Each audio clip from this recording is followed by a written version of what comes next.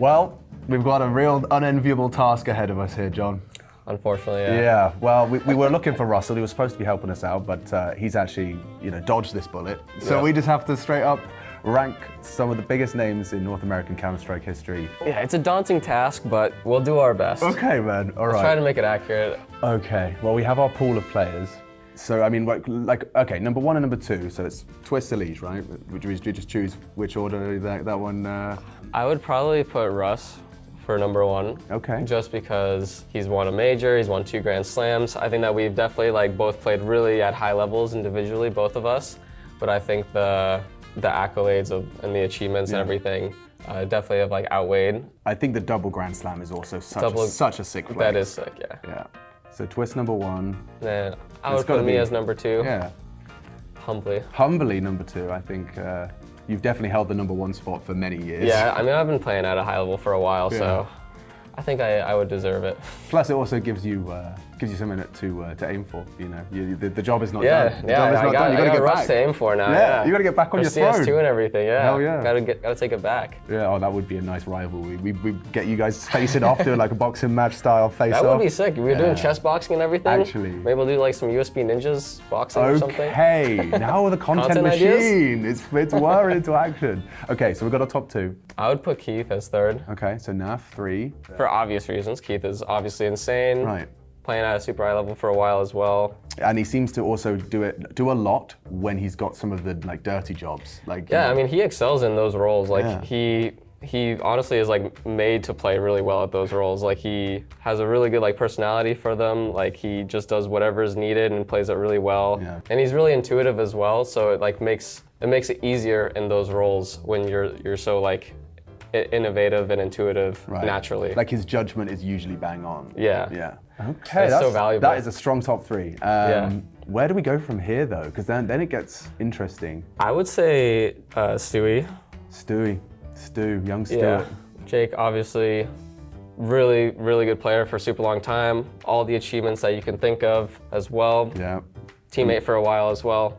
I think that obviously he has a major as well over me and Keith, but I think Keith and I have been playing for a really high level for a while. And obviously we're still going as well, so I think that adds to it.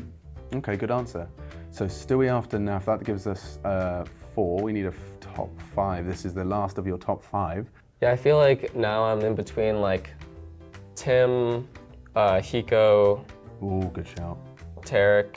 It's between them 3 for me, I think. Okay. I feel like Hiko has such a legacy as well. Yeah, I mean, he's played for a super long time, played 1.6 as well. I don't know if he played Source, I don't really know, but I know he played 1.6. Yeah.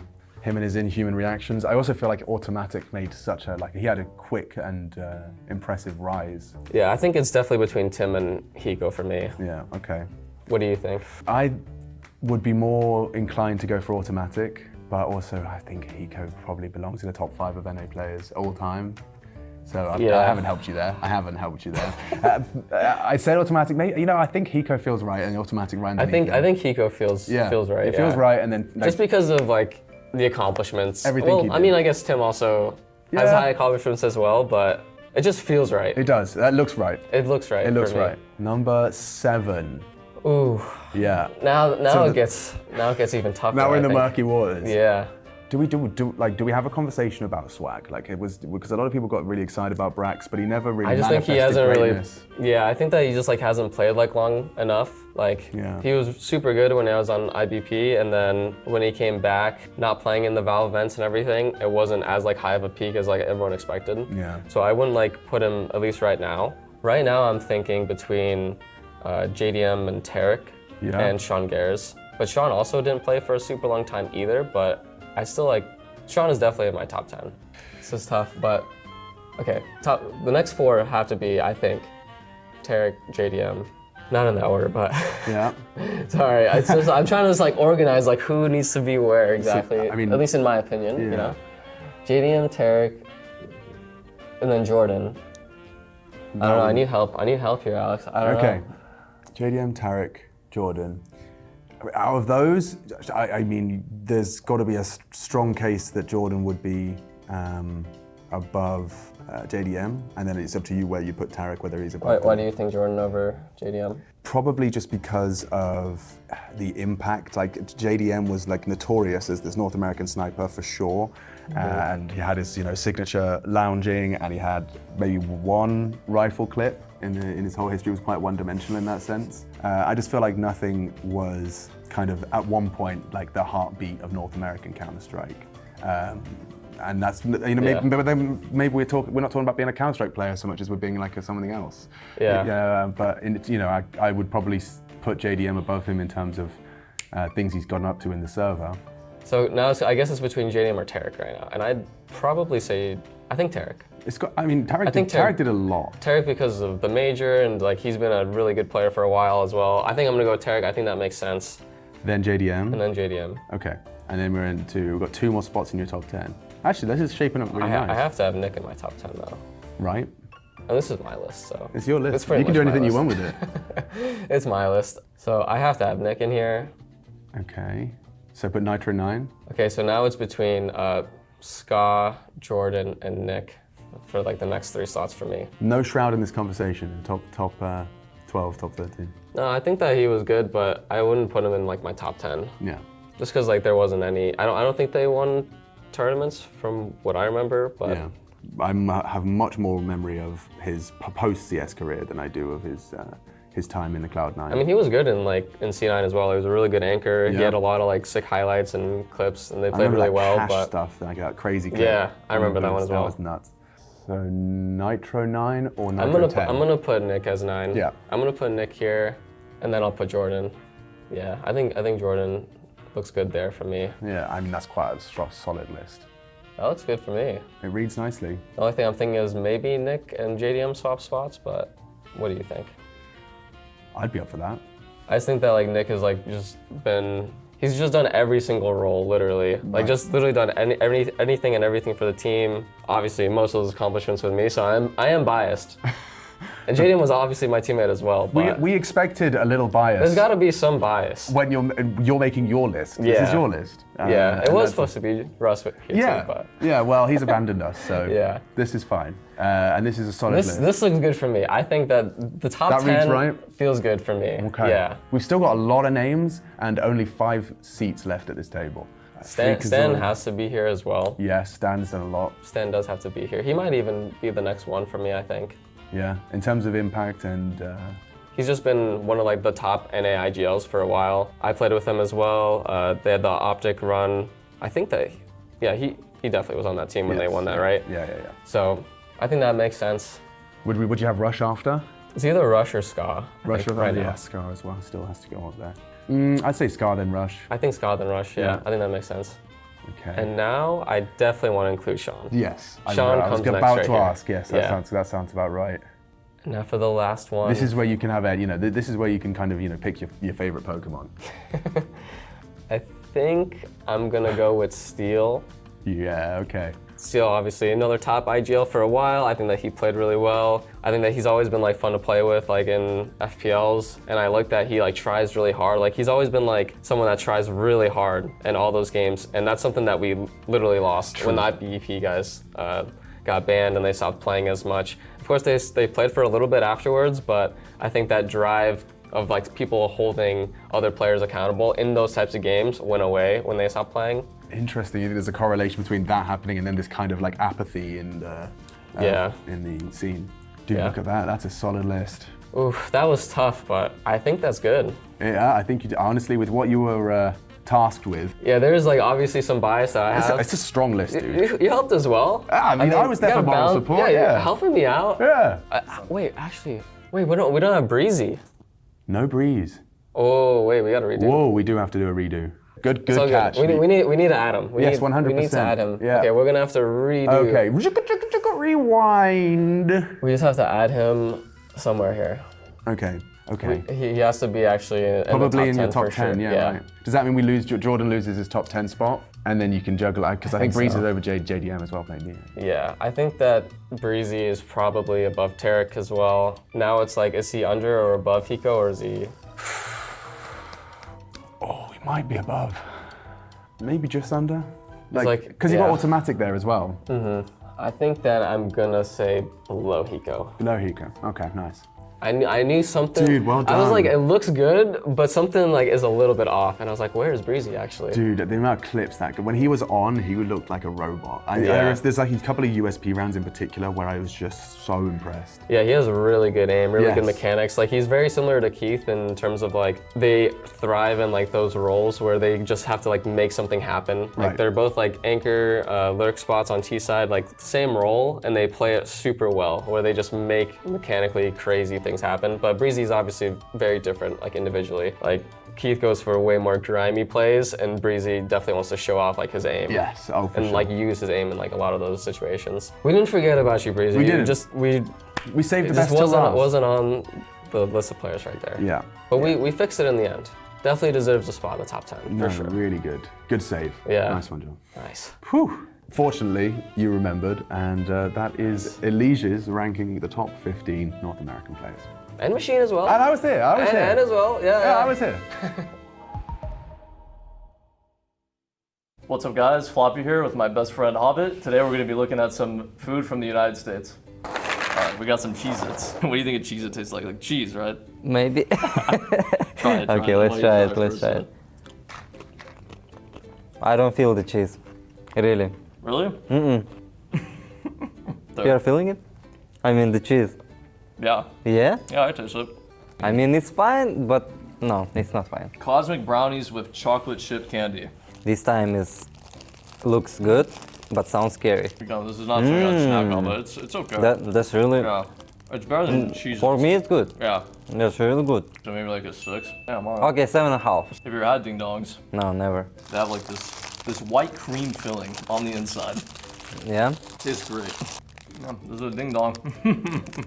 I can eat it. Maybe every day. Maybe. It's really good. Yeah, I give this like a 6. I'm gonna eat more. That one's an 8. This one is the best right now. Oatmeal cream pies. I'm still eating. I still eat the ding dong. I'm not ready for this. How it looks like for you? That just looks like a cookie to me. I don't know. Just another cookie. I don't know. I don't like the inside I just don't like. or the outside. I don't like those. Sunflower you have seeds. to you have to crack it open. Yeah. Dill pickle flavor. Is it salted? Oh yeah, there's a shit ton of salt. Jesus. Do you crack these open or? With cheese. I feel some cucumbers. Why? I give it like a 2. It's annoying to eat. 2? Yeah, it's just annoying. 4. There you go. Yeah. Try this. Yeah. I tried. Yeah, Nutter Butters. Yep. Yeah, these are good. I like the pasta, or how you are saying, in the middle, like peanuts. I give it like an 8. 8.5. And what is this? It looks. That is a Pop-Tart. Oof. Oh my God! It's too sweet. I'm already. It's not feeling too it. bad. It's actually not Yeah? that bad, yeah. This is frosted strawberry. I'm trying to imagine if it's toasted. Interesting. Yeah, that's good. How it is now, I give it like a 7, and when it's toasted, like a 8.5. 7.5. I'm always Always adding not half. helping me, man. I've been in Hershey's fabric, chocolate fabric, right? The Oh, chocolate. like a chocolate factory. Factory, Yeah, factory, yeah, factory. Yeah. You don't like it. I'm feeling some cheese. You're feeling cheese? Yes, why? In your Hershey's I Nuggets? think because of previous. That's a bad batch. I don't know about that. I rate it like a 7. My 6. Oh my God. Yeah, beef jerky. Yeah, this shit's good. I'm feeling it. It's good. Yeah, I give it a 10. I love beef jerky. 10? Yeah. You're gonna it's put good. 10? I'll put a 10 on beef It's jerky. a lot. Yeah. 9.5. Cheetos extra flaming hot crunchy. How is it? Holy shit. This is spicier than I remember.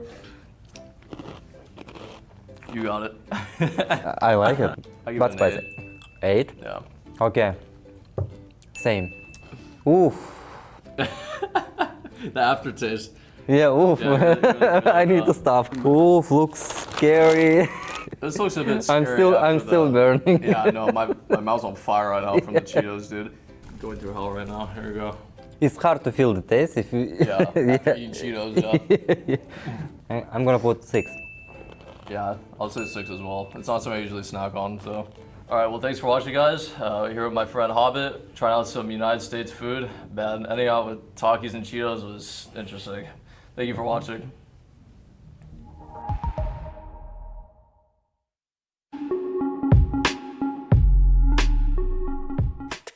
We had our chances, and I think we didn't really take it with everything we had. So I think pretty much disappointing overall with the placing.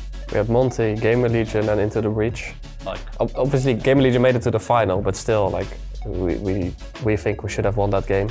We lost against Monty. We lost against Gamer Legion and against Into the Breach. So for us, it was like a disappointment. Nothing to take away from the teams. They played better, but still, for us, it's a disappointment. We came into the challenger stage and we were playing insane CS. We went 3-0. Then on the first day, we still played fine. We won against Bad News Eagles and then lost to Vitality, which eventually won the tournament. But from that point forward, we were not there. We were just not there for the 2 last days, and it's sad since it was at the major. Yeah, to qualify for the challenge day was the goal in the start. Happy we got there, I would say, because I came in to be IGL for the first time, and I don't think we really expected to go there. We weren't content with our Paris major run. We made some changes for the RMR, and we kept those changes for the bootcamp for the major. We were really confident, but after like 2 losses on the first day, I think things just started to crumble for us, and we just couldn't come back. And it was tough, but it is what it is.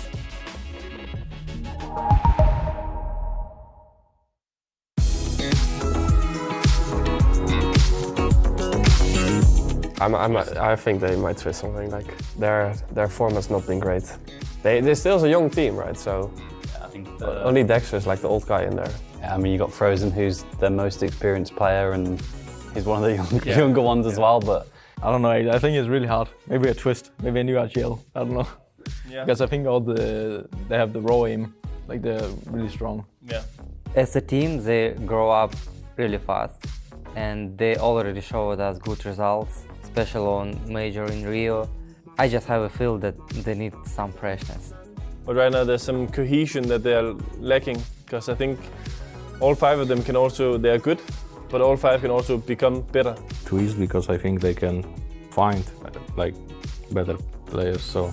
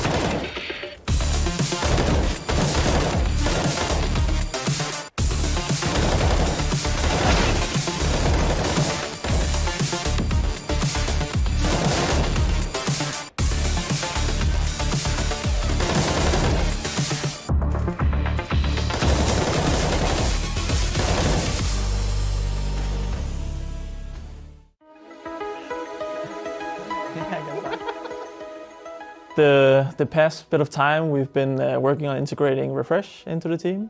We've gotten a little bit more of a veteran player. He takes up a little bit more space than Hext, but that was also the purpose of getting him. But yeah, we've been working on that, and then boot camping in Europe, getting ready for Dallas. We need a little bit more of experience on our team, and Refresh brings a lot of mid-round calling, and he kind of helps direct people.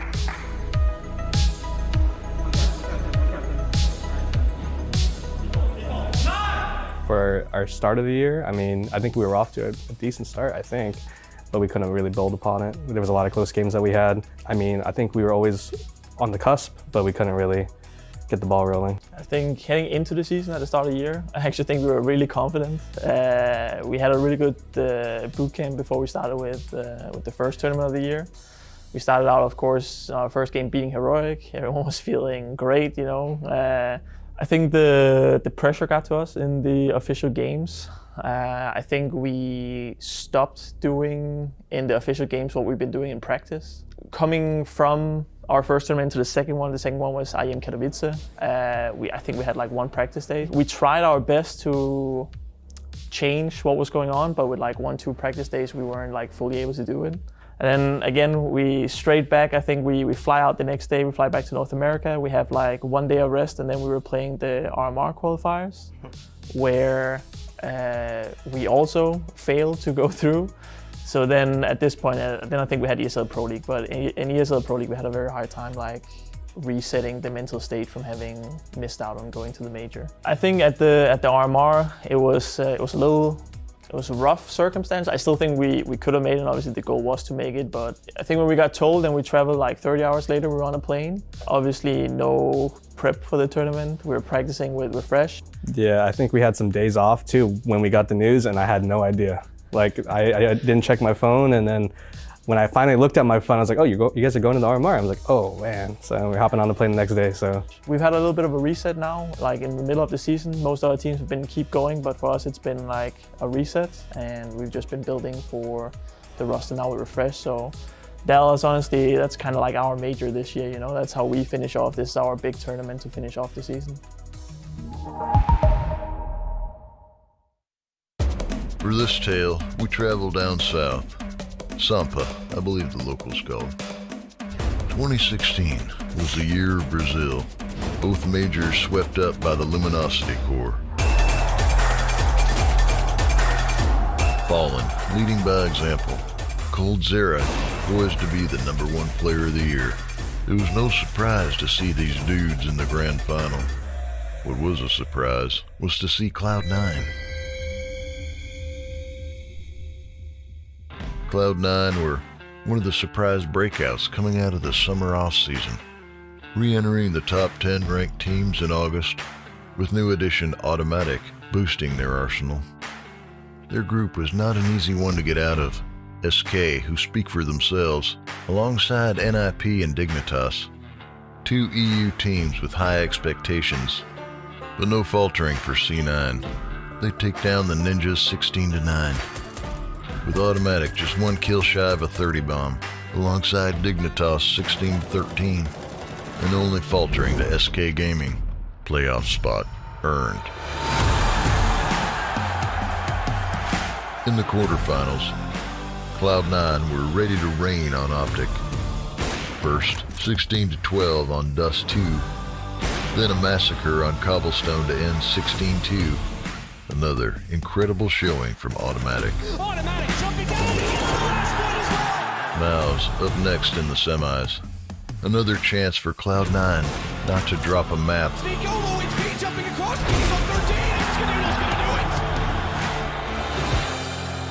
The grand final beckoned.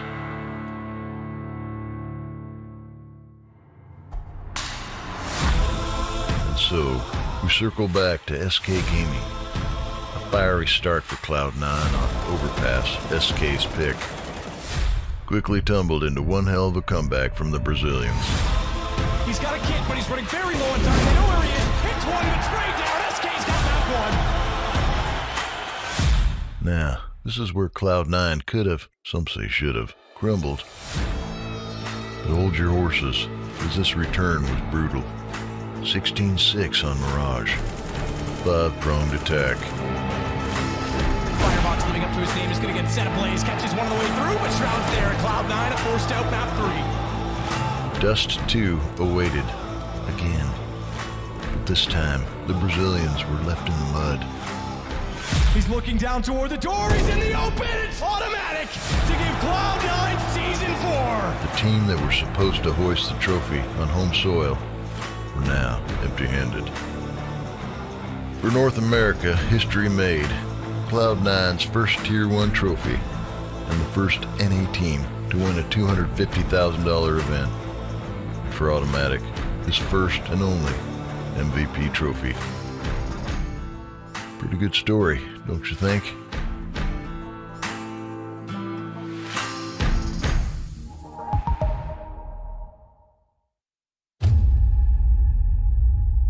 Humanity.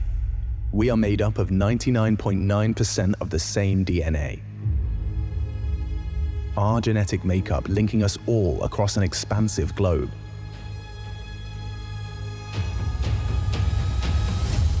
The 0.1%, that's what separates the everyday from the exceptional.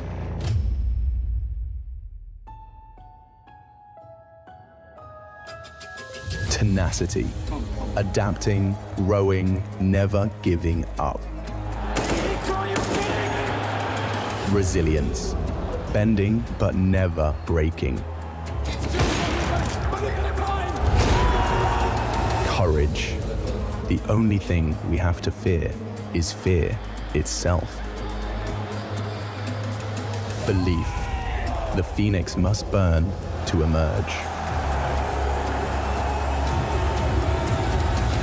When thinking of exceptional NA talent, nothing comes to mind. CSGO's final rodeo in the Lone Star State, and EU taking the bull by the horns.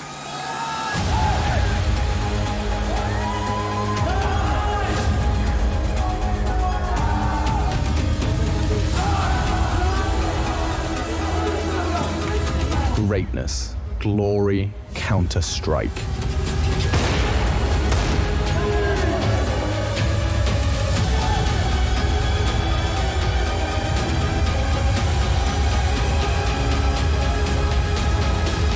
It's in our DNA.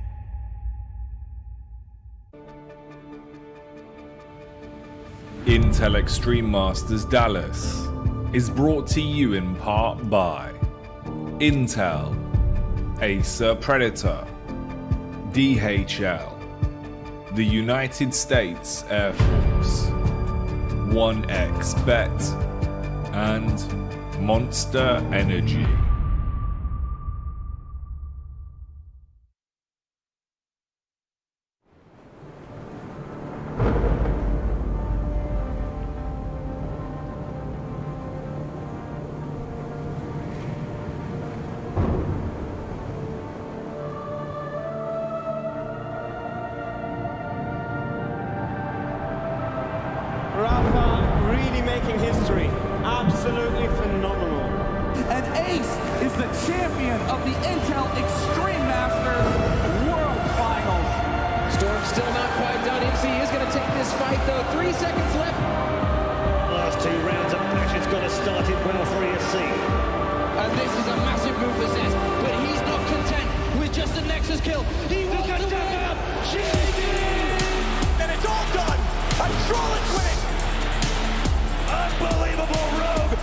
4-0 victory over Classic.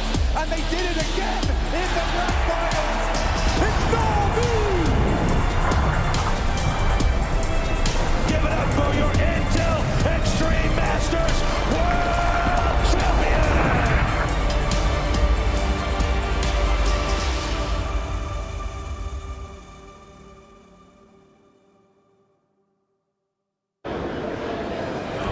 12 months ago, we were here and we were watching this American crowd cheer and roar and chant USA for Cloud9, a CIS team. Quite an interesting one, that. But Cloud9 didn't make it this far this time. Now they're going to have to find a new team to root for. Could it be FaZe?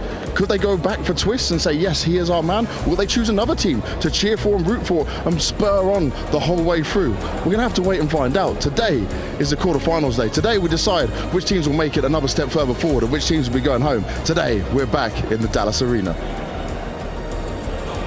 Oh, baby. Oh, Captain. All the things that I need to say up to this point. We're talking about Dallas, freaking Texas, y'all. And finally, we've made it into the arena, one of which is going to be encompassing. Oh, hey. Hello, everybody. Good morning. Hey. Hey, we'll take those. That's not bad. Also, just kind of goes without saying, got the man with a plan over here for EG. We got Valens. Obviously, on the other side of him, we're looking at a MOUZ Snake. And then to his right is going to be that of Yanko. Gentlemen, we have quite a day of Counter-Strike ahead of us. Yeah, absolutely. I mean, a couple of big games, Astralis versus MOUZ. We saw them back in Cologne, albeit with different lineups, especially for Astralis, a huge change for them. Device being back, that's a big one. And the second one, I think, a banger between FaZe and G2, right? Like having to meet in the quarterfinals already. Had some great games last couple of times they played. So yeah, going to be super exciting. That quarters final one, not the Astralis one, MOUZ one, but the other one, that could be a grand finals. I think people would have been pretty happy to see that one deliver and go the distance, but it's a bit unfortunate. We're going to have to say goodbye to so many big names today. Yeah, we are going to have to say goodbye to someone today, and that is an unfortunate reality, but we are just saying hello to Valens. So, you know, I guess we'll just go down this path straight out of the gate. Valens, is there anything you want to say on your own behalf before we get started? Hey, man, I'm here to have fun. No, honestly, thank you for having me on. I'm excited to talk to you guys. Yeah, and in case you don't know who Valens is, I could go or try to go through your resume, but it's very impressive, to say the least. All the way from Google up to, you know, we're taking the Evil Geniuses now. Like, there's a ton of lineage there, a whole major under your belt. Talk to me about No Americas in Americas. It's disappointing, for sure. You know, this is the last event for IEM in Americas for CSGO. And honestly, I wish we had some representation in the playoffs, but we're gonna come back stronger. I think all the North American teams will be. So hit your shots, all those things. Yep. Okay. That's part of the problem, huh? Now I've got to throw you to the wolves. Yeah. Good luck. I gotta start with this, Valens. Sure. Why aren't we using the blueprint to bring up the Americans? I want less Europeans on Evil Geniuses. Sure. I want a little more Hex, George Snorts. I wanted the EG White team to make it. Why did you guys go overseas? You know, I think sometimes people have some short-term memory because we obviously did bring Wiz and Hex, and we try to obviously bring the North American talent up. We have our blueprint program, and that's supposed to build up North America as well. So sometimes things don't work out, but hey, we're still working with them to see if, for example, Hex can come back up. And, you know, our roots are in North America, right? Hashtag free Hexed. Is that the hashtag we're going with today? Hashtag free Hexed of all of them, that's the one. Or hashtag IEM, but that's a whole different ballgame.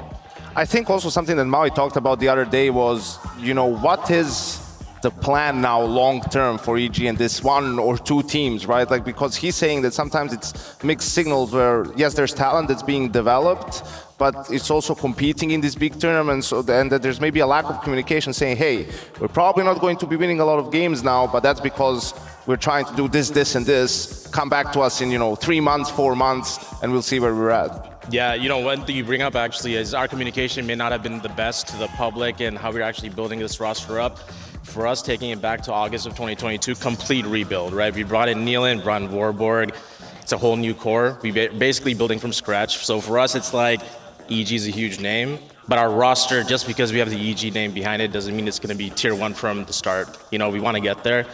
But it was a complete rebuild. So I think at this point, we're basically trying to figure out what composition of players, North American, European, somewhere else, South American, are it's going to work the best.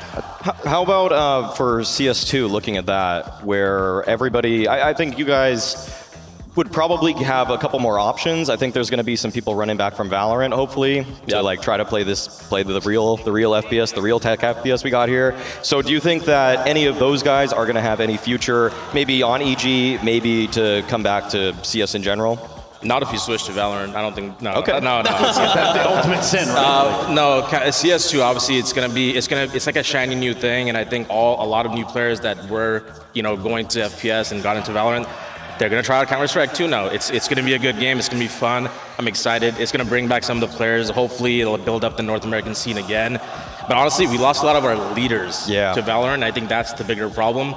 So, hey, that's why, for example, we brought in Nealon. You know, sometimes you have to figure out, just because a North American team has some non-North American players doesn't mean we always will or we always won't. I think it's, for us, it's our roots. We are always going to have a soft spot for North America, but we have to build up a team the right way. I have a question as well when it comes to, evaluating talent, and not just new young players, but some of the, veterans that have been on the team for a while, right? Like, at which point do you go and look, okay, we know what Breezy has been doing in the past, for example, we know Automatic and what he can do, but you're not getting the same output, and obviously that's not just on the player, it's like, how the team is performing, how the roles are being distributed and whatnot. So at which point do you also look at some of those veteran players and say, hey, is this where we actually need to also look at making a change? Maybe if we bring someone over, whether it's a North American or a European, we bring one of the veteran players in to help with the leadership, to also help with educating, and teaching some of these younger NA players. I think it's a great point. I mean, at a certain point, you need to have some core players in your team, even if they're not shining the way they used to do. I think it's really important for them to bring up the rest of the players we bring in that are younger, that are more inexperienced. We need to set up some kind of basis, right? So maybe Breeze isn't playing up to his 2019, 2020 levels, but what he is doing is a role player that does not complain. He's taking some really hard roles, some roles that not other people want to do often. Anchor roles, doing some entering, doing some of the harder roles that no one really wants to do. You need people like that so we have the other players on the team that can shine, right?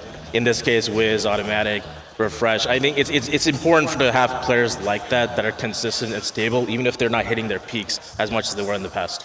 I got one more question about, we said goodbye to a legendary North American figure at this event. He was ousted earlier in the tournament in Nitro, and I know, just given your history with the NA space, what did Nitro mean to you as the captain of Liquid, and what does it mean for him to be departing? Man, shout out to Nick. I mean, I've known him for so long. We're obviously all going to miss him, and I think he's not going to leave esports, it seems like. He's going to try to stay around the scene, hopefully. But he's meant so much. I mean, from everything to him coming as a star player in the beginning of his career to doing everything all the way to an in-game leader to picking up the op and going back to a rifle. I mean, man, he's done it all. I think we can all give him our best wishes and hope him the best for his family. And he's going to be great. Whatever he does next, he's going to be great. I hope to see him around. I have one last question for you, Valens, okay? We've been nice here, we've been good to you, nice. Right? So my question is, please tell me that at some point you sent an email to everyone in EG and say, hey guys, how about we just don't tweet as much? How about we just let the guys work in peace and try to be better and don't put so much spotlight on them through no fault of their own? My perspective on that is actually just like there's different types of fans out there and they express their emotions about their teams in different ways. Hey, sometimes we're just expressing how much this team means and how much effort we're putting in. And when we have something to celebrate, some people like to celebrate in different ways. So that's my 2 cents on it. I won't give you my nickel on it, but I'll keep it. PC as always. Hey, I got to get you out of here. Is there anything, I mean, we always talk about EG, so is there anything EG wants to say at this point? Right now I'll say it, I won't tweet it. So what I'll say is we're always looking to make a great roster, guys, and we are building up, in our opinion, the right way. The results aren't there yet. We have a really strong next 9 months before the next major comes, and you're going to see a much stronger team for next season and beyond. Thank you for your support. Damn. All right. Okay then. Thanks, well, yeah, man. that's pretty straightforward. Round of applause for Valens. Obviously, if you're watching at home, I guess raise your hands in the air, clap or something in the chat. I don't know what to do. Thank you very much, Valens. Obviously, on the other side of things, we talked a little bit about Astralis and Device. Long have we waited? Device activated. Is that right? Yeah, it's absolutely incredible, how well he's been playing so far in this tournament. I think it was apparent very early on when he came back into this Astralis lineup that he hasn't lost a step, right? Sure, there's about some playout games, stage games, how that would do, but I mean, someone like Device, you don't really forget how to play Counter-Strike or what it feels like to play Tier 1 Counter-Strike, and it's just great after everything he's been through and, a little bit of turmoil in his life and his career, to seeing back on the server, doing his thing, being happy, smiling, having a good time. I think Counter-Strike is better for having Device back on the stage. Yeah, it's what a wonderful comeback from Device. I mean, at this point also, he's been open about what actually led him astray. The fact that you know, he went to Sweden, he had a rough relationship, a rough breakup there, and he was kind of down and out in terms of his mental stability for quite some time, but to actually build himself back up to be not just a great player for Astralis, but definitively the best player that we have seen at this event from this team. And that's really something where we've seen people take breaks from CSGO or, you know, from Tier 1 CS. They almost never make a really strong comeback. I'm talking to people like Kenny S, who, even though he was such a master with his weapon, didn't really have that great comeback story we all wanted with Falcons. But Device, it's really like he never even left. Yeah, and it is a wild thing. Holy man, when did you get here, dude? Where'd you come from? I just showed up. Simpus, my God, you're way too big to be moving around like that, man. We need a Jesus. bigger desk, dude. So, first of all, if you don't know who Simpus is, I don't know what rock you've been living under. Perhaps you never heard the castle theory, but that's for another time. Simpus, what is this all about? Well, you see here we got our nouns noggles. I always carry a pair in my pocket. Noggles? For you never know when you'll need them. Wow. Just put them on here, and you automatically get more women or men depending on what your preference is. Just maybe I don't want that then. I'm good. No. No problems in my life. Where are the women? Where are the women? They're all below. They're being held back by security. You just can't see. Thank God. I feel like, you know, if I was blinded, this would probably be a good look. Maybe I don't know. No, honestly, well, if for anyone that doesn't know, I actually had an eye disease, so I actually have a really bad left eye, and these do help. Really? Yeah. Wow. When it's super sunny or all the stage lighting, it can be very problematic. Corey, man, you know, obviously things didn't go the way you guys wanted to for nouns. I can take this off. I can't even take myself seriously. I'm going to be honest. Things didn't go the way you wanted to for nouns here in Dallas. But overall, we were just having a chat, you know, a real brief chat about the idea of events in NA. It's pretty awesome. No, I love NA events. I part of me wishes there was an NA only event like once a year, just to see which is the best NA team. Maybe include Brazilians in there. That's I debatable. thought that was the close qualifier to RMRs. Oh yeah, kind of. Yeah, true. But you know, like back when ESA LAN was the main event, like you had all the NA teams when you kind of established who was the top dog in North America is kind of cool. I just like events here though. I feel like it's a lot more accessible to get what you want in North America. We have a little bit more food options and stuff like that. They call it freedom, I think. I don't know. It's a wild concept, really. For the side of nouns, yes, but for Simpus, when you look at this event, you look at the state of NA, what are some things you could say about where it is right now? Because I know it's not amazing in terms of Counter-Strike, but CS2 gives some promise, right? I mean, honestly, I just don't think we care right now. You know, CS2 is coming out, so it's kind of like, why win everything right before the end? Why not save it, for when CS2 save comes out? strats for CS2. Yeah, exactly. Yeah. That's what we've been doing, actually. Like, the reason we went 0-2 at this event was because CS2 is coming out. We didn't really have to give 100%, but no, I'm just kidding. But fair enough. I do think CS2 will revitalize the scene a little bit. It might bring some players back from Valorant, some people that, whenever a new game comes out, you have a lot of people trying to become professional in it, and then the scene kind of establishes itself in a year or two, and it kind of phases out some of the people that maybe shouldn't have been at the top or maybe weren't quite able to become professional in that game. So now they'll try to come to a different game, because I find like that's pretty common for people to, and for anyone watching, to get into an esport when it's a new game is a lot easier as well. So if you're looking to go pro, start early in the new game. Don't wait a year or two for it to be out before you start grinding.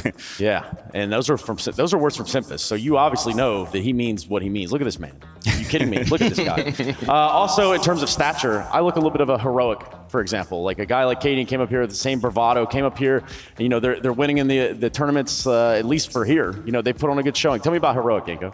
Yeah, Heroic, I mean, the team that we know for having the highest floor, right? Almost never gets upset, and then the semifinal of the major happens, of course, and that's where it gets to them. And I think they obviously have this glass ceiling right now where they just are struggling to win a tournament, right? It was fall final last year, but it's been 3 finals in a row in IEM circuit, right? Rio last year, Rio this year, Katowice, they didn't make the final at Pro League either, so it's, when is Heroic, and can Heroic break through and win a tournament? Because if that happens, if they figure it out, then that's going to be a massive problem for everyone else. The stage nerves are really what has led Heroic astray the most, and it's really disappointing because when you look at the current meta of CS and what a lot of the tier 2 teams are adopting, they're looking to Heroic as the trailblazers in terms of just proactive CT sides, constantly aggressing, use the utility to block on one side to go for a gamble on the other, and that's what teams like, I'm sure, even ones that are in tier 2 North America are probably looking at. Like, you can't really imitate what FaZe does because you don't have FaZe's players, but you can imitate what Heroic does because it's off of great ideas and just being the aggressor more times than not. You know, I have to admit, when Kaden came up and he's kind of giving us a spiel about, you know, their internals, like the camp itself, they're kicking the soccer, football, hell, whatever you want to call it, doesn't matter. But, you know, there are things that make that a team dynamic, that make it very, very tangible. And, you know, you have to give some sort of accolades there, some sort of credit. But also the fact that 5 Danish IGLs are in the playoffs kind of speaks for itself, doesn't it? So, any thoughts on that one, Maui? Oh, it's like, what is going on in this country, man? Like, how do they keep it up? I've been saying that for years, actually. That's, the lineage of Danish Counter-Strike has been so fruitful that we are basically just overwhelmed by captains from this small country that if you look at it on a map, most people in this arena couldn't even point to it. Like, they don't even know, like, where is Denmark? You know, that's what most people are honestly thinking until you start seeing their impact in this game. Because all of these in-game leaders, we were talking about Katie and we're talking about Glaive, they have such great claims, even Kerrigan, to being the best captains in the history of CSGO. And even though maybe they have varying amounts of accolades, it's indisputable that this region, this country, this singular country, is producing the best in terms of leaders. I think Corey hit the nail on the head. You know, like Denmark is a small country, man. It gets pretty cold there. It's cloudy. It's long nights during the winter. You know, what are you going to do? Stay at home and play CS? They don't have what the US has. They don't have the amount of freedom, sunshine, barbecue, like pretty true. All the other stuff. So, you know, they spend time playing. And I just looked on Google Maps, so obviously I know where Denmark is. So we're good to go there. It's right inside of Freetown, Christiania. It's right in the, it's all in like the same area, I guess. Nonetheless, Corey, you look at Danish Counter-Strike, and what does it make you think? Well, when I look at Denmark and how they do so well with so many different IGLs and so many rosters, I feel like part of it has to be like a little bit cultural. Like, in North America, you have a lot of heroes. You know, you have a lot of people that want to be the Rambo or the James Bond, you know, type person in the scene where they want things kind of like developed around them. And if they're not top fragging, they might be unhappy. Whereas I find when you look at a lot of these Danish teams, especially Heroic, who I do like watch a decent amount of demos of, it seems like they have more unity in understanding that, you know, sometimes I got to go first, and if I die, I die. But my teammate's going to trade. I trust him, and there's a little bit more. I don't want to say like confidence in their teammates, but they respect that everyone on their team is good and can win the round. And it feels like, and I don't mean this in a disrespectful way to Heroic, because I think they're all amazing players. Like Stavin is super skilled, but it seems like they're a team of 5 second best players. They don't have like the Nico or the Monacy or the Simple that they're developing their game around. Maybe that's why they have a little bit more trouble in the finals. You know, you have someone that's very tactical. If you watch Heroic play on, you know, Vertigo, for example, they have a lot of rounds where they'll just give up B completely and clear mid and then stack towards A, and off timings, they'll be like, okay, you know, at 45 seconds, by the time they pop flash, re-clear ramp, blah, blah, blah. By that time, we'll know they're coming A, so we'll move everyone back to B and mid. And then they're just very good at the timings and understanding how long it's going to take a team to move forward up and take over an area. Because if you really like break it down, you can kind of know where players can be at certain times of the round. And I think Heroic is probably the best in the scene at understanding that, at least on CD side. But I feel like they maybe run into some of the problems that, like, if you guys remember MTW in 1.6, so they got second to Navi for like 2 years. And I feel like some of that might have to do with their play styles. Like, they're always going to be really good and they're always going to make far runs and be able to, but when it comes crunch time to be the best, like, are they able to like elevate themselves is the question. And I don't think they've really proved they can do it consistently, but I think the players themselves will have to step up in the finals. It won't be the system that wins them a finals. Corey, would you say the same thing about MOUZ Sports? I like the glasses. Oh, sorry, I forgot I had these on. MOUZ Sports is a lot different team, right? They play a little bit more like. Maybe you could help me explain it. It's like it's more like little strats. Yeah, like, MOUZ have these like pockets of aggression, usually based off of what Exertion's doing, what Dexter wants to do with him, or something like that, like supported by Torji. But then what kind of is characteristic about MOUZ's style of play is that in the last 45 seconds, they're almost always just grouping and then they're going together. Whereas I think Danish IGLs, they probably like to have a few more layers to the strategy, but it's a little bit of, I don't know, whatever Dexter's bringing in terms of Aussie influence, perhaps. And a really important thing to remember is you always want to play to the strength of your team, right? So if you don't have players that are good at making independent decisions mid-round, then you don't want to give them the freedom to do that because they're not going to make the correct one. On Mirage, they might need to push ramp or halls at a timing when, they're doing mid-control. Whereas like a team like, MOUZ Sports, they might be, you're kind of like dictating what each player is doing a little bit more than a team like Heroic, where you're setting what they're doing. And I think that's something that players coming up don't do enough, is just playing to your team's strength, and trying to realize, all right, my players might not be the best at mid-round, so we'll set everything for them so that they know exactly what they're doing. Yeah, we heard Thomas talk about that at the major. I mean, with the players that he has to play a certain way. I think that was the change Ents made last year coming into the second half of the year from the beginning, right? And with MOUZ, it's strange because they have the talent, right? They've been playing good Counter-Strike towards the end of last year, obviously making top 4 at the IEM Rio Major. Then they start off this year slow. You're thinking, maybe it's just the first tournament in Katowice of the year. I think what they need the most is they need to play more officials. Yeah. Like with the young players that they have. Remember when you were 18, 19, 20, like all you want to do is play Counter-Strike 100 hours a day, and you're doing that but screaming. And then it comes to the official game and you're maybe like, oh, I finally got to play, to compete, right? And maybe that's like when you have added pressure on yourself and like, well, I don't get to do this, but I don't get this opportunity very often. I don't want to screw it up. I want to do the best I can, not make mistakes. I think, look at these young guys, they're very skilled players. Just give them more online tournaments to get reps, to beat some of these lower tier teams, gain some confidence, and I think you'll see MOUZ be much better at bigger tournaments too. So I'll ask you this, Maui, because sometimes you have these takes. Sometimes you got them, man. I don't know. But do they have all the pieces that they need within MOUZ? Oh, jeez.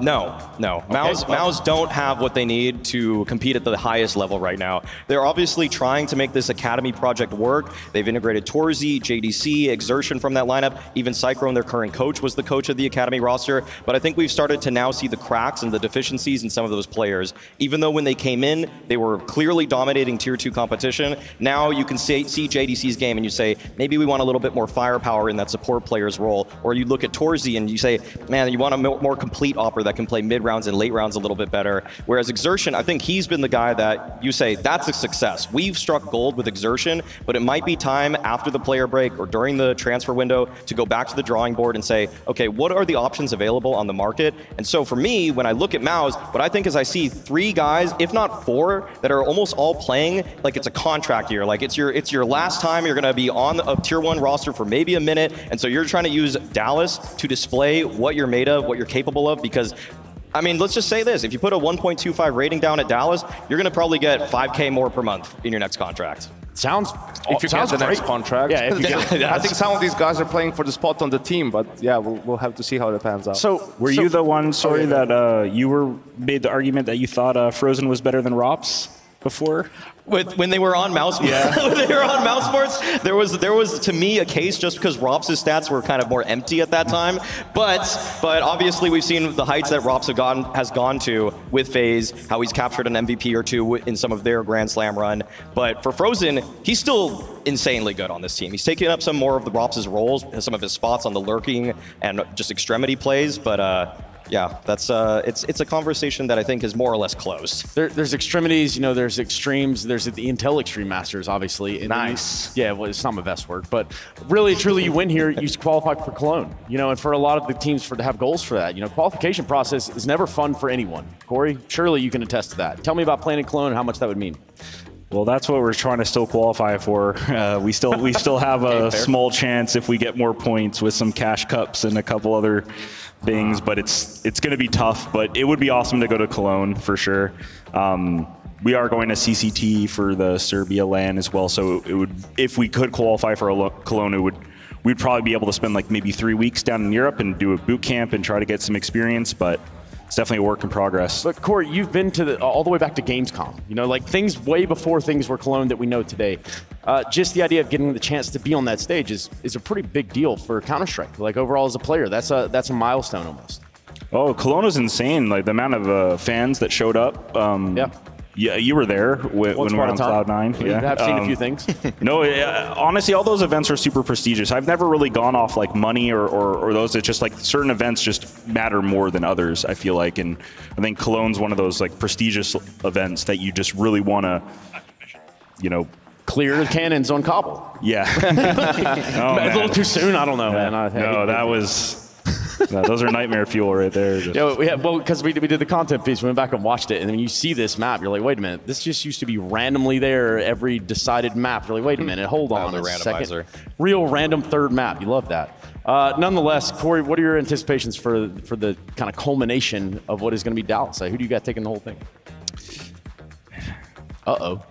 I don't know, honestly. This is a hard event because there's a couple teams that seem like they have rosters that maybe aren't sticking around quite for a while after the event. I'm still kind of leaning towards Astralis. Okay. Device, he's got a, he's been. Talk about a hot take. Yeah, wow.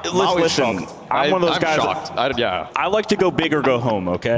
That's why I go home a lot. I'm going home at this tournament you've as well. already been big, man. What are you talking about? Look at you. We played Anubis versus Furia. That's bold plays. Bold moves. But Device has been, firing on all cylinders at this event. He's been playing lights out.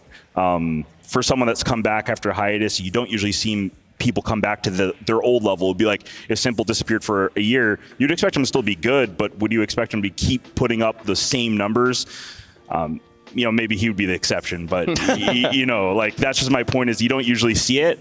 And I think if some of the other players on the team have been underperforming a little bit, maybe blame F a little bit, if he steps up, I could see them doing work. And I'm kind of expecting maybe the players to ramp up and help him in this event. And I just really like Astralis as a team. I like their play style. I like all that stuff. So I just enjoy watching them, and I'm biased like that. That's all right. And I'm biased and a little bit based like that. No, I get it. Hey, Corey, thank you so much for joining us up here, obviously at Soham as well. But for the time being, we do find ourselves going to a quick little break. We come back, and the Counter-Strike picks right back on up. We'll be right back, y'all. Hey, Texas.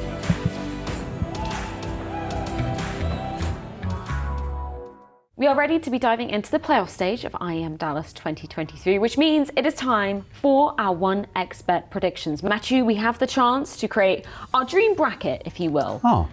Are you excited? Yeah, I am. I didn't know I could create the bracket I wanted. I thought we had to. I mean, this is us writing the scripts, right? We can do whatever we want. This is us dictating exactly what we All want. right, I'm down. Shall we start off with Astralis versus MOUZ? That's going to be the first quarterfinal coming up. I think it's written in the stars. I think we're getting that Danish derby. The Danish derby. Maybe it's just because I want the Danish derby to happen so much. But yeah, I do believe they're going to be going through to play. I think so too. I think they'll be enough to deal with this recruitment, fogged kind of whatever situation is going on. And we're still going to have a Danish derby. Then we move on to final. I absolutely love that we're getting this match. In your opinion, have you wiped the sort of sweat off your brow after not seeing them make it through to the playoffs of the major? Are you no, still, I haven't. No, I haven't, because I feel like what we've seen in Dallas is exactly what happened at the major. It's a tough matchup to call. It's pretty much the question of who shows up on the day for our sins. Stop watching that, Yanko. Stop watching.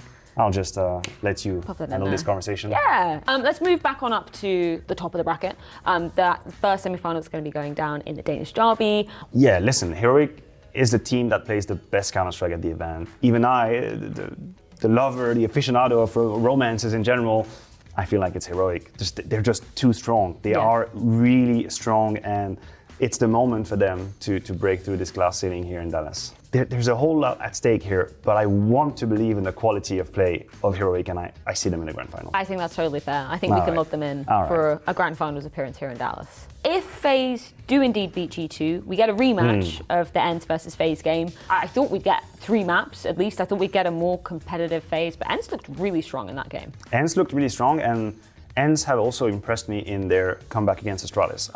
Just for historical purposes, they were 1 map down, but they've shown grit and they've shown resilience that I didn't really think they had. But because we are in a semi-final on stage with the crowd and all of these factors, feel like this might be too much for ENCE. And I think it might be too early. Yeah. Do we put FaZe in the grand final? I think you've persuaded me. But that's a pretty sexy grand final. Yes, it is. Yes, it would be great. And if this was a rite of passage for ENCE, then I feel like this is Heroic's book to write. You go up against FaZe here. It's a team that you have beaten in a grand final in the past. This is a team that you've beaten in Copenhagen to finally put your hands on the trophy, right? I struggle to see anybody beat Heroic. I really appreciate the journey that this team has been on and how they've completely like changed the narrative around them. They're the best team for me right now. Yeah. And it's their moment. I think they leave the trophy in Dallas. Do we have a champion? Do we have a champion? I hate that I've agreed with you basically all of the way, but I think this makes sense. I think logic does prevail. I think this is the chance for the Danes to get their second trophy as a squad. All right, here we go. Cadian, don't let us down. Beautiful. We've written the script. We've made the book. It's going to happen. The Danes are going to be lifting the trophy. Thank you very much for joining us for our 1xBet predictions. Now, Matthew, we just got to see if they're right.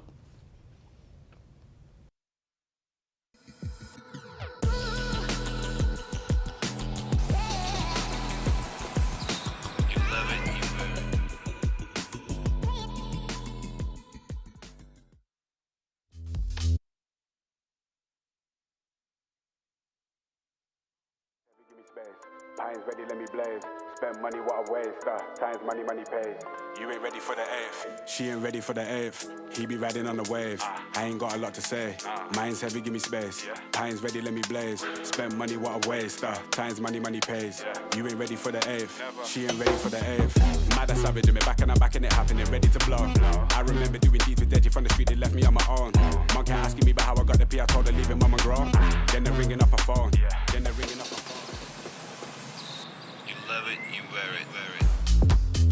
Wear your passion. Share your passion. Wherever, whenever. Gaming is a lifestyle. Get your merch at shop.eslgaming.com. Smurfs, your time is over. Go yourself. To all the 817 imposters using my name on Face It, go yourself. To all your grievers, go yourself. Go yourself. Go yourself. Go yourself. Go verify yourself for free today. In 4 easy steps, you can join the battle against Smurfs and compete with confidence against real accounts. What did you think they were saying?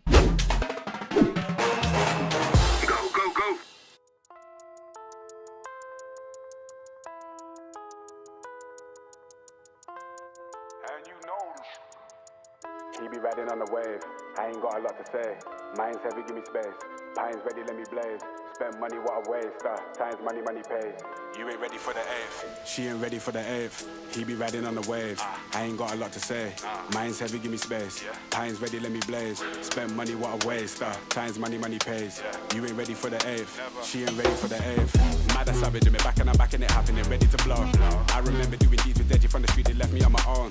Monkey asking me about how I got the P, I told her leave him mum and grow. Then they're ringing off my phone. Then they're ringing off my phone. Times change, but mine's made up. I ain't got line patience, tried then, don't like baitness. Come close, but swear that. Went ghost with a hair pack, never boast loud. Get your bird whacked in my condo where I birth tracks with a gang. Catch that for the gram, snap that for the man. These dudes do the most, no money in the hand. I ain't never had to feel away. Rhyme steady and they feel the way. Occupation make it either way. Never worry cause I can. Back chat from the whack gang. Took charge when they sack man. Passport when a milestone. Make space when the bags land. This must be a daydream. Max got me the mad plan. My team never lied on. Due a visit from the facts man. He be riding on the wave. I ain't got a lot to say. Mine's heavy, give me space. Pine's ready, let me blaze. Spend money, what a waste. Times money, money pays. You ain't ready for the eighth. She ain't ready for the eighth. He be riding on the wave. I ain't got a lot to say. Mine's heavy, give me space. Pine's ready, let me blaze. Spend money, what a waste. Times money, money pays. You ain't ready for the eighth. She ain't ready for the eighth. Fake clothes, same watch, fake crepe, same fuck, fake squad, same lots, but flop ain't what I'm on. Aim up, don't stop, we beat leveling. Proceeds increase heavily. Don't need this man's energy. I be the one, beat the one. I don't make a song to make a song, and the vibe is right. The mic will let me on to the sounds of light. I spit the strong in the line. Pick me first before I'm gone. I am straight sicker with the wordplay. Syllables spin, I don't fidget when I burst straight. Minimal talk when I work late. Fuck what you think by my work rate. Celebrate wins like a birthday. This is 3-6, got a mean list of the tracks. You man busy sleeping when I brainstorm as a plan. Linked Andy on the underground. I don't even have to ask. Miss laughing with my brother now. I ain't talking about Dan. Catch up when he lands. Snapshot with the fam. KL did a madness. Back soon going ham. Come see how we ride out. Short change but we smile proud. Spin blades for a while now, stay ready for the jam. He be riding on the wave, I ain't got a lot to say. Mine's heavy, give me space.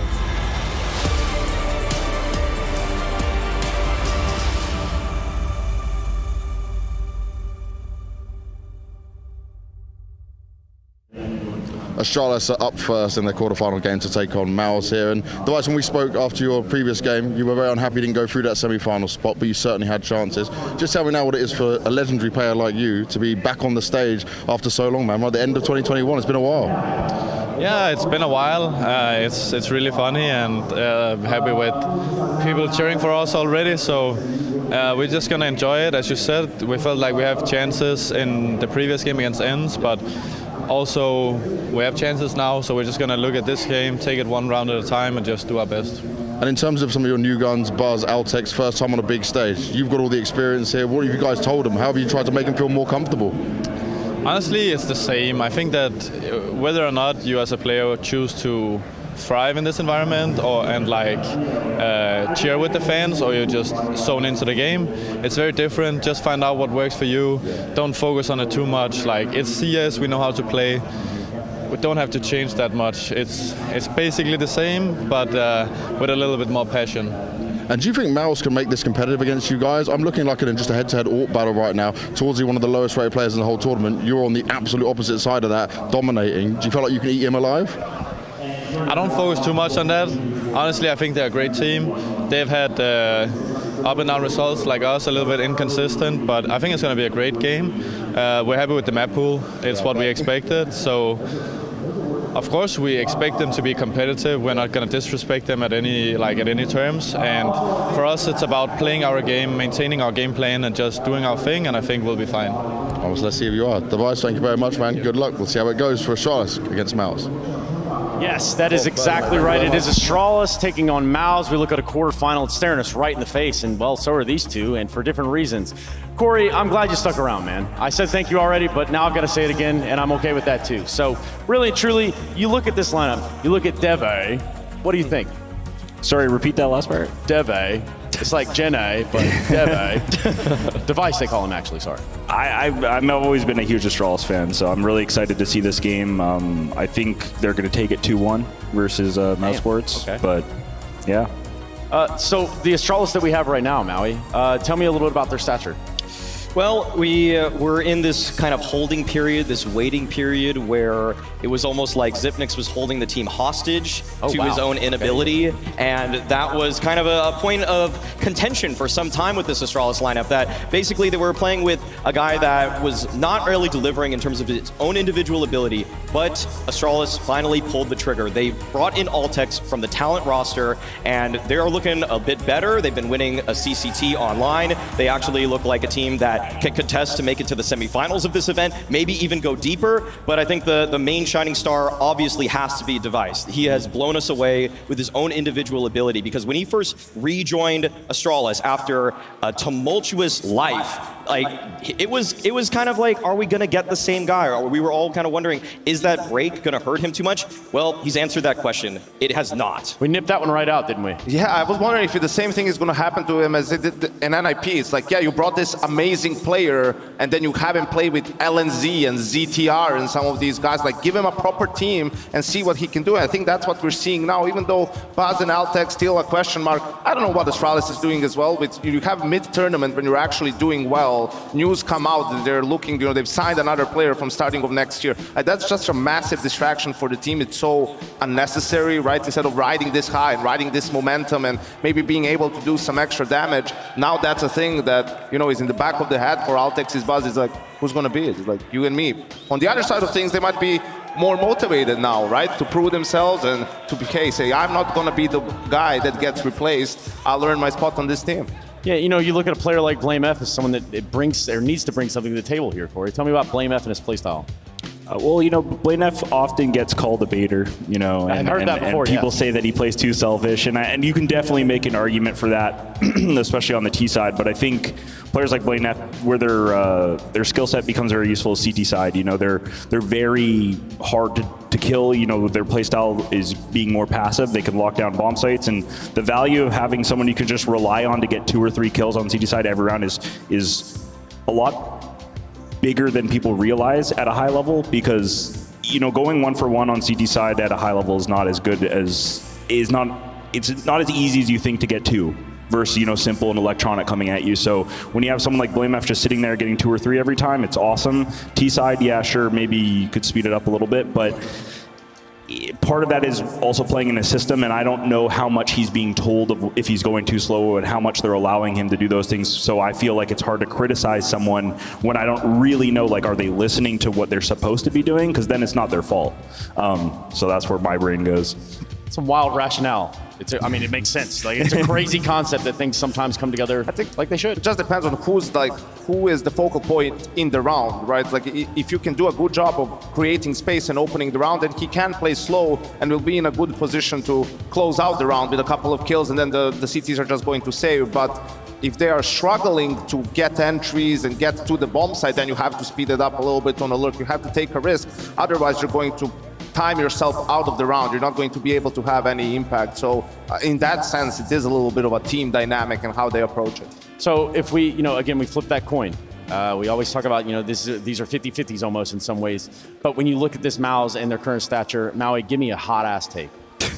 The hottest take is that the 2 players are not going to be on this team that are here right now after the player break. They're going to make some roster changes. They're definitely going to be looking to try to improve their roster, or even just dip from, I think they have still a MOUZ NXT roster who they could actually shuffle some players with. So it's kind of similar to the whole thing with Astralis too, where Astralis are looking at Stair. They already seemingly have signed him, or he's coming up. Then you know that it's probably going to be Buzz or Alltech's out. MOUZ right now are playing with the same that need to actually just like show their value on this team. And so for you gotta just enjoy this for a second, man. I'm just enjoying it. Shout out, we come to North America maybe once a year, maybe twice if we're lucky. But I love this crowd. I love Dallas. I love this crowd. And moreover, I love this crowd. Thank you so much for all joining us to kick off what's going to be the playoffs. And it's a pretty exciting time to be in Counter-Strike. We talk about CS2, we talk about this, that, or the other. But between these two, only one gets to go to the semis, Yankee. Yeah, I think Astralis is favored for me in this matchup. I agree with Maui. This is not going to be the MOUZ roster we see after the player break. I don't think some of them are actually playing for their contracts. I think that they've had time to do that. And I think you look at the amount of talent there is in the scene, right? Especially in the opening department. It's the most important player on the team after the in-game leader, in my opinion, but the one who can do a lot of damage. And when your guy has like the lowest impact, and he's one of the lowest rated players, like you can't have that happening. Look at OG, they have Regali as a stand-in. He's lighting it up this tournament, right? If you just want to get another young player, someone who's, not a veteran, not maybe super expensive, not a blue chip player yet, there's definitely options out there that are better than Torji. And if anything, this feels like maybe the last hurrah for this MOUZ lineup, right? So maybe they just come together one last time and go on around here. I want to bring something up about Torji that in some ways, like Torji is to me the worst opper in Tier 1 CS. But I also think that's because of the system. Like, Dexter has now ruined 2 oppers, let's be honest. Acor looked sick now on we're Mad talking Lions. the takes, baby. Yeah, Acor looked amazing on Mad Lions. He just slowly got worse and worse and worse once he joined MOUZ with Dexter. What happened with Torzi? He was lighting it up in the Academy League, looking like one of the best and most promising oppers, and then once he started playing with Dexter, he got worse and worse and worse. And so even though Torji has very much so under-delivered, I think the system that he's in is really actually hindering his ability, and it wouldn't surprise me if the next opper that comes in, if Dexter's still at the IGL role, would probably fall off too. You said 2 people are going out. Well, who's coming through that door? Who's walking through that door? Who's walking through that door? MHL might be walking through that door. Oh, okay. That's what I've seen. Yeah, I guess we could grab on to that. Corey, you look at MOUZ as, obviously a team of, it's one of those international lineups, right? Like something that you can grab onto now very tangibly in 2023. Tell me about your thoughts on Esports. If you're going off what Maui said, and if you're taking that at face value that the roster's changing after this event and 2 of them will probably be gone, I don't know if that's true, but if it is true, what I would recommend to them is just to go in with no pressure, just go in, just play your game. If you feel like you can get a kill doing something X, Y, or Z, just go for it. There's no downside. If the team is going to be falling apart or making a big change, then you don't want to play stupid. You don't want to do anything that's going to cost your teams or throw you rounds, but just play with confidence. If you were second guessing a peak, just commit to it and go for it with 100% confidence, and that will help them more than playing scared, like, oh no, we're going to get cut, or that's how you play worse every single time. Corey, how many times have you seen a dead team win a LAN? Especially here, like of all places in Dallas, Texas, right? I mean, you've seen it with like a lot of like even my old complexity lineups when we were making a change, we'd sometimes play really well. Same with Power when they knew like Steele said he was going to leave after the next 3 events, they started playing really well. Taking that pressure off of the team can sometimes be very beneficial. One of the other questions I was going to ask you guys is just with the 2 rookies on Astralis, like how long and how well do they have to perform to be considered kind of like Bit and Perfecto on Navi, where they're no longer really considered rookies and they're considered, elite players? I think you look at, definitely a full season needs to go by before you can even look back and evaluate and say, hey, are these guys good? Are they not good? Can they perform? And if you say, well, I think they can at this level, then an extra season is to see how good they can be. Because after that, after a full year with you playing like in a team like Astralis and attending Tier 1 and Tier 2 tournaments and everything, you get a pretty good body of work that you can look back and say, okay, even with the asterisk says, oh, they just made a change, so it's going to be difficult for Aaron. Like after 2 seasons, you have more than enough to say, okay, Altex can be as good as Bit is, or maybe he's a guy that just isn't cut for this level of play, or he can do it if he is in a fully supportive role. No, go ahead. No, please. Please take the floor. With Altex and Buzz, I mean, another thing that I would just want to bring up is that it seems like Altex went more the route that I think Astralis wanted to do, where they were able to mold him through the talent roster, and he was the guy that made the 1-for-1 sub with Zipnix. Whereas Buzz just kind of, to me, he's like a guy that basically Device just played a lot of Face It with or something. Like, he was playing a lot of pugs with him. He thought he was super skilled, and for my money, actually, it seems like the talent project has worked. Like, Altex to me is the better of these 2 guys right now. And so if I'm looking at this project, I'm also thinking, what more can we do to mold Buzz? Because I think he's a lot rawer right now. He's really rough around the edges. I think this is the problem as well. Like, these players need time to develop, and then on the other side, you have Device, Glaive, and Blame who are in win now mode. And I think that was a little bit of a mistake when you're building a team. Like, having 1 guy like that could maybe work, but having 2, it feels like that's going to hurt them now. Like in a stage game, maybe not in this game, maybe in the next one if they lose, right? That's where you want just some guy who's been a little bit more tried and tested. Maybe he doesn't have as much potential as someone like Altex, but in this moment, you're going to get more out of it. Yeah, and that's exactly what you want. Crunch time. We're talking about playoffs at this point. Yanko, hit it. Playoffs? There it is. That's the one, and that is how I knew that it was time for Colex players to watch.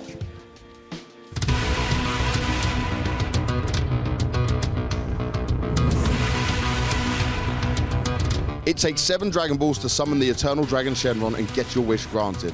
For our Codex players to watch, their dream is to go Super Saiyan and ascend beyond their normal form in order to bring home the trophy in Dallas.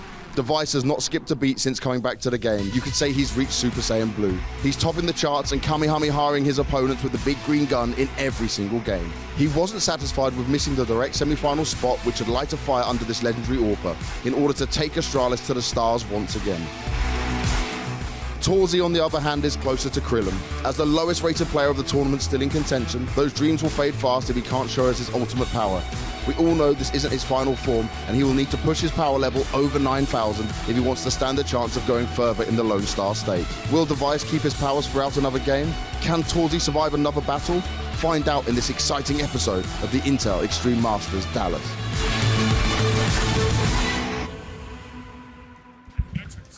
Well, yep, that would be our Colex players to watch. My name's Trace. I'm joined by some awesome people, mainly all of you out there. Good morning, everybody. I'm glad you made it down to Dallas. Go and give yourselves a round of applause. Yes, sir. Yes, sir. All right. So let's get through this. Let's talk about maps, Yanko. Yeah, that's why I wanted to talk about Trace, because Device said in the interview that there were no surprises. And I was wondering what the teams will do, because neither of them plays Anubis, right? And there's a couple of clear punishes here. For Astralis, it's definitely going to be overpass if it's in the pool. So what do these teams do? Do they just go for it and veto other maps and leave Anubis in? Or is someone going to just say, hey, let's just get this out of the way. We don't want any shenanigans. Okay. Look at that. Okay, exactly. So they both floated the Anubis pick, or the ban that is. And so that actually is going to push Astralis in a different direction. I think MOUZ have to go with Inferno. That's generally been the pick that they've been liking the most. But now we get to see Ancient. I thought this would maybe be the decider, but now Astralis, who are one of the teams that actually opened this map up a lot early on in its history, they're going to have a chance to show that here in map number 2. I like this. I think this was necessary, especially for MOUZ. Astralis has turned into, they found their pick in Overpass as their go-to map, and the Nuke Decider, how fitting for this series. Yeah, so Inferno, Ancient, Nuke, that's what our first quarterfinal looks like. Now that we know this, does it tip the seesaw at all, Corey, for you? No, I think these maps actually favor Astralis slightly. I think they're favored on Ancient and Nuke. I think MOUZ might have a slight edge on Inferno. I think the players on MOUZ look very comfortable on Inferno whenever I watch them play. You know, Frozen seems like he just loves banana. Even Exertion or whatever his name is. Sorry, I'm the worst with names. No disrespect, but I'm just not that smart. That's not true. That's not true. Hey, neither am I. If we ask certain players. The castle idea That's proves that not true you are the also. smartest man in the room, Corey. It's a pretty proven theory. Well, not even proven, but it's cool. So we'll go with that. Gents, I think it's about time we go to a break. We come a little bit back and we kind of re-situate ourselves, figure out exactly what's going on in our first quarterfinal. Dallas, Texas, I only got one more break for you. Don't worry, we're going to be getting to the game damn soon. Yeehaw.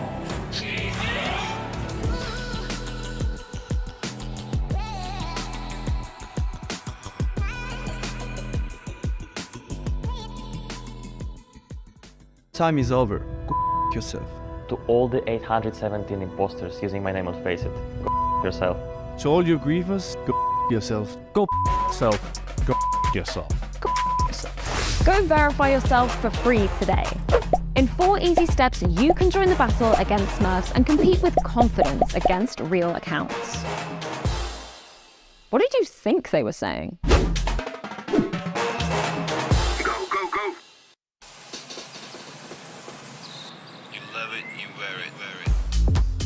Wear your passion. Share your passion. Wherever, whenever. Gaming is a lifestyle. Get your merch at shop.eslgaming.com. I came from the mud. There's dirt on my hands. Strong like a tree. There's roots where I stand. Oh, I've been running from the law. Hope they won't shoot me down soon.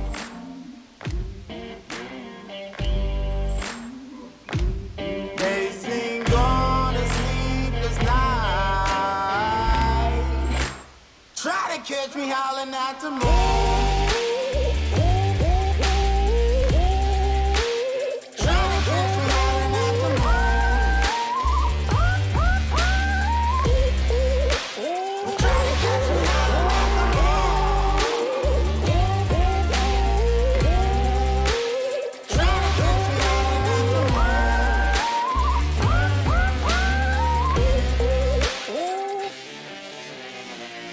When it rains, it pours. Water's up to my chin. Won't stop fighting to the very end. Many men try to reach it. Many men have failed.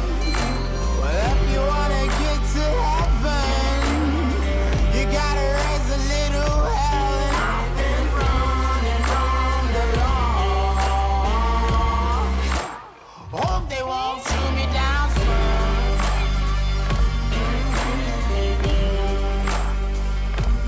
They say no to sleepless night.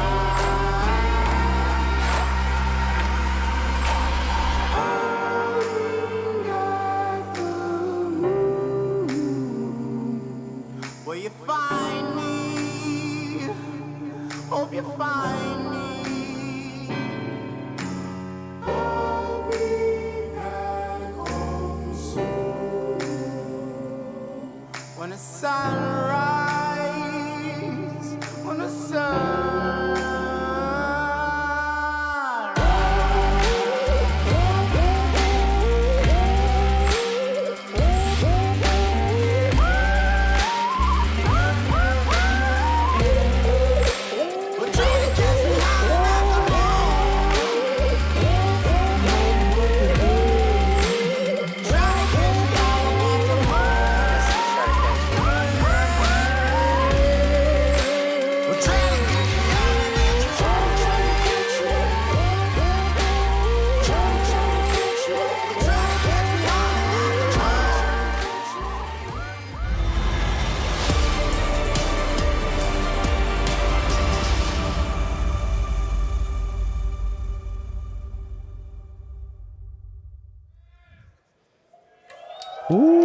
Yes, sir. Yes, indeed. Dallas, you're an amazing host for CS. You're nothing short of amazing. And now I ask you to brace yourself. It's time for the United States Air Force opening ceremony.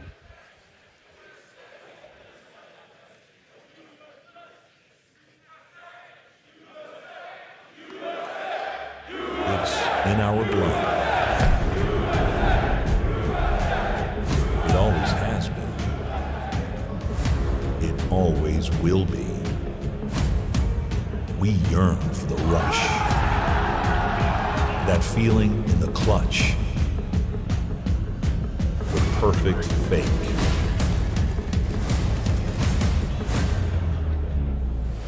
An impossible retake. Go for it here. They want to go all in. Eco comes in. The diffuse is already happening. Eco, are you kidding? That Sweet 16. But here we go again. We always do. We were born for this. It's in our DNA. To take down Alex, and now they're pushing. Oh, you gotta be kidding me! He takes every single one.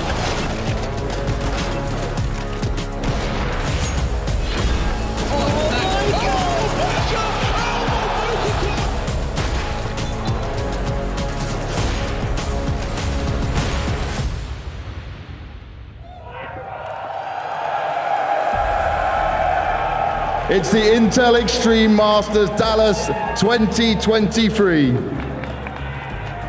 16 teams started this journey out, and now just 6 remain. You were an awesome crowd last time, and I know you guys are ready to rock and roll with us once again. How are you feeling? Now, Heroic and FaZe, they sit in the semifinals waiting to see who they will face. Getting to chill for today, but prepare as best as possible. Later, we have G2 going up against FaZe. Then, we get to see in just a few moments, Astralis taking on MOUZ. Now Dallas, we talk about Counter-Strike being in your DNA. Are you ready to show us? Astralis, a legendary lineup, looking to rebuild themselves with some young players. Device, looking incredible like he never left. Altex showing us that he can fight from start to finish. Glaive, finally with a smile on his face after so long. Are you ready to make some noise for our first team? Bring it on for Astralis!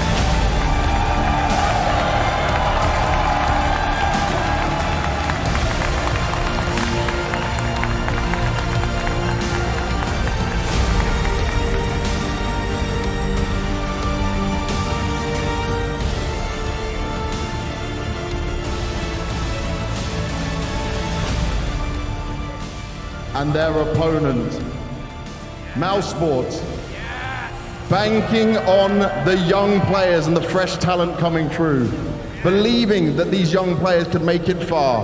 Back at the Rio Major, they're back on the stage, they were finding their form, but since then things slowed down. Now they need to find their consistency, and every single player must dig deep to go as far as they can possibly go. But it is not gonna be easy. It's gonna take one hell of a fight. It's gonna take all of their belief and power. So Dallas, come with me and make some noise for MOUZ Sports!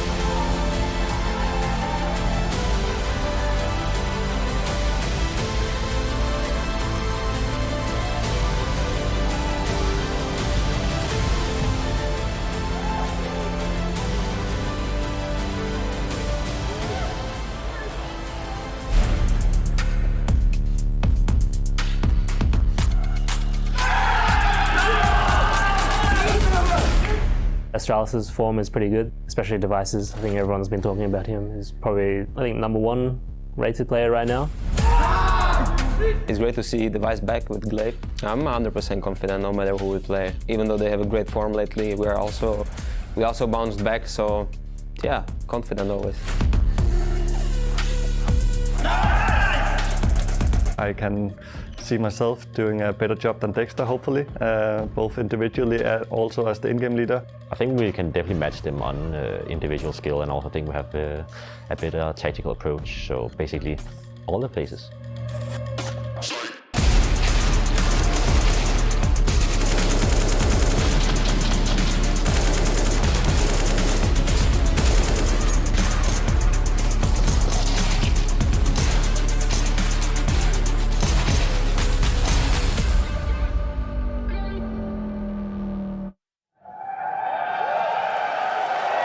Well, we're ever so close to our first quarterfinal game. But Dallas, last time around, you guys took Cloud9 as your home favorite team, but where are we going now? So, I'm seeing some Astralis ones in here, a few MOUZ Sports. What are we thinking? Who's with Astralis? Not bad, not bad. And what about MOUZ? Very even, all right. Astralis. MOUZ. Are you guys ready? Oh, I love you guys. One last time, right, before we get into the game, I like to make some noise, I like to bring some hype. So come with me now, and let's get together. It's time to bring the hype! Moses Dingo, let's go! Thank you for being with us here in Dallas. Today we witnessed the return of one of our game's greatest to the IEM stage for the first time since Beijing 2019. Device is back out there, Jason. Device is back out there in a big way. He's been phenomenal throughout this event as well. The best rated player that we had in the group stage leading into the playoffs. Absolutely dominant. And after a year-long absence, the question was, can he make it back? Can he still be a force to be reckoned with? Well, he's coming out of the shadows, and he has been an absolute monster, ready to put another show onto the big stage. And the team that looks to try and play spoiler to this comeback, to the return, is MOUZ. And a team that I think coming into this event had very low expectations from the community, given the run in Rio, given the run at the Major. It hasn't been all sunshine and roses for MOUZ, and it's time to maybe play without some of that pressure they held on this stage. I think the Des were putting those points towards us. Like, these guys are coming up here. Some of them maybe feel like they're fighting for their careers, but others just having to play their game. Yeah, I mean, this between both of these teams is a good barometer of where they're at, of what they've got. MOUZ, it's been a while since we called them the academy team. They've had to kind of not only, shake that reputation off of them, but with that comes the fact that they no longer get a pass on the results. And this is a team that needs to show they can take the next step. And as you mentioned, recent results would point to them not being able to. So very important tournament for them and what this team is going to look like moving forward into the future. Same for Astralis as well, though. Mostly online events coming into this. Let's see what they can do here, back on land, back on the stage. We've got news coming out of a new signing for them as well. So everything up in the air for these two teams, and it's really a proving grounds here in Dallas for Astralis and for MOUZ. Yeah, it's definitely a weird environment when you're finally putting a team together, when you're finally getting some ground on these online events. You're playing well at the IEM Dallas tournament, and then suddenly a news article comes out, and that can maybe slip into the back of your head. But I like what Yanko was talking about, which was perhaps that is the motivating factor between Ultex and Buzz. They look to each other, they wonder, are we on the chopping block? And you have to put in a performance to show that you deserve your spot. Yeah, I mean, that's kind of a great way to put it when you consider some of the inexperience on guys like Buzz and Ultex, like proving grounds for Astralis and MOUZ's teams, but mostly, I mean, zero in on those guys. Buzz and Ultex, the least experience on this Astralis roster. We've seen flashes, we've seen glimpses, haven't yet seen a full series put together, haven't seen a series of this caliber put together by those two guys. It's going to be a huge test for them. And same for over on MOUZ. When you look at down that roster, you probably look at it and say Frozen Exertion, doing great. Top two players from MOUZ at this event. We've come to expect that. The rest of the guys, what have we got? What do we bring to the stage today here in Dallas in these quarterfinals? Because as we saw, Astralis hasn't lost to quarterfinals at an IEM event ever. And you brought up the point, because of the format, maybe we don't have to see them play so many of those quarterfinals because they're so successful and always make it through to the semis. But it is interesting when you look now at the story of Astralis and you look at the coaching staff being brought in. Glaive obviously talking about having a few more resources and how good it is to have Device Device back playing with him. Yeah, well, you can talk all you want about like the tactical stuff that Glaive's been able to reinvent and come back into this. He mentioned the coaching staff he's got behind him, but yeah, Device is the big one. Having that weapon and that player come back in, and I think if you pull most of the pro players around the world, they'll tell you Device is one of those guys, even when he's not getting kills, his presence on the map is impact enough alone because he's just that good, he's just that smart, he's just that well positioned. And that's a great thing to zero in on. Device on one side who's having an incredible tournament, the best player at the event, and on the other side of it, Torji, another Opera who's still trying to prove himself within this MOUZ lineup, and the disparity there between the two Opera performances is absolutely insane. So it's going to be very, very tough for MOUZ to match Device's production today. Yeah, and we look at the young riflers and we compare them on each side. We've got players like Exertion coming in, so inexperienced when he was into that sort of Rio portion of the major last year, coming into the team, and he's had some incredible performances, so many positive headlines around this guy. He really hit the ground running. I think you've got to look to a player like Exertion to have a big game today on the stage.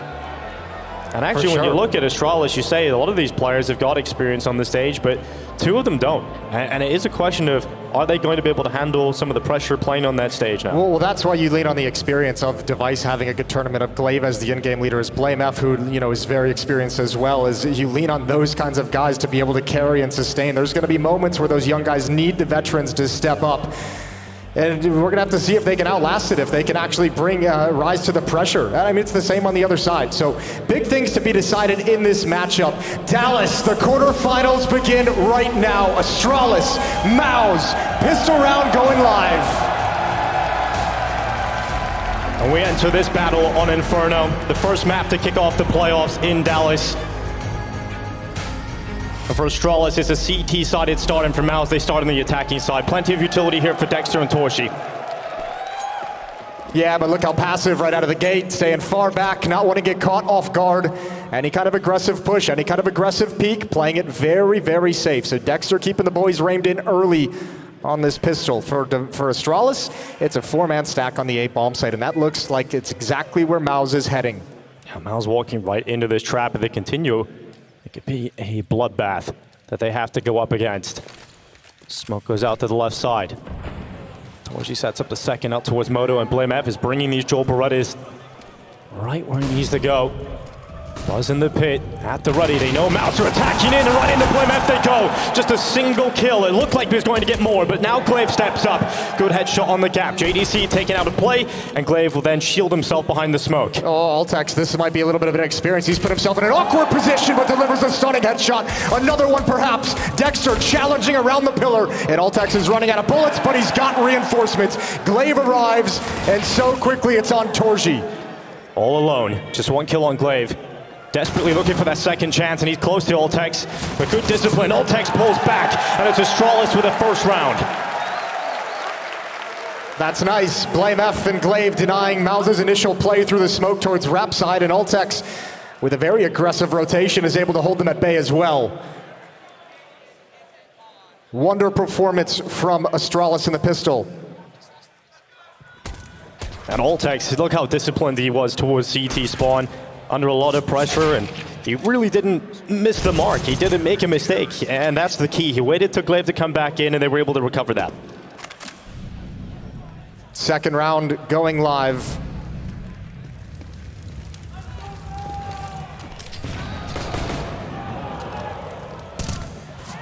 Shots coming out. These two teams gonna be starting this game.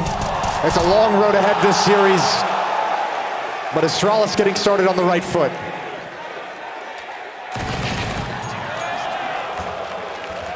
The second round collected for Astralis. It's important for these youngsters to get a good start too, and Altex, we've seen throughout the group stages, him being able to have one of those crazy deco rounds on the ramp. We know he's got the individual skill. We've seen it already. And if you get that good start here on the CT side, you're able to build up a buffer, that's only going to make you feel more comfortable up here. Yeah, absolutely, and only going to make things more difficult for your opponent.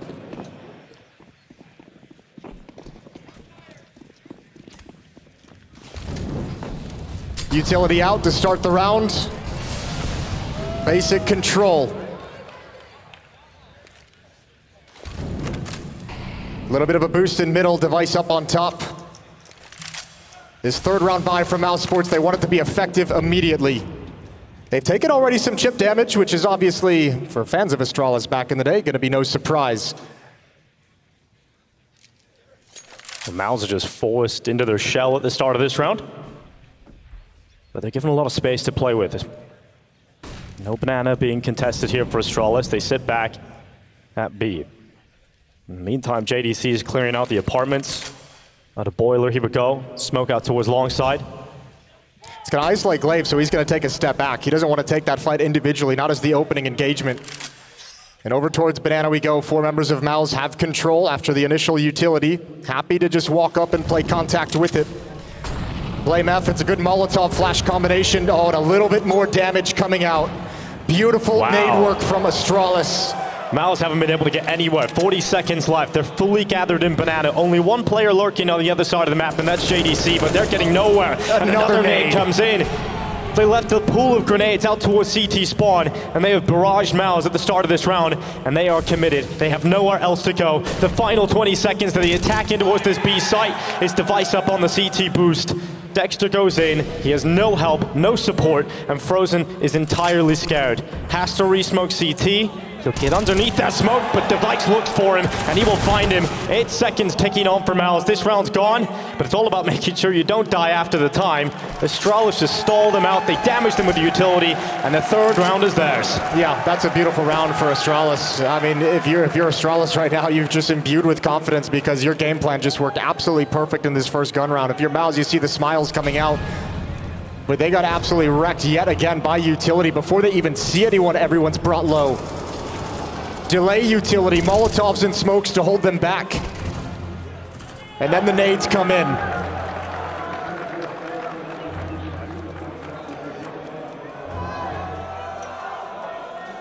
Timeout taken from MOUZ. They want to talk things over very early. Pistol round didn't go their way. The pistol round plan gets stopped clean. First gun round gets absolutely denied.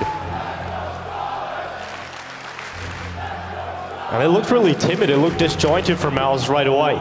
Yeah, there was no immediate commitment through when they decided to go. It was 1 by 1 again through. Tough position to be in here, MOUZ, with a slow start in the playoffs. Yeah, you never want to start in this position as well. Yeah, you're exactly right. Into the playoffs, this is a rough way to get going. We'll see if they can recover from it. It's obviously still plenty of time. It's early going. And Astralis is always going to have a couple tricks up their sleeve to make you feel uncomfortable.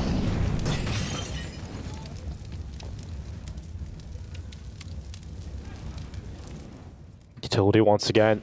Standard start here. Just taking it slow. Blame F goes for a peek down Banana. Doesn't spot too much. And they'll start to peel away. He'll begin his rotate towards Arch. They're a little bit worried with the setup they've got right now that they have left Arch. So Blame F went back and had a little bit of a look, but it's about Device's AWP. That's short, MOUZ starting to come towards him, and this could be Device's first real pop-off at the start of the playoffs. His chance with the AWP assistance with Buzz's rifle, and they go on in. Device is caught by the flash, gets back into the site in time, and MOUZ have the first 2 kills. Buzz is fighting back, but he's gone, and so the pressure's now on Glaive inside of the pit, and he will handle it. A double kill from Glaive. Dexter and Frozen both gone, and Device from the site chimes in. Just JDC. And over the balcony he will go, and he will fall as Device confirms the 4th for Astralis. I'll tell you what, there's the experience of Glaive kicking in to bail out one of the rookies. Buzz gets caught off guard, not ready for the hit up mid. Even Device, due to him falling so fast, is caught out in the open, but they recover oh so nicely. A masterclass from Glaive and Device to recover this. Even put under heavy pressure early on, low HP. Device knows the protocol. Look towards wrap side while Glaive's handling lane. And it all comes up Astralis. 4-0. MOUZ had a chance. And now they've got to fight forward up Banana again. Blame F gets caught by the nade, quite heavily in fact. Down to 61 off the back of that. These nade protocols from Astralis are looking fantastic. There's the flash in. Dexter completely blinded, but it doesn't matter. Gets his crosshair in the right spot, and Blame F's aggression is punished. Yeah, trying to throw a little bit of a different look in there with a push down. Banana gets caught, but Glaive is going to pick up the pieces. And Device is going to look and hunt for an equalizer down mid, looking for anyone creeping up along the bench. Nobody home for the moment.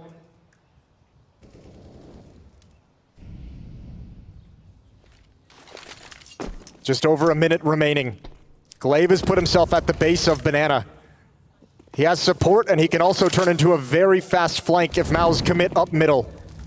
Back into Device they go. Utility gets him away. Doesn't allow him to stand tall and comfortable, but an 8-0 start for Device. What a start it has been here on the stage, and once again, you are looking towards Glaive. He's still trying to pressure towards the bottom of this smoke. Yeah, it's just so hard at the moment because the defense at A has gone passive. Device and Buzz deep in the pit and towards Rap side. They don't have information of when Brackets is being lost, so Glaive is struggling to find a timing to make the play, but it's right now. Turn of the corner, spots one. Missed opportunity, but that'll cause a distraction. And they're splitting through the archway in towards B. And Glaive isn't making his way back here. They have to realize that now. Ultex is calling for it. He's got that pick on Frozen, and now Glaive is running back, but they're already there. 10 seconds left to get this bomb down. Glaive could stop it. He could try and deny, but he hasn't gone wide enough. The bomb will go down. Exertion hits the headshot. What a recovery. A last-second moment for MOUZ, and now JDC erupts from CT. The rotation's coming back in from Library. But JDC is held strong, and that's going to be enough to scare them away. What a wonderful call from MOUZ. What a wonderful seam to find towards CT spawn, knowing Glaive was pushed out, knowing he's likely the only B defender. And a perfect shift at the perfect moment. It's going to get MOUZ there first, and for Device and Buzz, save the weapons as well as you can.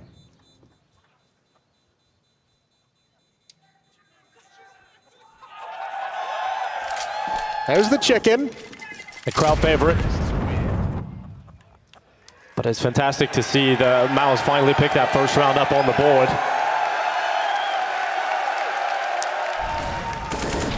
This is that first kill of the round. Dexter inside a Banana. Blimf setup, it looked great. Astralis just had streams of utility running towards him. Sometimes you just need to start to the round like that and a closer that is beautiful to watch. Yeah, it was really well done from MOUZ as well. The patience, they were kind of anticipating that push from Glaive. He did find a great timing for it, but they weren't going to be punished by it for most of that round. Device going to take a peek down mid early. Sees nothing at ramp. Sees nothing in the pit. Waiting. Whack-a-mole! Exertion's gone. What a shot from Device. Not a second to react there for Exertion. His head was gone. And now Frozen looking to find that reply, and he is not going to get it. Blimf battles back in B. And they are forced out of Banana again. Yeah, and already a minute and 20 seconds and you're down 2 players. JDC has to get a little bit aggressive to try and create something. Try and find one kill to start bringing it back towards MOUZ's favor. Buzz is so far back though. He's playing from the pit. Good flash though, that's completely blinded him, but JDC doesn't fight him. He doesn't get towards that pit position. Instead drops down to the hay bales. It's now in a 1-versus-1 fight against Glaive, which he wins. And now this isolates Buzz inside of the pit. And well, the first is Buzz, throws the smoke down to decrease the heat. And now swings out to the left side of it. Doesn't get his second chance to fight, but if he just stays alive, he's buying time for this rotate. Oh yeah, all the teammates are here. They might just come through this. They might come through this really quick. Ultex gonna lead the way. Dexter inside the bomb site gets one. No one else came through with Ultex. All of a sudden, MOUZ have a real chance. And the torch is gonna pick off Buzz. That pit player's gone, so now they're all coming from the same side. And this doesn't look good until Blimf flips it back. Just Torji, 8 HP inside of the site. So much criticism about his individual performance, but around like this, the playoffs for MOUZ, it could be brilliant, but it's not meant to be. Blimf catches him on the default peak, and that's the recovery for Astralis. Looked a little bit sketchy there for a moment, but a nice retake at the end of the day. A good 2-on-2. The sacrificial players showing the positions of the MOUZ positions in the post plant. And Device and Blimf able to recover it 5-1, back to their winning ways, but now Torji's gonna have the op. This is that nice, quick flick. Device feeling all the freedom in the world to peek down middle. We're into the 7th round. We're kicking off the 7th round in just a moment. Device has not died yet. What a start to the game for him. That's a classic Device, knowing when to save, when to fight. And when to fold him. Smart decisions. Deep Molotov from Buzz. Deep Molotovs from Banana gonna make Frozen feel uncomfortable. MOUZ is just getting bullied at the start of these rounds by the utility. They've tried a couple of times to force a player up it, but it's never really gone their way in this early Banana engagement. No one from Astralis actually playing with that utility though. They're just sitting back. Pretty passive setup here on the B side. Ultex starts at the coffins and Blimf is just jiggling from CT. So MOUZ are given some space to play with towards Banana and the apartments. Yeah, they haven't really had all this that much access towards Banana all that frequently so far in these first 6 rounds of play. We'll see if they can do anything with it. JDC is going to start flirting with Boiler. Buzz and Device ready and waiting. This setup did not work that well previously. It was recovered, but it didn't go great. Some counter utility being spent is going to give MOUZ the information of an aggressive defense, and Flashbang takes Device off the angle. Oh, Glaive has gone down. There's much more pressure on Device in a round like this. Now that you've lost one of the players on this A defense, he spots the feed of JDC hopping back into Boiler, and Buzz is tasked with holding long, and that's exactly what he'll do. Buzz decimates Exertion and Dexter. Now back in the pit, the AWP lies. This Device going to reach double figures without dying. Couple of missed shots, and now JDC alerted to his position. Device is still standing. They're throwing everything they've got to try and neutralize his threat. Smoke up in his face, 15 seconds left. Bomb goes down inside of the site. They have to leap towards it. MOUZ are running out of time, and it's now just Frozen as they run out of players. And there's no way Frozen can get into this. It's all over in this round. Lucky to go down before the time runs out, and that's Astralis with another. This game isn't competitive so far. Astralis are dominating. Yeah, that MOUZ looked disorganized and disheveled in these hits. You got to give credit to Buzz as well. A triple kill in that round after Glaive falls. And Device just being a menace over in pit, but MOUZ never able to coordinate any kind of an attack towards Buzz's position to clear out that site. Cyclone's going to be involved in the conversation. Second timeout used by MOUZ very early on in these quarterfinals. This opening map. You're definitely going to have some stern words here for Cyclone. Damn! You're the home crowd, boys. It's not supposed to be like that. Sometimes it's a good thing. It's how you deal with trauma, is you learn to laugh at yourself a little bit, Jason. MOUZ have a decision to make in terms of the buy. They didn't have a lot of cash, so they've decided to go with a couple of upgraded pistols and a bit of utility sprinkled in there. And Device stat run boost has not gone so well. No, that didn't look good at all. It's okay. It's all good. Tech 9s and upgraded pistols for MOUZ. Well, tried the nade stack over the half wall. Didn't go as planned. And ooh, Dexter actually had a chance there on Blimeth, but the rifle is superior. And now so are Astralis in manpower. Yeah, Blimeth dodging bullets as he escapes. Double smoke, a little bit of a mistake from the defense, but in a round like this, it might not be too costly, especially looking at the damage that's been done. Device tagging one through the corner of the wall.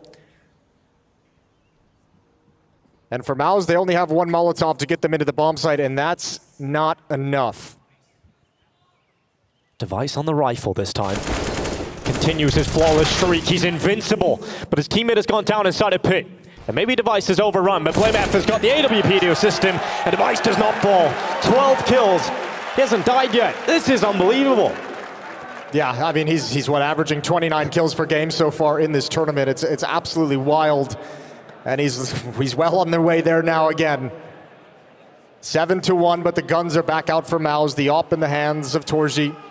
4 AK-47s, plenty of utility. But they've had resources and still nothing's worked. But out of the timeout, maybe something will change.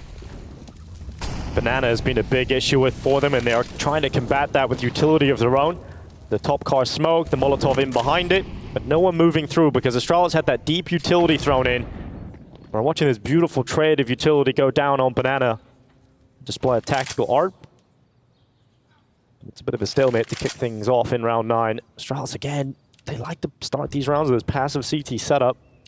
Let MOUZ execute on them, because every time that they have, it's been a shutdown. I mean, at the moment, they're just playing this so conservative. They're just trying to get into a mid-round and a late round with 5 players alive, with healthy bodies as well. They've been barraged by nades when they've tried to go too fast. They've lost players picked off to Device, to Blameth peeking down Banana, trying to avoid all of those circumstances and all those situations that they've struggled with. Mid-utility being thrown out to show they want bracket control, but not yet taking it. Device is hungry for info, wants to make sure that no one slipped out through top middle. Based on the utility they were throwing, a player could have slipped through, but confirms that they are not. It is empty towards top middle still. But the bomb is shifting its way over here. And Device, this isn't a position you can fall back from. Last smoke was just used at Banana, so I think MOUZ wants to challenge it. Oh yeah, that's a 1-for-1. He tries to get away, but a good trade. Buzz is going to be called upon yet again. A wild spray, a missed shot, and Astralis have to save. They're far too out of position. And a second round for MOUZ is going to come on the board. Yeah, Astralis changed the defense just at the wrong time. It felt like MOUZ were about to pounce on them. And with the setup they had previously before Device moves out, it looked like that would have been far stronger, far better for them. And when Device goes down with only one, Buzz isn't in the spot to deliver multi-kills, so. Well, we haven't had to say that yet. That's the first time Device has gone down in this game. MOUZ finally take him off the map. Good job from Frozen. Great economic damage at the end of the day. It'll actually make this next round very important. Those kills don't necessarily matter yet, but if MOUZ can win the next round, those kills are going to cause Astralis to eat into their economy. And that could be a nice swing to get them back into action. Lead is cut down to 5. Got the Nouns glasses out here. Very stylish crowd we got in Dallas. Now a chance to start coming back into this for MOUZ.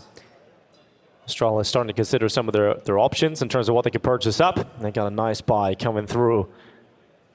They look to try and break them after MOUZ's previous round success. This is exactly what you want, though, if you're MOUZ. Device down to $0 in the bank. This could be huge. Utility and Banana from Frozen. He wants to get aggressive with it, this time playing underneath Bell. The only one and backs away from the smokes, not wanting to exchange too much. Once again, MOUZ just prioritizing health and living in the early stages of the round.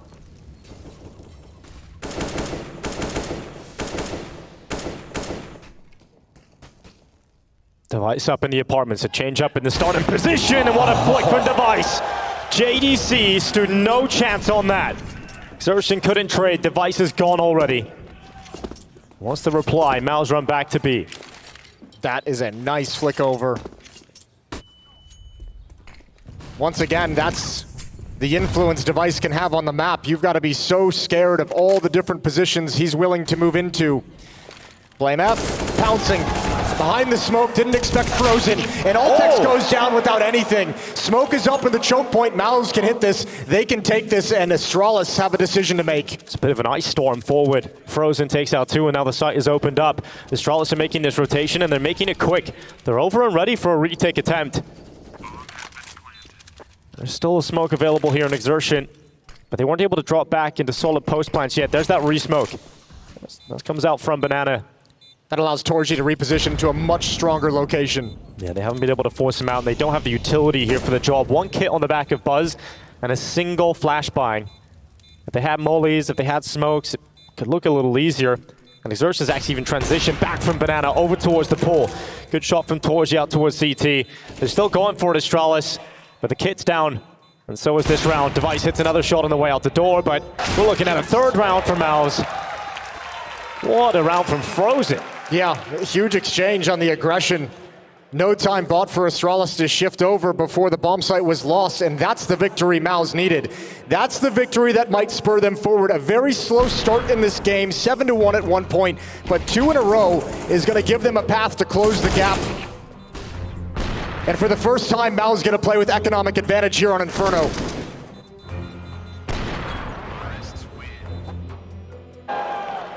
Chance to really build up. This first half of play, it looked like a disaster to kick things off, but when you really get into the nitty-gritty, when you're in the depths of despair, sometimes it does take that individual to rise up. And it was Frozen in that last round. Frozen's been that individual for a while for MOUZ. It's been nice having Exertion stepping up with him in recent times, but Frozen is the guy who always seems to be able to deliver. And another good double kill to enter into the B bomb site in round 10. 7-3. And Astralis out of a timeout is going to invest.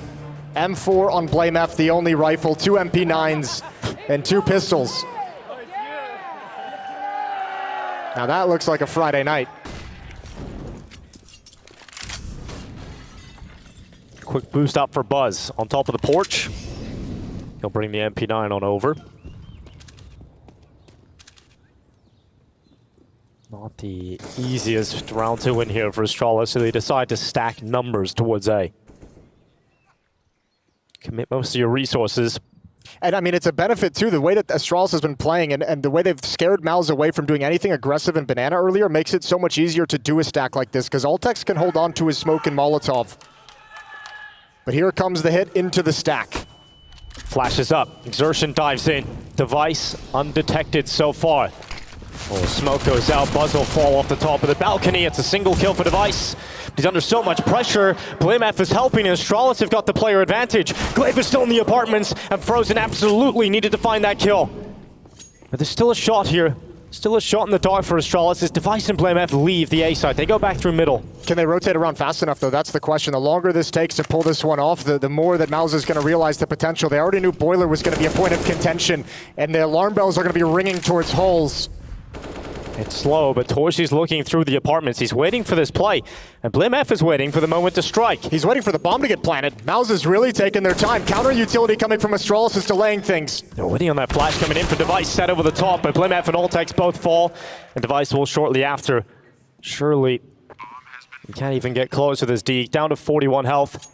He'll slip back through the archway, and they'll have to concede this one. There was a world in which Astralis win that round. It definitely felt like it in that moment, but MOUZ recover it. Device is like a weapon if there is any around.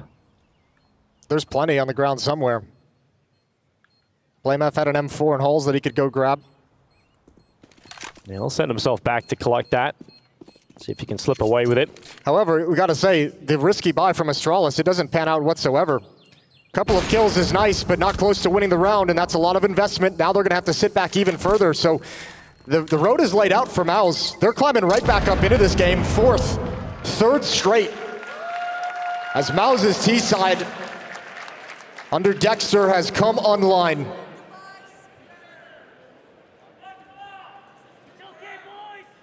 Wow. A diamond coin. It would be more impressive if you had it from Paris. But that is pretty impressive nonetheless.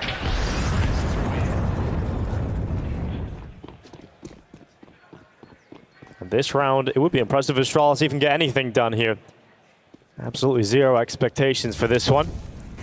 But no, but that buy might have, that buy, in my opinion, kind of digs them into a little bit of a hole where now you could be buying in this round. But instead, you're now looking at nothing. With a better chance than the previous. Well, MOUZ have been given that golden ticket in a match that didn't look competitive right from the get-go, but MOUZ have found their footing here in the playoffs. And this T side can start to get going. Executing in towards the B site, here comes the util. Smoke and fire, and BlameF's Deagle. And he'll fire a few towards Frozen. The nice thing for MOUZ is, too, when you think about it, like we've seen some solid rounds out of Frozen, obviously, which we've come to expect. Torji's had some good rounds with the AWP. JDC's had some good entry rounds over towards the A bomb site to get them on the board earlier in this half. So you're starting to see some of the players deeper down the roster contribute and bring MOUZ into the game. Exertion following up on JDC's courage. Well, Dexter was the player that got that entry for MOUZ over towards B. The only in-game leader in the playoffs that isn't Danish. That's quite the storyline for him. You have to see if he can best one of these Danish side gels. Well, he actually just slipped away here. Device can get in behind. He can hunt around the back side, but JDC, oh, he turns away at the wrong time, and Device will take that. 2 AKs now for Astralis. He's going to be so confused, JDC, how he's just gone down in that fashion. But yeah, you're right. The 2 AK-47s is a huge gift for a team that's trying to reestablish their money. A massive benefit over to the CT side in this round, and that's a positive. That's almost a win in and of itself to take away from this in round 12. However, MOUZ is going to bring this closer. 4 in a row now. And just 2 back from Astralis. You can see the confusion on him. JDC gets in the library, thinks he silenced everyone, and Device just feels like he sort of teleported. He just appeared. And that's a 5th round for MOUZ. Starting to feel a lot more comfortable now. We'll take a look at that Astralis purchase coming up. As you said, they had a couple of buys to go. Left them screwed economically, but now they've got money back. And where MOUZ looked a little disorganized and disheveled earlier in the first 7-8 rounds of this game, now they're looking a little bit more confident. Now they've got some wins under their belts, the moves, the players individually making decisions that they're confident in, turning corners, JDC clearing out the bomb site, playing contact with Exertion at his back. Now, it will be interesting to see if Astralis elect to use that passive setup again. Do they keep playing this recessive style? A little bit more advanced in terms of the utility that they're throwing. They're willing to stand at top mid behind that smoke and throw a few smokes down towards Frozen, and the damage is done. MOUZ have forced away any sort of CT aggression in Banana, and they'll start to shift that AWP over towards apartments. Torji sent in as the key to try and unlock some space, and he'll get it. Astralis not challenging up there. Yeah, basic crossfire set up in middle by Glaive and Buzz at the two opposite corners. Device in support in a swing position with an AWP keeping his eyes over towards Halls. Might be an AWP duel. Not much of one. Not much of a duel at all. Torji did not expect the AWP, and JDC didn't expect Buzz. MOUZ down to just 3 players. Oh, there's a gap in that smoke. A gap that Dexter can try and use against Ultex. Although Dexter didn't really capitalize on the chance, and he's nearly going down. In fact, he will. Ultex uses the smoke to his advantage, and now Exertion, they're just walking right into it. They're walking into the gap, and Astralis will take those kills. He's just frozen now alone. Alone in a world where he realizes in a few seconds it's all over. An 8th round for Astralis. They've won this half by a minimum of 1, and that wasn't much of a fight. No, not at all. Again, MOUZ have done so good at not falling prey, not being punished early on. This time they try and change things up, go back to a little bit of a pick style with Torji taking that stance over in Halls. And obviously just gets wrecked. There's the gap.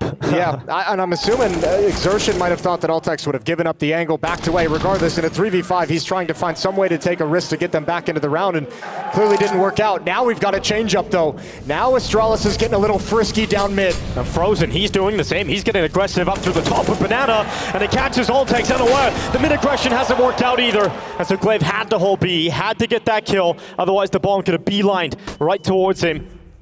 But now we take a little bit of a breather. Device realizes Astralis down a player. He has to get advanced. He has to push forward. And Device, so usually would take that, but not this time. JDC up in the apartments with a lovely double. Device and Buzz both gone. And now Glaive will walk alone. Alone into Torji, who absolutely should have taken that kill, but doesn't.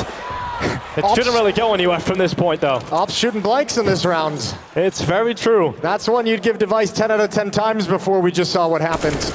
He gets that kill and the round could have gotten real interesting. 8-6. Astralis have plenty of money by virtue of the 2 AK-47s they saved a few rounds back. They can drop an op over to Device. They can drop rifles around. Are going to be a very strong buy. Final round of the first half. Frozen really coming into his own, and that's the kill. They could have started to turn it back, but then JDC turns on a dime and gets a double. Yeah, that kill brings it into a 3-on-3. Then you've got a chance. Yeah, a little bit of frustration. Well, you've played a pretty perfect game up until that point. Exactly. So. Yeah, keep it together. Molotov and Utility Exchange and Banana. Frozen again going to be activated. He's done some wonderful things in this part of the map, and Glaive spending the entire magazine, but Frozen biding his time. They're probably aware that he wants to get aggressive. It worked so well in the previous round, but here's the chance. Frozen flops the shot. Ultex reacts, and that's 2 kills in the opening of round 15 for Astralis.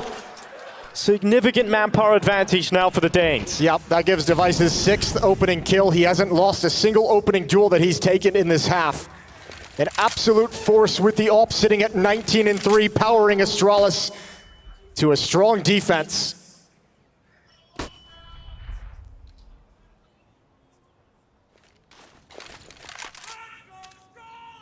JDC. Some great impact found in the previous round. He needs to do it again if they're to get anywhere near this site, and he is peeled away right away. Now Device looks to vanquish Exertion. Let's stand inside of the site, hopping up, even the angle change. The shot will land, but there's not enough damage to bring the kill. But a fantastic half from Device, and Astralis will lead 9-6. MOUZ's bounce back makes this one competitive.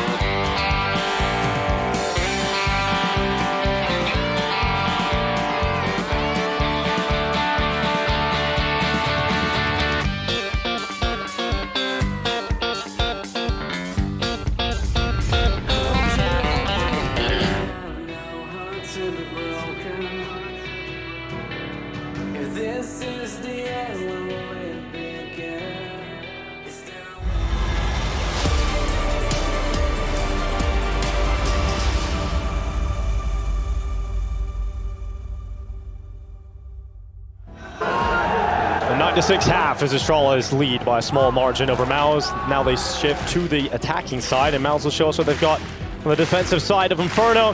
Dallas, y'all having a good time? No. It's all right, crowd work will get there.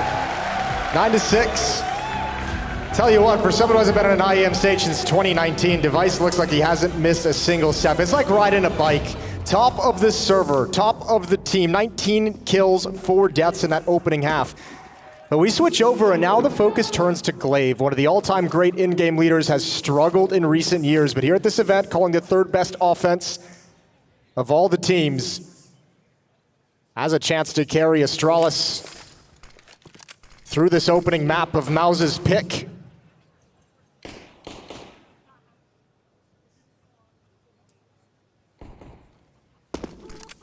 Exertion sits towards CT, frozen up on the first oranges. Smoke could go out. Oh, Exertion takes damage even through it. The Glocks just rattle towards him. And now Frozen descends down as the first kill from the Joe Berettas. Device will answer back, but it's good trades here, back and forth. Oh. And Torsi right through the smoke. No chance for Ultex to cross on over safely. And they're coming right through. Through the smokes they go. And BlameF handles that pressure, gets another pick on towards Dexter. And BlameF isn't stopping. The bulldozer in full effect. And suddenly JDC fights back.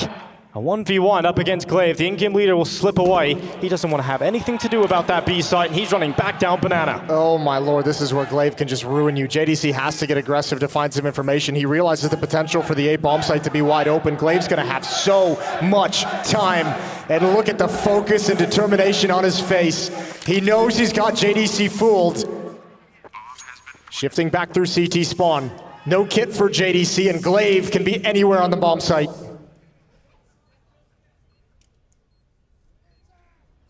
He creeps ever closer, realizing with the lack of kit, he has to move quite swiftly. Up on top of the Graveyard. He's made space for Glaive. He wants him to go right there, and he spots the head now. JDC over the top. Just one more bullet will do it. He has to get it quickly, and he will. JDC collects Glaive's life and heads back to the defuse. That's a really, really nicely played clutch from JDC. That's a tough one to win and shows some quality. You're exactly right. Shifting into the bomb site, no hesitation. A good find and a good clutch, and MOUZ continue fighting back. A very late start in that first half for MOUZ on their T side has put him in a position to start equalizing this scoreboard. And that pistol round win, that pistol round clutch from JDC is going to help massively.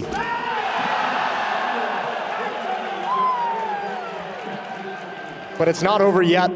Second round buy from Astralis with the bomb plant, 2 AK-47s, 2 Galils. Dangerous weaponry on the board. Smoke goes in, Molly follows. A Device, he's going to move on up through middle, front of the pack, and spearheading the attack. Torsi, shoulder spotted. Device not able to collect it, but he has to get him off. It's giving away the game as well, giving away the weapons, although MOUZ would have expected it surely after the bomb plant. That's the final smoke being used that Astralis has, that they brought forward limited utility due to the early buy. And MOUZ having a bit of a gamble rotation, a good flashbang. And the SMGs, the M4 goes to work. 2-for-1 trade in the favor of MOUZ. They're going to back away, back into the archway. So that means JDC had to get that one kill out from the pit. Torsi can then re-aggress. And a lovely double headshot for an 8th round. Now 1 away from tying things up. Considering this start for MOUZ, this has been quite the story to come back in that first half and now starting the second strong. That's a great round from Torsi as well with the M4 on wrap side, peeking the angle down towards middle, racking up a couple kills. And this aggression is all powered by the extra rotation, right? You probably don't do that if there's only 2 players, but when you bring a 3rd and a support player from the B bomb site, more than happy to fight and battle for every inch. And Astralis going to be back to unarmored pistols themselves. And Dexter, aggression. I like that. I like that. A little bit of psychological warfare. MOUZ showing they won't be afraid to get aggressive and get a little bit crazy. Ultex will certainly take that. Goes into the apartments, and JDC stood no chance when the bullet landed right between his eyes. And Ultex is going to take that rifle. He's going to stay alive up in the apartments. Device now looking for a fight in Banana. Exertion is close. Frozen throws out utility. Device has to back away, wanting to eat a lot of it. And in that timing, Exertion moves out and has the better angle. The MP9 rattles away. 2 quick kills, make it 3 now for Exertion. Clears them out with no issue, and it's all tied up. That's actually a sick round from Exertion, knowing the nade is going to force someone off the angle, and man, Device gets surprised when he comes back into things. All tied up at 9. This time Astralis with their AKs, they get plenty of nades behind it, plenty of flashbangs and smokes to utilize around the map.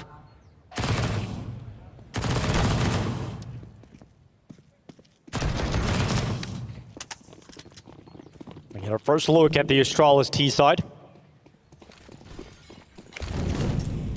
This BlameF pretty quick, getting out towards logs.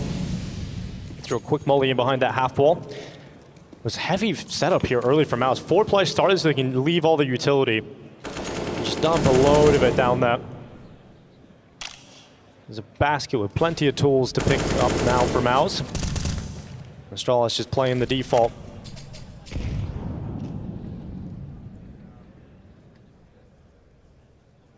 Altex and Buzz shifting into halls and taking control. BlameF at the base of Banana.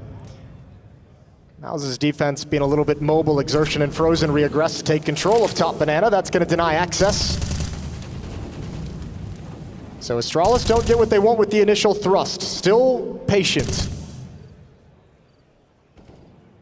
And Torshi spots out Buzz going for that info, and that gives him the second to reposition his cross out.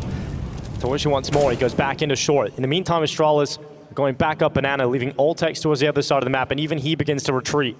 He might want to be a bit of aggressive lurk when contact comes out here. Frozen throws the smoke, but I don't think it's in time. They might just walk through that. Exertion isn't ready. Glaive is right on the other side of the smoke. MOUZ seem to ready and steady themselves. It looks fantastic. Exertion with no issues. They force Astralis away. They don't let them in this round. At least BlameF gets a single kill on the way out, but Cyclone can celebrate because MOUZ are in control. Yeah, that's Astralis doesn't even get a clean look at any point during that round. There's an old school jersey. 10-9 as MOUZ take the lead. What a great run they've been on. 9-2 run for MOUZ as they go up by 1. And that defense didn't have any issues in the first gun round, so Astralis back to the drawing board. Tech 9s and a Deagle on Buzz. Device heads out with the Tech 9 again, just charging up through top middle. Dexter doesn't mind, he wants to fight, but he's blinded. He can no longer stand there, and this is some speed behind this. Astralis sees the gap, and they are not stopping. Straight to the archway, Device has got deep. He can dodge the scope of Torsi, he can go around the long way, and he might be able to get in behind him without no one's looking realizing. for this. They're not looking for it at all. Device is in behind him. Device is right behind him with his Tech 9, and this could be assassination. He's calling for everyone to freeze. There's the first. Device finally unleashes towards, he flicks back, but the Tech 9 with a double. Device erupts in the round for Astralis, and that opens up a completely weak B site. He's now got the AWP in his hand as well. One player over here is Exertion, and he's got to fight on 2 sides. Looks down, Banana, Altex runs in, Exertion unleashes all the bullets, but to no kill, to no avail. And now they can put the bomb down. Astralis in pole position to close it. And Device, he started it, and now just 1 kill away from closing this round out. Some magic. What a filthy round. Heroics from Device, making his presence known yet again. Man, he beat all the rotations into CT spawn. MOUZ never expected it. What a dagger that is to stop any momentum you have. Timeout immediately burned. He's been loving his return. Sprinting up middle, speed behind it. And that's a ridiculous round to lose for MOUZ. They'll not be happy with that. No, that's got to be so frustrating. No one even thought it was the potential. No one even thought it was possible for Device to wrap around in that fashion. 3 players rotating back from B, and none of them had eyes on the long rotation through CT spawn. 10-10, it's Astralis who called the timeout. They remember, despite that victory, how rough their first gun round is, so a conversation here before they begin again. The Cyclone. Round started, boys, better hurry up. There we go, just in time to kick off round 21. And Torsi appears on down middle, but his opening move is not going to get that first kill. But it's JDC. He looks to take a bit of a risk. Goes down the bottom of the stairway. Ultex is going to hear that. He's going to hear the retreat. JDC has to dodge. They're spamming through to try and slow down his retreat back into the site, and Ultex hunts him. It doesn't look like he's going to get that easy chance to get that opening pick. Oh, Device gets chunked down. Look at Ultex though. Yep, this is a great find. Oh, he had the timing, missed the opportunity. But he wanted it so badly. Blame Exertion goes. Yep. Blame F is ready for him, no issue. Exertion overwhelmed. And a 4v4 established again, but it's aggression after aggression. Dexter walks in. Glaive will see him. They do some damage to each other, but it's the Dayan that comes out on top. Yeah, clever reposition, just a quick sidestep. Dexter would have never expected it. Just under a minute on the clock, and Astralis calls the pause with the man advantage. Looking for the defensive reaction. There is no reaction yet. Torja begins to rotate away from A. And they have no information. He's just guessing. You don't know if they're lining up in middle. You don't know if they're lining up in banana. This is just a blind guess. It's all on JDC's shoulders. From the darkness, he must rise. Just a single kill though. And that's not going to be enough. Buzz goes through and cuts through the only defender of the A side. MOUZ have to save this one. Their chances will come in a later round as Astralis once again reclaim the lead. Yeah, the little gamble, the coin toss doesn't land the way they would have liked it. 11th round for Astralis, and MOUZ is starting to run out of funds. Low on cash, but good on Astralis out of the timeout to get their first gun round on the board. Take advantage of the Tech-9 victory.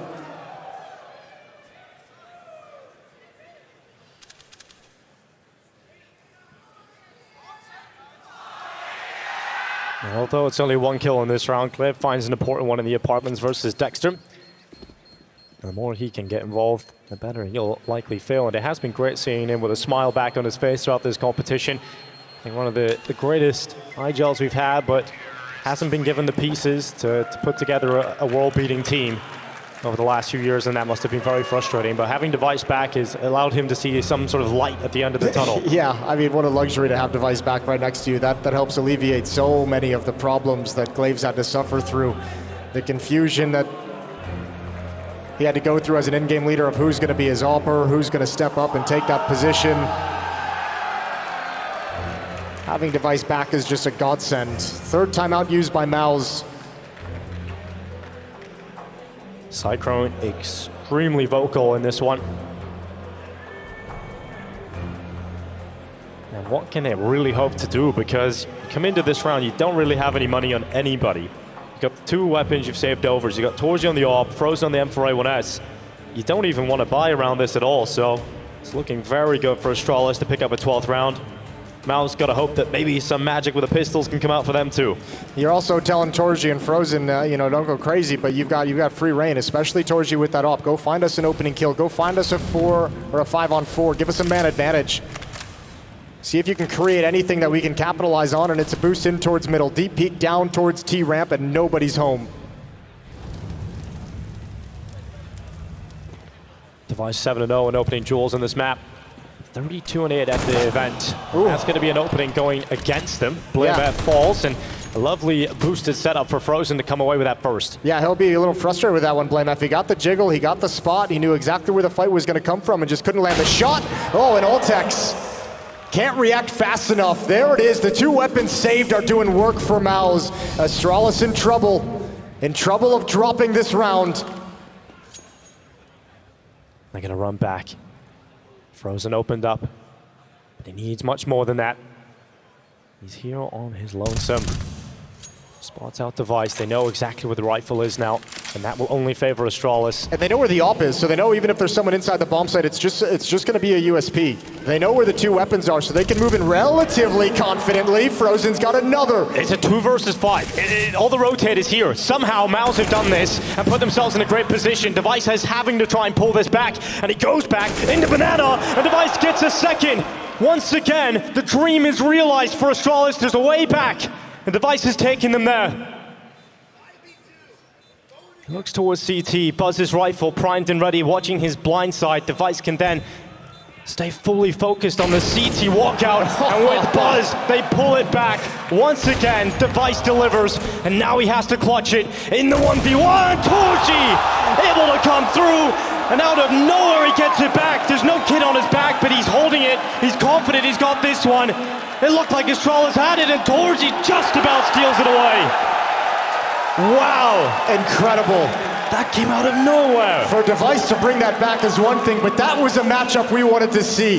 The impact of Device versus the impact of Torji. And Torji might not have the numbers, but boy, is that a huge round to step up for your squad. That one will get you hyped up, saves the day, matches Device's heroics, and bring these quarterfinals to a tied scoreline. Something for Torji to get hyped about, something to give him some confidence. What a way to bite back from MOUZ. It was the two safe weapons, Jason, that found that impact. We head right back into it, right back into this battle. What more has he got to do? Xertion right down. Bottom banana is already his. Altex and Buzz positioned over at Halls. Glaive gonna join up with him. This might be a timing pop out of the Halls. Yep, there's the utility. Altex gonna lead the way. Device will come in last to clean up what they leave. Really cool wall of smoke set up here, but it's not really gonna work because Dexter just spams him through it. Altex climbs over, uses their own smokes to get the pick over the top. JDC is heating up inside the graveyard. He's watching for that Device swing and he'll get it. Yeah, but he was able to exit. Nobody was watching for the Molotov. Nobody was watching for the escape. Altex couldn't see it over the top of graveyard, and now he's all alone in the pit. Oh, 2 quick kills. Altex starting to pull it back already. 2 kills on the Torsi and JDC. And what a clutch this would be, but the nade sends it packing. Kills the Dream in just 1 throw. Lovely couple of kills, but not much more than that. MOUZ is just barely holding on. They had that little bit of a comeback in the first half to make it respectable, to get them back in the game after starting down 1-7. But this CT side, a clutch from Torji, desperately clinging to some of these rounds and nursing a 1-round lead. All back in the hands of Device, but this T side hasn't yet really started to get into the swing of things.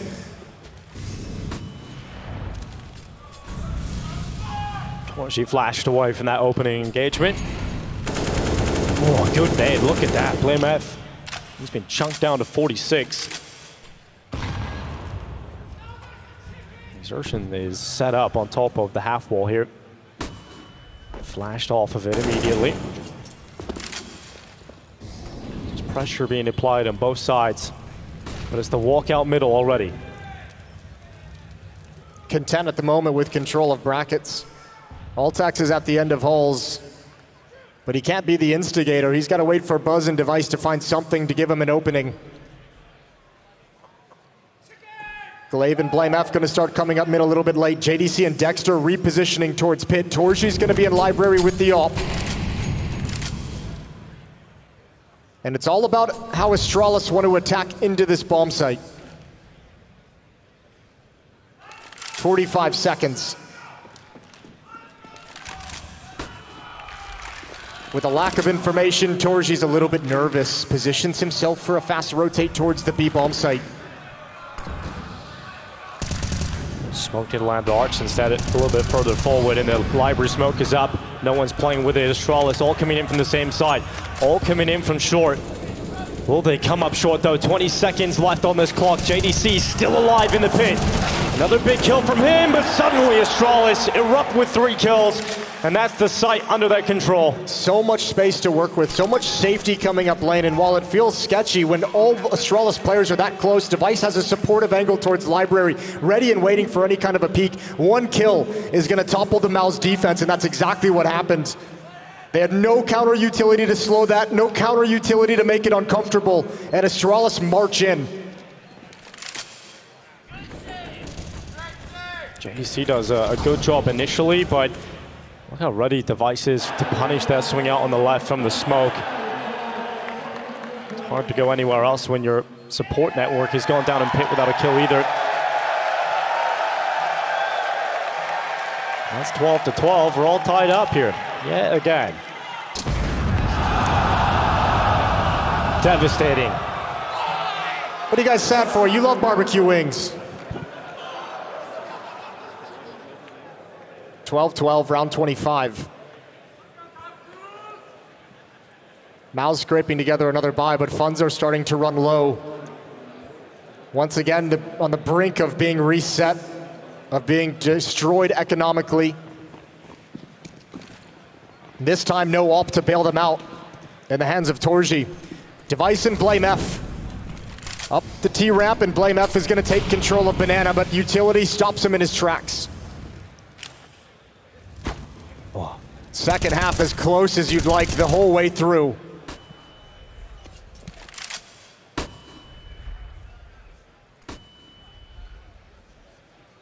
Altex at the front.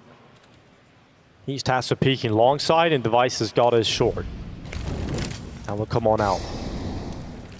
Once again, MOUZ have let them have this, but the flash isn't going to activate any sort of swing initially from Torji, but the Astralis flash comes in and it'll allow Glaive to peek. Gets an easy kill on Torji. Now Dexter realizes he can't really fight long with this MP9. He has to come back towards the site. And this might shuffle someone into Buzz's crosshairs. Dexter has to be so careful. Look how he's pinned down, and he realizes the potential for someone to be holding this angle. He can't creep forward. And yeah, that flashbang better be right when they're in front of you, but that MP9 is not going to be able to do the job. And now Device is going to get a freebie. The defense being peeled and picked apart. Glaive walks in. It's too easy in the end for Astralis. Not enough posted for MOUZ in this one. Glaive will offer up his life, running into the library. But they're on the hunt. They want to take everything away, and that's exactly what they were about to do. Exertion will hang on to it. They sense the weakness. They have to know by the rounds and by the kills that they've gotten that this money is low. If they can find this final kill, MOUZ is not going to have anything to fight with moving forward. It's around $2,000 average now on every one of these MOUZ players. Astralis have given themselves the best chance to go to 14, and they know they have to take every one of those weapons away, because only a few rounds prior, 2 saved weapons was enough to get MOUZ around. God, MOUZ just got worked in that round. Well done from Glaive. He's talked about his understanding of the current meta, allowing individuals to make plays, about how the requirement of individuals being willing to attack and create opportunities. And that round, his boys just forced MOUZ into uncomfortable situations all across the map, forcing the 4th and final timeout of MOUZ, who have got to now start feeling the weight of desperation in Inferno. Their map pick. Ancient is up next, and we know what Astralis are capable of doing on that. If MOUZ want a shot to feeling comfortable in the series, picking up the first one is essential. And they're going to stack out this B site. Not a single player elsewhere. They'll put all of their eggs in this one basket. Blamet looks to try and break a few of them. Spots out Frozen, or at least a pixel of him. A nice stack here, but no flashbang to activate anything. And with the way Astralis are playing right now, they don't really need to commit. Did he see that? No, he does now. He's aware of the possibility. Just drop a nade back there. Oh, he doesn't have one. Oh, well, I think Blim F has just been kind of warned. Don't go in there. Don't go into the trap. As they decide to activate and go into Device instead. It's a nice double. That'll bring Device to his 30th kill of this map. One of the most difficult kills to collect. But the 8K is now retrieved for JDC. They all count. Yeah, here you go. Device, get your average. Beating it by 1 now. And Astralis know the A bomb site is clear. Going through the motions. Easy plants, and Astralis will be up to 14 for MOUZ. That AK-47 is an absolutely critical piece to save, so no reason for them to even get close to the A bomb site. This is MOUZ's opening map pick. It's where they had the biggest advantage. And it's going very hard against them at the moment. But they've fought back each and every time in this game. In the first half, where things were looking sketchy at 1-7, they fought themselves back into the half. The second half has been tied 4 times. They've had to win scrappy rounds with 2 saved weapons. They've answered it every time, and they need to do it once more here.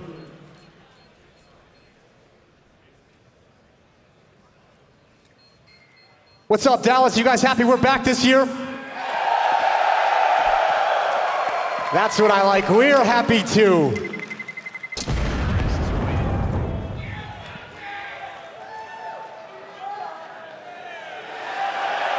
Oh yeah. There he is. The only Aussie, the only in-game leader other than Danes here. I'm excited to get this one back underway. MOUZ investing. The Rifles are back. And it feels like their last stand, their last chance here on Inferno to really get into this and stop Astralis from taking map 1 of this series away. MOUZ's map pick could slip through their fingers unless they post a good round. It's that deep smoke thrown out this time by MOUZ, and Torji under pressure can't stick around with the fire. Device has been quite aggressive with the op this time. That quick Molotov, oh, he wants to challenge in towards Boiler. A creative timing with an op that you might not expect if you're a defender, but MOUZ is passive right out of the gate. So no one gonna fall prey.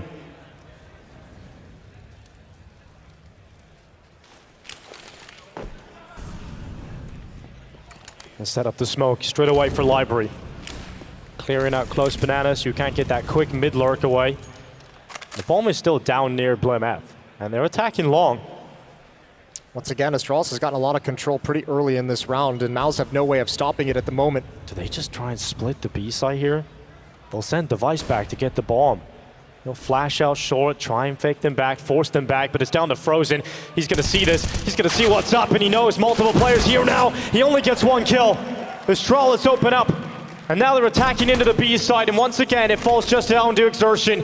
He's been here once before and could not handle that pressure, but all the pressure on his shoulders. First kill is good towards the back of the new box. His teammates are so far away. He has to dish out the damage. Another kill on BlimF. A 2 versus 2 off the back of that. He's done everything he could. He's done everything he could. Buzz is out in the open though. He's got to be really careful. Smoke's about to clear, so he's committed to this aggression. Now Buzz looks back. JDC and Torji together, making their way forward, and Buzz, he's so primed, so ready. Having a great time up on the big stage. Buzz gets a double. And his team can celebrate that kind of play. Exertion looked like he had done enough to keep MOUZ competitive, but Buzz denies. We wondered about the new boys, Buzz and Altex, and every time they've needed it, those guys have delivered. Buzz has had some very critical rounds here, showing off some very good composure, tapping away, and a post-plant clutch right at the end of the map. Astralis with 3 chances to steal this map pick away and go up 1-0 in the quarterfinals.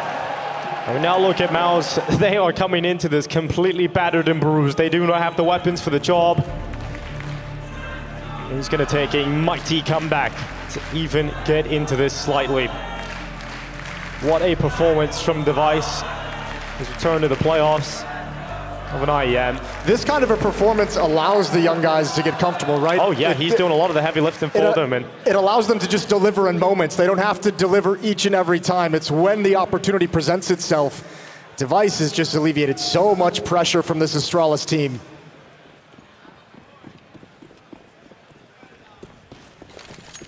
And MOUZ go to battle once more. They don't have utility.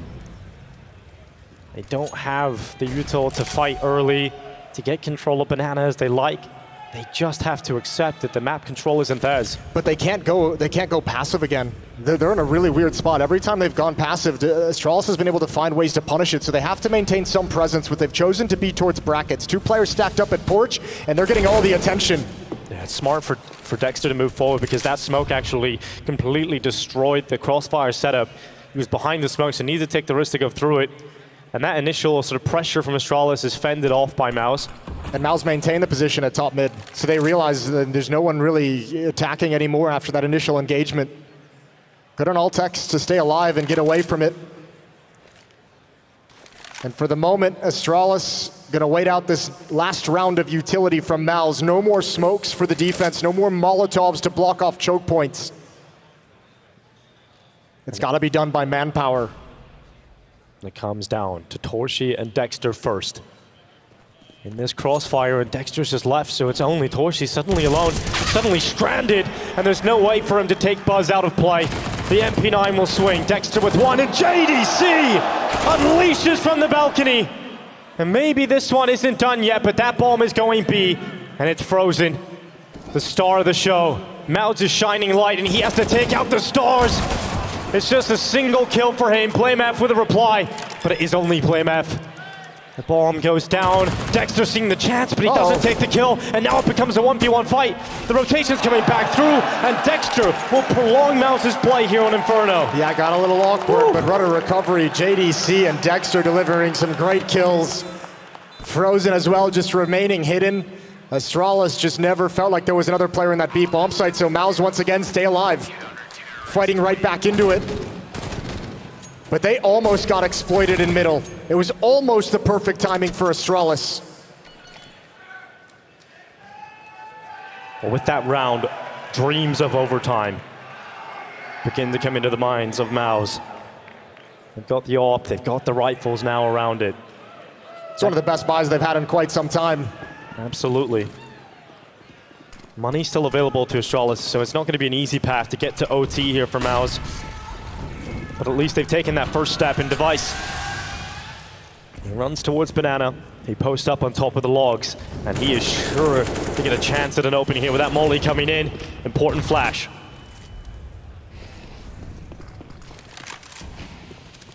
Astralis back away from the Banana pressure initially. Oh, through the smoke, blame F. You don't love to see that if you're MOUZ. That's the worst feeling for Exertion. In a round with so much importance, you don't even get a chance to fight. Taken out through the smoke. Ultex up in the apartments. Might have just got a fight against Dexter if he had spotted the shoulder peeking. And these are the moments that MOUZ have really struggled in throughout this half, is rotating players to the correct bomb site. You can see again, no information. Astralis has gone quiet. This time at least, the bodies are here for MOUZ. Torji can't assist. He can't help with that smoke up. And that means JDC and Dexter have a lot more pressure on their shoulders, and JDC's delivered that. He gets the info as he pushes forward. The Astralis are leaving, that they're going back to B, and it's Frozen again. Alone in the world, the rotation's coming back, and he's got util. Fire goes down to slow the play, and it does exactly that. Smoke out towards the CT cross, but JDC once again through the smoke gets the kill, and Frozen at the back of New Box has his teammates over in the rotation, but he's still got the pressure on his shoulders to deliver damage, and once again they will. The young players delivering in big moments, and Frozen with no issues, ice cold, and Ultex is now alone. 1 versus 4. And that ain't happening. 10 seconds, closed out, and MOUZ, they find life, they find energy, and they are dragging this one all the way. Man, how many times is Frozen gonna step up? Back-to-back rounds as a sole defender inside the B bomb site, delivering a double kill. Exertion has been in that situation a number of times and hasn't been able to handle it, but Frozen has been a beast. Well, the Iceman finds his Maverick on Device, and now we head into round 30. The final round of play in regulation. Torsi jumps across, the run boost successful for him, and he has a chance to open the round with a shot. Slightly missed. Sails past. The transitioning over to Halls. A real opportunity again here for Torji. Oh, does he look at the right spot at the right time? He'll cancel out the need to worry about the right side that often with this tighter angle being taken. The shots do not move yet, and Torshi has actually left that position. He goes back to the balcony. It would be really risky for him to go again, so he's just going to drop. Are they running that Halls pop again with the smoke walls? It didn't work last time. It didn't work at all last time. It didn't even come close. Is Astralis really going back to it? Second crack of the whip, and this one might break MOUZ. They jump into the smokes, and they get through the pit. This time, the smokes allow cover. They shield Ultex as he gets around the backside, but they haven't got out of them. They're pinned in the pit, and there's 2 players still here. Dexter's still up in Graveyard. Toshi's still strong in the site. They're waiting for the smokes to clear. Oh, Dexter, you're in so much trouble. Overexposed, Device. Oh, low on HP, but there's Glaive popping up. More than happy now to peek into the bomb site, and Torshi is nervous, but 1 more kill. His hands may shake, but he is not shaking inside of the site. Holds and delivers. Frozen on the rotation back. It's just 2 Astralis players left, and sure, the strat looks nice, but it hasn't got them any closer to the site. And the bomb not in their hands, and the chances, they fall away. MOUZ bring it all the way. It's overtime here in the first map of the Dallas playoffs. Man, we said MOUZ was answering every time they were challenged. MOUZ was able to find a solution, and they found 3 in a row to get us here, all tied up. And you got to say, you look at the players, some of the youngsters in this team, Exertion towards the back of the site.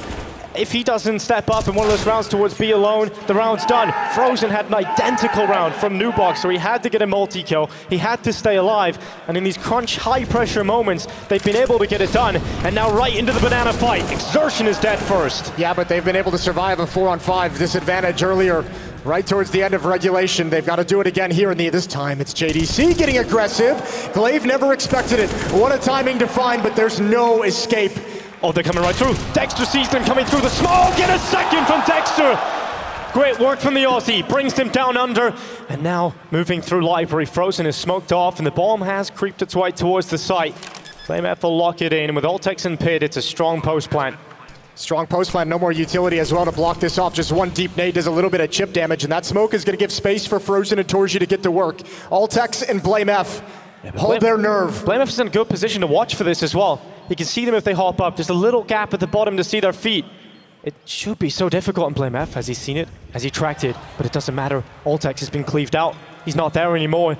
BlameF is suddenly alone in this world. Oh, surely they know. Bring out the big guns as BlameF is down! Oh yeah, BlameF with the double kill! And he's so cool, so calm, and so collected inside of the site.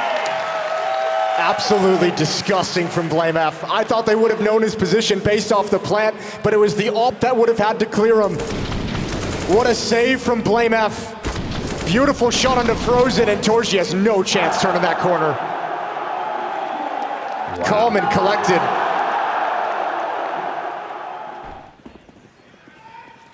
When Ultex died, it looked like it was all over, but right back into play here. It's a chance for Torji. Shot always passing, some speed here for Astralis. They commit through top middle. They get into the attack, and Dexter right through the smoke again. He does damage onto a second. There's a gap here though, Buzz and JD. There's a Glaive, there it is. There's one on the rep side and another from Glaive. That delivers it, and the bomb site is open for the taking.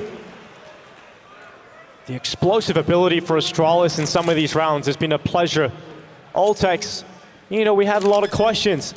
Was he going to be confident here on the stage? Well, that kind of play where he just charges forward, he chases down Dexter and he gets that pick through, that's all the signs you need. And that opening kill is a worthwhile sacrifice for Astralis to get all the control, to be able to apply pressure. And that was faster than most rounds we saw in regulation. MOUZ might not have been expecting something like that. A change of pace, a change of aggression. And Glaive has delivered his team a 17th round. When it gets into overtime, you need to see a few changes in speed. It's been the name of the game for Astralis. And the frustration, I'll try and dispel it. Yeah, I don't think they were ready for it. I don't think they were ready for that kind of an uppercut out of the Astralis camp. Glaive opens up the playbook and just nails them to the wall. 2-round lead for Astralis.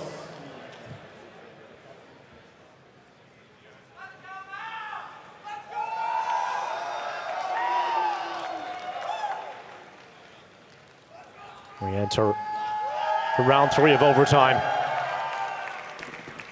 Some time to breathe for MOUZ. Time to figure it out. There's not a lot of chances. Quick Molotov thrown out towards the apartments. Astralis, much more of a default approach to kick off the start of this one.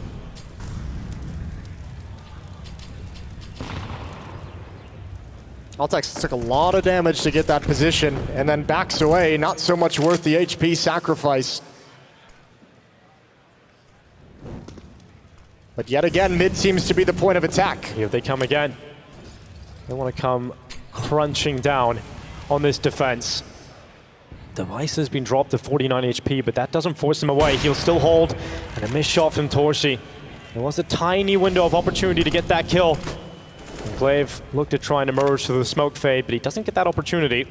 He's actually just going to have to go back around. He can't commit around the corner here. Frozen has shifted over as well, so they're going to get aggressive again with this third player. They've got a player to sacrifice if need be, but they want to find out what's going on in mid before telling Frozen he can back away.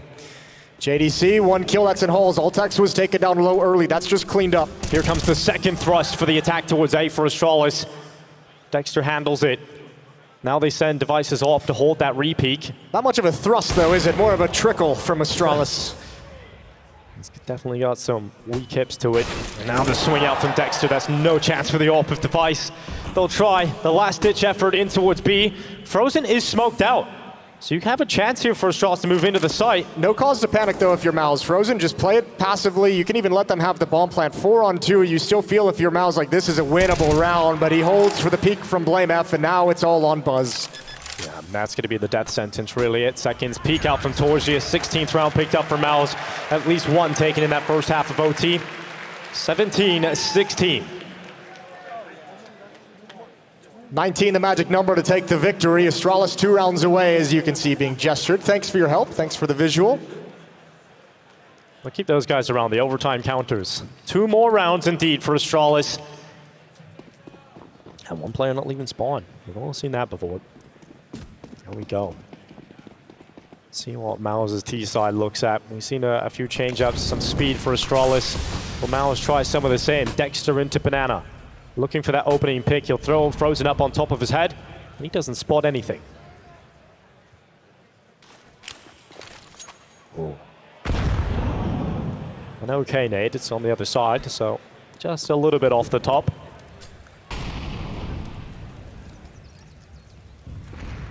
Much more of a methodical approach here for MOUZ.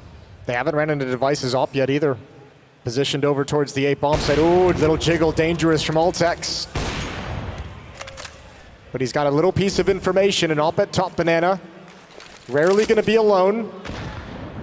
So Glaive shifts over to help the B bomb site initially. They come back towards A. They have to deal with device. And he's done so much work historically from this exact position, but this time does not connect. He's got to be worried about Rap side too, though. He's got no defense there. Smoke's gone out, but device goes back to the graveyard. The first kill is his. But the support network, his teammates are starting to fall. The MOUZ don't want anything to do with that AWP, so they're going to go back. They're going to go back to B. And there's a deep play here. Blame F is all the way down here, ready for the walk around. The guillotine rolled out, the head off the top, and Blame F mauls them. 2 kills. Device goes in towards CT. Altex is going to be called upon. The rookie steps up. First oranges, position taken. Dexter doesn't check, he doesn't look, and Altex denies the bomb plant. Time is of the essence. And Exertion runs in, tries to fight him. The time's ticking, but it's not even mattering. Buzz from CT, the bullets go in, and that's 18 rounds for Astralis. 1 more needed, and they take map 1. That's a beautiful shift from Altex, and I'll tell you why. Blame F pushed to the base of Banana. When they get that kill, eventually, they're going to assume that's the only B defender. That everyone else had shifted off due to the advanced position. There's no reason to expect Altex to be here. And what a time for Altex to step up and give Buzz an easy final kill. Astralis, they had 3 in regulation, add 2 more here in overtime to close out the map. MOUZ once again up against the ropes. Have they got enough fight left in them?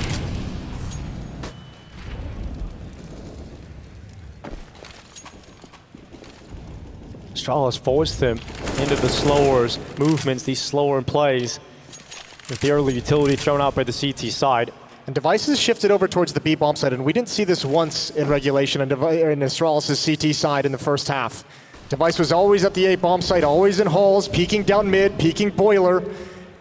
His position at B is going to allow a 4th player to shift over to the other side of the map, shore up the defense there. And will MOUZ be ready for this kind of a change? And if they go back to B, it is just Device alone. He has got a smoke, but it's all about the sniper. It's all about the power. And Device has buckets of it. The first kill's in, uses the smoke to fake out new box. His teammates are coming, and a missed shot from Device. He couldn't get the second. He usually is so clean in those moments, but just one, and that might have to be enough. Altex takes the risk, and it doesn't work out. Exertion, lovely. Nice 2 kills coming in, and just 2 left here for Astralis. Blame F and Buzz, the double B combo. And they'll go into Torzi's off. What a great round from MOUZ. What a great round from Exertion. 24 kills on Exertion. Outmatched by JDC at 25. But a triple kill there seals it. Not only the 3 kills, but preventing Device from building upon the initial frag. A big piece to take away, and take away quickly so you can get into the bomb site before the retake comes in. Astralis used their final timeout. One more chance.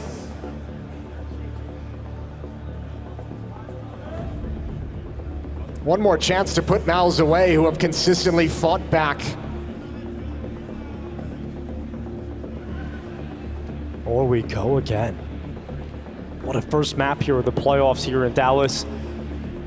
Astralis started strong in regulation. MOUZ had to come back. They had to bounce back and make that first half competitive.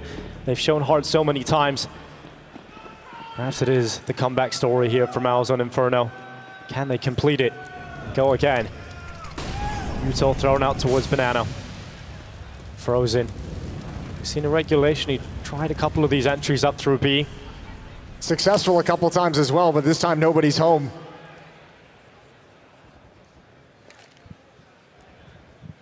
Caution from both teams as well. Nobody wanting to make that critical mistake that lets the map slip away, that lets double overtime slip away. And a very turtled up defense from Astralis at the A bomb site. They won't have information at brackets. They'll hear the utility, but they won't know numbers.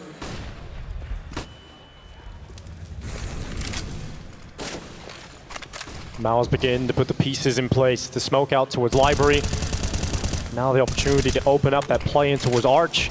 They want to B-split. They want to B-split in this round. Yeah, because of this turtle, it opens up the entire CT spawn now. Blame F and Ultex.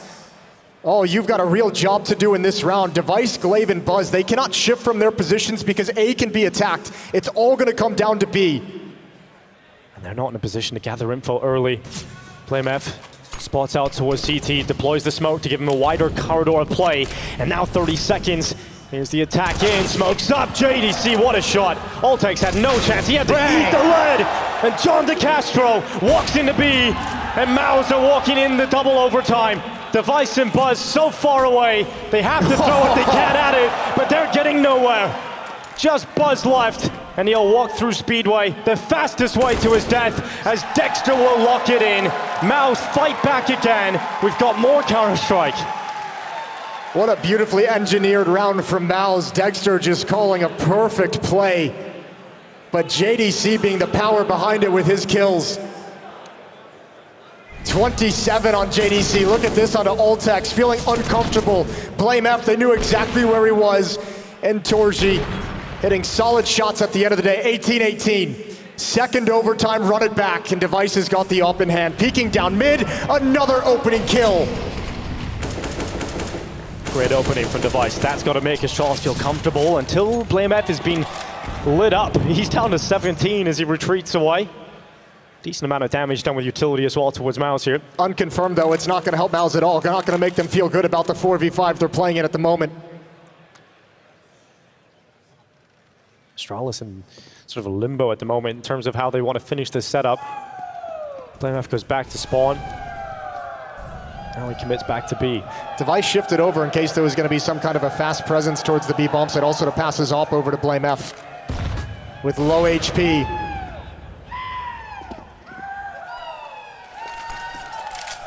Resmoke at top middle just in the same time that MOUZ throw the long smoke out, and JDC, it's a fumble. It's a jump, it's a fumble out of Boiler, and he's boiled alive. And Device, he gets a little taste of that blood. He wants more. A second kill from Device on the top mid peak. There's a gap and he senses it. And Dexter is gone, and with that, it really should be the round now for Astralis. And Glaive knows due to the position, and the only thing left for MOUZ is to execute into the B bomb site with two players and hope and pray you can get something. 30 seconds on the clock when that smoke gets put down. This one has drifted away from MOUZ. Device now on the flank, looking to stat pad some easy kills, and he's going to be able to spray down Torji through the boards. 4K. A 4K from Device in that round. He's up to 37. 37 and 19 on his first playoff game back since IEM Beijing. For the Intel Extreme Masters at least, and this is incredible. It's like he never left. It really is. Yeah, a great game from JDC so far. He'll be a little frustrated with that mistake, catching the ceiling on the jump out, making him an easy target. Torji up in hand.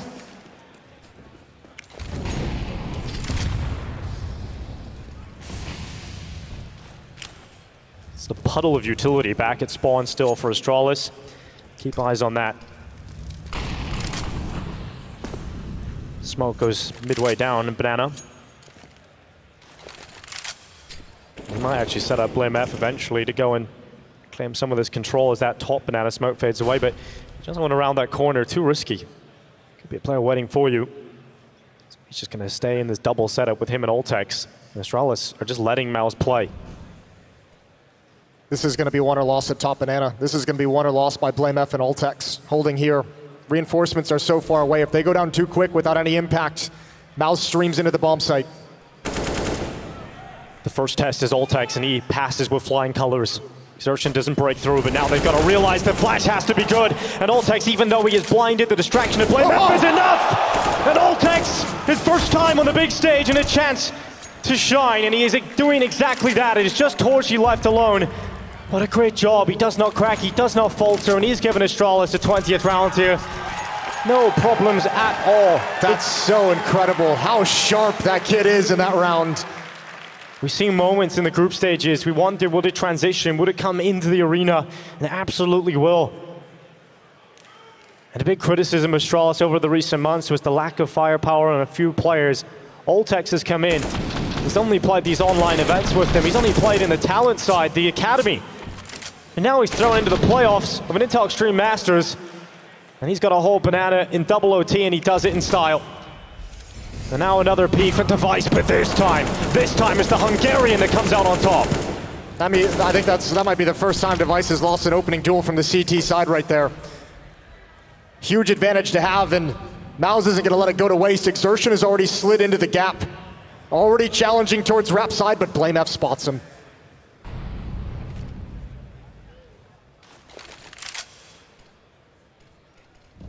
Smokes the library out.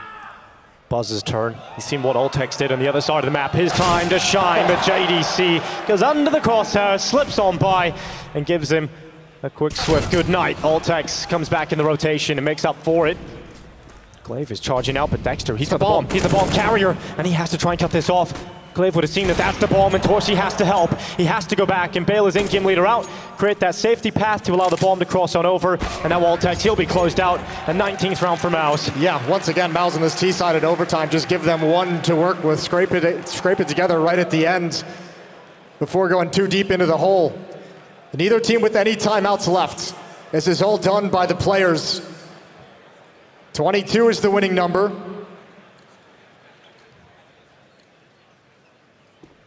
And Glaive once again going to marshal the troops, try and bring them forward to victory. Torchy with his op, going to get a peek down mid. Doesn't swing out too wide and blocked off by the flashbang.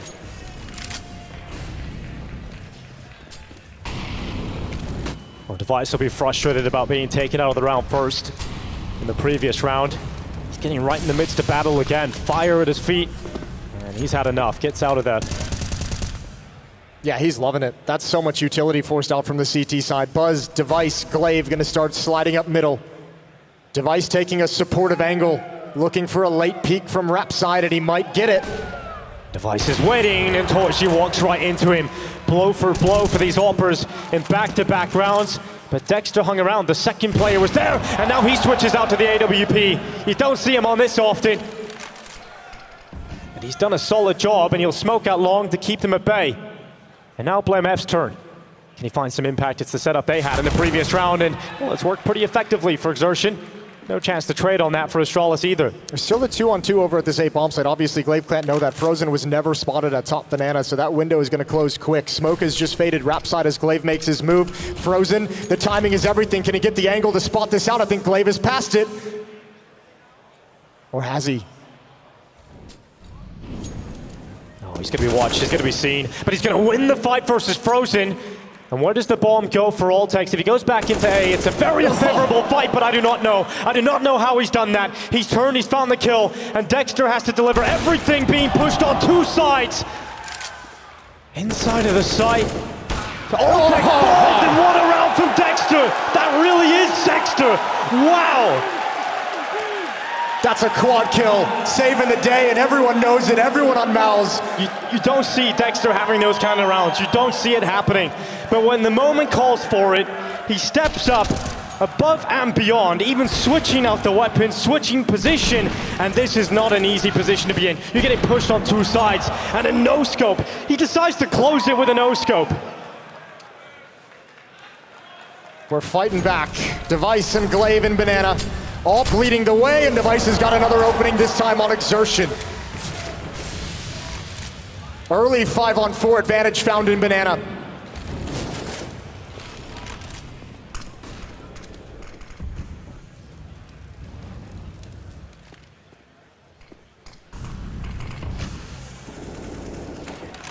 Device now pushing 40.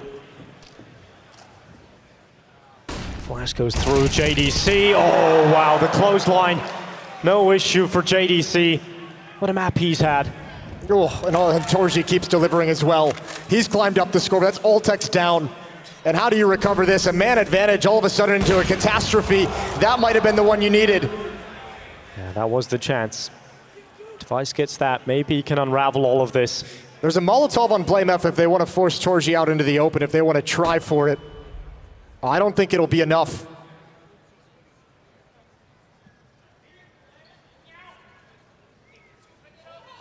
He knows the Torji's in there. BlameF tries to fight him. The Torji's under so much pressure and starts to burn away. It's a little bit of Texas barbecue as Device sends the bullet on in, and BlameF pulls it back. The weapons of mass destruction for Astralis are up, and now it's just BlameF, and Frozen puts an end to that. Puts an end to it quick. Astralis had 5 chances to close out this map. 3 in regulation, 2 in the first overtime. Here in double overtime, MOUZ have 1 opportunity to really drive it home, take Inferno, steal it from the clutches of Astralis. And do it in a way where you were always behind. They're always the contender, never the victor, and this is their chance to close it out. How hard they've had to fight to get in this position. And how many individual moments they've had to pick up. Everyone has had their moment in the sun, and it's just been incredible. And Device down in the underpass. No peek towards him, and they'll smoke it out. MOUZ haven't been in the lead since 12-11 in regulation. I have a really bad feeling we're going to see that Hulls pop again. Not a fan of this one. It hasn't worked twice. They're going for it anyways, but this time there's no smoke. There's no smoke wall. Trying to catch a timing, and it's not there. Wow. Dexter again! Oh my goodness! Dexter just pulling him into the grave. What a map from Dexter. He's proving why he's been brought to Europe. He's been proven why he deserves the shot. And 3 kills from inside of the site again. This A site is impenetrable when he's around. And Astralis try to catch the timing. They just don't get it. Now Device inside of the pit. Lovely shot out first on Exertion. He's going to need a lot more from that, and MOUZ can't afford to let this one slip. They can't afford to let Device back into this round because he will take it, and now he has spotted the leg. He knows that JDC's at the box. Device has got that kill. His teammate falls, so it's only Device. And what a way to do it. What a way to come back. MOUZ at every moment, they were behind. They had to dig deep, and they do it. They take map 1. Inferno goes MOUZ's way.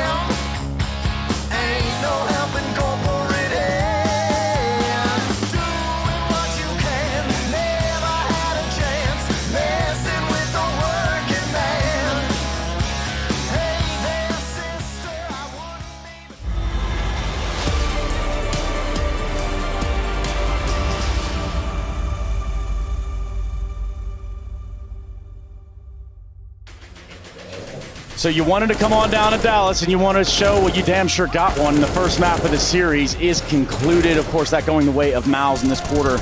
And the best of 3. Don't worry, still more Counter-Strike we play. We're talking about Ancient, then Nuke, should we need it. But for the time being, the overtimes led MOUZ to where they wanted to be. And honestly, probably happy about that, right? What a brawl, man. Like, right? That game was just back and forth. Seems like could be anyone's game up until the very end. Device, another, incredible performance from him. His first game back on the stage with the crowd, and he drops a 40 bomb. This is what God intended. This is we're in Dallas, a lot of Bible thumpers around here. They all wanted this to happen. The Lord declared it, and it became. Yeah, and then there was the 8th day, and Simphis was created. I think there's some Took lore him an here. extra day for this guy. Yeah, I mean, my goodness. Simphis, what's your take on this, man? I mean, MOUZ pick up map 1's kind of cool. Look, I got a girlfriend, but Device is looking pretty good right now. This guy, get him in here. I love this. This is great stuff. What did you take from it? What did you take from this game? Oh, I thought it was a really cool game by MOUZ. They were doing a lot of info gathering plays, and there's a couple rounds where they would pop flash someone down halls to get information there. There's obviously, it seemed like Astralis was aware of the plays. They were not getting caught off guard with them every single time. They had a lot of wrap re-clears with flashes that I thought were really smart. They seemed to be a lot more proactive on the map on CT side than Astralis did, and I really think that's the way that Inferno CT should be played these days. Is if you just sit back and 3-2, you're going to lose. You have to be active and trying to figure out where the T's are going before they go there. And we saw that in one of the last overtime rounds, actually, that there was this B split where MOUZ were smoking off library. They were trying to get into CT spawn. They were crunching B from multiple angles. And what you want in that situation, at least how a lot of modern teams play it, is the 3 Astralis players just kind of grouped up in pit and site. Instead, a lot of teams would push porch nowadays to try to just gain something back. And we could see that Astralis were kind of playing that old school style of just kind of waiting and hoping for the best, and it didn't work out for them. So is an example of that maybe in round 20? Well, we got in round 20 actually kind of an old school play from Device. This is almost like I was watching Prime Fnatic in this one. Yeah, if we get this one rolling, we'll see that the way that Device was able to infiltrate into the defenses of MOUZ was something that really you don't see this very often anymore, because where Dexter's getting flashed off on this angle, he's trying to reclaim some space back at that long side, but Device at this time is sneaking into CT spawn, and just with Tech 9s, just a couple pits of utility, Device was able to wrap CT behind 2 MOUZ players and open things up. We were gushing over this play when it happened, and unfortunately it didn't lead to Astralis winning, but you could see in moments like this, moments on the CT side where Device was able to just find ways to bust open the defense, the offense, whatever it took to try to will his team to a win. Unfortunately, it didn't come through.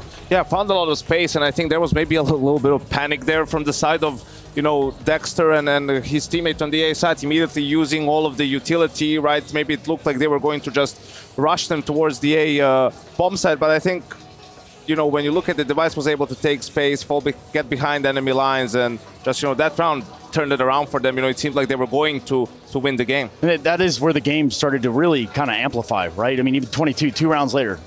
Yeah, I think this was one where, there were just a couple of saved guns for the side of MOUZ. They did a great job early on with the setups, right, to get a couple of entry kills, get the advantage, and in the end, you're going to see Astralis really in a 2v5 situation towards the very end with Device and Buzz, and they seem to be bringing it back. It's all the way in a 2v1 where Torshi is left alone. I think it's at that point where, a little bit of a question mark as to why Buzz peaked, right? They should have played for time a little bit more. Maybe there was some miscommunication there, but yeah, it seemed like Astralis was able to bring it back from the 2v5 situation. In the end, Torshi was able to clutch it.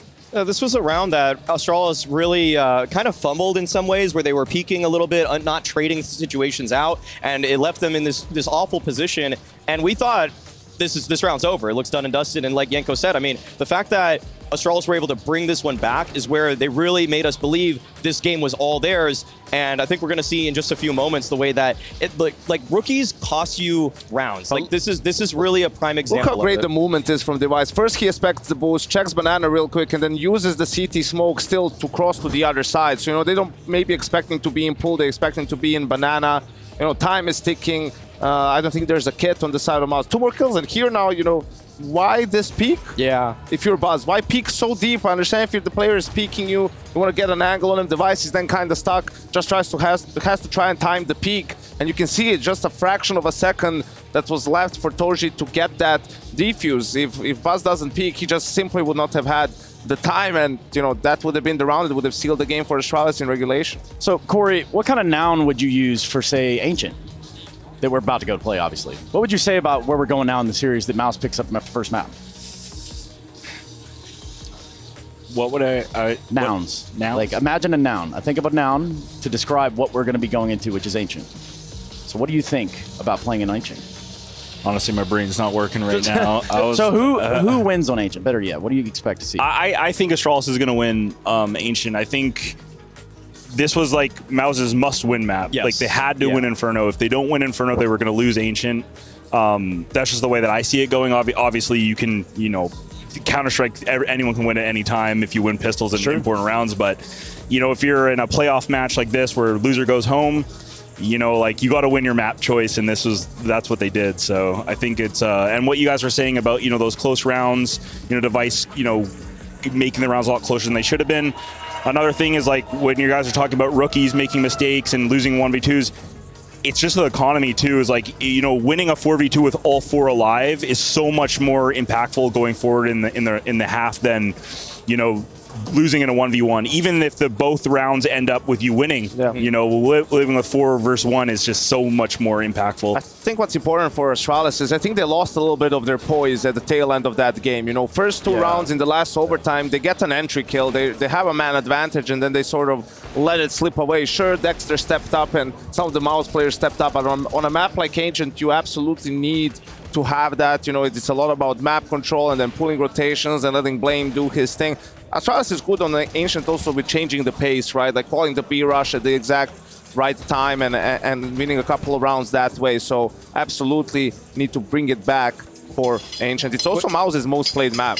Yeah. Is this the end of the series right here? I'm asking you, Maui. This is your chance for your takes, so let's get one in there. I mean, I don't think it's out of the question that MOUZ actually do win Ancient, but I think that it's going to be a pretty tough fight for them, given that Astralis have really, I wouldn't say they've leaned into this map too heavy. They obviously wanted Overpass, and what MOUZ did really nicely is that this veto actually worked for them, in my eyes, pretty well. The fact that they got Astralis onto a map that isn't as hard of a punish as what they would have initially wanted, I think that there's a good chance that Astralis bring this one back, but I'm not going to count out Exertion, man. I've seen him do just God's work in Cave. Yeah, but then there's that Device guy, man. He just won't stop. Best player on the server. That's a question I have, though, for you guys, the analysts, is how is Device on Ancient since coming back? The map's a little bit different. Do you think he's going to be the difference maker in this game? Because I find the op is pretty impactful. Like Regali, for example, is insane at Ancient. Yeah. I've seen Device go for like 7 different CT picks on this one, but I don't know how much he's going to get involved on the T side. And given that they have to start on that side, it's kind of like they got to just get enough buffer so that he can get rolling on the defense. Speaking of buffers, that's where I take us to a break. Thank you very much, gents. We do look at Ancient. We stare down the barrel of this quarterfinal. We go to a break. We come back, try to wipe some sweat from the brow around here because it's getting hot in Texas. We hot.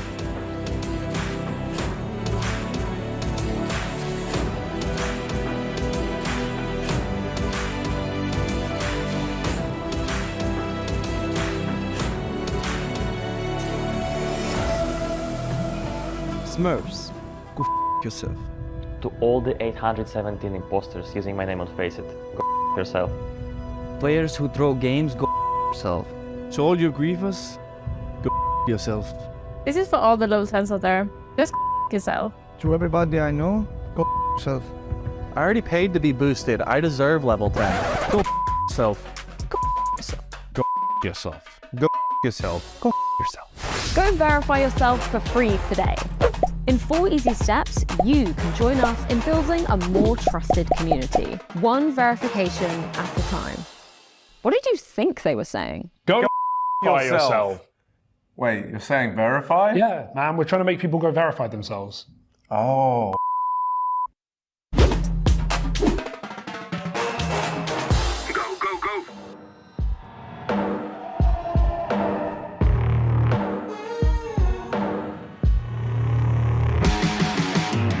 Got so much weight on my shoulders,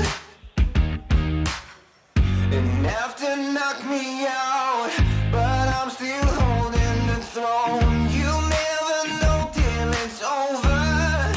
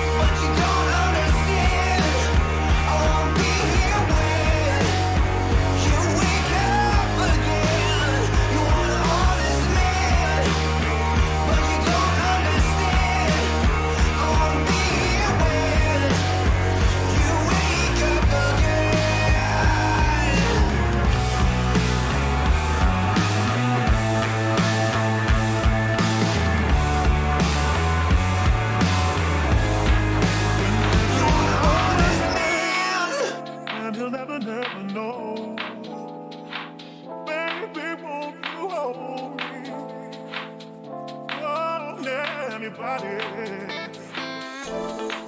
Whenever you call my name, and you'll never know. I need you.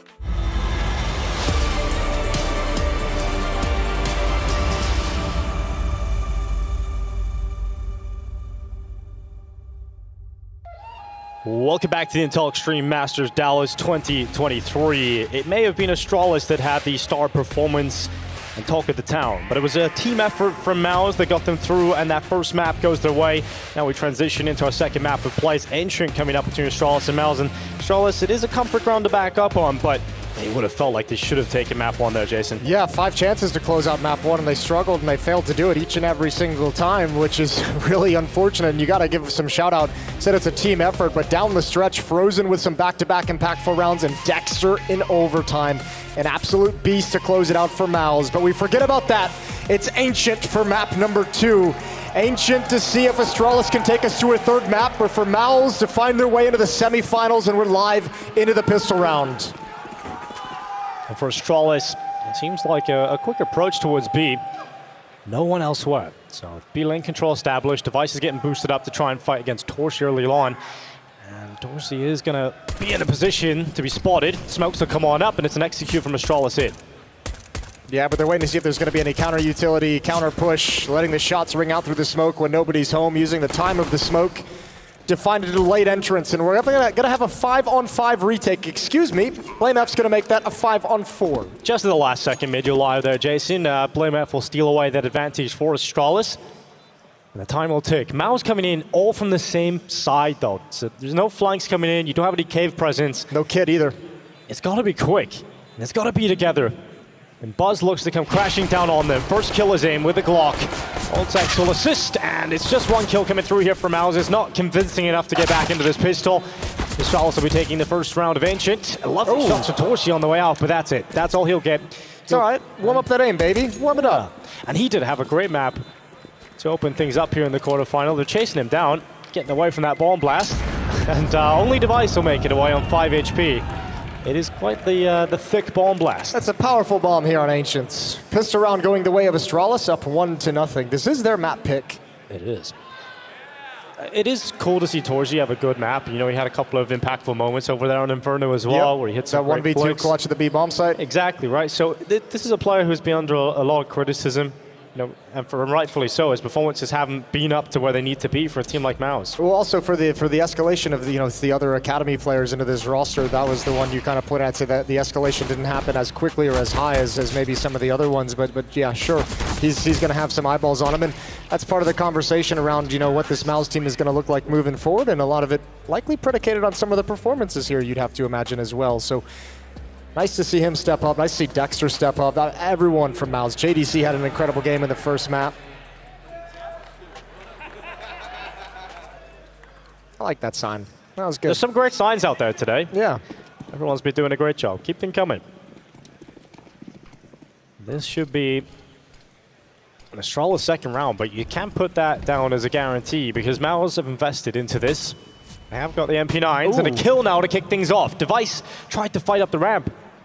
Well, he fought, he just lost. Dexter with the headshot. Yeah, Dexter back again. Nice opening kill provided. That's one area where Device dominated on map 1. Opening kills, I believe he ended something like 13-1 in opening engagements. It's going to start on the back foot this time. And Astralis is spread across the map. BlameF lurking in middle, Buzz still looking for an A push, so it's really just Ultex and Glaive who can work together to try and find a kill back in their favor.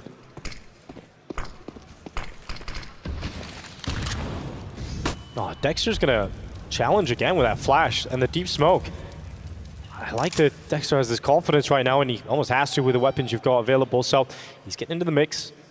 On the top of the smoke, hasn't seen anybody, and Ultex has to be aware of this possibility. There could be a player right beside him, and Dexter has upgraded, and Ultex makes sure that upgrade is short-lived in his hands. Yeah, a little bit greedy, trying to go for the rifle on the ground, and that kill is going to force Torsi to shift over to the B bomb site, which allows BlameF to slot in through Red Room towards middle. JDC up on the boost. The MP9 can be so good in this spot. This will be something we're going to watch out for in all the gun rounds moving throughout this half as well, as BlameF being able to slide into this position. Look at the pivot point it creates. Altex picks up the bomb and rotates all the way back around. However, his teammate has been lost. He's alone with the bomb. JDC can stop this right here. Oh, and he will. I think that's round done. I think it's over. There's not enough time to get back and get that bomb. JDC has done it, just staying alive, and they made the decision to send that bomb back all alone into the only rifle. And JDC with a 3K in this round. Astralis lose against the force buy, and that's MOUZ on the board early here on the CT side. Oh, that one hurts. That one hurts a lot if you're Astralis. And JDC continuing his good performance from Inferno, bringing it onto Ancient, a round-saving sequence. Oh, Jesus, it all started with that. That's the start, okay. That's the way he went down. Sure. Beautiful shot onto Altex coming in. Yeah, he's frustrated about that. For JDC, he'll have a little chuckle to himself. Astralis, quick out mid. It's Glaive attacking Donut. JDC, well, he's having a field day now, isn't he? There's a second kill for him already locked in this round, and he's put them one step closer to completing it. This feels mostly like kind of job done in a way. I mean, you get those opening 2 kills, you don't have to do much. Let Astralis attack into you. Good 1-for-1 trade onto BlameF. AK-47 is recovered by Device. Altex has found some space, but there's no way for Device to link up with him.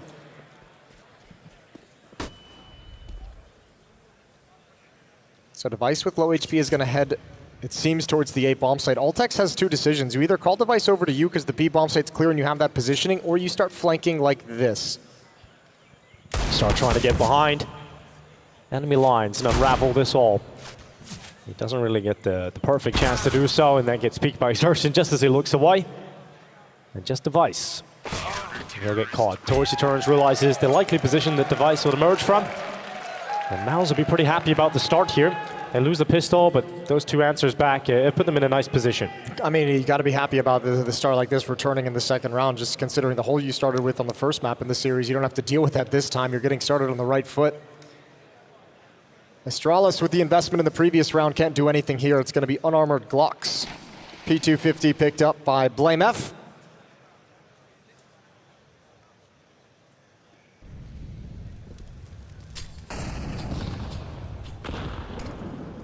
We talk about some of the players on this team that have really started to rise up over this year. Exertion's definitely one of them. Quite his first map from him. But over the recent months, we've definitely seen him rise up throughout the ranks of this team. And I was talking to him back at the Major, and they were discussing some of the changes that they wanted to do with how they play. And they wanted to give more space to the likes of JDC. They wanted to give some space for those players to shine on the team. And that would obviously mean he takes a little bit of a backseat at times. Well, it worked out. We saw them all shine at different points in the opening map on Inferno. So things looking good for MOUZ. It's been, yeah, I mean, this is such an interesting matchup between these 2 teams, just considering where they're at and kind of figuring out what the peak exactly will be for both of these teams. Both of them having a pretty decent route to get here. Nice sequence from Frozen. It looked like his mouse skipped, and he actually recovered it. So it worked out for Frozen not to get overwhelmed and overrun. Now we focus up on the buy coming in, because Astralis will have money back in the bank so they can get the AKs out, they can get the utility in and around it. Since this point, it was pretty easy for MOUZ to close on that third. Okay. All for Torsi. Get into the big rounds now. AK-47s for Astralis. Full kits of utility. We're going to see the first gun round game plan for this Glaive-led T-side. Frozen and Dexter to defend. And it's going to be an attempted mid-take right at Frozen, who's blinded and forced back, and BlameF has control. Yeah, he does. A lot of control. In fact, he'll clear out the cutout, and it'll land right on top of him. BlameF is a player that loves to pressure in towards right, and Dexter trying to dispel the attack forward, but the flash is good from Device. It's going to help. It's going to trade out that kill and also allow them into that red room. Oh, actually, Exertion wants to come right back up into it. Oh, save some ammunition to clean up the kill on BlameF, but he's got more. Delivers yet again. Device has to hunt that down, and we found ourselves in a 2-on-2. Great work, though. Taking the risk, realizing you don't want to let them just A-split from that point when that smoke comes in. They've done a good job at drawing this back, and there is just under a minute left on this clock. The way that Astralis is slow playing in this 2-on-2 though, Device is looking to catch someone on a rotation. It's buying time for Frozen to reposition. He was in Donut earlier, now sliding around towards A main, so it's going to be on Buzz to keep his eyes on that from behind the box. Can he react fast enough? Here comes Frozen. They're not looking. Now we've seen Buzz towards the tall box, but Buzz caught a glimpse, and Device is called back to focus on that fight. And now just Tosi left alone. The AWP will be brought back over from spawn. No one peeks. No one gives him a chance. They have to be ready for this kind of avenue of approach, and Device absolutely is. He'll swing. He'll take that upgrade. Thank you very much to the AWP. Astralis back onto the board. Device already having impact. Triple kill in the round and the 2 kills in the 2v2. He had 42 frags on Inferno in a losing effort in double overtime. Let's see what he can provide on Ancients. Good trade kill from Blame F and just a grueling, grinding battle in Red Room. But Device at the end of the day comes out on top. Second round for Astralis. And this mid-fight, it's going to get messy. And JDC spills the blood of Glaive, but it's still coming. And Blame F goes on out. Confident swing. He realizes he has to try and continue going forward, but they end up getting caught, and through the smokes they go down. BlameF and Ultex just spammed away. Astralis, that's going to be frustrating because you don't even see your opponent, and now emboldened by the advantages, they're moving out of Donut, but they're running right into Buzz. Oh, a chance there to line up 3. Oh, doing 3 brilliant kills, but Buzz just couldn't get it done. What a battle in middle as well. Like all 5 players for Astralis go down in mid. And we saw previously that kind of an execute. MOUZ went passive and Blame F got the space he wanted. This time MOUZ actually fights for it. Comes right back through the smoke. Presses forward for JDC to find an opening. Doesn't let anyone from Astralis get comfortable. Helped out by a spam kill. But MOUZ completely denying Astralis access to the middle of the map.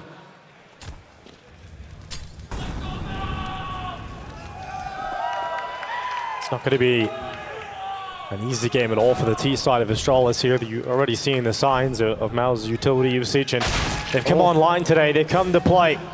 Individually, they're looking sharp. And Astralis will try and leave A main.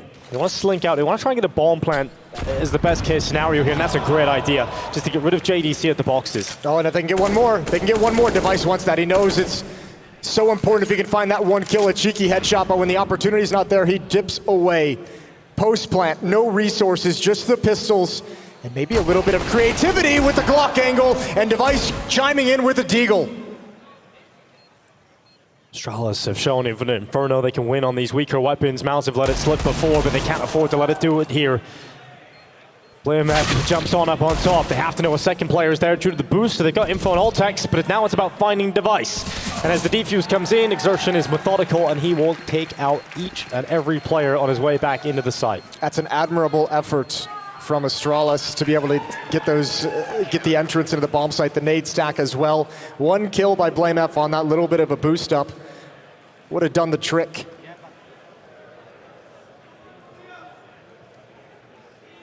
So, heading into the next round. MOUZ sustaining. Yeah, I mean, it's definitely good to see that not get out of hand to the point where they lose the round. But that's the little tricks that you have when you're a prepared ancient team, right? You're very capable of coming through with a nade stack on default. Gonna get another gun round here. The attack not panning out.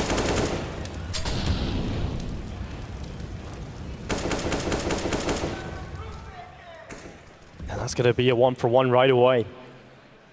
Ultex can move through in towards Cave. Through Jaguar, he will walk. He might catch Exertion unsuspecting. He has no idea that Ultex has just walked up. Oh, it's a free kill. Ultex assassinates him. Just 1 bullet does the job. And now he can explode the utility. He can assist Astralis on the newfound path. Yeah, it's going to give him a lot of confidence to stream up this B ramp at the moment. Smoke is down. Dexter realizes he can't do anything for the moment. Once again, the opening engagement in middle going 1-for-1. Spam just narrowly missing, but utility will hold MOUZ at bay. And with the disadvantage, do they want to risk it all? Do they want to risk these weapons? Hoping for a gift. Oh, Torji might have had it, but a teammate stepped in front. Ultex continues. This is his round. This is his impact. And it's being felt. MOUZ have to run away. Have to. And in these online games that we've seen them pick up online cups. We've seen them win multiple tournaments in the comfort of their own homes. And it is Ultex who, on Ancient, is very comfortable moving through in jungle, catching the timing. It was just a question, is he going to make those same kind of plays when he heads into the playoffs, when they're a map down and he's playing under the Astralis banner in front of people watching him? And the answer is yes, he's willing to take those and take the space, and that's great to see. Yeah, nice way to net your team around, start to feel a little bit more comfortable for MOUZ. They save 2 weapons, they can buy off a few weapons around it. Once again, BlameF in middle is going to be very active, as we know, throughout this entire half. This was the opportunity that Torji had, but a teammate just blocked his vision when the shot was clean. 2-round lead for MOUZ. They have to descend down to an MP9 and a FAMAS on exertion. That Molotov is going to heat things up. Device has to use the smoke. He still wants to challenge for this B-ramp fight. And he might get that challenge coming his way. Fire tickles his toes as Torji will get rid of him. Glaive, important kill and a really important trade to come in. And he wants more, but he's blinded. And so the MP9 can be rapid to kill. The smoke goes up in their face. They're held back. They cannot keep going forward. They can't keep throwing bodies at the problem. And now BlameF looks for the solution. He might have found it here. JDC comes out of donut, and what a shot. Yeah, I mean, BlameF knew exactly where the next fight was going to come from, just couldn't handle it whatsoever. So did JDC, clearly. Ooh, Dexter with the op. He just slips away from a position to support exertion, but this FAMAS should at least be good for one, and Ultex goes down as Dexter turns the corner.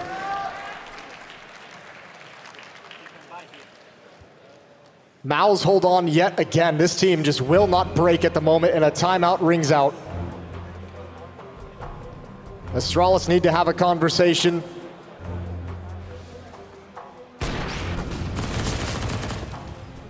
Yeah, they really want to get to this opening fight. It feels like they really want to win that towards B, because you're throwing random smokes down, you're not willing to be patient, you want to just get out the ramp and challenge that. It doesn't work. Honestly, when Astralis got into these sort of rough brawls at the start of this game, whether they're fighting in mid, or challenging on B, MOUZ have been winning most of these brawly moments. Yeah, they're doing a good job of it. I mean, because you've really felt like Astralis wanted to kind of condition MOUZ to expect that mid fight, and if there had been more success for Astralis in the mid engagements early on, it might be a way you can kind of really lean on that and apply some pressure to it. But the fact that MOUZ has been able to respond and force it back, I think they're feeling more than comfortable at the moment. So, I mean, game plan for Astralis, at least the first step of it hasn't really worked out the way they would have liked. Well, this is a speed change for MOUZ. They take B lane control. Dersham runs out of the cave, and he's going to get his first kill, or should have, absolutely should have taken that kill on Glaive, who is lucky to get away with his life. Yeah, but has to spend utility and give up his presence at the B bomb site. He's the only one, so he can no longer take attention away from elsewhere on the map.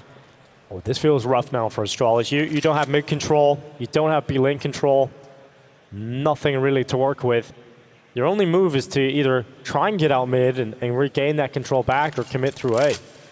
We'll see where they decide to go with this. Still a lot of time to figure out that path. They're coming towards middle with BlameF's AK-47, the one rifle they have. They want to force back any position here. They know to move around the map. They need middle to be open. Exertion spots it out, and you still have Frozen lying in wait. Yeah, and they don't have any utility to force him out of here, so Frozen can just stand and take fights and then peel away. And he'll confidently take that fight down elbow. He's got help from his teammates here as well. Yeah, this is well managed from MOUZ, all off the back of this B lane control. Really well done. Device steps up next. He does have armor. A little bit of utility left, but they need kills, and those kills aren't coming. Torji delivers a great headshot with the op and the final kill. Yeah, it's all coming together here for MOUZ. Looking really solid on the CT side, and we've come to know over the recent months that we want to see a good T side posted here on Ancient. Astralis have tried a couple of different looks at the start of these rounds, but haven't gotten into it yet. Gotta see that change soon.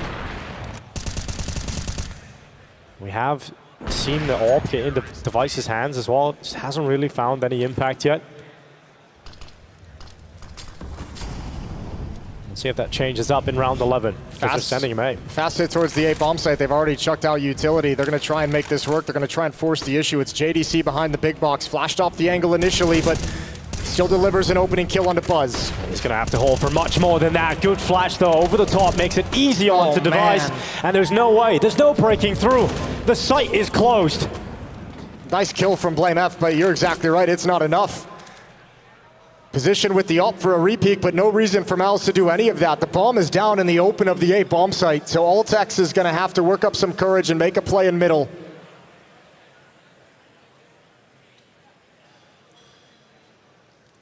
One minute remaining in the round, 2 versus 4. No sweat for MOUZ to hold on to that bomb site. Now if you're Astralis, you're just going through these final few motions of the round, but you realize what it would take to even get into a winnable position here. 45 seconds, as you pointed out, Jason. The bomb down inside of that A site. Just nowhere to go, really. So climb up onto the ledge. They'll have the AWP in Blame F's hands. It's 35 seconds to work with. They can still do this. It's going to take some incredible heroics from Altex, because you want to have Blame F in a position where if he has the option, he'll choose to save the ult. But you want to see what Altex is going to get with the AK first. Time is now down to 20 seconds, and they have a third player rotated over towards Temple. Dexter passes the first test, and Blame F will land the shot, just not enough damage output to get the kill.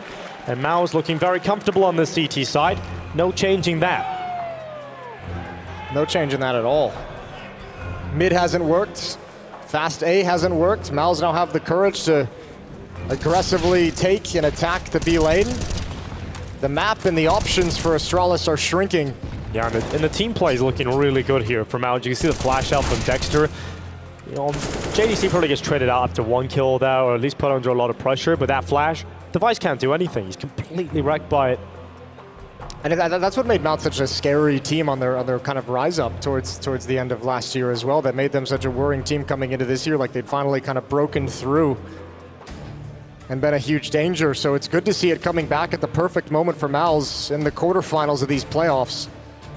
Well, we've seen some faster rounds from Astralis. None of them have really worked. And now they're down to Tech 9s, this leaving some cash in the bank. And they're going to these upgraded pistols and a little bit of utility behind it. But look at the stack of utility coming in towards middle, but Blame F doesn't care. He wants to dodge it and run it. Straight away, he's up towards red, and this time he dodges the spam through the smokes.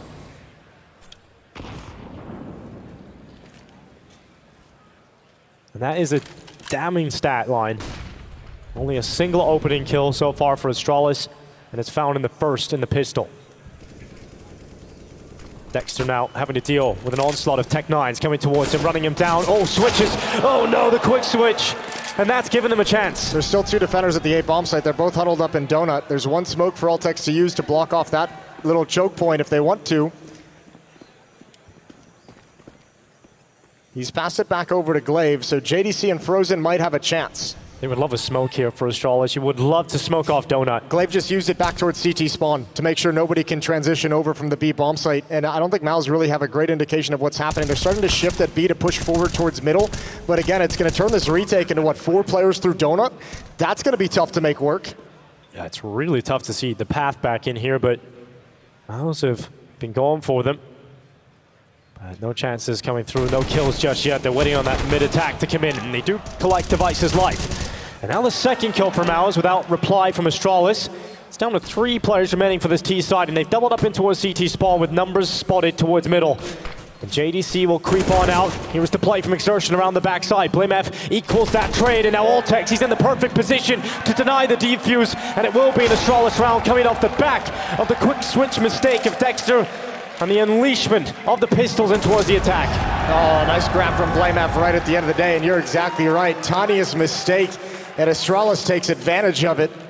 Dexter's got to feel horrible after that one, but also just nowhere to go. Astralis does such a good job of swarming CT spawn, making their presence known, and MOUZ just feel like that rotation is not accessible. But look, this is a gift. It's not a recipe for success. But it's a chance. It's a lifeline thrown out towards you. And now you can use it to try and get back to shore here if you're Astralis. What they can't afford to do is go back to losing the round on the follow-up. And if you're MOUZ during this timeout, you're saying, guys, forget about that one. It sucks, but let's put it behind us. We've been handling the gun rounds. We've had no issues recently. We've been dominating them in those rounds. Keep it up. Keep doing what we're doing, and it's all going to be fine.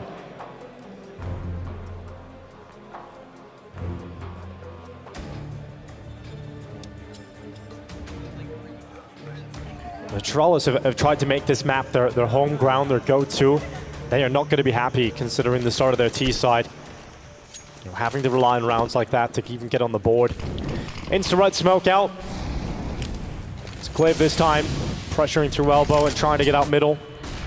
He will do that. Oh, look at this from JDC though. The A-main pressure, he's got Torji with him. The AWP can peel away with the first kill, and then JDC, he's still in there. Yeah, thinking about the double play, and Device is smart. He reads the play, he looks for him, and JDC doesn't get anything. Yeah, I mean, if Torji hits that first kill, if he doesn't give away that angle right when Ultex creeps up into it, that's a much stronger setup, and JDC gets left out to dry unintentionally.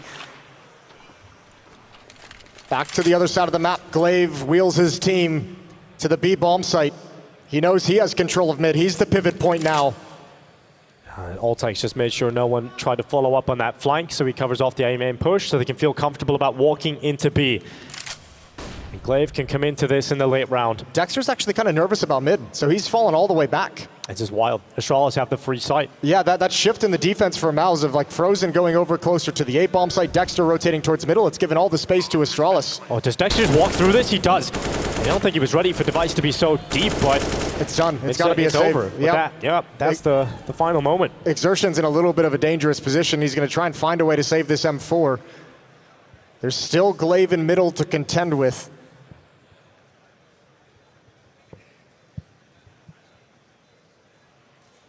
Glaive is just going to control the position he gained at the start of the round and has never left. Oh, nice shot there from Exertion. So do a bit more damage to the Astralis situation here. Glaive still holding him in. Glaive's going to grab that at the end of the day. Exertion had no idea, never any clue. However, the bomb goes off and Astralis is able to build upon the mistake of Dexter and MOUZ. Out of a round win with Tech9s, they managed to get a gun round on the board.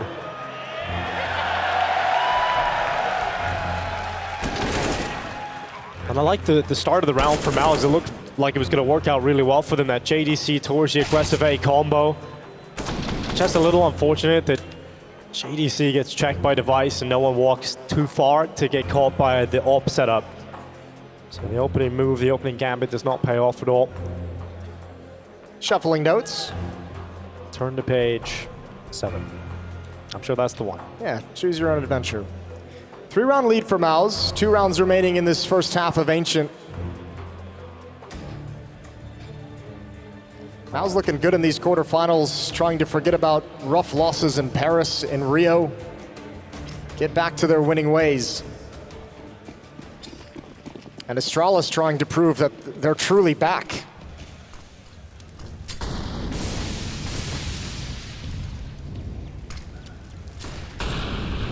For a player like Glaive, you want to prove you can do it with a new team. They haven't been able to get out through the B doors here. They're held back. MOUZ's initial utility has kept them at bay. And so they'll leave Ultex here alone. His job is to make sure no one pushes beyond the doorway. And the rest of the attack is going elsewhere. Maybe they think about going back into middle here, or just a commitment towards A. They've held on to a decent amount of utility, Astralis, and yeah, it looks like the call is just straight up. Don't really challenge anywhere on the map. The MOUZ are shifting a couple of players over here too, right? They're bringing 2 towards red. Well, middle's been such an aggressive point for Astralis that they're bringing Frozen, Torji, and Dexter to clear things out and have an idea. JDC drops the smoke, but that's not going to slow anyone down. Astralis is committing through it. And JDC readies himself. Oh, what a double! JDC does so much! He breaks Astralis apart and makes it so much easier for MOUZ to close that out. What a hero. Out from the donut, it looked like maximum 1 kill. But somehow he gets away with 3. He's good for a multi-kill now. All like what, 2 or 3 times they've come at him. He's defended that bomb site with multiple kills, and that just is gonna shut down that site. Surely you can't attack into this. Buzz and Glaive can't get a good read on him. Blame F just trying to make it out of the smoke. A trade not even possible. And back to middle we go, back to the early game plan for Astralis in round 15 as Blame F is going to be activated through smoke. Testing and prodding and seeing what defense is going to be offered him.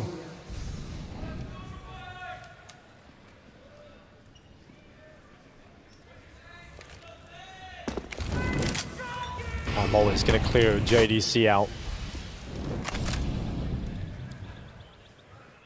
Voltex peeks on down, but Exertion comes out on top of that opening fight of the round, and that's not too far off getting that flick through the wall. He doesn't like that spam though, not one bit. Back to middle, Glaive F and Blame F to be the aggressors. Devices joined up with him, but caught from behind. Smart from Exertion to try and chase that one down. Don't let Device get away. Seize your opportunity. And now MOUZ up 2 players as we head under 1 minute on this clock. Blame F has got himself in red, and the bomb is shifted over towards A. It's found some space here. Glaive is going to plant it. One for CT, but Blame F was nearly forcibly removed. And he's got to give up that position. He's got to slink back in towards Temple, allow Glaive to do what best he can with the Tech 9, but he's picked off not looking. Blame F almost loses his life in the follow-up. And MOUZ is coming for this 5-on-2 in the final round. Buzz behind the boxes, doesn't need to do anything just yet. Waits, and the flash comes in. He's suddenly all alone in this world, being peppered from multiple different sides. And it is JDC with a monstrous half of his own. They'll close the advantage at 10-5. MOUZ leading the way on map 2, and they look to send Astralis out here in Dallas.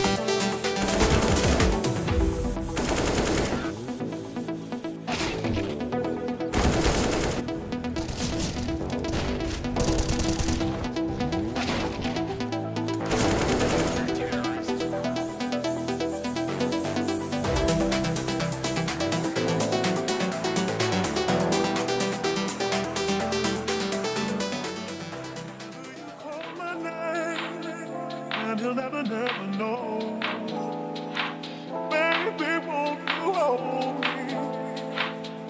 Oh, anybody. Whenever you call my name, and he'll never, never know. I need you, oh, please.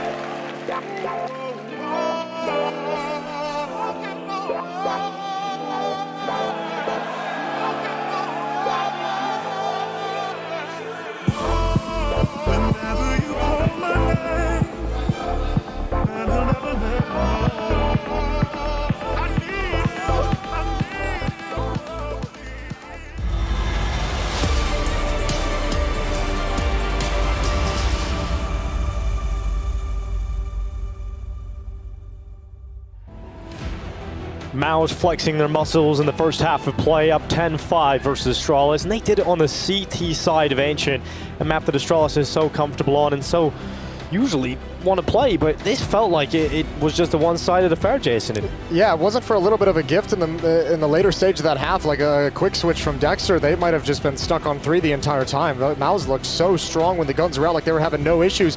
However, let's see what they can do on the attacking side. This is where you expect Astralis and Device with that AWP. Remember, 42 kills on map 1. He's stuck on 6 right now, but the CT side, he can be much more dynamic when that weapon comes out into play. Oh, and this might be the opening move.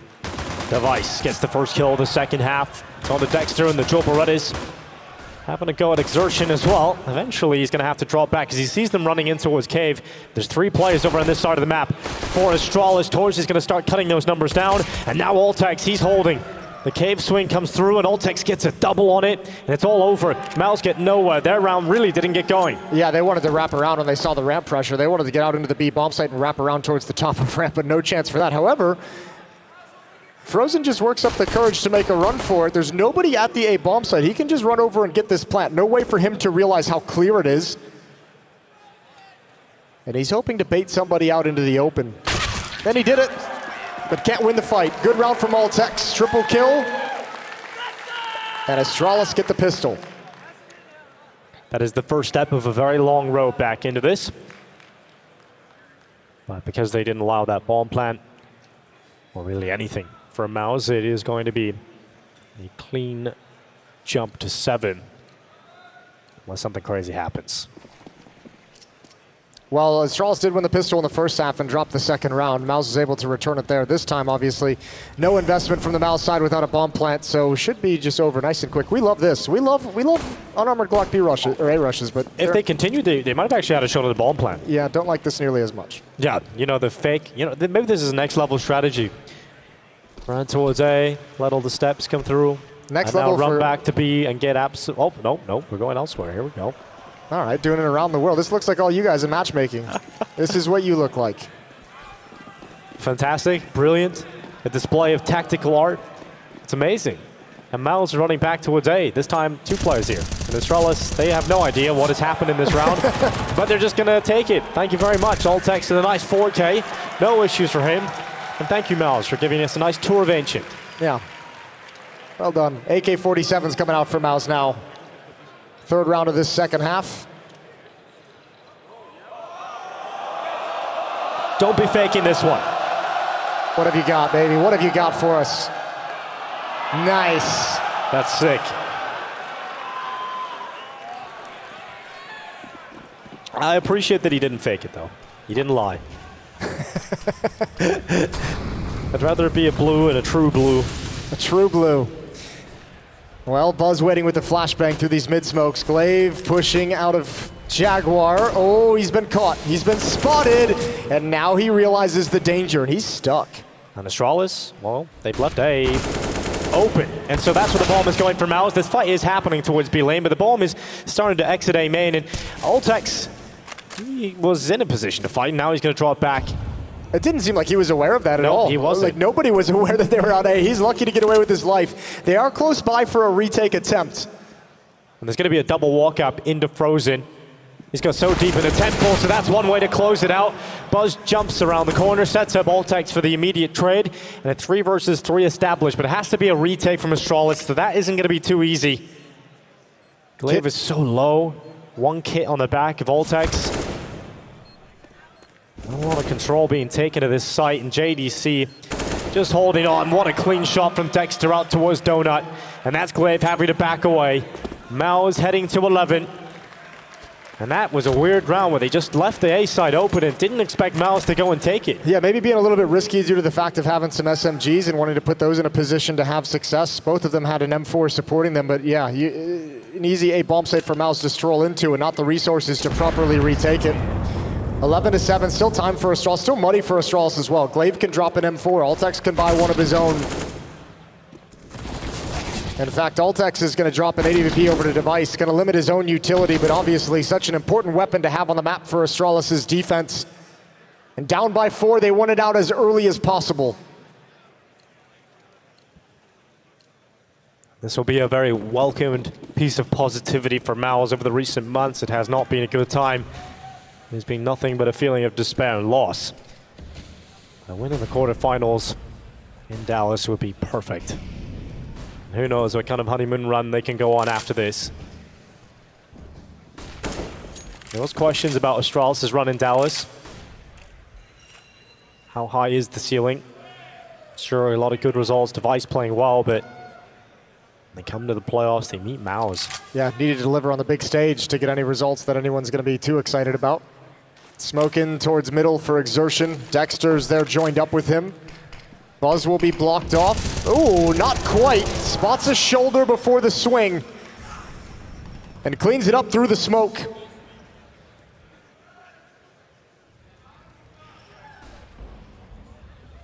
Dexter, he wants this kill on Donut, but the problem is there's not just one. There are two players here, and Altex is going to see the shoulder before Dexter even gets a chance to fight. Because of Altex's position, that's the position that will be called, and they're actually going to check for BlameF. They check for the double setup, and that's great work from Frozen. Because he looked like he was about to go down. There's still a chance in this round for MOUZ. They've got to know that Altex is close by, but he catches the perfect timing to swing on out. And Altex delivers another good round here. And it's down to just JDC with 30 seconds. If you could take the AWP away from Device, if you can somehow find a way to take the AWP out and not let them recover it, that'd be so massive. That'd be a win if you're JDC and MOUZ, but I don't think that's going to be happening anytime soon. Doesn't want to challenge into the AWP, and Buzz with a headshot angle stands tall. Lead is cut down to 3, and MOUZ has no real money remaining for a heavy investment.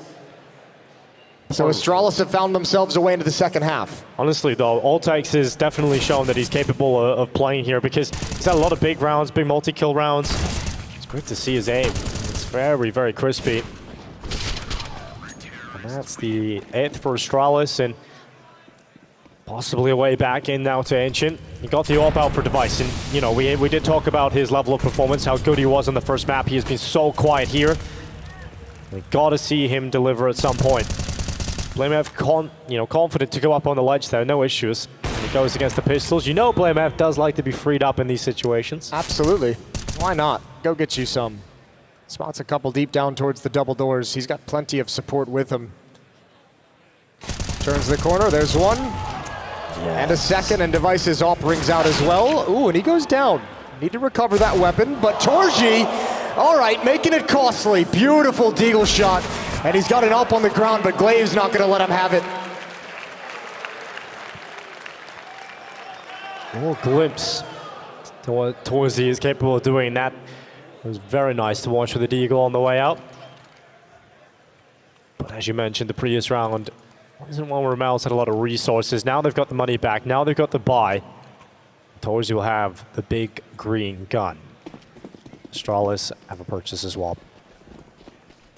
It's going to be the smokes out straight away. Out towards Donut and Red. Utility coming deep down towards Elbow, but Exertion, he's got in front of it. Look how fast this is. Yeah, there's no resistance there. It was only BlameF playing behind the smoke in Red Room, so there was no chance for him to get aggressive and slow things down and challenge any kind of the map control from Exertion. So Astralis is going to have to play this round without middle, where Donut is under pressure. And BlameF has snuck all the way back to CT spawn to keep an eye on things. Buzz aggressive might be the first contact. JDC, he's aware of some possible aggression here. He seems to be methodical, leaving no stone unturned so far.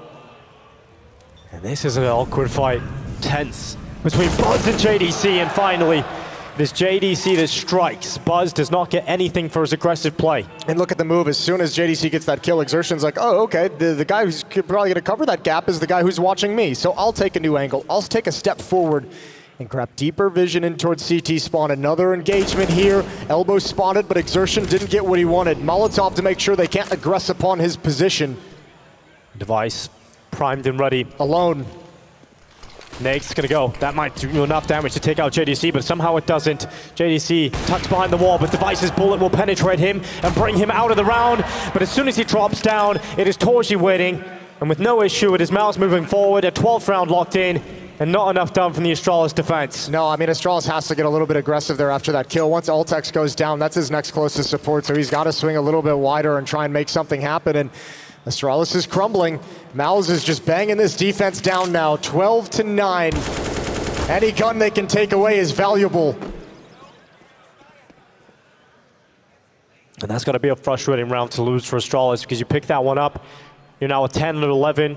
You really start to believe that that comeback is coming in, but the fashion that they lost this round is really worrying. Well, just look at the way that how MOUZ can just safely apply pressure to the defense when they have complete mid control in that fashion.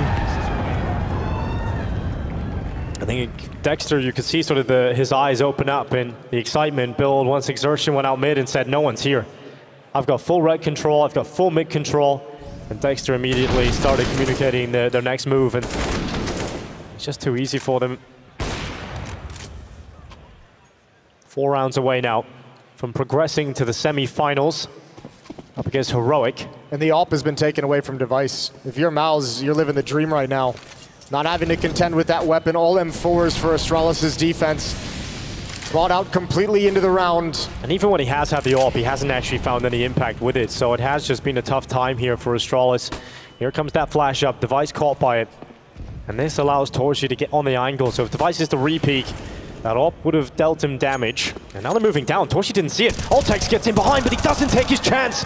But he stays committed, and he gets away with one. He sticks around, but not good for the second act. Glaive backtracks, but Exertion so ready. That should have been Glaive's kill. That's one you kick yourself about. Hold the phone. Hold the phone. Device is going to make a play here. One easy kill. Doesn't realize Frozen is right next to him. Going to go back for more, and Frozen's ready. Exertion got a kill elsewhere. And MOUZ bangs him out yet again, 13-9. Yeah, since we had it to overtime on Inferno, we kind of lost the Device multi-kills. It feels like in most rounds we're seeing him just get one and done. One and done. It was the same in overtime in Inferno, and it's continued here into Ancient. And now the money is emptied. On the side of Astralis, that's the ridiculous shot. If you're Glaive, you don't feel good about that one. And it's getting tough now for Astralis to even find the way to remain competitive. This round's going to allow MOUZ up to 14. At that point, you've got to be flawless if you want to win in regulation. MOUZ a map up. MOUZ a map up and knocking on the door of the semifinals. A berth against Heroic is what they're looking for. That would take place tomorrow. They've got all the advantages. And with the control of the economy, it's almost like the red carpet has been laid out. Frozen knows what's coming. Living the dream. Grenade finishes off Glaive, but the A bomb site is going to be the ending place for MOUZ. And there's no resistance. They're pretty safe about it still, though. Putting all the utility in place, ready on the fire. Clear out and limit the CT positions. Then they'll leap forward and put that bomb down. But it looks like we're going to see the only non-Danish IGL progress to another round. Glaive will be the first to fall. And we talked about the stat line of Astralis as an organization. Didn't lose a quarterfinal.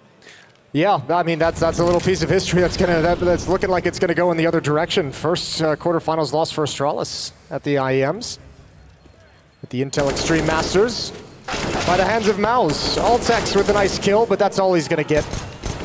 Device chiming in, but this is all garbage kills, low impact.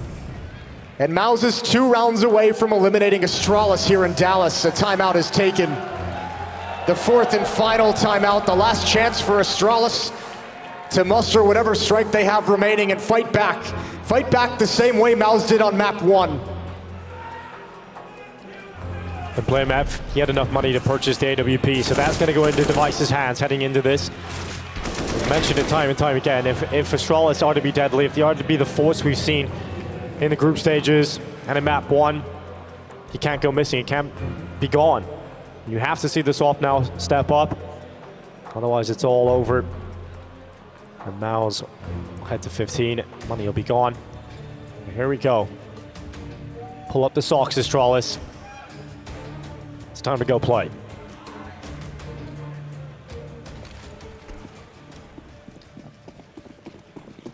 Dexter and Exertion towards middle. JDC support utility. Blame F and Buzz waiting in red room on the other side of the smoke, waiting to deploy Molotovs. Astralis is set up for a trap to try and meet aggression with aggression. And the utility works. It forces MOUZ away. It gives control of middle over to Astralis. Torch, what a shot. Flake out on Altex. It looked like he was about to be compromised. The Hungarian stands tall, composes himself in the moment, and Buzz needs to do the same. They're coming towards him, but it's a clearance. It's a quick clearance from Exertion. It's done. A's open. A's wide open. That's the only defense. They're going to start streaming in. Utilities coming out, and MOUZ have access, and they're knocking on the door of 15. BlameF runs over, but it's probably a futile effort here. He'll get towards Temple. Yeah, I think he needs to bail out. He does. I don't think there's even a way to fight for this. Glaive is still all the way over in Jaguar. Device is cut off in middle, and BlameF is stuck on an island. You just got to save what you can at this point. It's going to be 15 for MOUZ, and they are looking far too sharp. Exertion, who had a quiet Inferno by his own standards, steps up on Ancient here. 20 kills. Torji's had a great game again. And it's JDC that has been so impressive. For Astralis, it's not looking so good because Device might lose this AWP. If you lose that, well, everything will start to fall away. Device doing his best to white knuckle grip this AWP, but MOUZ are sending bodies towards him, sending forces to try and get rid of everything. No mercy to Astralis. Don't let them even have a shot, and that AWP is gone. Only one rifle will remain. And BlameF gets around the corner, but that is it. That is all Astralis carry over. Yeah, as far as barometers go of this matchup between these two teams, kind of testing where this is at, the progress of this Astralis project. MOUZ and their recovery efforts. The takeaway at the moment is that Device is back, BlameF still performing. Glaive might be feeling more comfortable, but the results aren't there. It's going to be a tough loss to take in the playoffs after taking some decent scalps in the group stage. When they come to round 25 with MP9s. And this is most likely their final round in Dallas. Exertion runs out in mid. Another clean, sharp kill to crack open play. It has been a great time watching Device return. But this is Astralis side to a large event. And the chance of send them home ring out in the arena. As MOUZ 4 kills away from doing exactly that. Glaive, tucked into a corner, is going to find Dexter. But this wraparound from Exertion is everything. That's so painful because now they stream in and they know the position of Glaive and they can cut off rotations. Nothing for Glaive to really do. One kill is not enough. And Torji is going to end it. Double kill with the ult. MOUZ locked themselves in a spot in the semifinals here at the Intel Extreme Masters Dallas. The next team in their crosshairs are Heroic, and perhaps in Dallas they're on the Danish run. Looking to take them out with Dexter being the only non-Danish IGL. That's one of them gone, that's Glaive out. And what a pleasure it has been watching Device return, but it's clear that this Astralis project is still in its early days. Yeah, but if you look over at the MOUZ side, I mean, you consider the last place finish at Rio, the challenger stage exit in the Paris Major. This is a team that came in and they had to respond to those kinds of disasters and those kinds of losses, and this is the first step towards that redemption. This is at least a good glimpse that they've still got some fight in them. Everyone stepped up on the MOUZ side of things. Questions aside, brilliant performances from JDC, from Exertion, from Dexter in overtime on Inferno. MOUZ is in the semifinals. They've got Heroic waiting for them tomorrow. And down on the stage, we've got James Banks. MOUZ Sports have done it. They've taken down Astralis. We've got the Dexter sign in the crowd as well. A valiant effort and a good fight. 2-0 coming out from the side of MOUZ Sports. Dexter, I'm going to grab you over here with me, my man. Yeah, come on, bud. Do you like that sign out there? Oh, yeah. Now, this was an impressive victory, but I want to start by looking at that veto. You were the first team to have the ban in there. You were not going to take the Anubis out of the way. You were calling their bluff with it. You were ready to play it if necessary? Yeah, maybe. Yeah. I don't know. I can't give up secrets. Can't give up the secrets of it, but that Inferno, you're down 15-12, you pull it back into overtime. You see 2 overtimes come through. You were back and forth fighting. It could have gone either way. What did it take for you guys to get that? Just good composure. Everyone was just really good mentality. Just kept themselves in the game and just just focus on the next round, and then next thing you know, we somehow win. Somehow win? Yeah, we were down a lot, man. Now, is this where we're starting to see MOUZ Sports play, like you said, in practice and bring it to the stage? And you're impressed that you guys did it on the stage as well? Yeah, right now we're actually playing like how we practice, so I'm very happy with that. So, and, yeah, it's pretty crazy to play it on stage, and yeah, the crowd's amazing. The crowd definitely is amazing. We've been enjoying these guys. They've been enjoying you. But I also want to touch on the fact that you made semis before when it came to Rio, right? That was the last time you did it. It's been some up and downs for this team. What does this team feel like now? What does the difference feel now you've got to the stage? Just no pressure now. Just like, yeah, we just have to just play and have fun, and that's it. That's the mentality going into the next couple games. Well, let's see if that fun continues. Dexter, thank you very much, my man. Stunner, back to you. Thank you very much. Yes, it is very true that MOUZ Sports have found that success. And yeah, for the Astralis, the Danes, they do go home. That is the end of their run here in Dallas. That's a bit of a shame. I think we all wanted to see the Danes on Danes violence that would have erupted in the semifinals, but good for MOUZ, for a team that we were counting out before the series started in a lot of ways. The fact that it seems like changes are likely on the horizon for them, they were still able to put together a great performance, and I want to give credit actually in the second half, especially to Dexter and JDC. JDC for his lurks towards that A side, but also I think the mid-rounding from MOUZ was excellent in this one. Felt like they were always in control, and Astralis were consistently playing on the back foot in this game. And in terms of just macro understanding and control, MOUZ were way ahead in this one.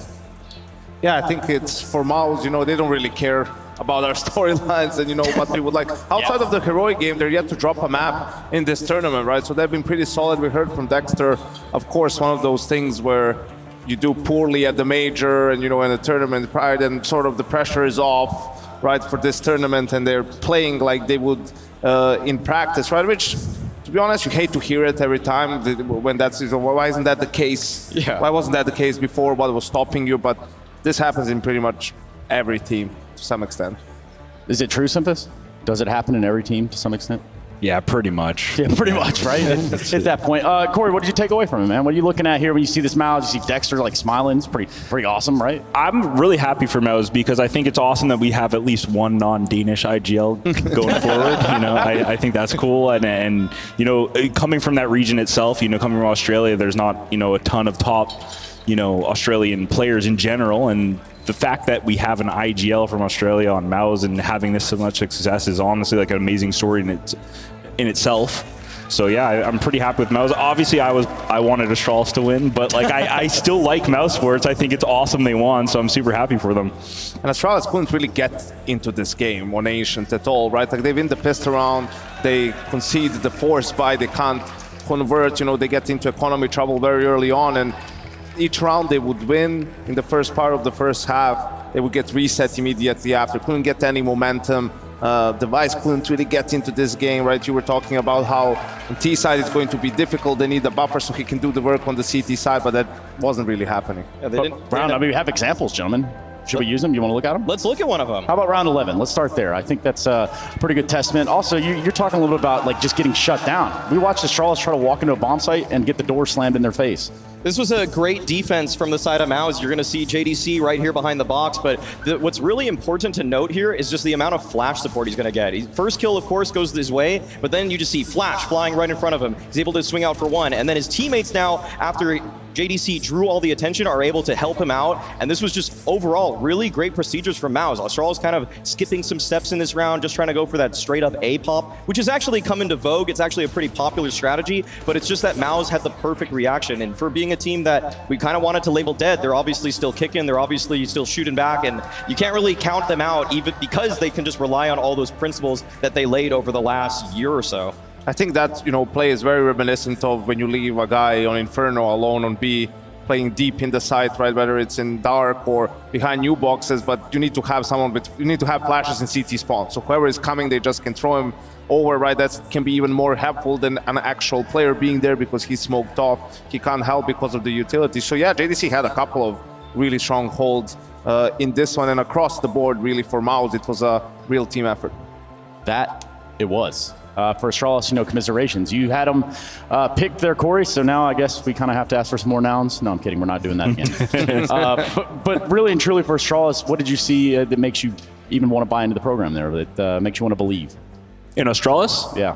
I just think Device's performance in itself just shows that there's still you can still develop the team around him, you know. So now it's probably more about developing the two newer talents, deciding if you're going to continue playing with them and giving them more time and more resources, and alternatively probably getting Blame F a little bit more involved, because I feel like this is one of the weaker tournaments I've seen from him. Generally, he's more on top of the leaderboard. Maybe Device coming in is taking a little bit away from his play style and the way that he normally would play, because you're always going to prioritize the Opera, right? It's the most important role. It's the most, one shot, one kill, it costs the most economy for your team. So it makes a lot of sense to go around Device, especially, 4 times major winner. Yeah.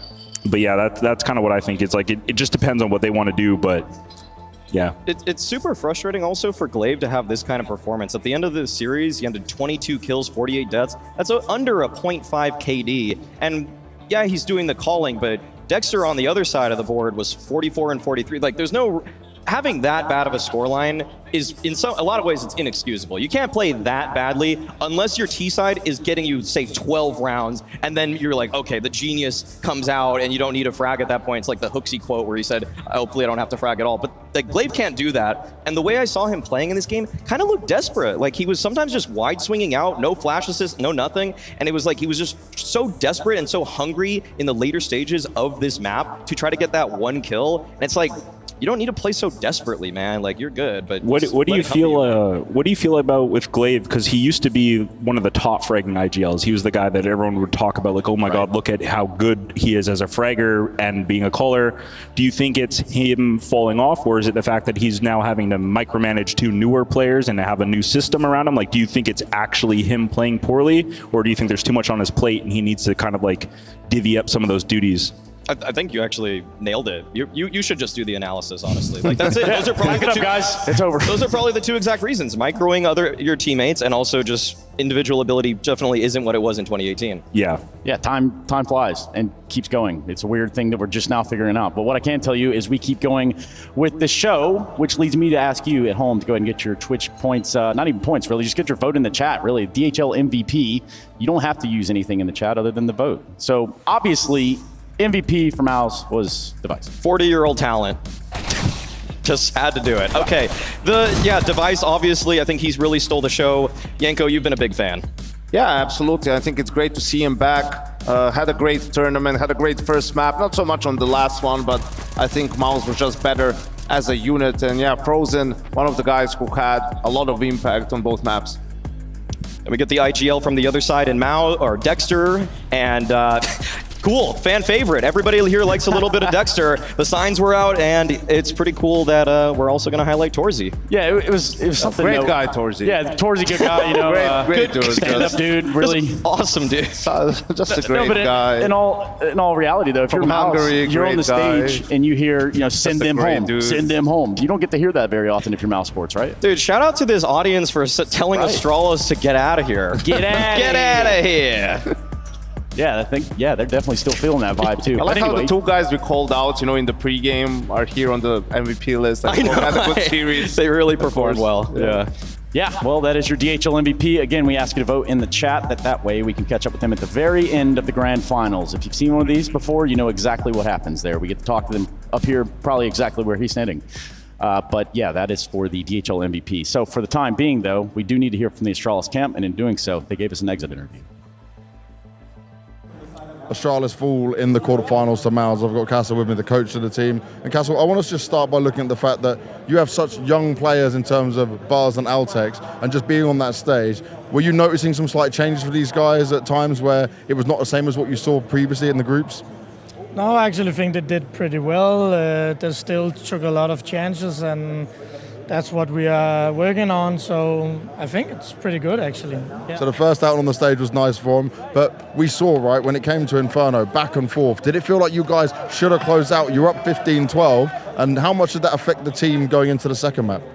Yeah, of course, I think we threw too many rounds and lost the game because of that. That's gonna hurt when we're gonna look back on that tomorrow. I actually think we reset it pretty well going into the second half. The second round after we won the pistol, that was a bad round. Yeah, that's gonna hurt us well.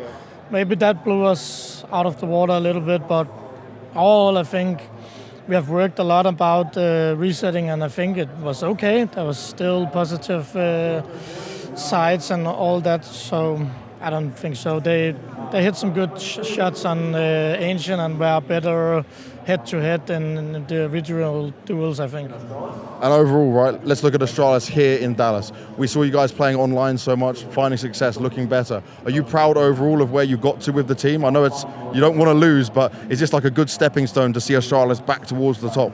Yeah, like I have said before, we have to take it step by step, and of course going to the arena has been a long time, so yeah, I think we actually threw the game of versus ends a little bit as well, so I'm not 100% satisfied with the results here, but it's okay, and we have a new tournament in a week, so yeah, we're just gonna take it step by step, and let's see. I think we can take a lot from these games over here and keep developing. Well, I'm looking forward to seeing that development continue. It was good to see you guys back on the stage. Thank you very much, Castle. Good luck. Yeah, that is, well, the end of Astralis here in Dallas, but, some insights there. What'd you get from it? Anybody? He didn't say a lot. To be honest, it's an Astralis interview. He literally said the other team hit shots on Ancient. Like, they're what am I supposed to trained to a fault. Yeah, like I can't really work Robotic, with that, honestly. Kind of robotic. Just to what he said at the end there about how they have another tournament in a week, I think that's something that people forget about the Tier 2 and Tier 1 teams is Tier 2 teams, when we lose at an event, we don't have anything else for a couple months maybe, and we also have to qualify for it. Whereas them, it's like, you chalk it up to, okay, we didn't play, we might have screwed some stuff up, go back to the drawing board, you have another event in a week, you can restructure yourself and perform better. And I think that's something that like people should try to realize, that you're very fortunate to be in those positions when you're always able to just keep trying.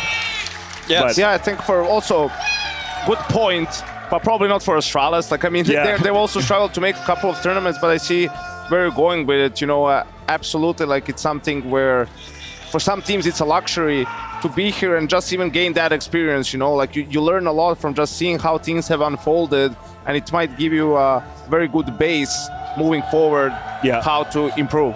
And I'm pretty sure you were saying this as we were walking up here to come to the desk, and it was about JDC, because obviously as our Air Force Aim High player of the match, that's U.S. Air Force, in case you guys didn't know. That's U.S. as in United States Air Force. Want to make sure we get all that bases covered.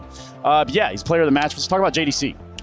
Honestly, JDC has been struggling on MOUZ. He's been having a really hard time. So for him to come into the playoffs and actually bring the energy, he's always been the hype man for them, but that hasn't always translated into actually proving it on the server in terms of contributing. But for him to go 51-42, I think he was, we got the multi-kills right there, 13 multi-kills in 2 maps. That's pretty impressive. And honestly, in a lot of his positions, he really has to multi-frag. We saw him on A in this one. We saw him towards Pit on Inferno, and consistently he was able to at least stay alive, buy time for rotations, waited for his team flashes. Like, for a team that seems to be having a lot of trouble right now in MOUZ, it's easy to think that the system is going to fail you, that the help is not going to come, but he consistently was just playing good team CS, and that's kind of what actually carried MOUZ in my eyes in this series over Astralis. Good fundamental play, good playing off of each other. And Corey, just to kind of base this there, you heard Dexter saying, we're playing how we practice. Yeah. That's important. I don't think that's something that's often talked about, but it is definitely a big deal, right?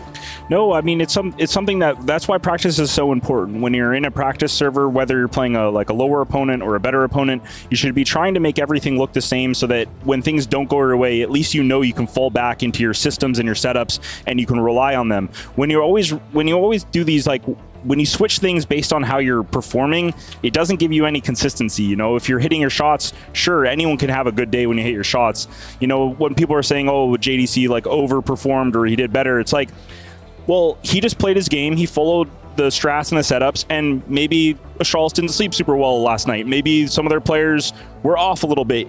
As long as you stick to your guns, you never know how anyone else is reacting, and at least you have that consistency and that just, I don't know how to say it. Well, it's like, it's just that MOUZ have an identity, and he follows through with yeah, exactly. And when you follow through what you did in practice, it just gives you that comfort, right? And I think at a stage with lights and people yelling and everything, you can get out of your comfort zone very easily. Yeah, you're not playing at home, drinking soda or whatever it is you do. I'm sure there's a tweet in there somewhere. Guys, we've got just a little bit of time here, so I don't think we're all sticking around for this G2 FaZe game.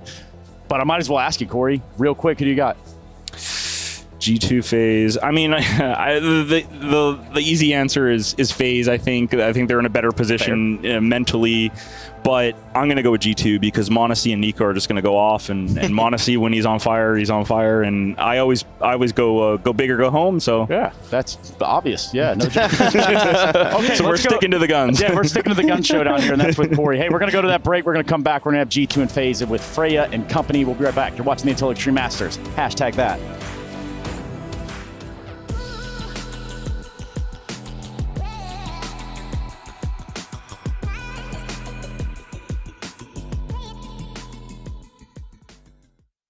The bell tolls for Cologne. This cathedral, a cathedral that is stacked from the earth to the heavens with the greatest of all the fans, the most passionate.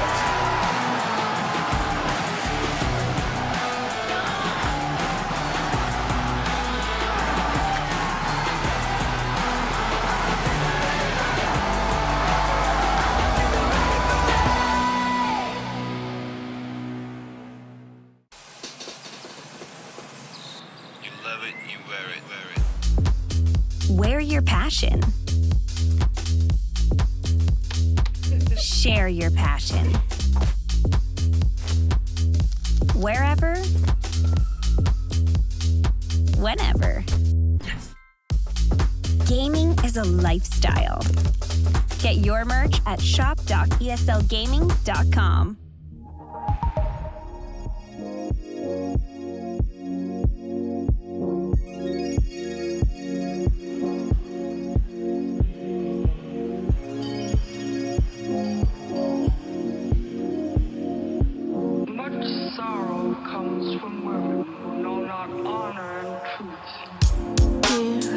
Just trying to be myself. It's a crazy world, looking to find my place, and all they do is here I am, just trying to run the race in the slow pace. All I'm trying to do is run, not win, and all they do is mirror, mirror, tell me what is it about them? Living like it's their game. Karma said it better than me. You'll just end up losing.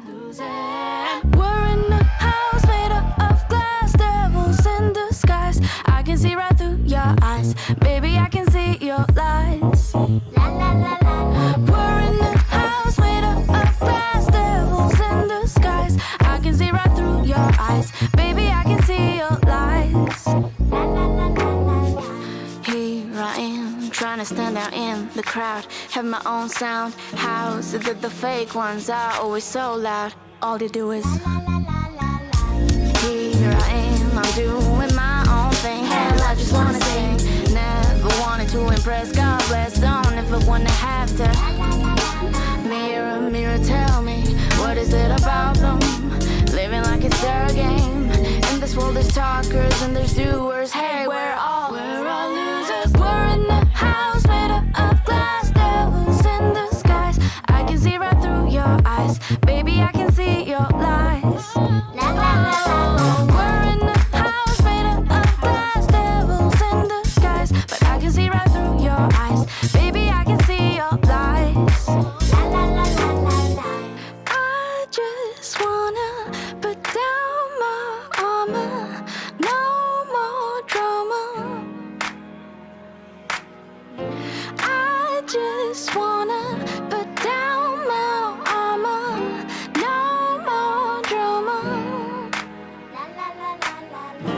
I just wanna put down my armor, no more drama.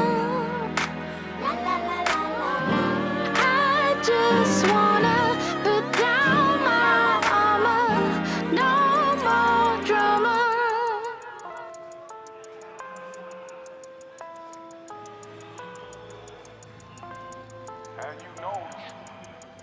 He be riding on the wave. I ain't got a lot to say. Mine's every give me space. Mine's ready, let me blaze. Spend money what I waste. Times money, money pays. You ain't ready for the 8th. She ain't ready for the 8th. He be riding on the wave. I ain't got a lot to say. Mine's heavy, give me space. Time's ready, let me blaze. Spend money, what a waste. Time's money, money pays. You ain't ready for the 8th. She ain't ready for the 8th. Mad as savage, and me back and I'm back and it happening, ready to blow. I remember doing deeds with Deji from the street, they left me on my own. Monkey asking me about how I got the P, I told her leave him on my grow. Then they're ringing off my phone. Then they're ringing off my phone. Times change, but mine's made though. I ain't got line patience, tried then, don't like baitness. Come close, but swear that. Went ghost with a hair pack, never boast loud. Get your bird whacked to my condo where I birth tracks with a gang. Catch that for the gram, snap that for the man. These dudes do the most, no money in the hand. I ain't never had to feel away. Rhyme steady and they feel the way. Occupation make it either way. Never worry cause I can. Back chat from the whack gang. Took charge when they sack man. Passport when a milestone. Make space when the bags land. This must be a daydream. Max got me the mad plan. My team never lied on. Due a visit from the facts man. He be riding on the wave. I ain't got a lot to say. Mine's heavy, give me space. Pine's ready, let me blaze. Spend money, what a waste. Time's money, money pays. You ain't ready for the 8th. She ain't ready for the 8th. He be riding on the wave. I ain't got a lot to say. Mine's heavy, give me space. Pine's ready, let me blaze. Spend money, what a waste. Time's money, money pays. You ain't ready for the 8th. She ain't ready for the 8th. Fake clothes, same watch, fake crepe, same fucks, fake squad, same lots, but flop ain't what I'm on. Aim up, don't stop, we beat leveling. Proceeds increase heavily. Don't need this man's energy. I be the one, beat the one. I don't make a song to make a song, and the vibe is right. The mic will let me onto the signs. I light a pie and spit the strong in the line. Pick me first before I'm gone. I ain't straight sicker with the wordplay. Syllables spin, I don't fidget when I burst straight. Minimal talk when I work late. Fuck what you think by my work rate. Celebrate wins like a birthday. This is 3-6, got a mean list of the tracks. You man busy sleeping when I brainstorm as a plan. Linked Andy on the underground. I don't even have to ask. Miss laughing with my brother now. I ain't talking about Dan. Catch up when he lands. Snapshot with the fam. KL did a madness. Back soon going ham. Come see how we ride out. Short change but we smile proud. Been blazed for a while now. Stay ready for the jam. He be riding on the wave. I ain't got a lot to say. Mine's heavy, give me space. Pine's ready, let me blaze. Spend money, what a waste. Time's money, money pays. You ain't ready for the 8th. She ain't ready for the 8th. He be riding on the wave. I ain't got a lot to say. Mine's heavy, give me space. Pine's ready, let me blaze. Spend money, what a waste. Time's money, money pays. You ain't ready for the 8th. She ain't ready for the 8th.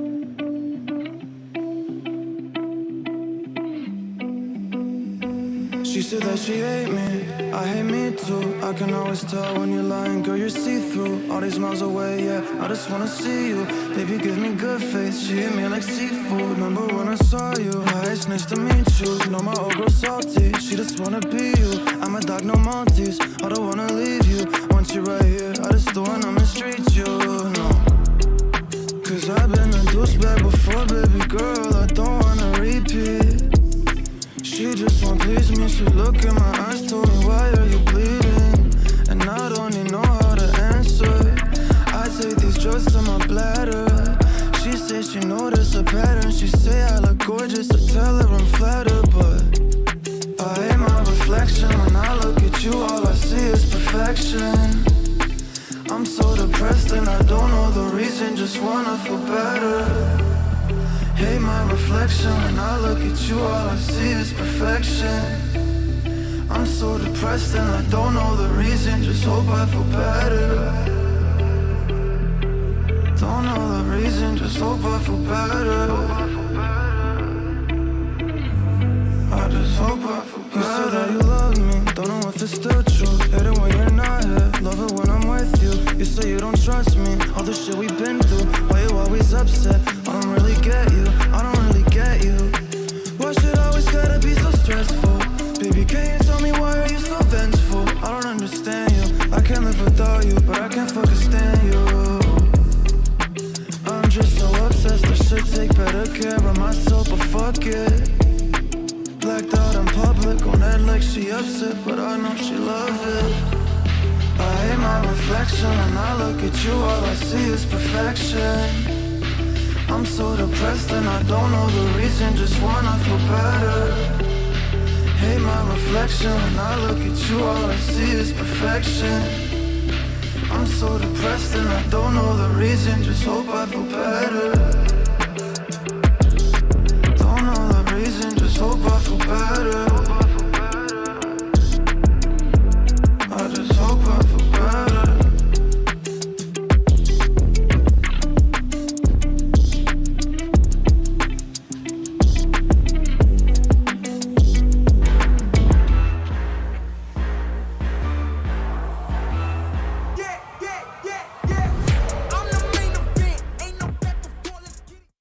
It all begins back at the Big Peach.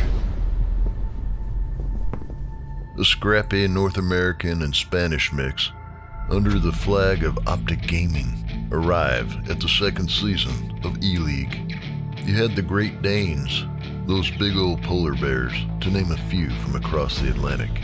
Now Optic, they didn't receive no invite. They had a good old brawl, as any rising squad should, to survive the NA preliminary round. Holding America's hopes on their shoulders, they were the only NA team to make it to the playoffs. You ready for this similar bit of an odd matchup, really, isn't it? The sea of NA tiers will be flowing out or in, because Optic are the last North American hope here in the tournament so far. I mean, still, it'd be interesting to see if they can prove this. And everybody coming in from C Connector. I like it, taking the time to coordinate here. Esports not just rushing in one at a time. That still doesn't stop Mixwell from annihilating two of them. This would be catastrophic. But MOUZ Sports, after winning the last round, boom, they get hard reset, no money left. It's looking really bad for MOUZ Sports. Nico, it was less painful to bite his own hand than to continue to play on this team, so just kind of tapped out. Chris gets a kill on that fly, and now Stan comes in with the one shot there. He's going to be alone in a 1-on-2. He picks up one. Lowell coming around the corner, and it's going to be Stan picking it up, getting the triple kill, and 16-11. Optic Gaming move past MOUZ Sports, who are going to be out of the tournament. The green wall persists. Next, the North American COD Classic, Optic Gaming versus FaZe Clan. With the arrival of Kerrigan, these boys were starting to look like the real deal. The same could be said for Optic. They are the North American hope. They are the only North American team left in this bracket, and yet, yes, they are the underdog in this matchup just because of the sheer firepower that is on FaZe. To stop the terrorists from getting out there so quickly, again, Tarek not respecting. This is the key here, is that Optic are showing no respect for FaZe. Now we can see if they can win a pistol round here. There's no fake into this here. It's another one. Takes out Hazy. Nafly's going to be going down, but Tarek, he can't be stopped. He's looking for more. He's going to get the quad kill. I can't believe it. Tarek. And now he has no idea where they're playing from either. Although the pre-fire through the smoke, unbelievable. Not going to get it. Kerrigan. Optic secure the spot over their longtime rivals, FaZe Clan. For the grand finals, up against Astralis, the Danish team. It's happening. 16-12, the final score here. The Big Reds awaited them in the grand final, a team with huge firepower. Wait, he has to buy time, or he can get a headshot on Kirby. That's even better, but as he does that, his teammates are coming out behind the bomb site. Stanislaw picking up a third kill, wrecking Astralis in this round. Very well done. Pistols here, along with the Bison Gate MVP. Zivic's getting caught. And Tarek, what is that? That spray transfer. So sick. Spray comes through. Rush gets a kill. And ladies and gentlemen, Optic Gaming, the winners of E-League Season 2. Well, that about does her. Wraps her all up. I don't know about you, but I know NACS. Well, we take comfort in that. Say, you got any more to that green wall?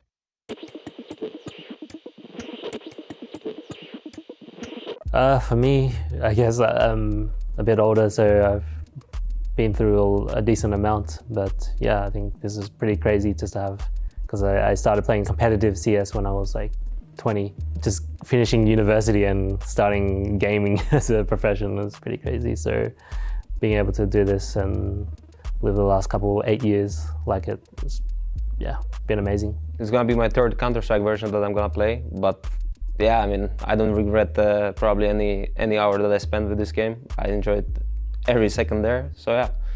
I'm looking forward what the future can bring with the new CS. I would say winning ESL Pro League in Odense, that would be, yeah, I think one of the brightest moments. For me, I would say between IEM Cologne and IEM Rio, just making the playoffs there, because both were quite unlikely scenarios, and it was quite a big surprise when it happened. And yeah, it was just great experience overall, just from the crowd and just everything. Just life became beautiful in those moments. Definitely, to start off would be coming over to EU when it was during COVID, when everything was locked down. So that was probably the lowest period of my life, even though I got a new contract and new crazy team and all that kind of stuff. And the other one would have to be the Paris major. And I think, yeah, that was the biggest disappointment so far of my career. So yeah. When I joined MOUZ, there was like always LAN tournaments, and suddenly, like for almost a year, like we would just play online tournaments. Since I was like 14, 15, I basically played LANs already, so it was honestly hard to get used to just sitting at home and yeah, just going through this stereotype every day, you know, every day felt the same, like in a jail almost. So yeah, I mean, that was pretty rough.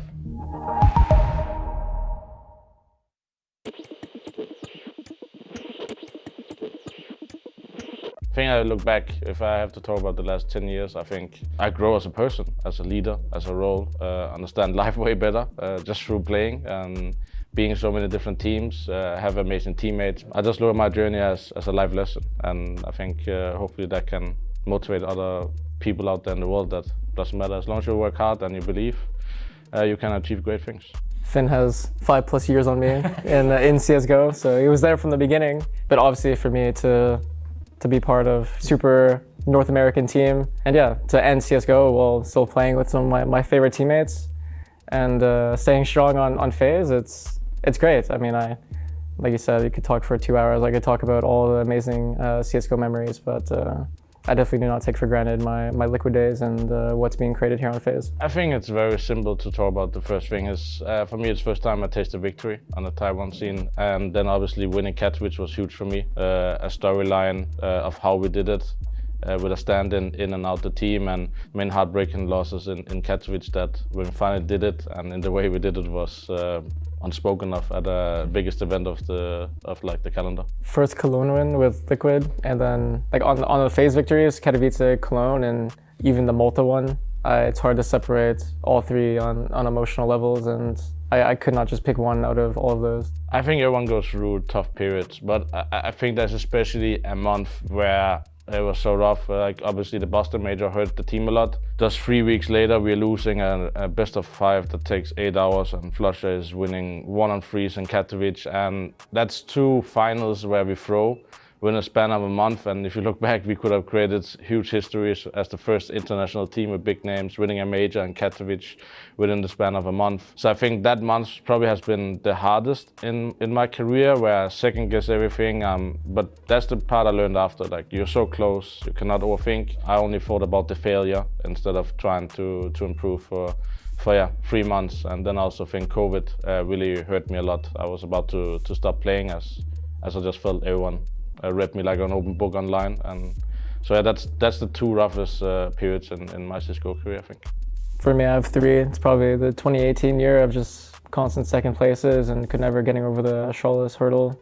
In 2019, being the favorites to going into the Berlin major, and of course, not even feeling that way like in the game, in the team. And we did not feel like we were favorites at all, and it sucked. Of course, the online COVID season was pretty much like, I also kind of, second guessed my place in the Counter-Strike team due to a toxic team environment and low confidence being created from that. But yeah, like for both of us, there was brighter things on the horizon. Yeah.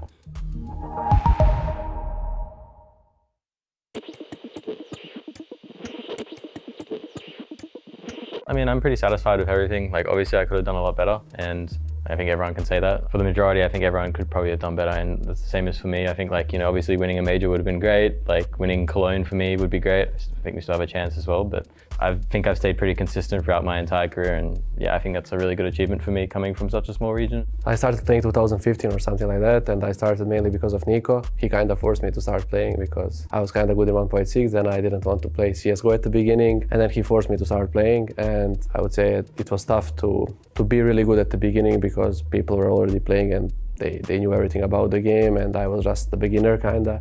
But yeah, I'm really happy because I worked a lot since then till now, and I will keep working. So I had a lot of situations to win some more trophies. I lost a lot of finals, but this is how it is. I'm happy with my career, and hopefully, like, last couple months was really good, and I hope we'll continue and we'll keep it up. Our biggest highlight moment is for sure when Nico signed for G2, because then I started playing. My goal was to play with him, and I expected at some point that I will play in his team, but at the end I invited him to play for my team, and he accepted it. And of course, that's when my dream came true, when he joined the team. And obviously playing the first major with Nico was something that I was dreaming of. And obviously winning Katowice, because I lost 3 finals, Nico lost 4. And when he lost first one, I said we'll win it together to him, just to say. So because he was so mad and so sad after that. And it happened, and yeah, hopefully we can win some more events, especially of course Major or Cologne would be the best. The first one is probably beating like an international team as a part of an Australian team, which is like 2015. Like before that, it was kind of unheard of and it was really hard to do. And then after that, making playoffs at a major in the full Australian team, well, almost full Australian team, twice. That was really like a big step for us. And then after that, I guess it would probably be winning Katowice with FaZe, and then, I mean, winning again with G2. Like obviously all those ones are really big for me. The toughest moment I would say was when I was in Valiance back then, I think 2019, Katowice minor or major, what it was. When we lost against Vitality, and then we were like leading 1-0, and second match we were leading both 11-7 or something like that, and we lost both games. And those 2 days in a row, it was really tough to recover after. Having to spend so much time away from home for me is really tough.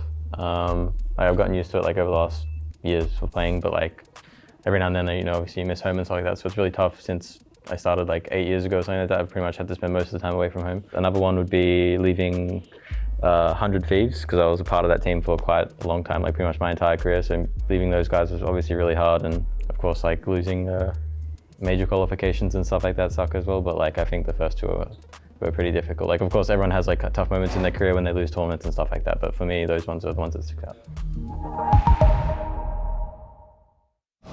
Twiz, you're getting yourself ready. We've got our personal camera plus another camera in here. Is it annoying him following the camera as well all the time? You can never get away from it. No, it's fine. Everything's fine. How are you guys feeling though? How are you feeling going into another arena game, another arena day? You feel reset after one day off? It feels great. I feel like compared to the major playoffs, I think we feel very energized and happy and stuff. So I'm just looking forward to play. And in terms of looking forward to play, we know you guys have been talking about not having the practice you wanted, not being able to reset or think things through. What did you do during your day off? What was the FaZe way? Play individually and prepare the map set we know that is going to be there. It's not easy to get practice here, so we just want to focus on ourselves. And yeah, I'm just so excited to play in front of the home crowd. I feel like this year it's going to be a banger. And it's special for you. You are the only North American representative, so you think you're going to have all the crowd on your side? Because last time they had to cheer for Cloud9. I hope so. I hope that they look to me, because we kind of knocked out both the NA orgs. So obviously I'm fighting for that title, and I hope people support us and support me. Definitely so. I think you're going to have it. Do you have any special twist chants you're going to get? Is there something special in there they can do? No, I'm just hoping they cheer my name, cheer Canada, cheer my team, and yeah, support FaZe. All the representation. I like it. Good luck, mate. I'll see you in a little bit. Thank you.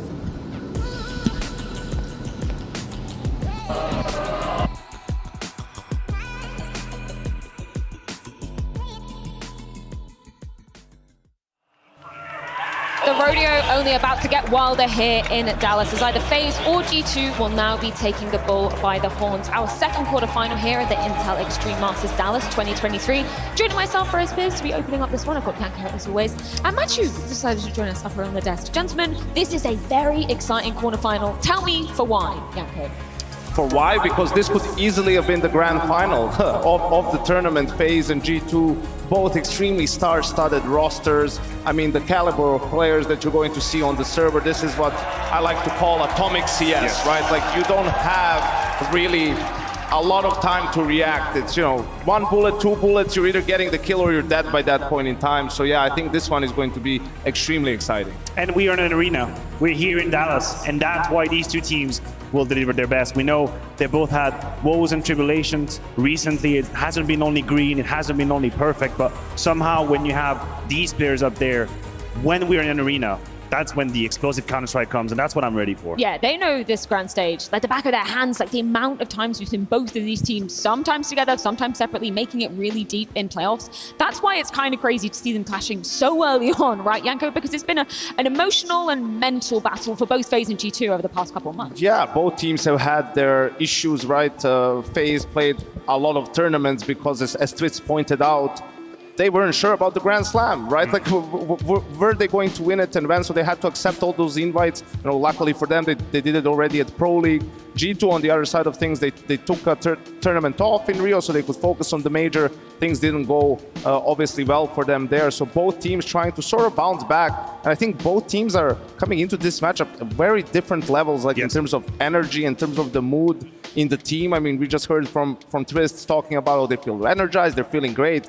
Meanwhile, we saw on the player cams, the body language of Huxi hasn't been great this tournament. Is an understatement, right? It's actually been something that, you can't have that happening. And it's been addressed in the meantime, so we'll see if we can have the real G2 show up on stage. It's a question of who has the most hunger, right? And I think for FaZe, it has been a little bit of a theme in the back line. Once you've won the major, you've won the Grand Slam. I know they're professionals. I know they come to every tournament to win it. I'm very well aware of that. But when we're looking for that extra 5%, once you've accomplished so much, it might be at times complicated to truly give that 200%. And I feel like once we step into this arena, once we're here, you automatically move into that mode, right? No matter if you're going low on energy, no matter if it's been a long season or if you're getting homesick or whatever, it doesn't matter because you are in the arena. And in that moment, as a professional player, you kick in. We did a little interview with Twister yesterday on our second media day, and I was saying, why should you two be scared of going up against you? He was saying, because you never want to face FaZe in playoffs mode. And Matthew, you have some numbers to be backing that up, right? Because when FaZe make it to playoffs, they rarely falter to the teams that, aren't going to maybe be lifting the trophy, right? Yeah, they're a very, very hard candidate to put out in playoffs. You're absolutely correct. First of all, they've played a number of maps. In playoff arena specifically, there's a wealth of experience in that roster. But if you consider the 4 teams that actually have taken down FaZe in arenas, you 3 out of 4 times are looking at the winner of the tournament. You start off, of course, with Cloud9 here last year in Dallas. Cloud9 put him away. Then you have, of course, the Heroic that was in Copenhagen, lifting the trophy in that grand final. Same thing for G2 that was on their way to lifting the trophy in Abu Dhabi semi-final. The only exception to that rule is Heroic, of course, who were going to be stopped in the semi-final of the major. So for FaZe, not everybody can beat them in playoffs. And I think that was understated. I mean, FaZe at the major, right? Because they had to go to the last chance qualifier, because they were 0-2 again in the legend stage, right? But they come in and they end up beating Navi in the 2-2 game, coming from behind on the 3rd map. And listen, they're 2 rounds away of beating Heroic 2-0 in the quarterfinal. Yeah. And all of a sudden, FaZe is playing Gamer Legion in the semifinal, and who knows? Potentially Vitality in the final. Could they have a very good track record against? Like,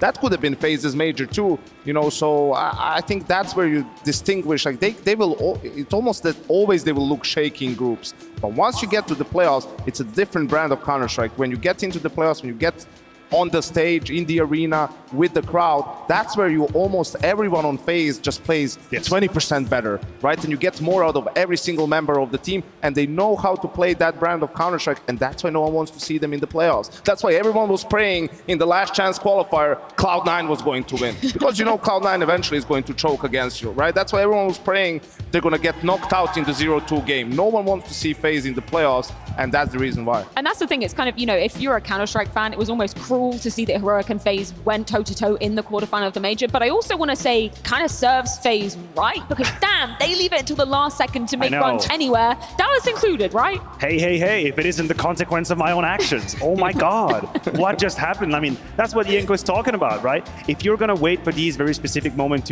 to reach your apotheosis in terms of level, then one of the consequences, you're not going to have the easiest of run. And I agree with you, they were that close of beating Heroic. Suddenly the story can be a little different. But here, they haven't had these woes. I think how they handle Wednesdays, that day where they had to have 2 best-of-3s back-to-back to make it through, is very solid. Like, a lot of authority and how they put Cloud9 to bed as well. Liquid, same story. This is a FaZe that, in this very moment, seems quite online and activated. Yeah, I think absolutely. You look at them and the way they play as well, these 2 teams are very similar, right? Like, and then the brand of Counter-Strike that they play, the style, it's default heavy, you leave your player's room, but also sprinkle in some executes just so that you're not so easy to read, that you can be a little bit more unpredictable, and you rely on your stars to make big plays in big moments. And for me, any championship team has to have that. Like, you have to have your players step up and deliver. And we've seen Twists on day 1 was almost single-handedly doing it, but luckily for FaZe, the rest of the team stepped up after that day one. And it's kind of the story, right? When you're looking at FaZe in the group stage, it's almost a question of who is going to save them. That's how I envision it. There's going to be a player that's going to come up and save them. It was Twist here in Dallas. It's been Robs in the past a little bit. But once you get the playoff, that buff that Yanko was talking about makes them ever more so dangerous because everybody's going to do a little more. And I don't think one individual is needed to carry them through the finish line. They're all capable of making plays. They can all handle their nerves. We've seen that on multiple occasions. And they just get that little extra like in the back of your bump, you know, when you suddenly get activated. And that's why we're excited to see them here on a stage like that. And I like that you put Twist's name under the spotlight because he's been a man that we've been looking at throughout, 2023, particularly after they did manage to lift the Intel Grand Slam back at EPL. We heard him say himself, he was very tired. And I feel like we could see that being reflected on the server as well. He had a little bit of a dip in form. Great to see him kind of resurging here as the back of North America is hoping, praying, the weight on his shoulders. Yeah, and I think a big reason for that is also his voice within the team, right? Like he helps a lot with communication. He spoke recently about trying to help Carrigan a little bit more, in the mid-rounding in terms of calls. That's why maybe he's been trying to be a part of the pack a little bit more in this tournament. And yeah, I mean, FaZe and the way they play, your communication needs to be on point. People have to bring the energy. You have to constantly talk, right? Like there's a big difference between, you're just calling out what you're seeing on the map and like actively looking for solutions, actively looking for plays, like suggesting, hey, I can flash you here if you want. Hey, can you give me your smoke? And I'm going to make this play and so on and so on. So you are solving that puzzle, gathering information. A team like FaZe, when they're the ones being proactive and dynamic and they are forcing you to react and they're the ones acting, that's where they're going to be playing their best. Yeah, and you talk about Twist being tired at some point. Of course, he was vocal about it in a couple of interviews. Yeah. He said how he'd reached moments where the energy levels were low. Listen, this happens to everybody, to every team around the calendar. That is just a reality of what we do and the discipline we do. But a true test of the quality of a team is its ability to handle that when one player kind of dips off. And this is where we can give praises to FaZe for about an hour long here in a podcast style, because they've had on multiple different occasions players go a little bit missing, but the rest of them just step up. And you know what? Maybe you're a little bit tired, my boy, but let's go. Fist bump. I'll carry you. I'll clutch this. I'll put you in that position. I'll have that multi-kill. And I will give you time to come back into the game. I'll buy us the time.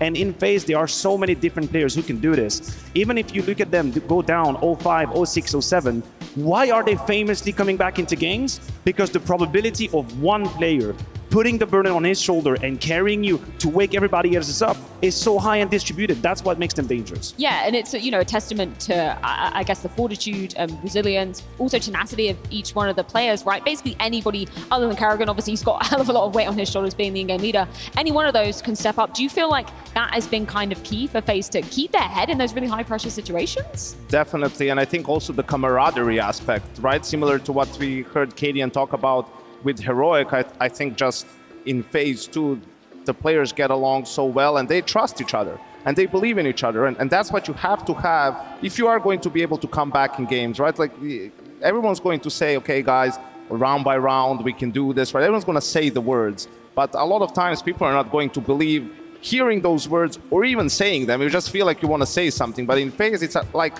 you don't even have to say anything. Like maybe one person will say one thing, like Carrigan with the confetti, that was actually before the game started, but still, and you're sort of manifesting that. But for FaZe, it's like we've done it so many times before, and we talked about all these different teams, 3 stars, FaZe is like a 4-headed monster, right? Because outside of Carrigan, on an individual level, any player can take over a game. We've seen what Rain has done in Antwerp, most infamously, right? Broky, when he pops off with that chaotic sort of a style, jumping around, and, with the AWP, Robs, one of the best closers in the game right now, and Twist, still one of the most mechanic and raw aim-wise, guy who can deliver highlight moments, multi-kills, and is also the sort of a hype man, right? Like, I mean, he has some of those signature rounds in key times, the Canada round, the Nuke, the most famous one, right, against Navi in last year's Cologne Grand Final. So you just went across the roster, and you're like, you're actually hoping that 2 out of the 4 at least are having like a quiet game, because if Rain shows up on a tear and is opening up everything, how easy is it going to be for Ops to play his own game too? And I feel like the question of camaraderie is one that we can then transpose over to G2, and we can try to make like assess the situation, if you will. I agree with you. FaZe as a full unit seem quite cohesive in the good moments and in the bad. Sure, energy can be a little bit low, but you feel like they're in it. I've had mixed feelings coming out of the G2 camps in losses, and I don't exactly know where to put them right now in terms of, is there that unity through thick and thin, through losses, through hardships? Some of the signs that we've seen from the likes of HooXi, for example, I think it hurts. It hurts from the outside, and I don't know what's the situation inside. Yeah, I mean, I think it's one of those things where it was like a difficult loss, obviously, at the major, not even making the playoffs, right? Losing to Fnatic as well is the team that eliminates you, right? But at the end of the day, the tournament is over, and it's just another tournament. They've had more difficult results. There's other things that's going on. I think the problem might be as well that, it looks like HooXi feels like all the blame is on him and like it's all his fault, which for one, 100% is not what his teammates think or the team thinks, right? And that's the only people's opinion that matters. Who cares what I think or Matthew thinks or you, Freya, think if you're a part of the team, right? Yeah, it can be annoying for people to spew hate at you all the time and blame you. And whenever you open your notifications, people are like, minus HooXi, get rid of this guy, right? But as long as you have the trust of your teammates and belief, I don't think he did a bad job at the major in terms of look at their T sides, how they were playing. And sure, but now people will say, yeah, but it's because Nico is having a great game or m0NESY is having a great game. Yeah, but I mean, why will you give credit to Kerrigan but not for HooXi if Robs is having an amazing game? So I think for that it's mostly, yes, he made mistakes and G2 made mistakes. I'll die on that hill that they never should have played Vertigo against Fnatic. It should have been Nuke. But yeah, I think that was what G2 also tried to do. Like you see that on the player cams, it just looks terrible. Like you don't want to see a player sort of limping out of the huddle. That's also your captain. That's the in-game leader, right? Like sure, you have other authority figures on the team, but you're the one who leads the way, who sets that path. So I'm hoping that after the conversation that was had, we'll see like him a little bit rejuvenated and coming in here. I think you made a great point, Match. It's like now you're on the stage. And you're not going to be, if I see you like, with your head down on the stage and you're like being emo on the stage in front of a crowd, it's like, I mean, then that's the point of no return. Then that guy's gone.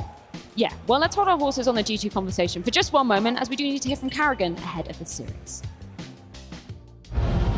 FaZe Clan are now facing up against G2, and there's been not many easy games for you guys, that's for sure, but you've been fighting back. One day off, you're talking about getting some more practice in what you can do, but what's Kerrigan and FaZe done during this? I think we just reset, chilling.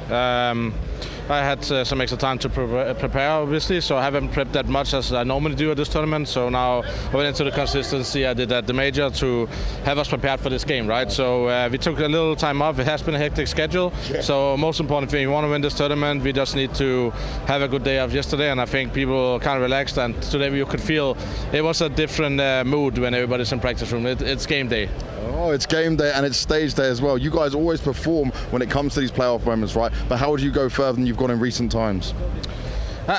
We're not in our best shape, right? We have accepted that and acknowledged that, and I think that's the most important part of being a team is like we're not at our highest peak, but we know we can hit it. At any point we can hit it, and obviously we haven't had a really great game in the big matches for the last month since MOUZ basically. So hopefully we step up this tournament, and I hope I know that everybody's putting everything they can, and hopefully that'll be enough. And it is a hard matchup against G2, but looking forward to play them while they're also a little bit shaky. Yeah, both of you in a different spot, right? That's for sure. And when we talk about that, Abu Dhabi, Katowice, you lost on back-to-back games when it comes to this. But what do you think of this G2 that's in front of you now? Obviously they lost the nuke as well. I think that was the key problem we had against them, that they were really good on nuke, and we also really good on Inferno, but they're also good on that map. So our map pool was always hard against them, but now we try to play a new map. We haven't played against them since we played with JKS, so let's see if we can mix it up a bit. And I think they're in a shaky state and we're in a shaky state, but let's be honest, everything can happen with so many great players on the server. Everything can really escalate.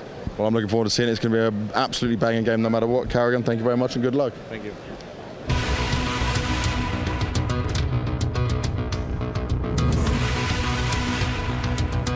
Give a man a fish and you can feed him for a day. Teach a man how to play CS at the highest level and you feed him for a lifetime. It's time for your Colex players to watch. We begin with Hunter. He's been feeding on his enemies ferociously, even when the usual suspects on his team haven't shown up. His consistency is key to G2's success.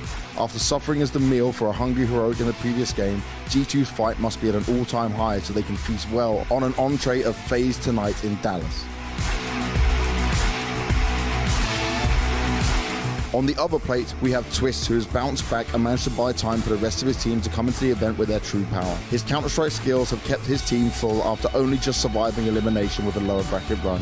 Now they will face the toughest opponent of the event, and everyone has to come in with a healthy appetite. Which one of the Colex players to watch will hunt to win and reel in the whopper of a game? It's time to find out.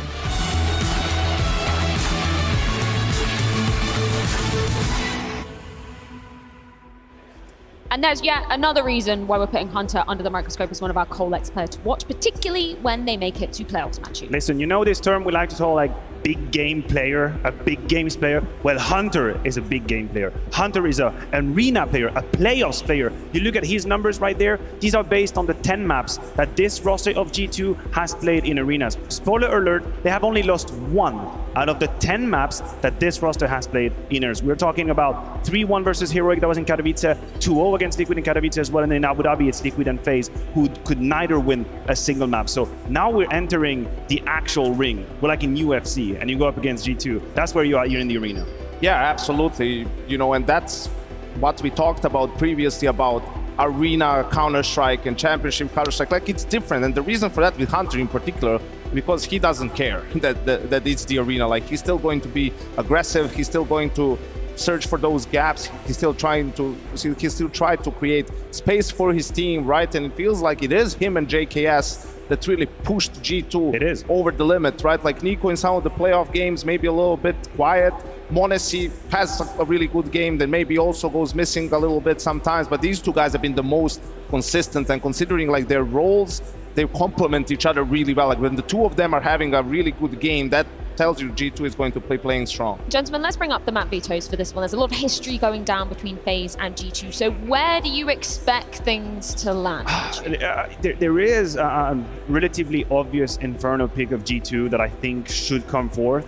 First of all, it's a map where they're excellent at. That's the starting point. But also, we've seen already here in Dallas that FaZe have questions on their CT side. They've been changing setup halfway through the tournament. They've been trying. We had Twist on the desk with us. He was explaining that, hey, we gave it a shot. I tried to play B, realized it didn't work out. I come back to A. So we have a FaZe team that is definitely not on point on Inferno. So for me, it's quite obvious. And then as a pick, I think Ancient is open. G2 has struggled on Ancient. The results, the record is not good in the last 3 months. So for my money, it would be Inferno and Ancient first, but we're about to see if I got eggs on my face. Let's see, Ancient, there we go. It's like you wrote the script. Hold on, actually. hold on. Ooh, okay. man, it feels good to be right. 10 out of 10, 100% win rate. Feels good. I'll be there all day. Yeah, I mean, yeah, Janko, what are your thoughts? These maps you're expecting? I think for FaZe, you know, Ancient pick, FaZe likes to punish their opponents, and I think undoubtedly, you know, Ancient right now, it does feel like a punish against G2, that or Vertigo, right? But Vertigo obviously being the permaban of FaZe, and we see, you know, a sort of a Mirage decider. Yeah, I think this makes a lot of sense. FaZe vetoes out the map that they lost both times. Mirage, I think both teams would feel comfortable in that. I say for both of these teams that they're pretty similar, and I feel like if they're going to be the best, the 3 maps they want to have all the time is Inferno, Mirage, Nuke, right? Unlike maybe some of the other teams. So we get 2 out of the 3, which I think they'll be happy with. But listen, for G2, and they got absolutely demolished by Heroic, especially on Ancient, right? But as we said, you know, it does feel that something was a little bit wrong from the player cameras, right? So if that has changed, and I'm hoping it has changed, you're going to see a different G2 on Ancient. Oh, we got it. Nothing's changed in the crowd there. Lose all round. You tried. You made an effort. Matthew, we already heard 1xBet predictions. You predicted FaZe. I'm just going to say that on the download. I do. There. Are you sticking with that now we've seen the map video? Yeah, I'm sticking with FaZe. But the maps haven't been different than what I expected. So I'm going in for FaZe. I think that G2 would win on Inferno. I think we're going 3 maps, and then the difference would be on Mirage. But it's going to be a tight affair. Like, we're not looking at an easy game or landslide. I think it's going to be a hard-fought battle where I still see Kerrigan prevailing at the top. Can I just say G2 in No, your I'm voice? not. I am not going to predict anything. I don't like predicting games like this because it's futile, right? Like, it's 2 very good teams that who plays better on this day is going to win, right? And the only caveat is if G2 is still like struggling, and you know, if Hooks is coming in and he's not bringing good energy and he's a little bit quiet and all that, I think FaZe gets it done. Well, we are about to find out, Janko, but we do need to head to a quick break. When we are back, it's FaZe versus G2 in our second quarterfinal in Dallas.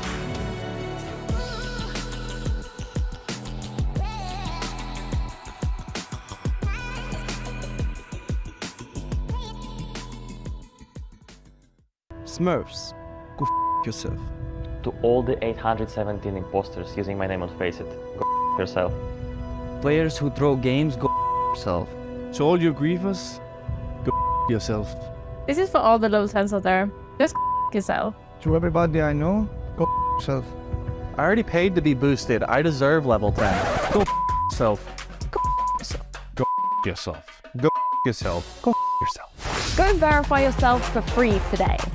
In 4 easy steps, you can join us in building a more trusted community, one verification at a time.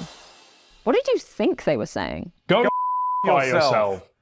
Wait, you're saying verify? Yeah, man, we're trying to make people go verify themselves. Oh.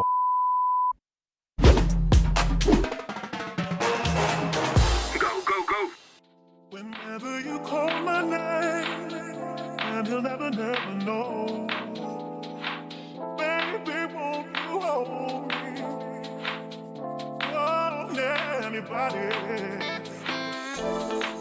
Whenever you call my name, and he'll never know. I need you, oh please.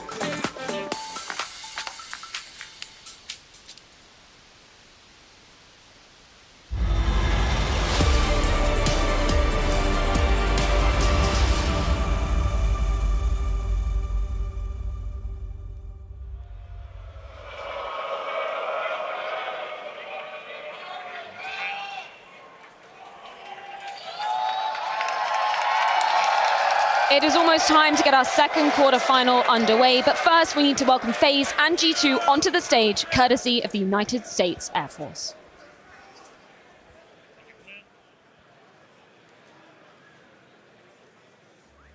It's in our blood. It always has been. It always will be. We yearn for the rush. That feeling in the clutch. The perfect fake.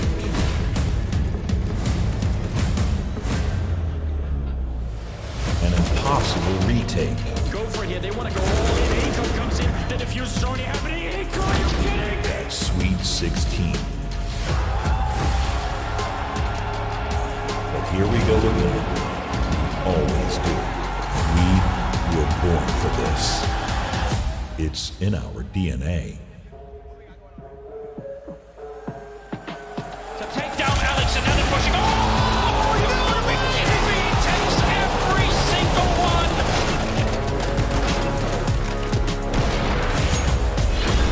Oh my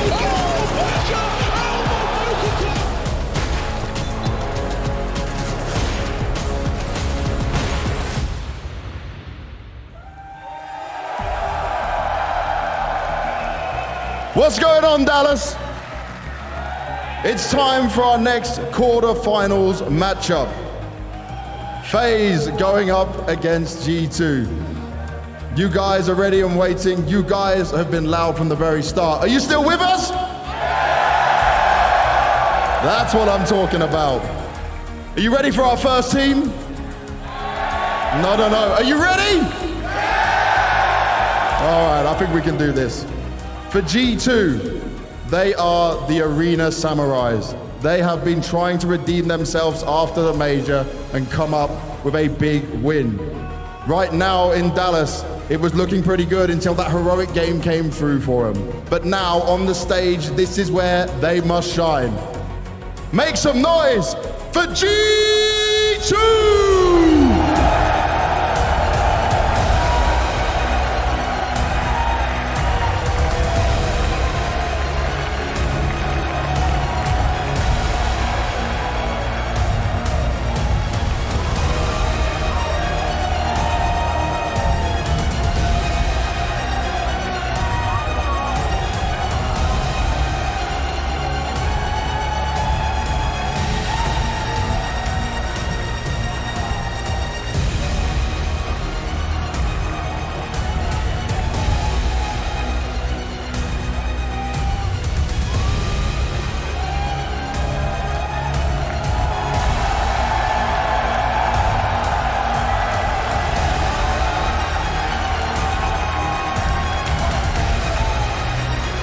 And their opponents, they've lost back-to-back games facing G2, but now it's time to try and turn that around. They call FaZe the comeback kings for a reason, and this is a team that you can never count out when it comes to the stage.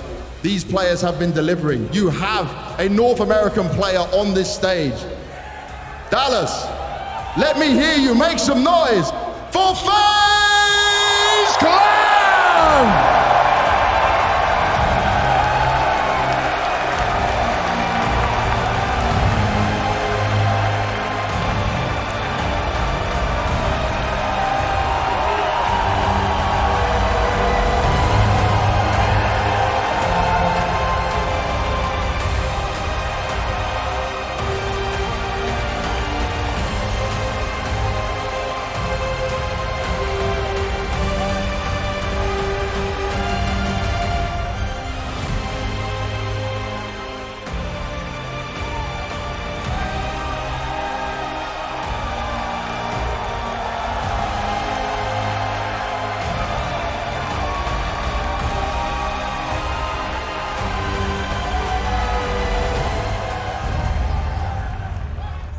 When I see G2 play, I think I see a lot of similarities to our team. They are kind of similar as us. We have the same play style, so they have really good 4 players individually like we have.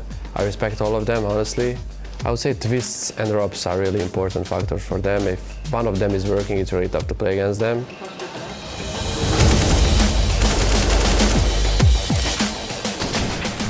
The word I would use to describe G2 would probably be explosive. I think, like I said, every one of them can pop up. If 4 of them is popping off, we need 5 to pop off, for example. We're all performing really individually well, and they're all performing really individual. I think it comes down just to whoever has more lucky rounds in the day, honestly, because I think we've had some really tight matchups with them in the past. And our team is always strong, no matter what. I mean, we can go in a drought with no trophies for 5 months and then come out of nowhere and win a big one again. So I feel like for us, we never lose faith.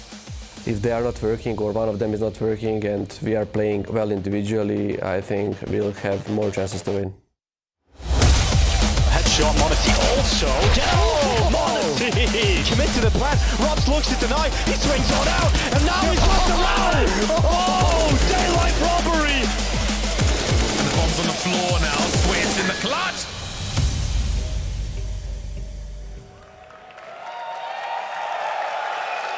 The teams are getting themselves ready.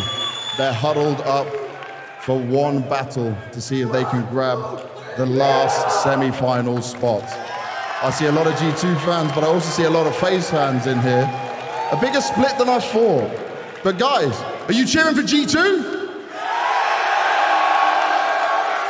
Not bad, not bad. And what about FaZe?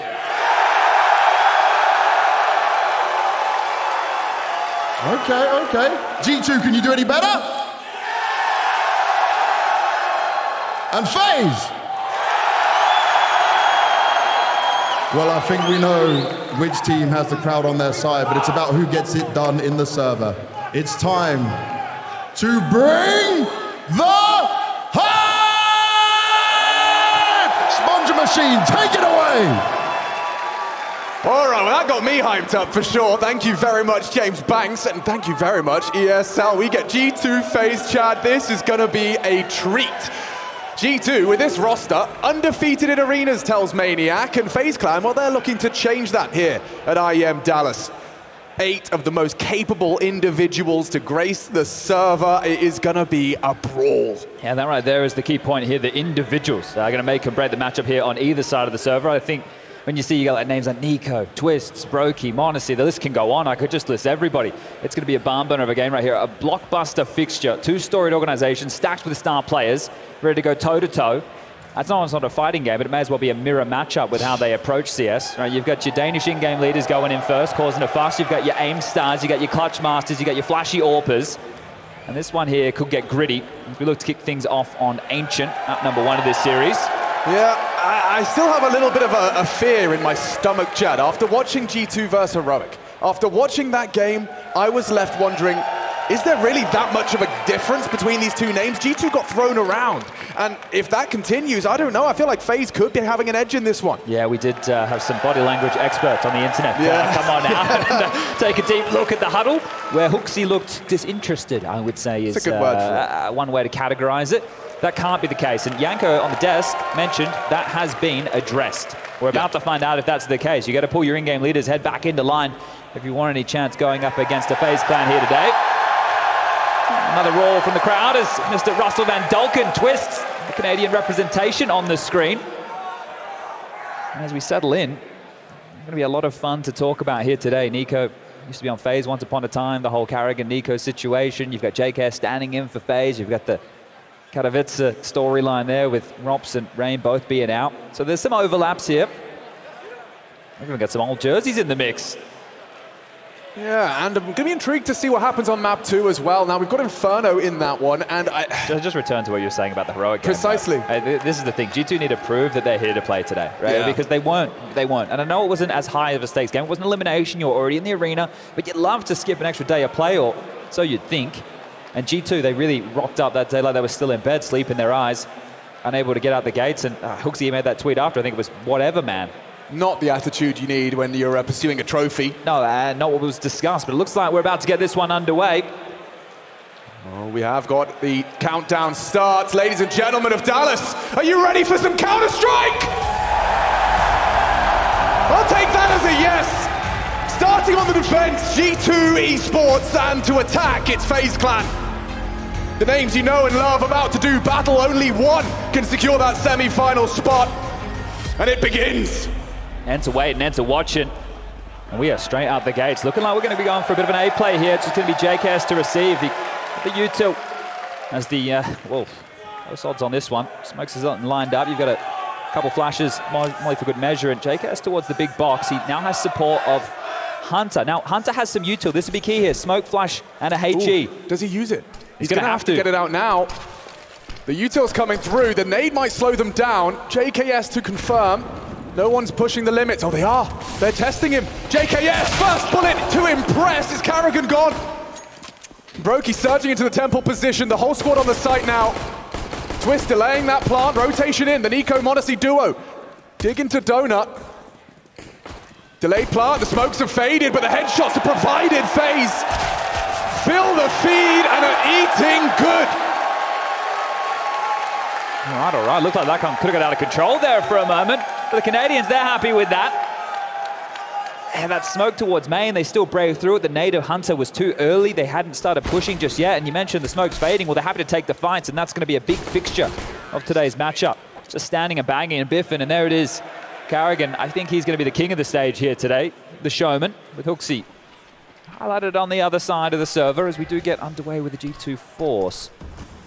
That idea should be indicated based on that defensive mid smoke, but quick, Carrigan and Rain. Ooh, Nico's and Deagle though, it is They notorious. missed that molly. And they missed molly, would it give him more room to maneuver? However, he is going to drop a very early smoke. Now that's a limited resource, only 2 more remaining for this defense. Yeah, interesting, he wasn't under a huge amount of pressure right there. May have dropped it a little bit too early, and now as FaZe look elsewhere, top mid smoke deployed as Twist will clear this out.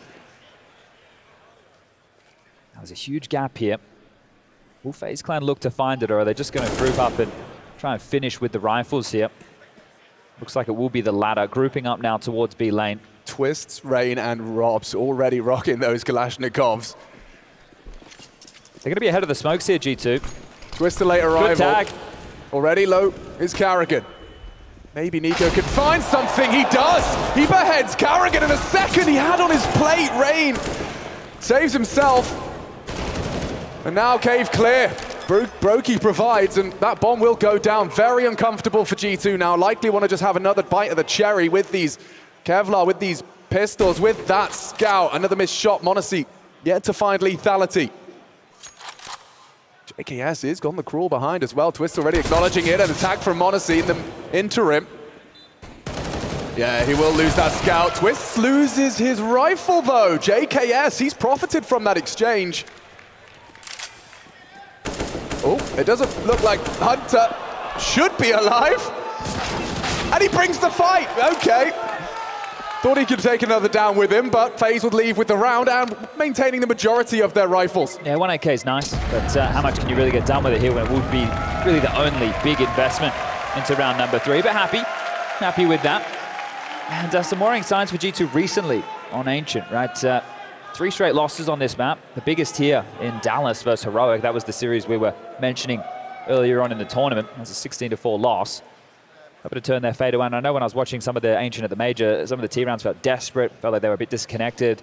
HooXi trying to make an awful lot of space on his own, unable to capitalize on that. See if JKS can capitalize on this AK. Feels like FaZe are calling the bluff a little bit. Yeah. JKS is the A-holder, and they're actually sending everybody over towards the site, assuming the AK won't start there. And that's a pretty good assumption. JKS in cave. Carrigan has corralled him for now. And some good energy here this evening. Thank you very much, Dallas. Yeah, really cool. Completely calls the bluff. Oh wait, the A player saved an AK. Let's go A. Now let's see how much damage we can find right now. Brokey, very aggressive. AK of JKS strikes. Not first, but last. Yeah, that's something, but he paid a heavy price for that, and no one else really from G2 in a position to do much. You got USP. Dude, 2 AK saved. Thank you very much going to the first gun round. I'd say that every day of the week. JKS and HooXi need to back off. Hold on to these. They're on their way to save. Maybe Carrigan lets that MAC-10 go looking. Even Robs is investigating. But nothing too exciting for G2 to celebrate. It is going to be that dream 3-0 start for FaZe on their map pick.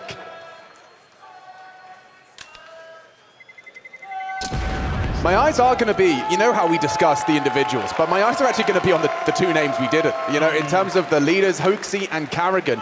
It's going to be interesting to see which one of them will thrive in this environment. I would anticipate it is the veteran that is Mr. Carrigan himself.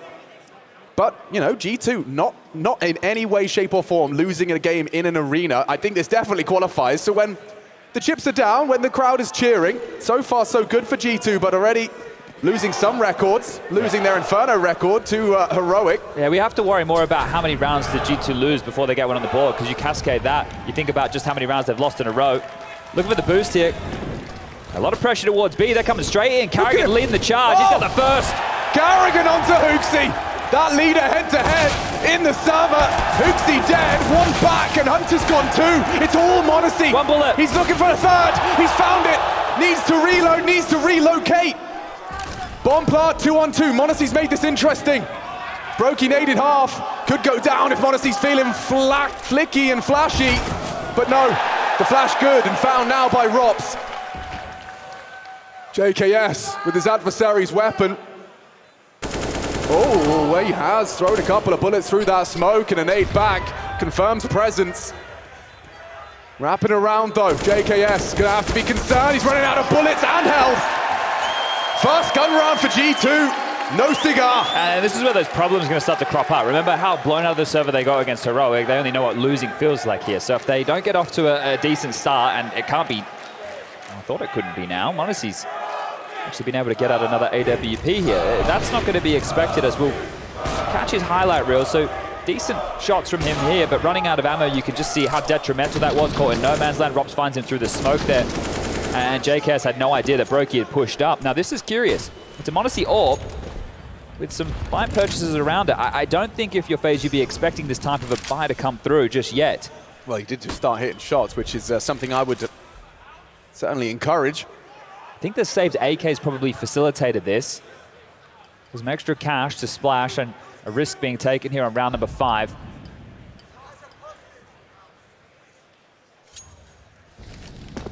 Like the default spread here from FaZe. Wanted to see what they're up against.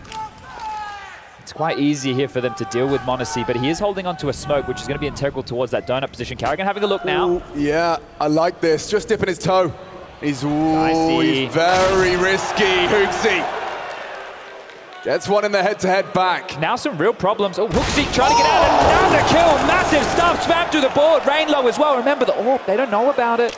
And HooXi has kicked up a lot of dust, causing a bit of a fuss for FaZe. Rops one back. Rain trying to take that engagement. Bomb with him, and oh, it's a nice one back from the Norwegian. And he's got a second as well. Nico just puts his head straight in the guillotine. I feel like they've dealt with this one now, unless Hunter can really voice some concern. HooXi overzealous. After all of that. Yeah, m0NESY got sat on his ass, so it must have been a big shot from Robs. And another headshot for Rain, so just aim mapping now. And JKS, the A defender, nowhere near the action here. FaZe 5-0, quite the start, and having really no dramas so far. There's only been spurts of G2 showing resistance here. JKS seeing if he can find anything on the way. Rain is low. He has been sharp. Let's see if he can grab a 4th in the round. JKS not wanting to overstep the mark here. Rain will have to evacuate a little bit further due to his health as it currently stands. It's worrying if you're a G2 fan that Rain's already looking as sharp as that. He does lose his rifle. But that's the cave monster, right? You're going to see him bare his teeth on the CT side. We know how much of a nuisance he can be. JKS, not long for this world. Robs to finish him off. There you have it, everybody removed. Can they get back out another AWP for m0NESY? I think it's possible. HooXi has plenty of cash, and of course, Swanee, coach of G2, indicating for a bit of a tactical timeout here, a conversation to be had. This is Rain's little aim map session. But like, it was 2 players testing it. Like, I wonder if he's still there. Oh, he is. Yes, he is, and Rain's loving life, chilling, killing. 7 frags so far. And we're just 5 rounds deep. First time out from G2's coach. Swanee wants to get on the mic. I'm curious now to see if they want to take some risks here on the CT side and try and take some territory, right? Fight for mid or fight for B lane just to give them some real estate so they're not getting dictated to. We noticed in the first gun round, it was a walk-up B ramp with some step piece, and in they go. As Hunter and JKS, it looks like the 2 of them were discussing how they wanted to approach this round. They get linked up between A and middle here. So let's see what their opening is going to look like on the other side of the server. Oh, pretty standard stuff here. Hunter mid, JKS over towards Donut. Oh, Molly out of phase here. Does it disrupt anybody jumping up towards the heavens? Yeah, Hunter, sole responsibility this round of middle. m0NESY, same could be said for ramp. It's, well, the cave monster. On this T side, though, we could get a bit of a head-to-head between these rifles. Oh, Rain! He's activated and executed Nico. He's going to be feeling rough about that one. Yeah, but wait out, there might be more. HooXi's dead too. Looking too easy for Rain. Walking in and demanding cave control.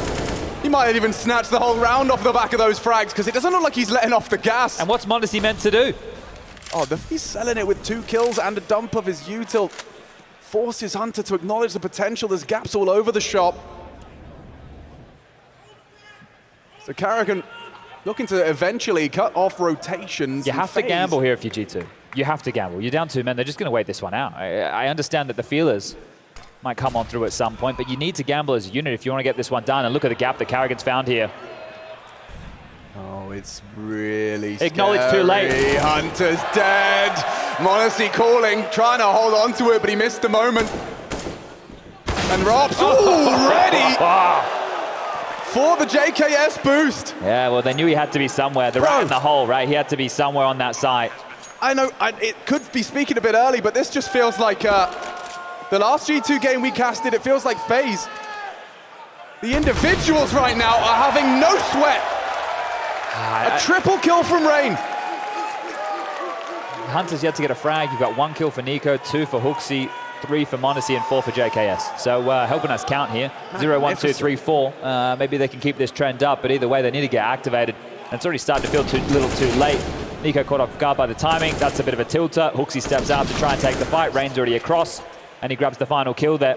And these are the frustrations you don't want to be seeing with G2. Maybe another timeout into the next round when the guns come back out, but it will be Deagles, 5-7, couple of MP9s. FaZe are in full control. And then another different look. NiKo does go looking. Brokey fires off a warning shot, and it seems like Rain's really happy to bring some aggression into the mix. He's mantled up the shelf. And G2 right now are considering a full rotation. Take a look at the minimap.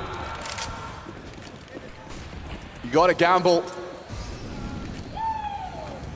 70 seconds, burrowed into a main 1. A very important smoke, Carrigan loses his head. JKS times it well. They might not expect HooXi main, because that was Justin who got the kill. They're not ready for this. Oh, you're right, Robs rarely gets caught off, and this time, he loses his life. HooXi to upgrade, can he find more? Twist doesn't think so. A 4-on-3 to retake. Limited resources, it's not gonna be easy to get back in. You gotta get through Twist, you gotta get through Brokey, and he hits the first. A second now for Twists. Hunter, stubborn, Brokey, better, and that's 7. Unstoppable, just taking it in turns to get these multi-kills, keeping a cool head on their shoulders and farming up some cash. Yeah, flush for cash. That's where I was going with things here. No dramas for FaZe in the buy departments. These rounds haven't been that close to cause them any concerns, and the crowd loving a little bit of Brokey here today. Latvian who Latvia can. You can see him here hitting a couple of tricky ones. Sure, they're just pesky. I know they don't have guns. I know they don't have head armor, but still necessary kills to make here in a round that a little bit dicey. But G2, the guns again, it has to change. It has to change right here, right now.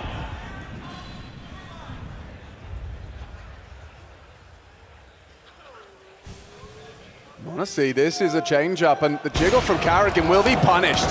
2A main. And JKS, he brings the pain. Rob's gone. That's the first time we've seen G2 with such a large advantage. You got 2 men to the good, a util dump for mid-control. Brokey spotted out. Vision obscured though. Hunter unable to provide any information. Yeah, but look at all the space they've given up. It's just NiKo here. If he goes down without a fight, they could be in towards B, and this is very winnable. Oh, bro, it's Rain. You can see what kind of game he's been playing so far on the stage. NiKo does put him to rest. Shouldn't be much more from the rest. Twist and Brokey though, warming into things. Miss Molly. Good golly, they can't get the bomb down. They're aware there could be more, and there is. This is so disjointed. Bomb plant. This 2-man advantage found. 4G too early. Can they really not close it? Twist and Brokey, I mean, they are certainly players you don't want to underestimate. And oh, Twist has got him. Just looked away! JKS delivers. A hugely impactful frag, and it makes it very difficult. Now HooXi's across. m0NESY secures the round for them. And that's the conversion, albeit with a raised eyebrow from Chatty B. Yeah, look, it's respite here. The fact that they get around on the board, that's great, sure, but there was still a couple of problems there. They acknowledged the gaps that they had given up, right? They were aware that B was a little bit weaker. It was important that NiKo got that first kill on the way in, because I could really see that one starting to fall against them here. You saw how much of a fight FaZe were able to put up regardless of these opening 2 frags that went against them here. MOUZ and JKS both combining there. And this all comes down to timing. Counter-Strike timing is a cruel mistress. Twist felt the wrath of that one there. All right, well, consecutive required here for G2. FaZe could get right back into winning ways and break their hopes and dreams. Twist is playing in this smoke here. Ask for a flash. Carrigan getting to pop on out, or they can play in the fade. Either way. And this round score is even with G2 with the opening kills. They might be giving up an opening death here if MOUZ's not careful. That is audacious. You're not expecting him to pick from this side. No way in the world. What? This is the AWPer. This is such a weird position. MOUZ, the scope. Rain, yeah, he worked it out, but too late. How the hell did he get there? Madness, but profitable. Carrigan, why you're peeking the AWP! Jumps into the jaws of MOUZ. FaZe, a knee-jerk reaction, pace behind this. Nico happy to receive and execute all 3. Now the juices are flowing. MOUZ taking initiative, going for a very unorthodox push, but it will start to whittle away at the FaZe clan coffers. Yeah, that right there, that's more like it, right? A play from an individual, a move taken, a gap found. This is stage Counter-Strike. Things are going to get a little bit funky here as FaZe, you mentioned, their cash starting to be slowly siphoned out here. They will have enough for yet another buy, and well, in the meantime, the loss bonus is building in their favor. Here's Rain, he hears the scope, he goes, what the hell is going on? Like, it's like a 4-step process. It's the sound, it's the mini-map, that's not my AWPer, into, oh wait, it's MOUZ. Nico finishes with a nice little triple, and that's 2 in a row. We will need to see more, as we've discussed and Chad has outlined. This is enough here to buy them a potential half buy, and it's a happy-looking Hooksy, which is unusual, but definitely something G2 are going to need here. Now FaZe, what is the change-up going to be? You've taken the 30-second conversation. Still quite default, a 2-1-2, so slight change-up. It means that there can be a bit more A-main pressure applied, but we've already seen the A-main aggression from G2. Understandable that Rops wants a buddy for that, as well, the buddy system over towards B lane. Trading smokes. Flash to try and cage them, but Rain, he's got a different idea. He's lucky to have been able to grab this much space. He's slightly chipped on down, not the end of the world. Hunter ahead of this needs to think better of this open stance. Twist down, Carrigan to trade, he can't. Hunter, too strong. There could be more to be said about this one. Don't need to take space when you've got this advantage, but Hooksy, a forward position. MOUZ sets him up. And Rain, caught off. Hooksy delivers a compelling frag to convert the 3rd. Needs to just chill here. It's important for G2 to start keeping a lot of players alive in these rounds. So, MOUZ sweeps in, Rops down, looking for that Hooksy push. He was tucked in towards cutout, but look at the space Brokey has for himself here. The first fight, low HP Hunter on another off angle, so Hunter being very cheeky in this round. Look at this position that he's adopted. There's no way in the world that Brokey's going to be checking this one out. I guess if you step into it. He's looking to catch an early rotator. Hooksy actually stopped. He's aware of this potential. Actually, MOUZ's even better. Holds it, catches it, and converts. Yeah, you see some of the individuals now getting a bit more fired up. MOUZ starting to feel himself. You can see him with the cheers after they're winning the rounds. You got to fire up the team. And that's something the Desk are testing over there for FaZe. That everybody, they know that they can do it, right? You know, the chips are down. A player's going to step up with a big multi-kill or a big clutch or something which is round-defining, which then becomes game-defining for FaZe. G2 are still searching for something like that, right? This team definitely not given the same credit in that regard to be able to come back, but for FaZe, this has only been recent history they've been able to do it. Looking for the B punish here, FaZe. Light a buy, U2 in play, and setting up for the B ramp push. Yep, here they come. Charging in, Carrigan trying to provide. It's Nico laughing at him, spraying them down 3. Charging up that ramp and now sent straight back to spawn. Hunter combines as well to ensure Rops is no more, only Brokey, an unarmored P250, and a dream. Competitive half here, scavenged by G2. Yeah, well, to go from 7-0 down to 7-4, that is quite the turnaround. As Nico getting cheeky with it. I think that's the terminology we would call for that. And we've seen how that went for Liquid over in Paris. So I don't know if I would want to be prescribing to any of those silly games. Yeah, but a headshot feels good nonetheless. Gets 4 out of that one. We've seen multi-kills out of Nico, spraying them down in multiple rounds. I think one of the keys as well in the last 3 is G2 have denied the plans of FaZe, right? Denying the extra cash incentive. That's going to help them out here while the loss bonus has built to max for FaZe Clan. So they will be able to buy here after that lighter investment. And they haven't opted for another timeout to discuss their options. They'll just be getting straight back underway here with a lack of AWP on Brokey. So it will be the 5 AK-47s for FaZe to wield.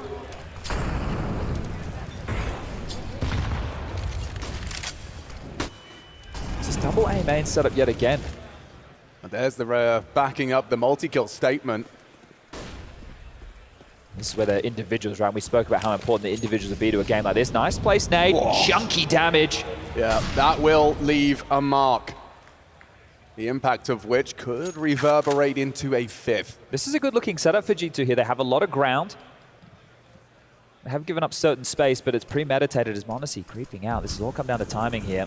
Oh, elbow spotted. Good back. Oh, m0NESY multi takes down 2. Brokey will stamp his ticket back. JKS activating quite quick on this. He's got Nico to count upon for the site itself. Another cheeky position here. They can activate late once they give away the Q. Again, like his cousin, they both just stepped into Brokey. Yeah, but they know JKS is normally supposed to be there. Carrigan not considering it, now he knows. 2v3. Kid on Hooksy, Brokey down early, Hunter was ready. And not comfortable for Robs now. Sure, you got a Molotov, but you got 3 to find. They don't have answers in the donut, and look at that smoke, a cheeky one thrown out from JKS. Might just stick it here. Yeah, they're on it. And at least the first from Robs, he'd have to be perfect. Yeah, not quite.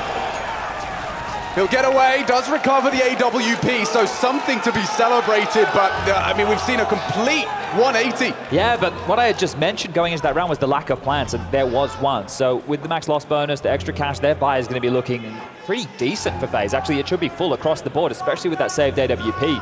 But they will opt for their second timeout to discuss the options, because what was working now isn't, and they need to work out how they're going to change the momentum of the later stages of this first half.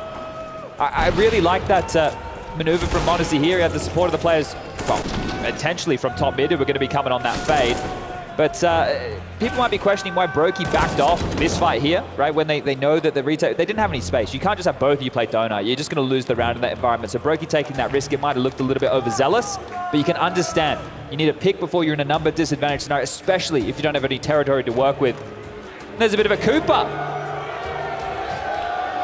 No, the guy in front of him, not the guy in the cowboy hat. What, Banks? No, not him either. Oh, okay. That nade looks like it was destined for some damage, and it is. Chips away at that twists. JKS doesn't have any support here, and they are starting to wander on into his domain. So Brokey with the AWP, he's going to be tasked with clearing out the platform in the big box and probably holding Temple as Carrigan and Rops can scale in. You might see them go for the boost up towards the tree. Hunter has now come on over to help JKS out. He's going to be caught in transition here if he wants to slink back to the site. And there's that boost I was talking about. Oh, they're trying to punish JKS, trying to run him down. He's got support, though. Oh, still gets one. Still hits it. Okay, an equivalent exchange. Hunter down as well. The headshot's hit. And the bomb site lost. Nico and m0NESY. Is there anything more to be said about this one? As we'll go fishing, have a look. Upon the fade, a flash replaces. And yeah, it doesn't look great. FaZe giving him nothing. He's really stubborn about this. m0NESY, yeah, caught by Carrigan. Brokey, however, his slip up has cost him an AWP. And a couple of kills as well, so no harm, no foul. FaZe will take the 8, but Nico, he will leave with the big green for the next. All right, decent damage there, but a well-played round, and it caught Hooksy off guard. They had taken B lane control, but that split from FaZe, they still had 2 players ready to come through middle after the attack was already happening on that A site. So as soon as Hooksy and co try and push B lane and help over towards Donut, they're getting caught off guard by that late mid. So this is great. I can't believe Rob still gets 1 kill here. Immediate trade. So great from Hunter, sure, but JK is going to be tilted about going down in that environment. m0NESY trying to see what he can do, be a miracle maker. And Nico just staying alive with a couple of nice shots. This is it. This is where the half can really change, because FaZe, if they walk away with a 10-5 T side, we get this A-main aggression again. They didn't like how that felt.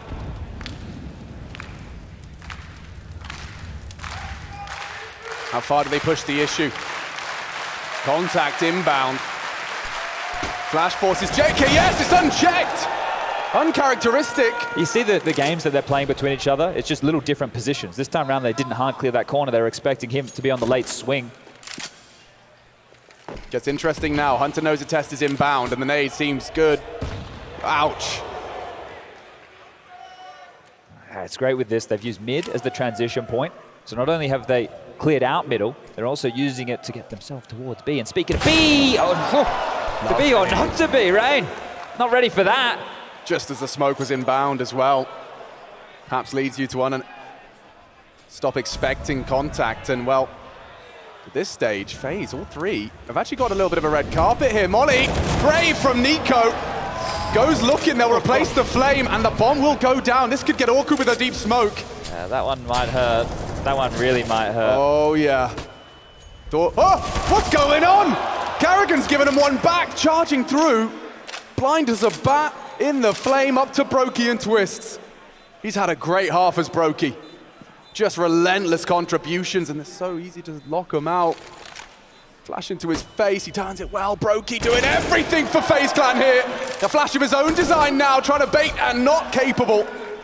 But all it takes is Twist to knock him off the bomb, but it's m0NESY's orb, but he's not gonna miss it. And saved by the retake, 6 for G2. Nico probably biting through his nails during that one. Yeah, that kind of a swing through that molly, hoping to catch them off guard, but you gotta go early in the morning to catch FaZe off guard, more than ready for that type of a plate.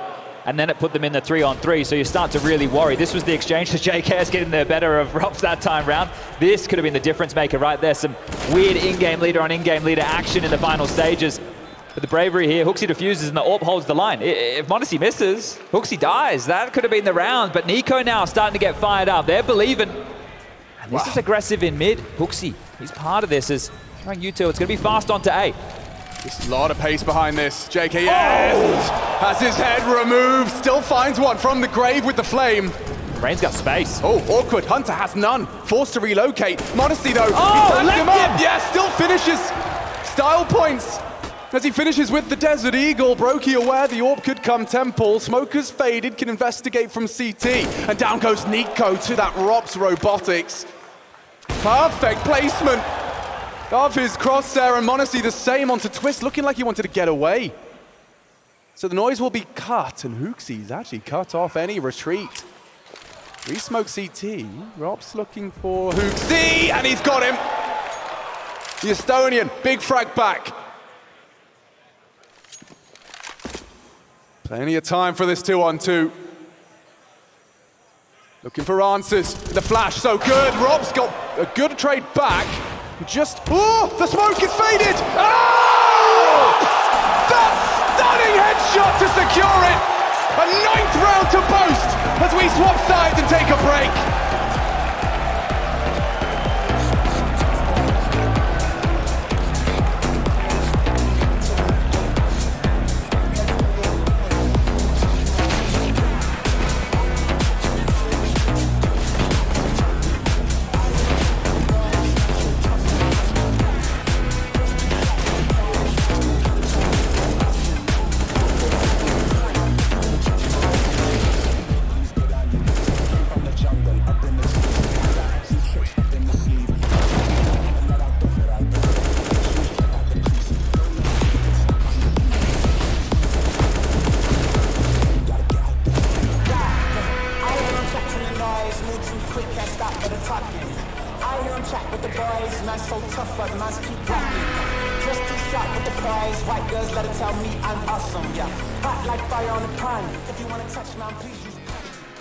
Ain't no surprises here, they knew it was us.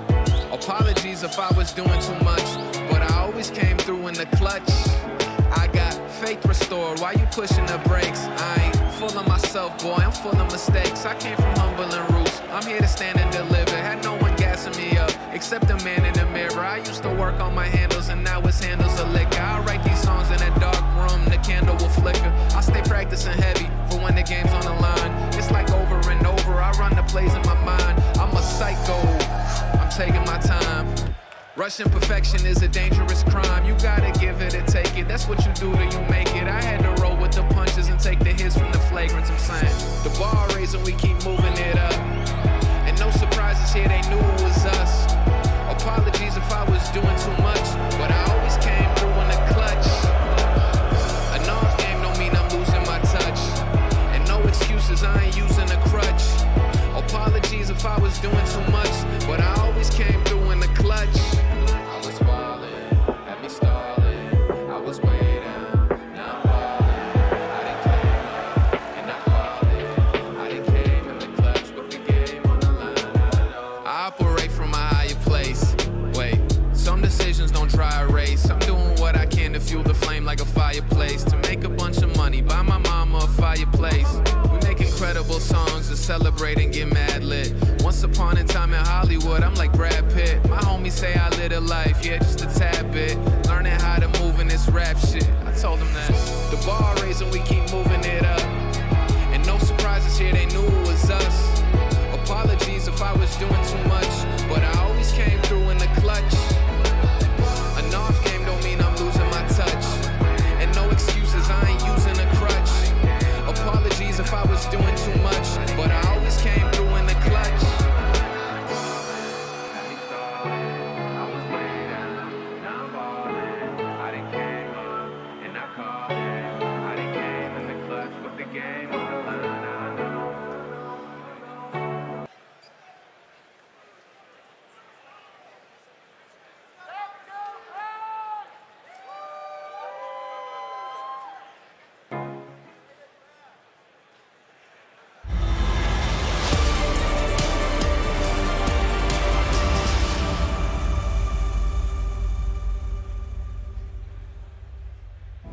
Yeehaw! We're back, baby. G2 FaZe, second half, first map. Dallas, are you still with me? That's what I like to see. Ents waiting for an opponent. Two star-studded rosters locking horns here in Texas. And they've made a half out of it. It started 7-0 Sponge. Now we find ourselves at 6-9. Yeah, well, you know what they say, better late than never. G2 have awoken here. Sure, they don't have the lead, but with a pistol, they are back in things. And both teams, the guns are looking sharp, better than Mike's t-shirt gun, but we're into a fast B. Rain to receive. What have you got for us? That's something! Headshot straight onto the Aussie. And there's more headshots from Hootsy. Nearly two. Rain stubborn, can't find Hunter. In the smoke, upgrades the USP, needs to reload though, 3-on-3. Rob's quick on the flank as well. Jakey and MC delivering all that observing goodness, and we've got a 3-on-3 that there is a kid in play. You can see it in front from Twists. POV, bomb ticking in favor of G2. Next headshot is everything. They take contact. It's Nico laying down the law on the Glock. Rops though, he's hitting some bangers. He just doesn't have the time for this. He'll try and take ahead if he can. G2 playing with their food, and yeah, Rops will maintain his Kevlar. Yeah, keep that arm up.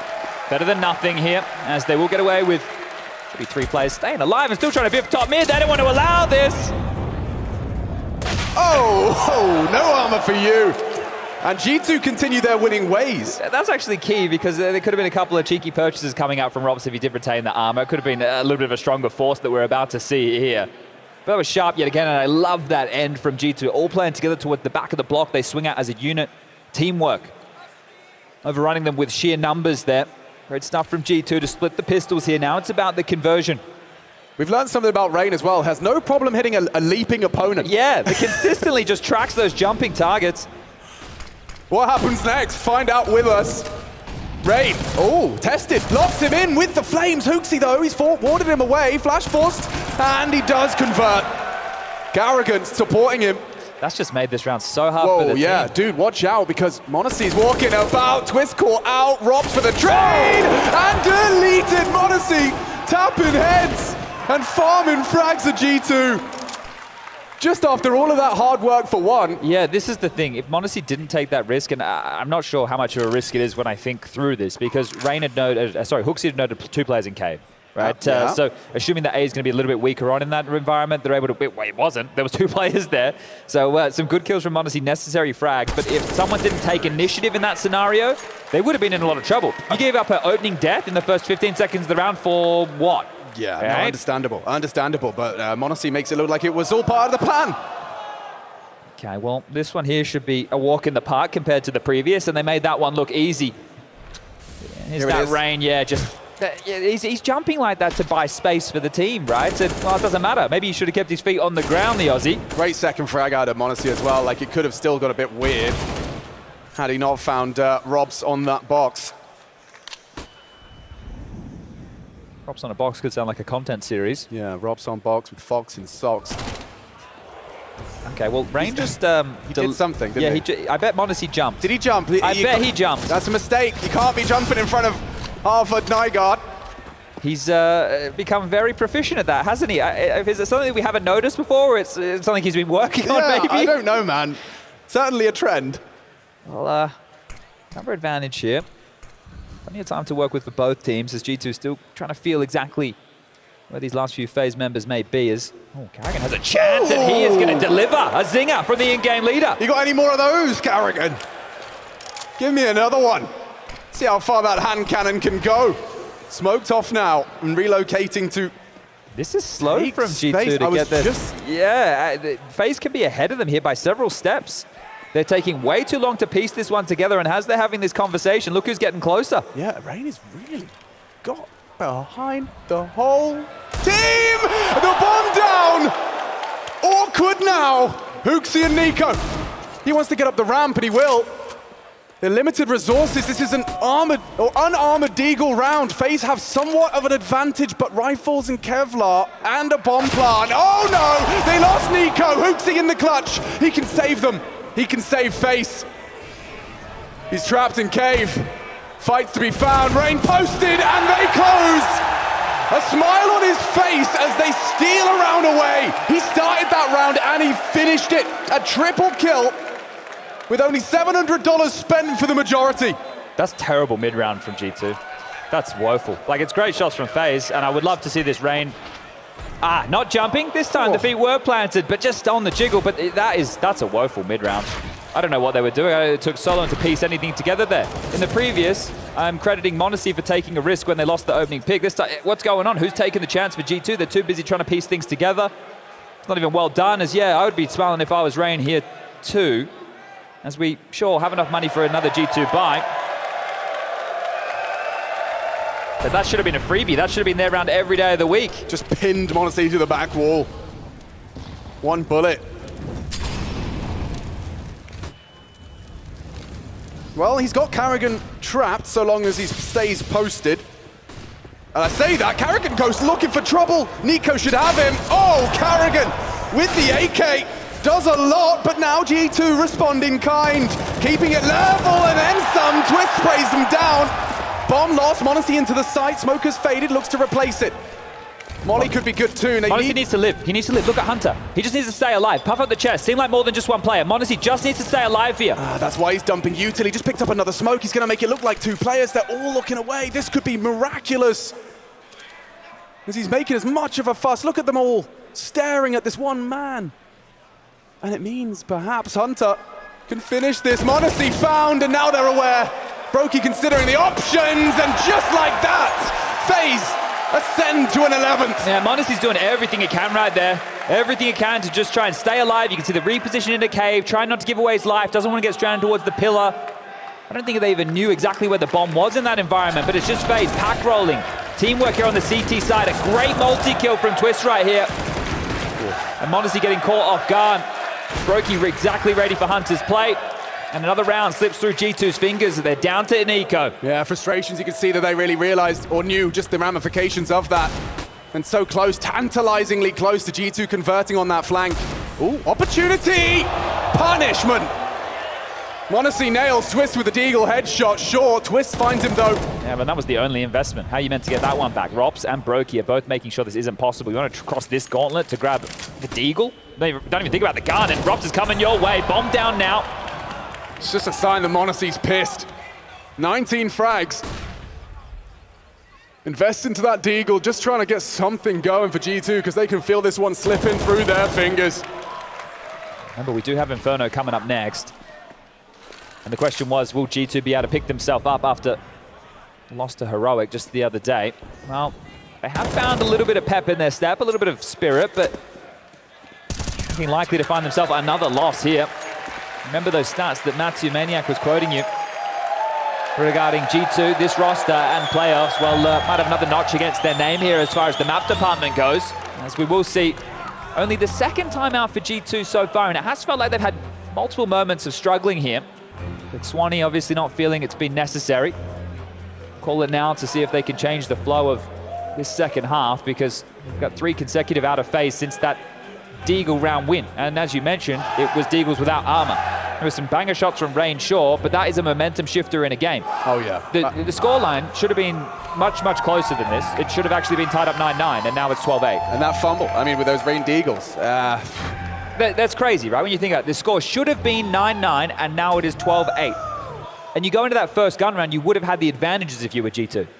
So that is a massive round loss here, one I'm sure the desk is going to be talking an awful lot about. And take a look at this CT setup from FaZe. We do see this from Rops an awful lot. He likes to use it so he doesn't feel so pressured over towards his side of the map. It frees up Brokey to assist elsewhere. Oh, Rain's been spotted out. Hunter, he could have them both here. Significant damage dealt to Van Dolken. Necessary push here coming in from Mr. Cool. As Hunter, he's seen enough, done enough. That's a nice run up for a smoke there from Brokey. Well, at least deny the vision of m0NESY for now, but there's still plenty of other bodies for G2 to make sure they keep things tight. Decent forces here for FaZe to still win this round. What a fight. And Carrigan, he has to smoke himself off. Gets away from the Nico crawl. 3 in cave. Yeah, susceptible to a ramp push. Brokey knows he's got to take space. Proactive. Nico and JKS, they do impress, and now crunching into B. Brokey helpless, and it's probably in their best interest to maintain. Yeah, especially with this level of investment, right? And they don't know exactly what Rops is wielding thus far. So hold on to these, use it as a surprise in the next round of play. See if you can do a bit of damage on the way out. But they dealt with that cave play quite nicely there. Just Twist and Carrigan got found out, even though Brokey did manage to scamper. It's good off the back of the timeout that G2 are able to profit, and you have to accredit this to Hunter in middle.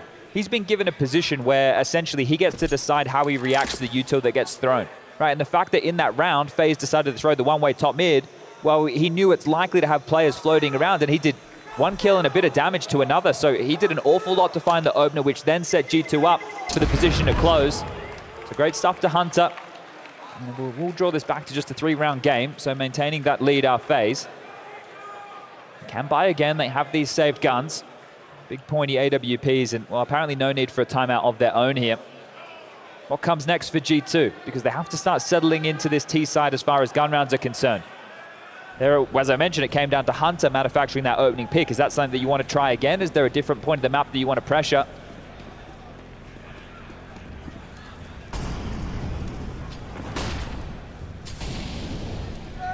This is a different setup from FaZe. It's just Rain on B, so very heavy towards mid and A in the early stages. And the fight in mid from Hunter is good again. 2 for 2. Back-to-back rounds, it's Hunter who delivers. That's just a position where you're trusting in a player like Hunter to get away with a move like that. And the fact that he's been able to do it 2 rounds in a row, you need to convert off of this. It's such an advantage that he has given you. I think G2 were starting to close down shop, close down mentally. Hunter might have just given him enough for a second wind.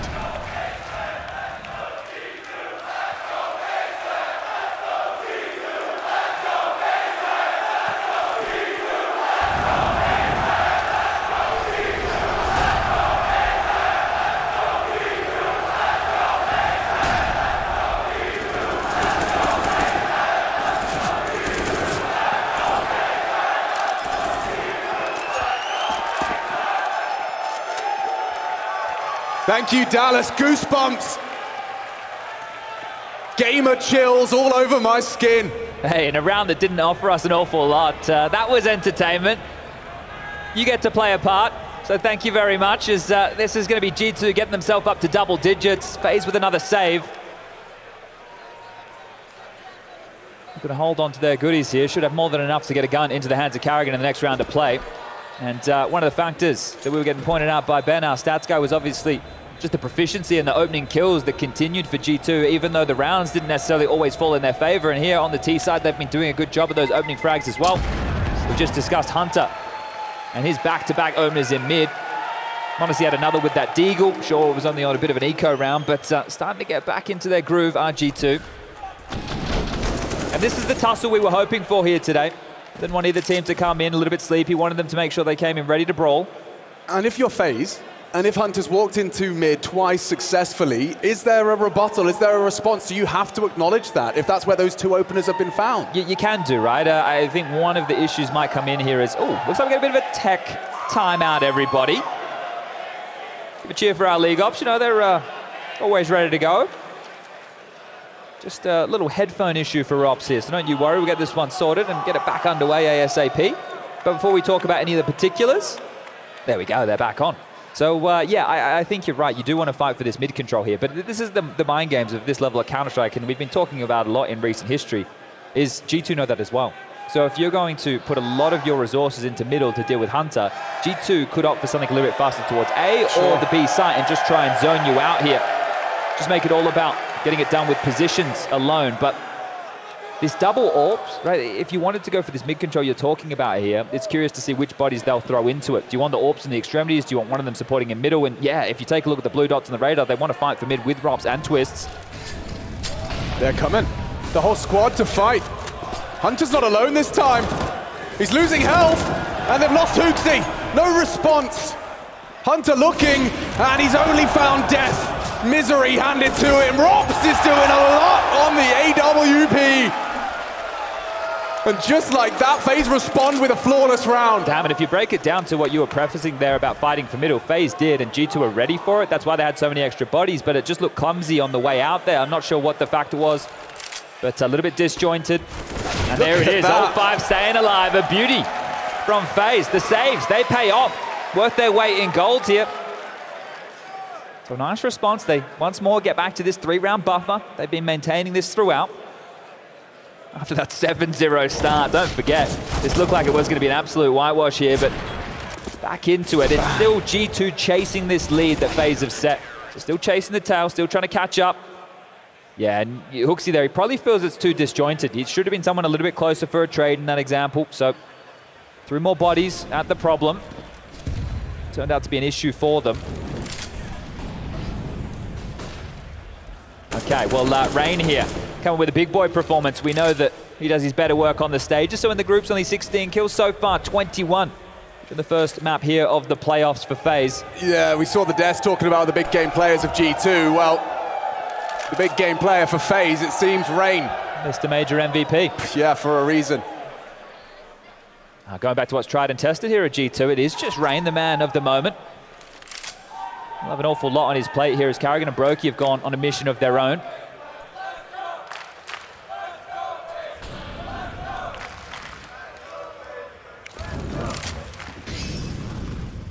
They're coming back. They'll be rotated in time. So there is a setup available, even a boost being erected. What do you do when you're smoked off? Step boost. Up and over. Spotted and missed. Look at the damage. Look at the frag. It's 2-4-1. G2, it's their site now.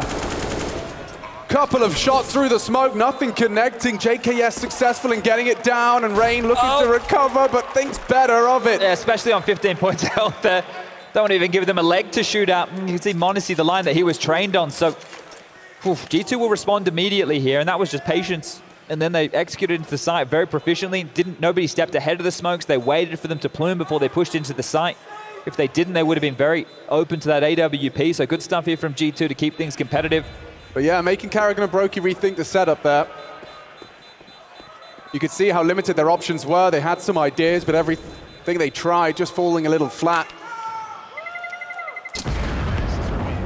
Looks like we're going the distance, map 1. Yeah, and I'm just taking a look at the scores on the doors here. You've got Carrigan down the bottom for FaZe, no surprise, and Hooksy down the bottom for G2. So the mental warfare is going on. The two of them yet to crack double digits, the only two in the server, but that's par for the course. And that boost, yeah, the fact that they couldn't get, as soon as Brokey got smoked off on the first boost, he was already coming for the second boost, but to make that one happen, a little bit more technical, and especially under pressure, as FaZe will be taking their third tactical timeout here. You got Raban on the mic, conferring here with Carrigan, the Brain Trust, working out how they want to apply their trade into this next round of play.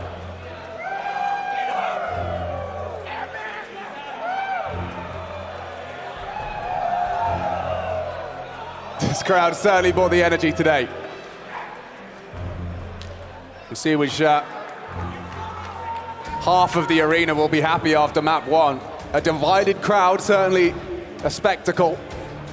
But FaZe, that 2-round lead, let's see if it can become only 1. This is so important here. If G2 can win a round and rip all the guns out of FaZe Clan's hands, they're going to break the money and then draw this back to likely a level game, or G2 can even get themselves into the lead. So every round for FaZe, you can understand why they're saving. The loss bonus is not in their favor here at all. They lose a site, they have to save as Rain this time springs into action, takes a lot of space, has been allowed to do so by this G2 setup. They're giving all of this. Look at all the util that's been dumped into this space. G2 have given it to them. Hey, take it. You can replenish the smokes, you can get them down, but what do you have for late? What have you even got for the mid-round? It's a minute 25 and G2 are starting to get a move on. Yeah, Twist might be hearing something from the donut position. Brokey's got a smoke to stare at, trying to edge around it, try and find something to stand in. He's found a nice angle. Oh, he lets it go. Hooksy's across. Hooksy's into the big box.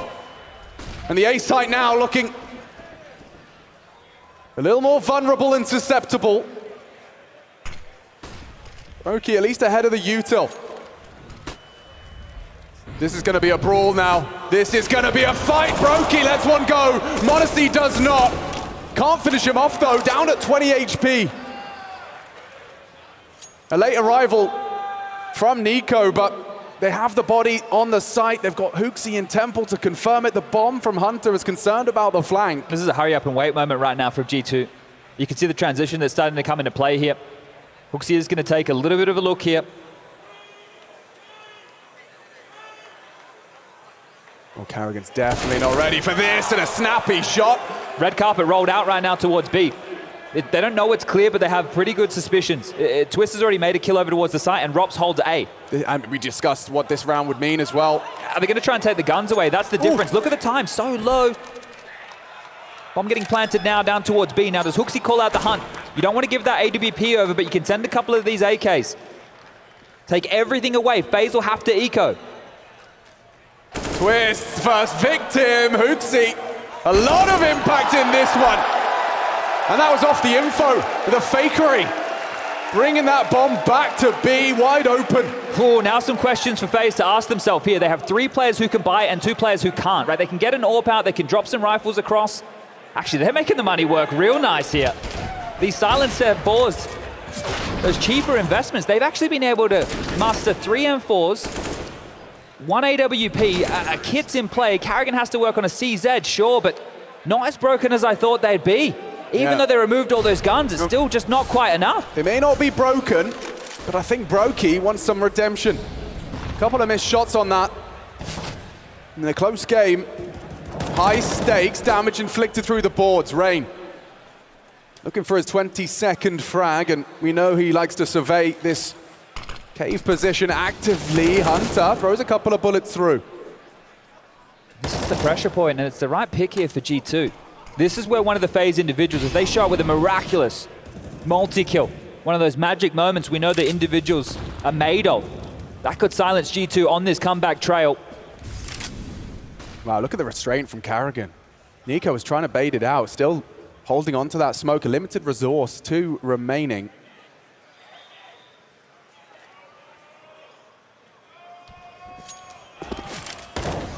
Still Carrigan stubborn. Trust in his judgment. And we're at 45 seconds now. If he can hold on for a second longer, that smoke will be worth its weight in gold. Take a look at the radar. Rops is on his way over as well. There'll be 4 here, perfectly placed. 35 seconds left on the clock. They have to go through. They have to pop flash. And that's what Carrigan's counting on. What have you got? One and nearly two. Twist has got the double up, and now it's falling apart. G2 sent back to spawn. FaZe, stand up and deliver when it matters most. You cannot overstate the stoicism of Carrigan right there. The fact that he just held on, jiggle, jiggle, jiggle. You want to play this slow game? You want to milk down the clock? I will hold on to this smoke for my life. And that's exactly what he put on the line right here. It wins them the round. It wins them the round. That is that stalwart leader brain. He wasn't falling for any of your wicked games, and he gets that smoke out right when he needed to. Damn, that type of round, they cobbled together that buy, they make the finances work. It was light on you too. Carrigan didn't have a gun. There was one defuse kit. Not an awful lot to work with at all, and they still make it work. As G2, they're the ones to have a conversation now to try and get these finances across the line. Not sure if JKS is going to be so lucky here. He might be the one operating the pistol. Hooksy not dropping him that AK-47, the in-game leader wanting to wield it himself. As this is it, FaZe. They have maintained the lead throughout this entire game. The 7-0 start now looking to close 14-12, a 2-round lead as we get back underway. Modesty, a massive risk, and he didn't even see the player dipping back out. Modesty, hanging around. Different intentions. That's apparent. As they want to try and overwhelm. Robin, cool. Hooksy nails it somehow. Mid-air. And Hunter builds upon it. G2's A side now rumbled. And okay, Hooksy, cool your jets, mate. Giving him an AK as well, trying to scare him off. We know what this means, right? Yeah. Another FaZe save. I mean, they've had plenty of them. Yeah, and they have paid off, right? Definitely take your toys home and bring them out to play when the sun is shining. But G2, they have continued to chip back in. Just when it looked like they're the ones on the ropes, they'll bounce back with yet another round. But at no point throughout this game have G2 had a lead. I need to understand if Hooksy's boots touched the ground or if he had a little bit of a divine intervention on that one. Might have needed a little bit of magic on this. Okay. Yeah. He got planted by Rops's bullets. And then this one charging through the smoke. An eyebrow raiser, but he's a space taker. And it leads to an important round for G2's. Just a one-round game here.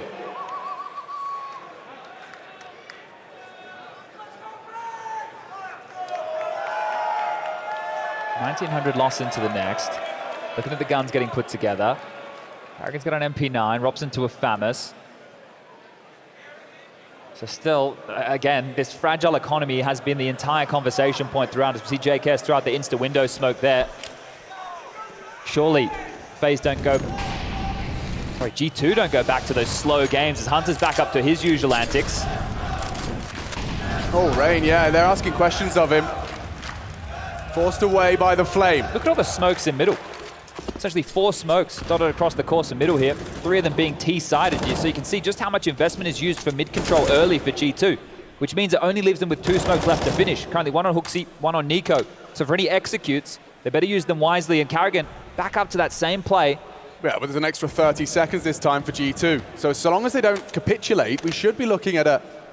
They just have to apply more pressure. Apply more pressure. Try and bait that util out. If you don't, Carrigan's just going to stand here and keep doing this all day of the week. Oh, he's still hesitant. Now gets it down. Rain. Oh, that's an opener from Hunter. They blocked both choke points, cave and ramp. So remember, I said that G2 only had 2 smokes of their own. They've already used them. At this point here, we have no smokes left in the round with the T side. It's just twists. That was a bit of an over-investment if they don't have territory off of it. Gonna have to trade out here. The whole G2 Samurai squad. The last of the smokes bloom. Fight's coming. They're messing around with nades.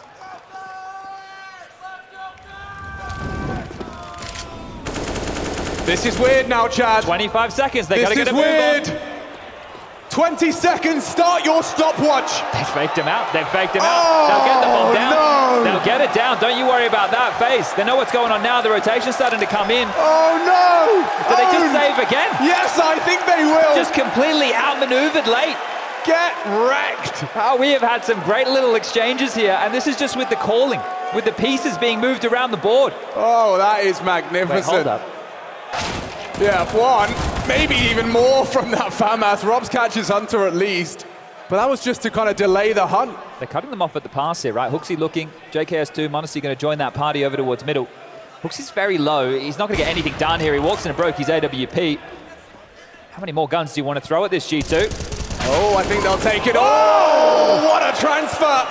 Nico jumping into Brokey, and that's taken from him as well. And G2 fans elated. They know what that means. Broken at the end of the game. Yeah, no worse place to find yourself in this situation. The CT side, and we've spoken about them walking that tightrope of the economy the entire time. And when I thought they were broken a couple of rounds ago, no, they pulled a rabbit out of the hat. They had more than enough cash. And this is it. So this late fake here with the mollies on towards the site. That was all that it really took to draw the rotation, because FaZe, in that number down situation, they had to respect it. That's the transfer from Nico. Beautiful stuff. But yeah, you're right. By using all of their smokes early, you think, okay, how are you supposed to fake it out? How do you maintain the fake? You've got mollies left, you throw them in unison, and you hope. Sprint. You hope. You hope that it's enough. As a tactical timeout, the final one for FaZe here called. They are going to take the eco. They are going to take the lightest of investments. 2,400 loss bonus into the next. Their rifle round is going to look pretty touch and go as well. And if G2 win this, an absolute sitter of a round, it'll be the first time in this map they have been in the lead. What, you mean at 15-14? Exactly. Wow. They have been chasing this FaZe tail the entire game. From 7-0 down to a 9-6 half to a pistol win to a chance to go 9-9 fumbled. But they are still in this, and this is still on. Brokey's got a couple of flashes here for the mid-fight, Alex. This can still get a little bit funky. There's the flash from Hunter. They called it off. I thought they would have been ready with this, so Brokey had flashes. Never mind, Rain had a head. Yeah, past tense, and the rest falls into place for G2 to take the lead for the first time in round 29. A dream start for FaZe, 7 rounds out of the gate.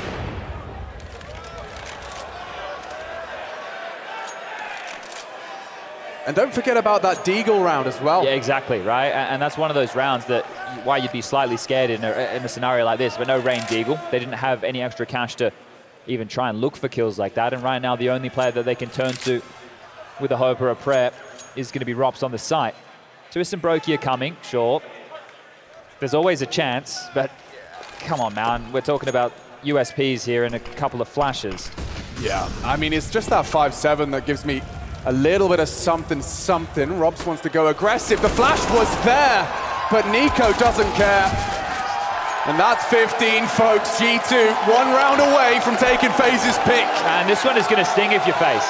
To have the type of lead that you had in this game, to now be back at round 30, having to take it to overtime on your choice, and that's just to have a chance. Remember, Inferno coming up next. G2 have stayed in this. They have been grinding throughout. Not every round has been pretty, but they've been able to get here. And FaZe, for them, a lot of this half has felt like saving, like you haven't been able to contest, like you haven't been able to fight because of the financial situation, and getting sweaty is Carrigan. It's time to feel that heat. Round number 30, let's get this one underway. Action stations, maximum concentration. Look at this biff for mid. They can't let Hunter get up to his tricks. Hooksy, he's trying the A play again. This is mad. They're already in. FaZe Clan, you have to fight for this one. Trying to extend play, but m0NESY doesn't care. No kit. Yeah, sure, he's on B, but the bomb's down A. And this is awkward, no kit, chat. They're just charging in. Hooksy, he calls them straight into the A site. But they can't win the round, right? Think about the plan. Think about where it is. How are you meant to get in here with m0NESY on the flank? Maybe Robs has found them a way in. They're charging out of the donut position. Smoke on the bomb. Oh, gets interesting now. Yeah, most definitely. And m0NESY hasn't finished his meal either. Brokey's still alive, and Nico plucks Rain from the sky. Another from Nico. It's all Nico. He cleans up, and G2 take map 1.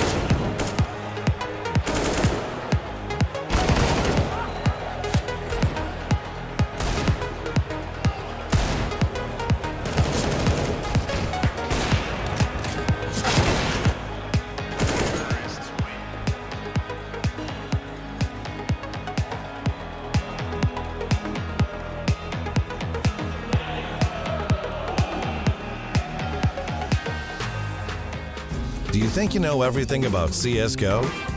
Then stay alert and look out for the DHL drop quiz on the ESL CSGO Twitch channel.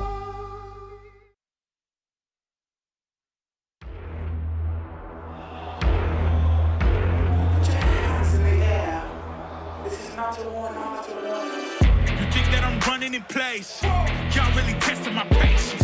Right before I blow up the spot, I had to get back to the basics. What if my talent is wasted? It's sick, but I'm lacking the placement. Thought since I rap in the basement, but my come up is legend, is greatness. I don't care now, it's pedal to the metal. I can never quit now, I will never settle. Puppet to the game, I'm pulling strings like Geppetto. We in the same game, but I'm on a different level. I passed it. Gotta keep grinding till I'm laid up in the casket. No fake round, but you feeling too plastic. Yeah, y'all feeling too plastic. They say my style crazy, but then it's straight jacket. Wow. Why you still testing my patience? Trying to turn me into something I ain't trying to be. All the hate is a heavy rotation. You gon' lose yourself, quit testing me. Don't make me lose my mind. Don't make me lose my mind. Don't make me lose my mind, cause I'm looking like Wesley, test me. Don't make me lose my mind. Don't make me lose my mind. Don't make me lose my mind, cause I'm looking like Wesley, test me.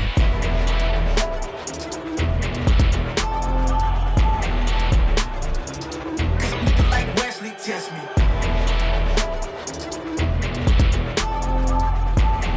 Don't make me lose my mind, cause I'm looking like Wesley, test me. Yeah, guess I know no better. I ain't got no chill, so they call me a devil, I know. Look, I am just a man on a mission. If I want it, then I get it, I go. And if you're trying to test me a beast, you gon' need Liam Neeson. The chance that you're taking is flagrant, you're testing your luck. If you think you make it out, then you're sadly mistaken. Careful what you putting your stake in, cause I ain't got no patience and no limitations. You trying to figure me out and I know I don't make sense, but no one's there when you call like you're trapped in the Matrix. You need to take a break from it, I think you should take 6. Cause yes, I hold a throne and no one else can replace this. The pain will only go deeper the harder you chase it. I'm the greatest that you ever met, it's time that you face it, so tell me. Why you still testing my patience? Trying to turn me into something I ain't trying to be. All the hate is a heavy rotation. You gon' lose yourself, quit testing me. Don't make me lose my mind. Don't make me lose my mind. Don't make me lose my mind, cause I'm looking like Wesley, test me. Don't make me lose my mind. Don't make me lose my mind. Don't make me lose my mind, cause I'm looking like Wesley, test me.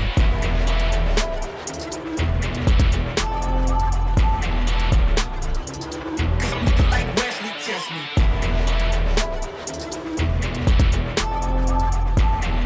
Don't make me lose my mind, cause I'm looking like Wesley, test me.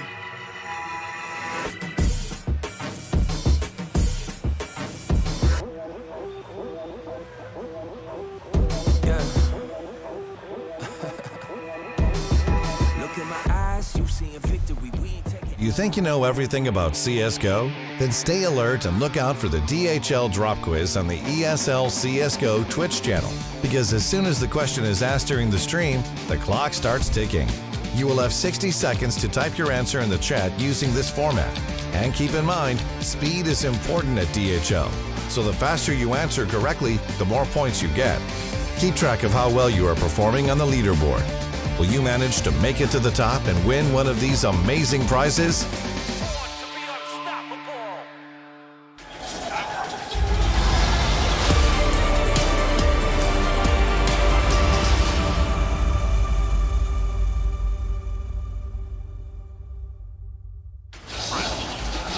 A game of streaks in the first half and back and forth in the second. Despite FaZe leading things 7-0, G2 managed to swing ancient back in their favor. An impressive win to say the least, considering that they were on the back foot until the 11th hour, but it's G2 to come out with the big, fat, tasty W.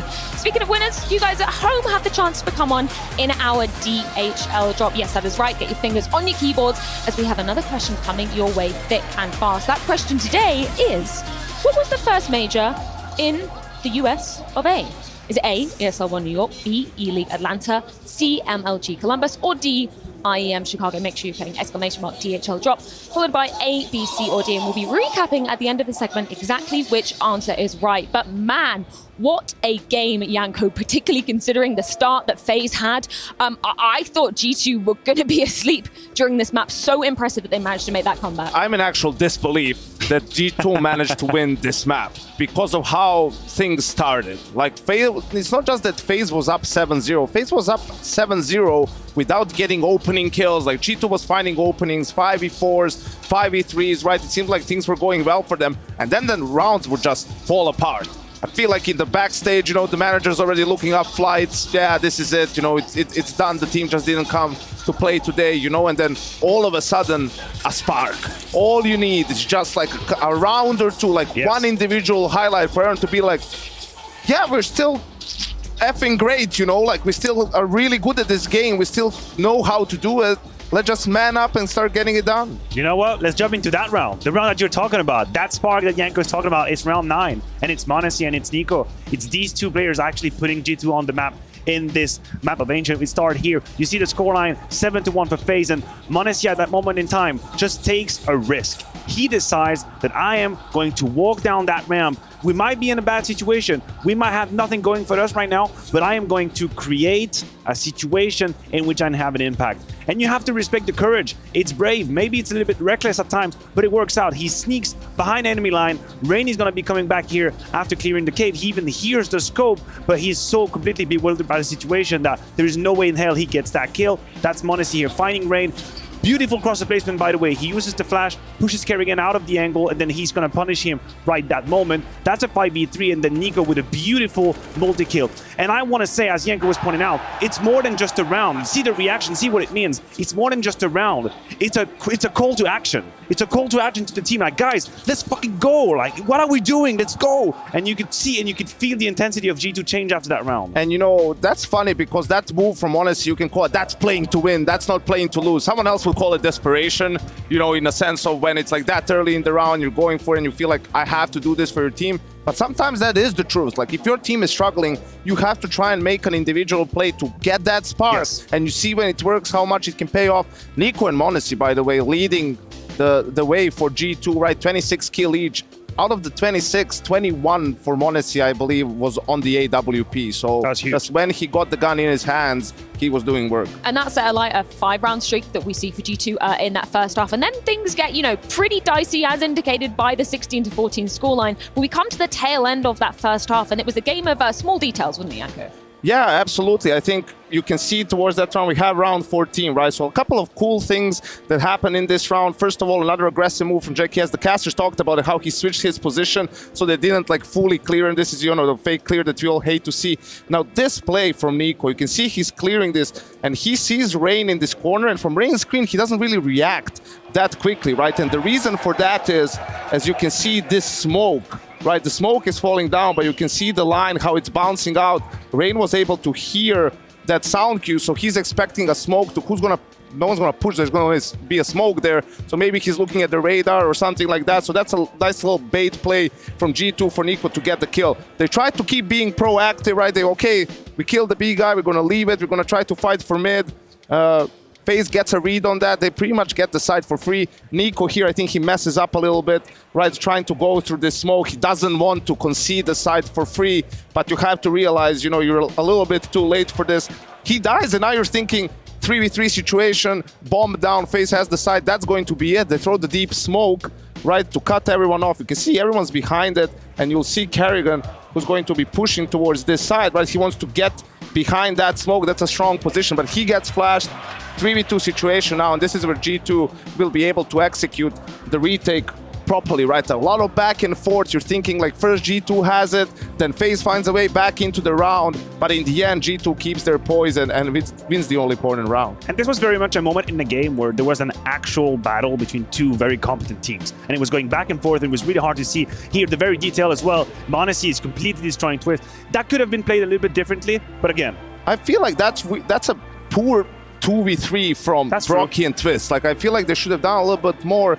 And then you look at Twist sort of having a quiet game. Maybe that's a part of it, just some miscommunication and times, not being on the same page, right? Because it does look like, at that point, he doesn't have a chance in the round. Of course, could be they didn't know where he is and whatnot, but yeah.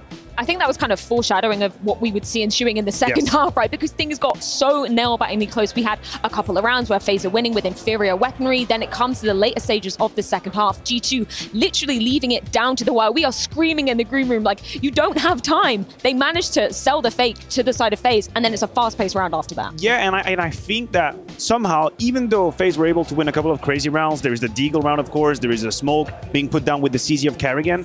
I think it's a smokescreen of how in control G2 actually were. They win 8 out of the last 10 rounds. FaZe were asleep. FaZe fell asleep rather at the end of that game. There were a round where Brokey has 2-seater on the A side, he completely misses with the AWP. A round where Robs is boosted, ready to punish, gets absolutely plucked out of the air by Twist. Towards the very end as well, the call that you mentioned, HooXi outplaying the defense with 20 seconds onto the A side. It's a FaZe clan that, again, fell asleep towards the very end. But it's so wild this happens too against G2. Like Right? last 2 times it was Nuke and it was 16-14 and some bizarre rounds that G2 manages to win towards the tail end. You have to understand, because of the way the rounds went in this game, so G2 wins 16 rounds. 13 of those are gun rounds versus gun rounds. 1 is the second half pistol and the first anti-eco, that's 2, and the third one was FaZe was on a half buy at one point in the first half, right, when G2 was coming back on the CT side. That's incredibly hard.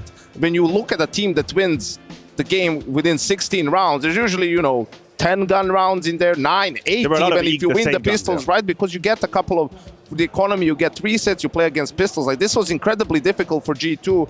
And sure, there was a round in the second half where when Carrigan was like holding the smoke and it really looked silly from G2. They didn't put pressure anywhere else on the map. But, the next time around, they do the fake. They draw some utility earlier in the round. They do the fake. They go through Donut. They get to A. And also, last round happens because all the work Hunter was doing earlier on. And the mid control and the pressure they were applying. Now HooXi realizes, okay, that's probably going to be the read from FaZe to fight for mid. Let's just go for, a mid-take fake, go out A. And it was the perfect call. And now you can see how much you're doing for the team. So stop being emo. And that's full circle, right? Because you talk about Twist having a quiet game. That's one of the reasons why middle kind of pertain to G2. Yeah. Twist is supposed to be the guy early on who's going to put a stop to that kind of tech tree that G2 could have used. Had Twist put an end to this, had Twist put Hunter in his pocket, we would not have seen these late rounds. But because it wasn't the case, I think G2 were really good at capitalizing at the moments where it mattered the most, knowing, hey, they haven't challenged us middle. When they tried, they failed. It's ours. We can use it as a way out at the end of the round. Before we do dive into the second map, which will be Inferno, we do need to recap what our DHL drop answer is. So if you picked answer number C, you would indeed be correct. The first major in the US of A was, of course, MLG Columbus. Very quickly, Yanko, we are moving to Inferno. We know this is a hella good map for G2. Is this a G2-0? It's looking like it because the fact that they managed to come back into this game and win, right? I would have said if this was the first map, I would say this is not a given G2 win. Yes, they're the favorite, but FaZe are no slouches on Inferno, and I have faith that they will prepare well for this game. Yeah, we do need to be diving into the action, but not before we head to a quick break. When we are back, it is the pick of G2. It's going to be going down on Inferno, and we're going to see potentially who's winning this quarterfinal.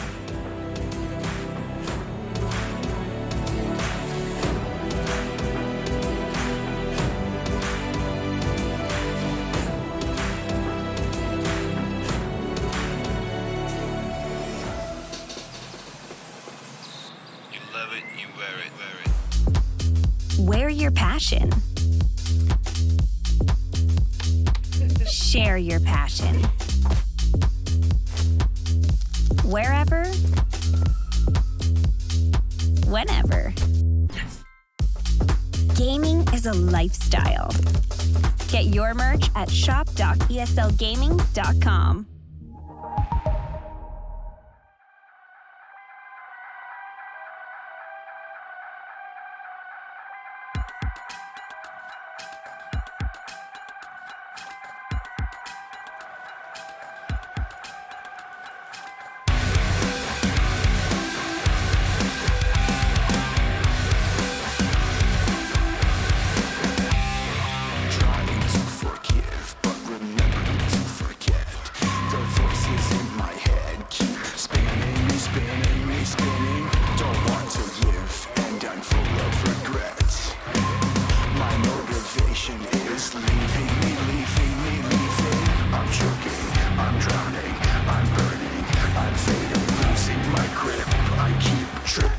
Tripping and tripping. We live and we learn.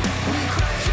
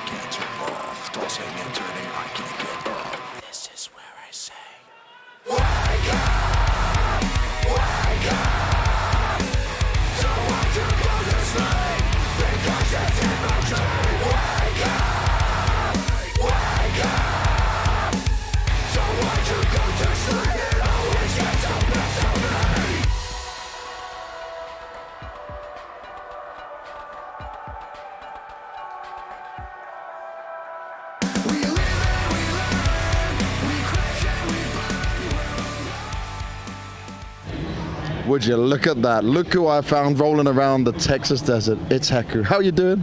Howdy, y'all. I'm doing pretty good, pretty nice. First day of Impact. How are things going so far? So far, kind of according to plan. In comparison to the previous Dallas, the games are way less one-sided. Okay. The previous one went to 16-14, a magnificent comeback from Na'Vi Javelins. I mean, so right now we have Nigma Galaxy against 9 Pandas, and it is for the spot in the semifinals. So we're already getting towards the teams getting towards the semi-final, which is like same as we are here. Who's your little friend though? Are you lonely? I mean, you're never lonely when you're doing Impact, but like you have a little cactus, I have a little armadillo. I don't know, it's, are there armadillos in Texas? I don't know. But there's at least one. There's at least one, yeah. You have the potential only armadillo in Texas. Hold on to it, look after him. Heku, who do you think is going to win it? Is Nigma Galaxy going to go again for another championship? I mean, they won already 4 trophies. They have 5 players, so kind of like, you know, like Tana's like to finish everything, the whole thing, the whole set. They need that 5th trophy. So they're going for like the Infinity Stones on the and they're going to finish and close all out. Well, I'll keep catching up with you. We're going to sit back and watch some of the games. But thank you very much for your time, Heku. It's always a pleasure to see you. We'll keep things rolling over here at ESL Impact.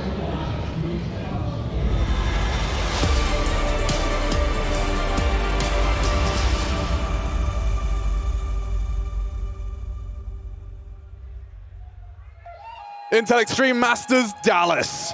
We need one final team to get into that semi-final. This is map 2. Inferno is what we've got ahead of us. And I say us, of course, my name's Machine. I'm joined by Chad Sponge Birchall, and this is the IEM Dallas crowd. Are you with us? Much love, much love. Starting over on the defensive phase. G2 to bring the punch and the fight on the T side. We had the pleasure or displeasure of commentating these two's last Inferno bout, and not against one another in the tournament thus far, both getting blown out by their respective opponents. G2 falling to Heroic and FaZe to Cloud9, and both of them will be loving a win right here. FaZe to extend the series, G2 to get things done 2-0 as we quickly make our way up Banana. This one might be fast. Ooh. Carrigan can't have restraint on this smoke. He needs to get it down, it's too late now. They're charging in. JKS has broken through, only for a moment. Twist on the Julies, a perfect weapon for the job. Still got 22 bullets to cause mayhem, but it's Monacy. Good on the Glock. Carrigan snaps up neck, and only the one. His cousin trades him. 3-on-3. Hunter has managed to keep it level. Now with that bomb down, it gets interesting. They're already quite quick on this. Recovering the Julies has Hooksy set for success. Occupying the ruins, and Hunter going, looking to be a Hunter. He's not clearing spawn. He's not clearing spawn. And that leads to a freebie. Rob's good headshot. Monacy more. Hooksy on the floor. That's going to defuse. Get on the bomb. It's going to be a 10-seconder, right? 10-second defuse. Rain seems confident. It's going to be real close here. This one's going to come down to the tightest. The margins here. Okay. Right onto the money. I'm looking for a kit. I don't see one thing, and that's going to be real close. If they just stayed alive for a moment longer over towards that new box, it wouldn't have taken an awful lot. So a pistol round falls against G2 here. Great stuff from Twist on the first.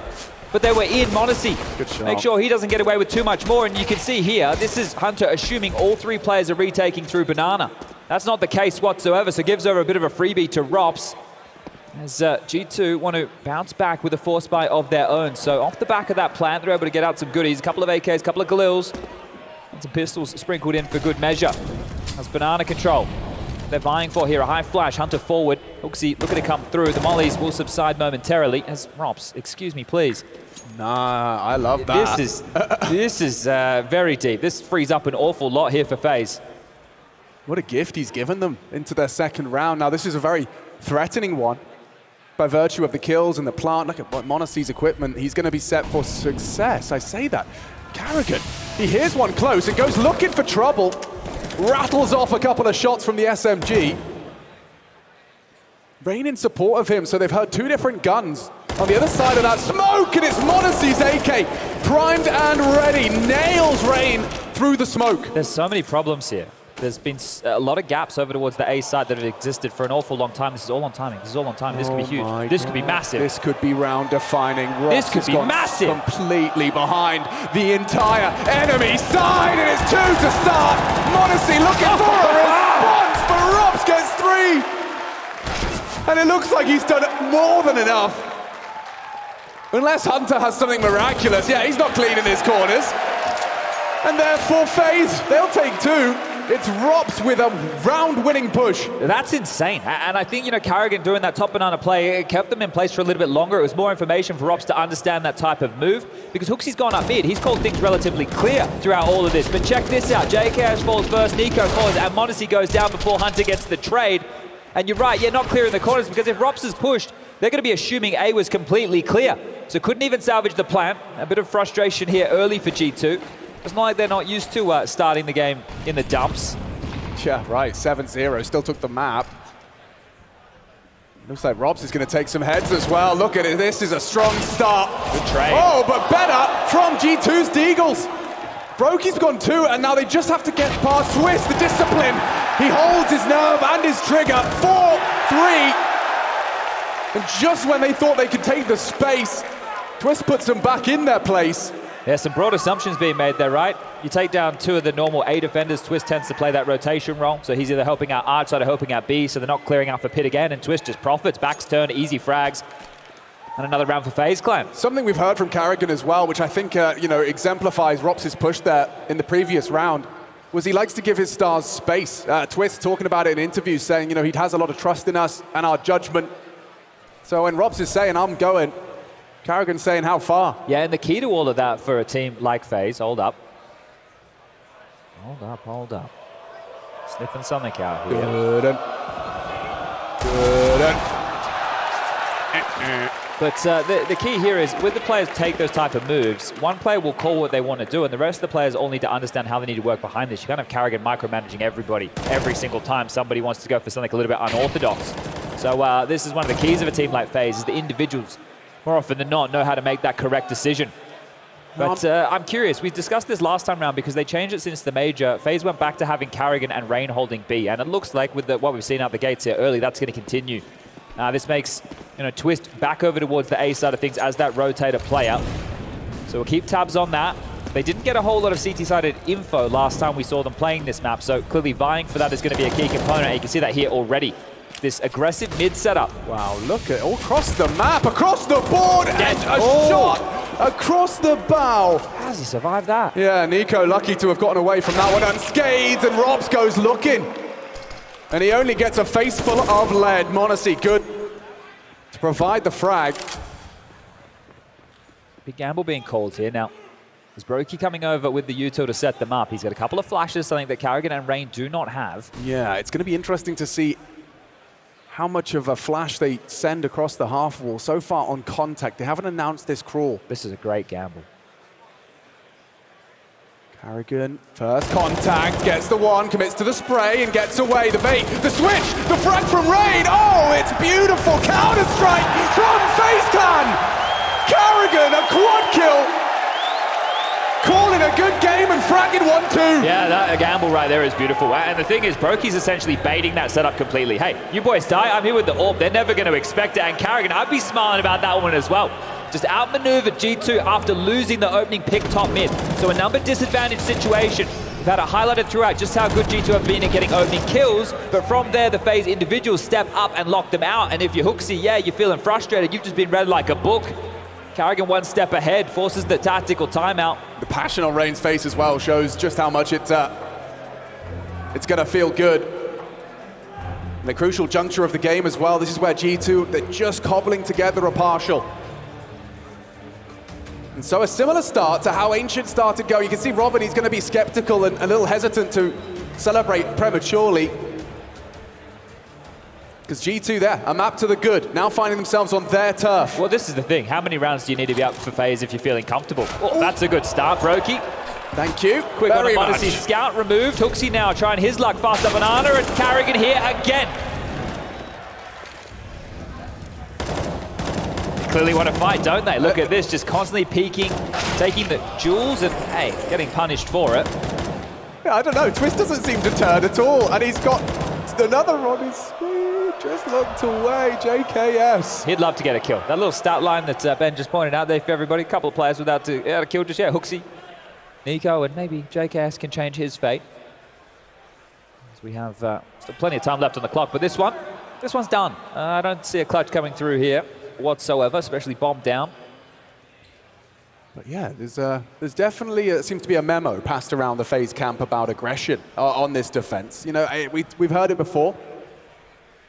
An offense, a good defense can be rooted in a good offense, but bringing the fight to G2, and it's not really letting them get off the starting mark. So JKS, Hooksy, and Nico yet to frag. Well, let's look at these first 5 rounds. We had the pissed around, which is 50-50 as far as the investment goes. We had the second, which was the force of G2, which they then lost. Then they had to take a bit more of an eco.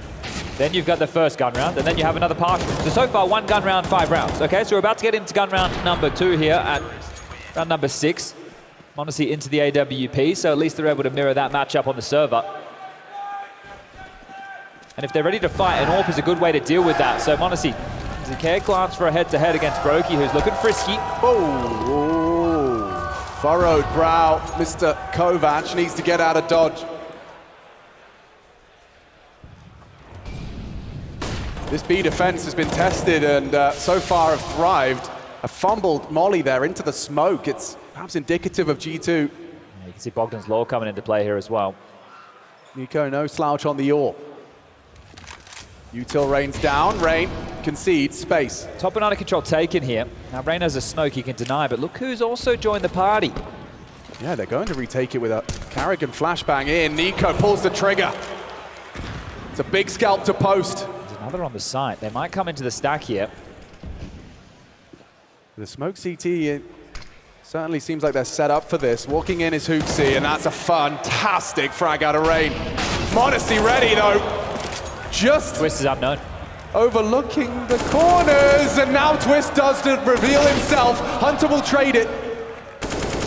Maybe now they operate under the assumption that this is theirs, and it certainly could be, maybe even should be. Brokey pulls their bluff. Goes looking, Nico down! Can't miss those. Awkward. Now. Time's a problem, 25 seconds, they know the bomb's on B. JKS is dead. Oh, but in multiple ways, yeah, from behind. Robs will strike again. Can Hunter get that bomb down? Will Brokey allow it? Looking for trouble. Perfect timing.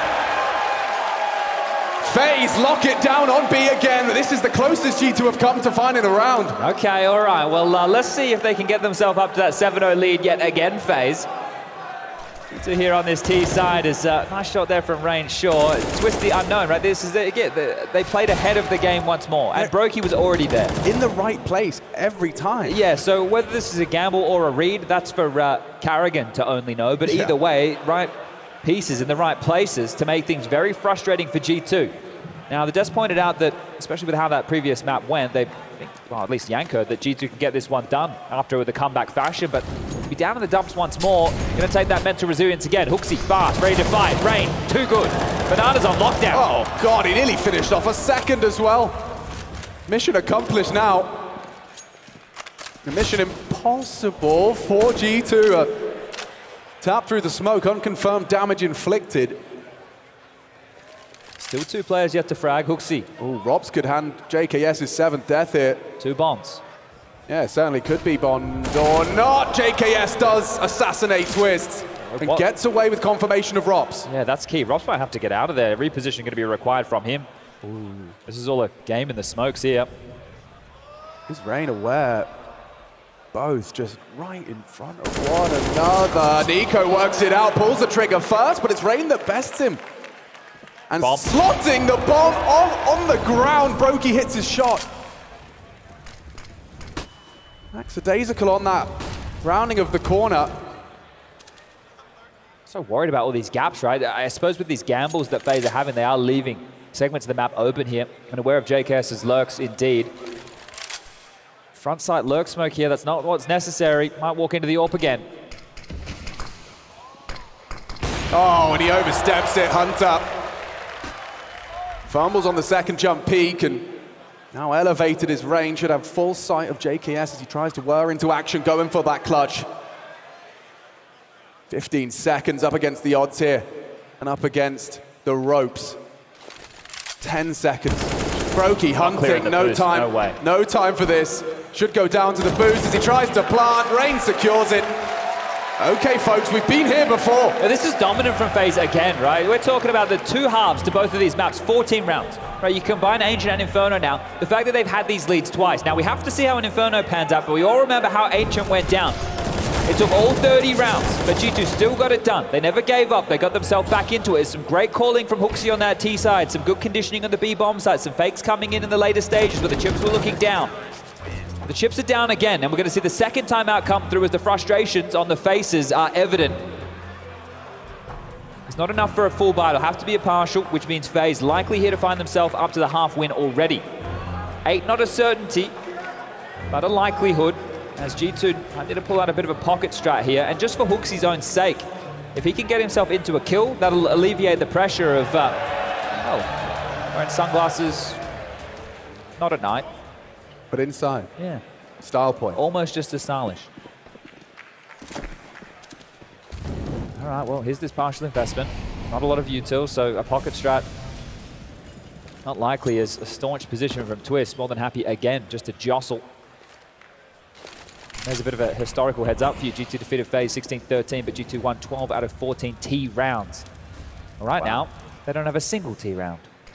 It's like lessons were learned, and what, Rain, that is ballsy. That is very ballsy! Confidence rewarded, dead Nico. Damn, I mean, he's definitely not pre-aiming that one.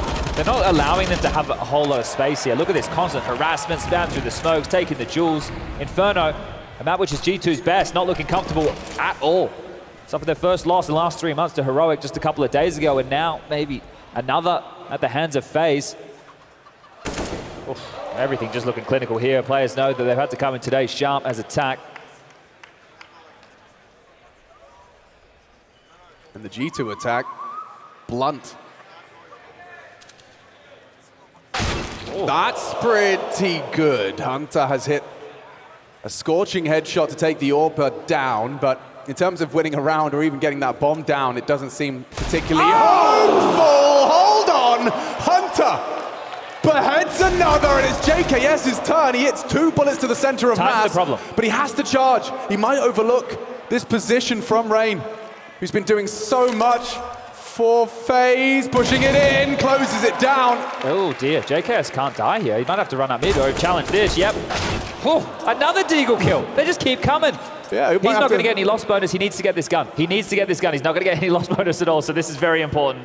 He's nailed it. Yeah. He gets away safe. That's actually hugely important for the next buy round at G2. If he didn't die, didn't get any loss bonus, the fact that he gets that AK is huge. He can buy util, there's enough cash, and he already had head armor. So JKS is quite fortunate there. Good shots from Hunter here. We'll cop these again in the replay. Second is an absolute stunner. Dude. That's where his crosshair went first. Like, he was ready for... Yeah. Tell me about it. All right, well, FaZe, spotless again. This time, one better than Ancient. Let's see if this pain continues. Loving watching this again. Just a jarring force on the CT side. Always seem to have the heads-up maneuver available. Control for Banana being vied for once more. Oh, they're going to walk into this in apps as well here, Alex. It's Nico. He's dead first, and this is what's going to happen second. This is going to be a very easy shot for Brokey. Robs combines. They're in the bin. And FaZe stay untouchable.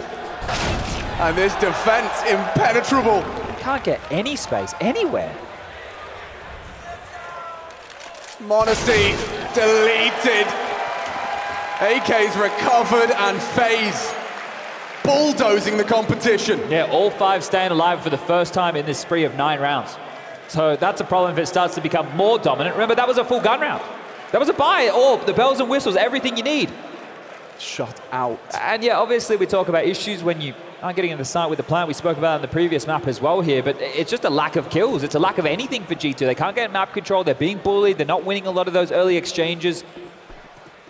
This is a little bit more pocket strat, what I had in mind, and Robs is looking to Russell as he has spot an awful lot towards second mid, and that immediately has drawn the man in question back over towards the A side. Right, that's your flex player. Your information needs to be good. Twist is only as good as his information. Well, he's well informed, and Brokey, woo! Sure, they can hit some deagles, they can get a trade. We need more. He's already repositioned. Hooksy can run him down here. Hooksy, big frag to post. And holding on now is Twist. One more in the feed. Hooksy's doing it all for G2. That's his first 3 kills, and this could be the first round for G2. He backs away out of there. And Hooksy! Here we go! Giga Chad arrives! With all 4 necessary, G2 on the board because of him. That needs to fire the team up here. That needs to be inspiring. He's not the man known for getting the frags. He's the man meant to call them into position. But here when the chips are down, yeah, it's dire straits. He grabs them around, brute force from Hooksy. He had 13 average damage per round coming into that round. I'm talking nothing. I'm talking maybe a chip damage nade. That's about all he had to boast. But here, in round 10, he does it all. Goes back for the orb, nails the shot onto Carrigan, runs into the site, and finishes it as well.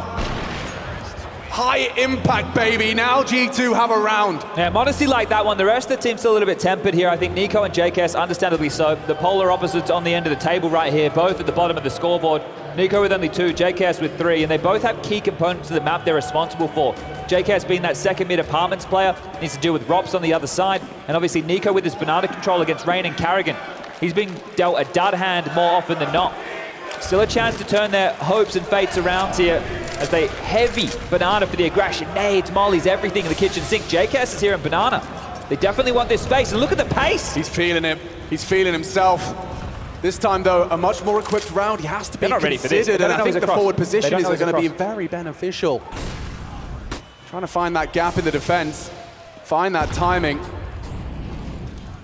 The reaction from FaZe is immediate and swift and Carrigan. What?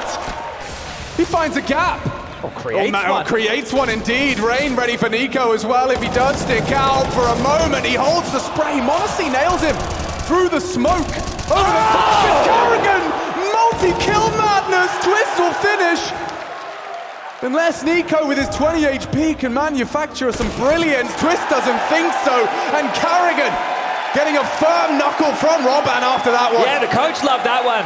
Again, I think he must have thrown that own little one-way, scuttled that onto the side, found that cheeky kill. They were under so much pressure. But that elevated angle as well for the double. Look at Nico, you can see here, definitely not feeling himself whatsoever. Here's the gap that was manifested, so a great one. And yeah, you're talking about the elevation. That was good too, Honesty. Yeah. All right, that's definitely not enough. And trying to trade their way in. It's some great play from Carrigan here. 11 kills for him. In-game leader stepping up in a big way, and a push. Rops is coming through. They really want to bring the fight. Just to rub salt into the wound. Rops charges in.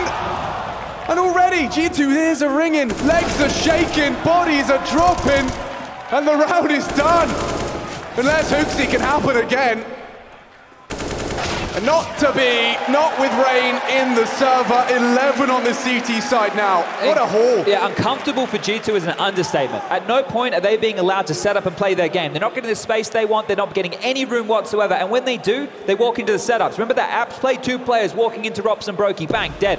And the only round they have is the in-game leader, not known for fragging, getting 4 kills. The players of G2, the individuals, the Monacies, the Nikos, the JKSs, the Hunters, those names, those are the individuals that need to be stepping up here and getting something done. And trying to laugh it off is Nico, but this is dire now. The momentum, it's shifted. Yeah, this is not a laughing matter. And Nico trying to shake it off. Trying to recover the half as best he can. Rotation on its way. And Brokey, immediate onto Hunter. Trying to push the limits in the apartments. The commitment's coming towards the B side though, and it might change now. Oh, it doesn't need to, and everyone hits their shots. That's a little bit more like it right there. You saw some pep in the step that Nico opened. It was nice. I can't say he's had too many of those throughout this map. So finally getting a bit of luck over towards the banana area, RG2. They're trying to knife it. Honesty! Really? The audacity! All right, well... yeah, look, there's your punishment. I'm going to throw your ball over the fence, young man. Okay, well, it is going to be a second round here. Cash isn't great for a lot of the members on FaZe, regardless of some of these tighter scenarios. Considering we're talking about an 11-2 scoreline, and I'm talking about Cash not being great. So he does want to try and get that AWP back if he can. Finding some extra util. You can see how sketched out he is about this situation. Well, I think he's his process was, well, if... He wants the orb, he wants the orb. Oh, it got knocked off, it got knocked off.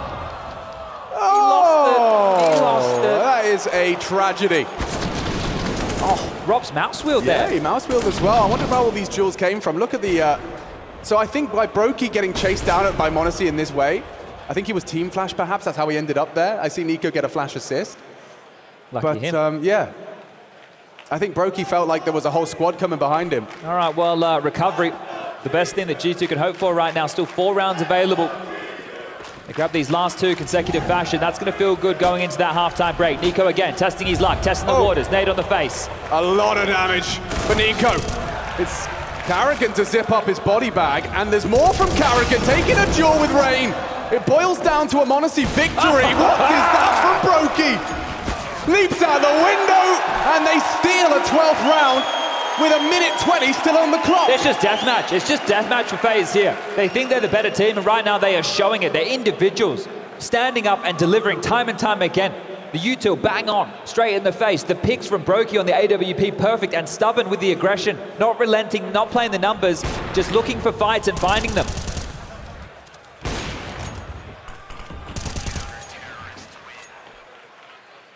Stark contrast from the resilience displayed by G2's first map. This has gone by so quick, it feels like. And I don't see any hope. Nico tries his luck on the boost, but Rain Ready gets away with 1 HP. That is unusual. Carrigan certainly has started strong on this map.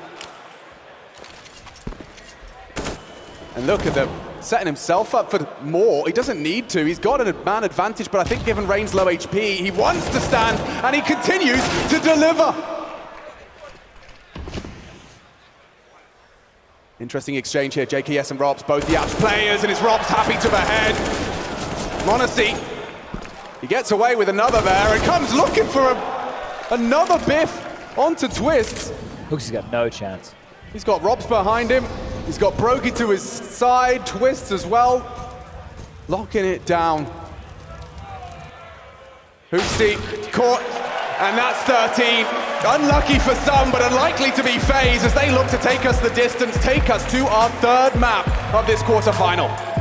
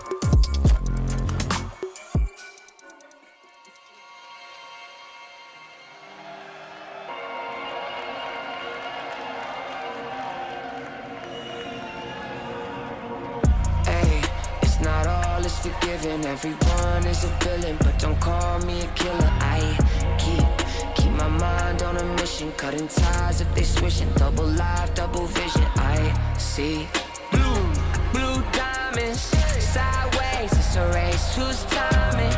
5 days out of state, new climate, no trace, quiet place, move silent. Bitch throwing hands in the parking lot, getting stuck, digging up the sand, doing donuts in a Billy truck. You learn how to rage when the world doesn't show you love. Yeah, I told you what, yeah, I know what it's up. Put it all in the mixture, let the red devil kiss ya. Better hope that I miss ya. Hey, teach a man how to fish ya. Feed the fan, feed the kids ya. Feed the grand for the picture. How to get this far, how to get this far. If you don't know, you play around. It could tear you apart, it could tear you apart if you turn it into someone else. Hey, it's not all is forgiven, everyone is a villain, but don't call me a killer. I keep my mind on a mission, cutting ties if they switching, double life, double vision. I see blue diamonds, sideways, it's a race, who's timing? 5 days out of state, new climate,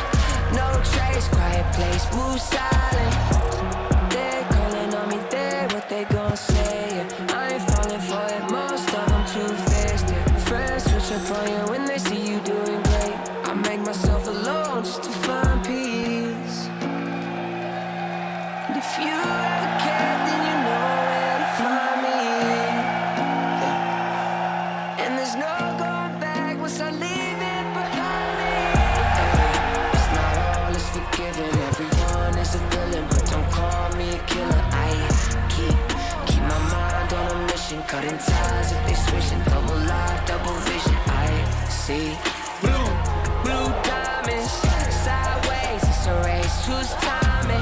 5 days out of state, new climate, no trace.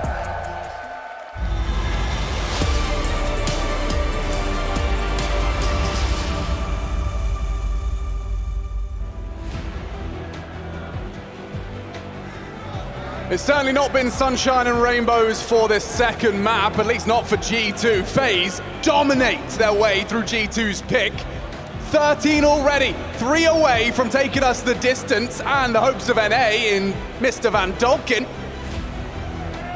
Still up for debate.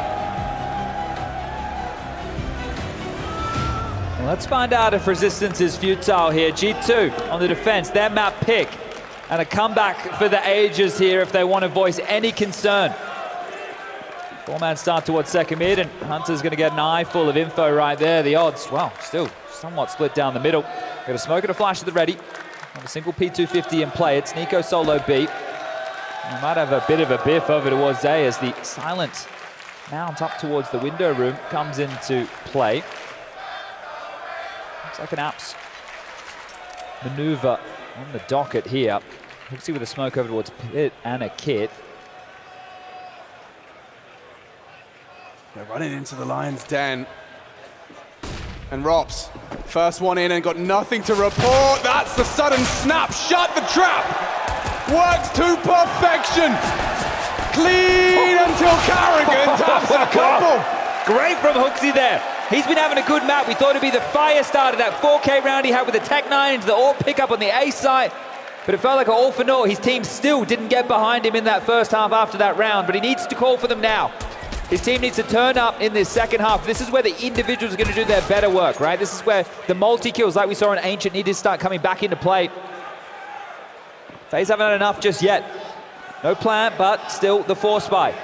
Tech 9's armor, a couple of digs for good measure. Very light on the util department here. If there's anyone with that dream of a comeback, G2 need to handle this well. It's HooXi again, giving him hell. And he might go wide, blind for a moment, still wants to fight. You can see Twist is willing. Oh! 2 heads! And there's damage inflicted as well. m0NESY got brought incredibly low, but the progress will slow. Brokey and Rain to try and find this 14th early. Take a look at what they've got left over. 2 smokes, one for CT, one for Ruins. It's quite an easy way to execute into B right now, and if they isolate Hunter, they're in. We know how winnable a 2-on-2 on that B bomb side is. They just need to deal with him. The flank is coming, but is it fast enough? Hunter needs to delay. A frag could be enough from Nemanja, and it's the one.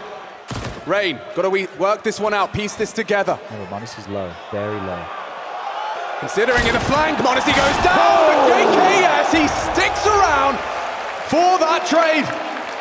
Coming down to a one-on-one right there. That's so much damage being done by that force fire without the plant. There was no AKs, no Galils. It was just those pesky pistols, and that twist double was beautiful towards the top of Banana. But we have to say in the first half, HooXi was hemorrhaging opening kills. He was 0-3 in that department. In the first 2 rounds of the second half, he's managed both the pistol and the anti-eco. So good stuff from HooXi here. He's playing some good CS individually at the moment. He just needs to make sure he can keep it together, keep the team in things. And m0NESY, this young buck, he's never going to stop believing. It's going to be another light investment from FaZe here, this time without all those extra bells and whistles of util and head armor. He's going to try their luck through the aim again, and Carrigan is just feeling himself. m0NESY will take that one for free. That's not getting the double up. Should have been a 2-for-1 special. Yeah, that Kevlar saved Rops long enough. Famous trash. That too. Well, here they go again. Just Hunter here. Yeah, he's already been spotted out, can reposition safely. Nico has... whoa, that's wide! That is so wide, and if HooXi goes down, which he doesn't, stubborn, holding on to long, just the MP9, he knows there's an M4 just to his teammate's corpse. Nico's pushing down Banana here, so good constricting move from Nico, but he's been having a rough game, only 4 kills. Mid to B would be worst case right now. Coming for HooXi, and they line up for him, smashing through. A team kill from Brokey, but that was HooXi's frag. Stolen by Brokey. Where's this M4? Yep, finally found it. A real chance for Robs to win this. A 1v2, dude. Yeah, 40 seconds left on the clock. More than enough time to try and make this one happen. Sure, the HP's not great. He has that Kevlar you noted. All he has to do is find JKS. In that mini pit, headshot. Plant would still be... Oh! Don't worry about the plant. Gets sat down. All right. G2. This lead that FaZe have been able to accrue here, it's a mountain for them to climb. I'm not sure they're going to be able to get back into things, but it's all going to start now. The real conversation as soon as FaZe get onto the guns here. This is MOUZ with the good graces of Carrigan. Thank you very much for that. A timing Hunter didn't know was open. And a nice little TK there from Brokey to soften things up. And here we go. Can FaZe already break serve and force G2 down to the depths of this one. Oh, that spam is beautiful. Completely blind. Just unloads. Well, that's one way to provide an opening into your first gun round. And now you have to operate in a 4-on-4 with 1 minute and 30 left on the clock. Okay, so already G2 are going to have to be resourceful. Well, this is where that multi-frag impact of the previous map has to come into play. Someone is going to have to step up and do a little bit more. For FaZe on the other side, the fact that they get that kill for free through the smoke, they don't have to use any util for it, they don't have to fight for control, they know that one of the B players is dead, they have so many nades left over for their finish here. Might have to be a gamble from G2, and we saw how well they paid off for FaZe in the first half. Carrigan calling his pieces into the perfect place.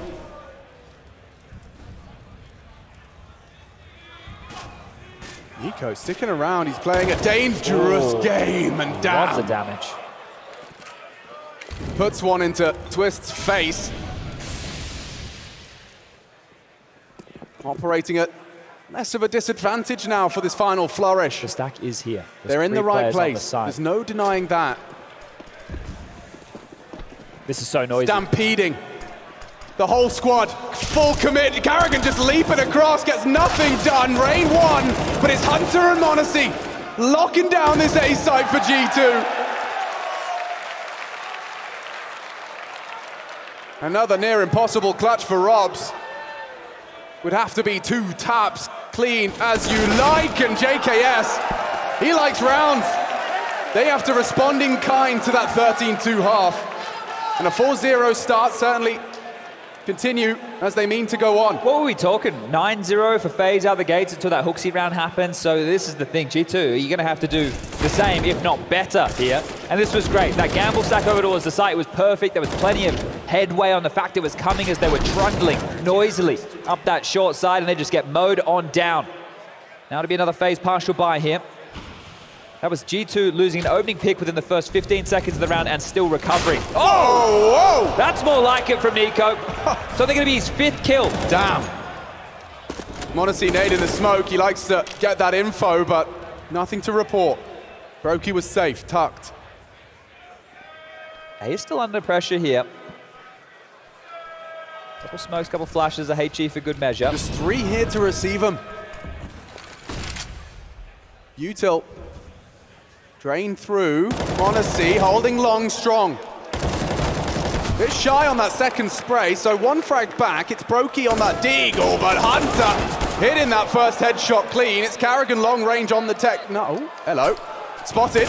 JKS manages his spray, and to convert the round, a second required, and Robs has hit it. Hold your horses. He's got head armor. He's got a good idea as well as to where one of them comes from. The second might get the shot. plant. Whoa, quick! Around the corner, looking for trouble, and he knows where Nico threw that from. But not expecting Hooksy to go so aggressive, and he loses his head as we prepare to lose our minds. Robs, has he done the hard part? He's up against Nico. A battle of wits between these 2 masters of Counter-Strike.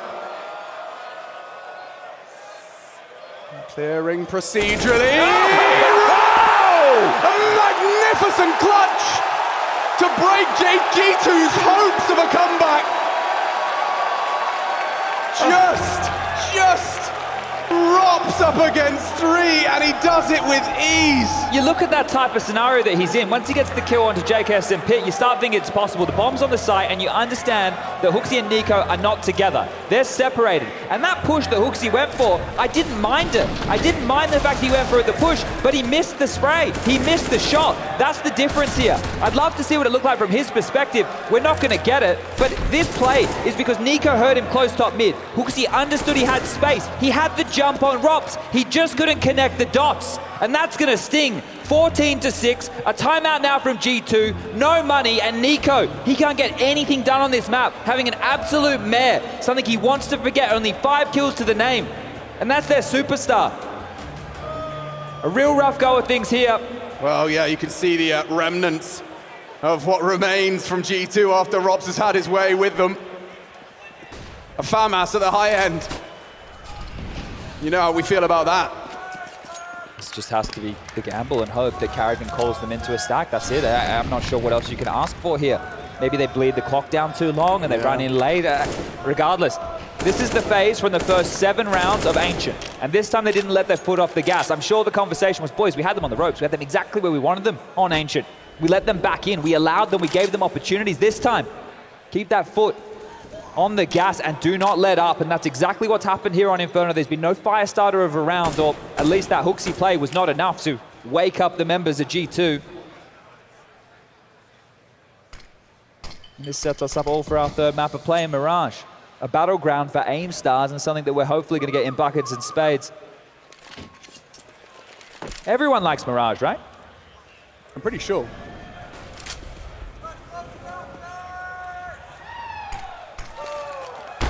So, Hunter's smoke has to be disrespected, and Carrigan will start to take as much space as is given to him. Mid to B was still all right for G2 here.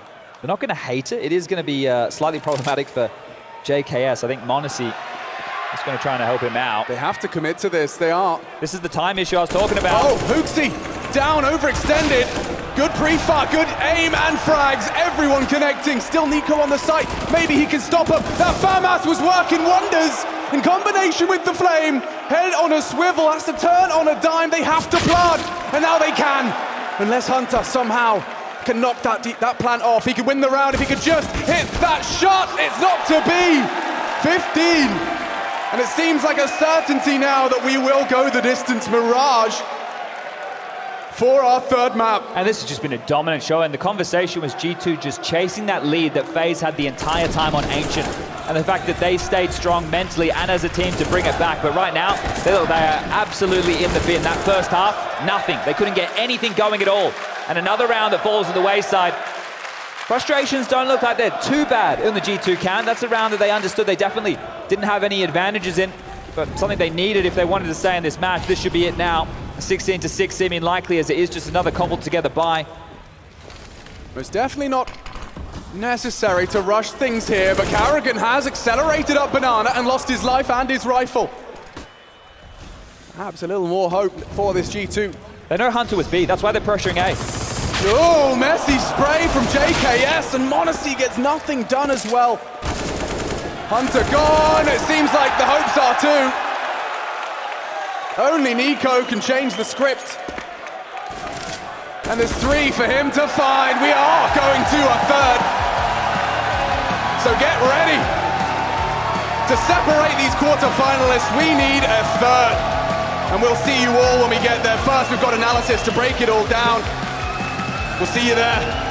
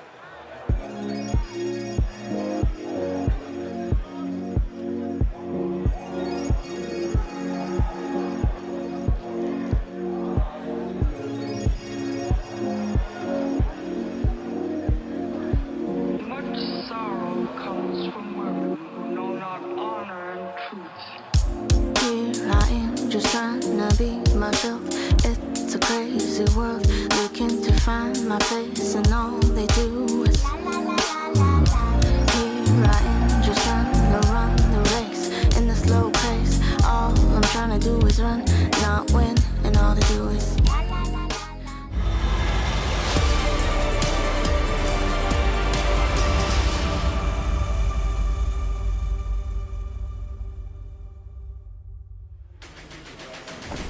Fast and furious from FaZe. They tear G2 limb from limb on their home ground. We thought Inferno was going to be a competitive affair.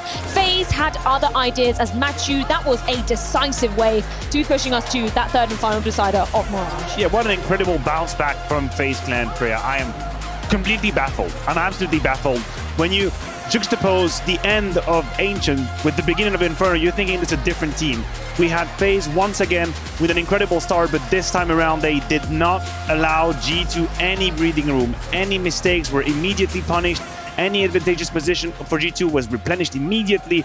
That was great from FaZe Clan. Impressive at most. Yeah, you could tell they probably said in between the maps, listen, let's not let what happened in Katowice happen again. What happened in Katowice was they lost the first map, which they should have won, and then they went on to Ancient, which was their map pick, and they got demolished by G2 because, you could tell in their heads they were still thinking about the previous map. Here, that was not going to happen. They had a clear plan, they showed aggression from the start, and it worked wonders for FaZe and Karrigan. Yeah, Karrigan surprisingly was a big reason for that, Matthew. That was beautiful, phenomenal, the reaction from Karrigan.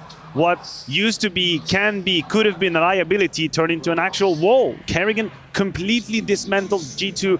Anytime any fight was happening for Banana early on, he stopped them. You can see here, the numbers don't lie. The difference between Ancient and Inferno, 8 kills on the first map, 20 on the second, but this first half, Freya, this first half, that was so important for Karrigan. He and Rain, at times, how many of these kills that we're about to see are from that CT side? Remember this where round? He destroys. Beautiful, beautiful, Janko. Yeah, I think it was absolute, he was doing a lot of work towards the B-bomb side. Him and Rain had a lot of different plays. They were using multiple different players too as a third guy to support him. I think that caused a whole lot of trouble for G2 in this game. Love to see it. I mean, it wasn't just the fragging department that Karrigan was showing up in, right? It's clear that he'd done his homework, Janko, coming into this round, because we know G2 to be, such a dominant team when it comes to Inferno, typically. Not this time around. Yeah, it seems like they had their number on this one, Freya, right? The pistol round was close. We're going to go here into the first gun round, right? That was the round that you've just seen, round number 4, right? And it starts off with a default. As you can see, this is something that G2 does a lot. JKS, Hunter, towards that A-bomb side. Huxi, Nico, Monesi working towards Banana. Nico gets low. That's why he swaps out for the op, right? And look now, this is still a situation in which G2 is maybe a little bit rough now while they're moving back towards the B-bomb side. They get an advantage, and you can see there's already 3 players here waiting for them, and they're going to get mowed down. That was the Karrigan highlight that we've just seen. After this, they go for a half-buy. We go to round number 7. This is another gun round, so you will see, again, spread out around the map, right? Default sort of a game. Nico, again, is low from the utility. That was another great thing that FaZe was doing in this map. 5v5, slower round. Another time, look now. Now you're going to have here Twists and Rain. So it wasn't Brocky this time around who came to help. G2 still doing a good job of getting that top Banana control, and they're getting the trades, and they're paying attention to the names, right? So once you kill Karrigan, you kill Rain, Monesi thinks that's it, right? Also because Brocky already on the rotation, he's throwing utility, so he thinks that's the help. The site is clear, he doesn't check it, then Twist gets activated one more time with a man advantage with the fight. FaZe is in the right place, and this happens, again later on in the game, time and time again. They were getting read by. This is extremely frustrating, guys, as well, right? Like when you go up against a team and you have the advantage, they're always at the right place at the right time. I think you could see it on the faces of the G2 players. Yeah, I mean, FaZe clearly just reading G2 like a book during the entire duration of that map. And we've got to talk about, the start that we saw on Ancient. That is what we were looking at coming into this, saying, FaZe had 7-0 up on that first round. They can't let it slip away again, and they certainly didn't here. Up until that moment, we were watching Ancient all over again. All of the rounds that Janko very aptly kind of showed to us right here were up until that moment. But what I really liked from FaZe is how they did not let the first map happen over again. If we have round number 12, we can maybe showcase it to you at home, guys, how FaZe, as soon as they started to see any kind of glimpse of hope from G2, immediately pounce back. Look at this, Rob's crossing the smoke immediately. He's got backup as well. It's 3 CTs committed down to middle at 140 seconds fighting. Nico's doing his very best with the deagle, but the damage has been done anyway, and it's just an amount of pressure. Kerrigan as well, he's fighting even though the numbers are in FaZe's favor. He doesn't stop.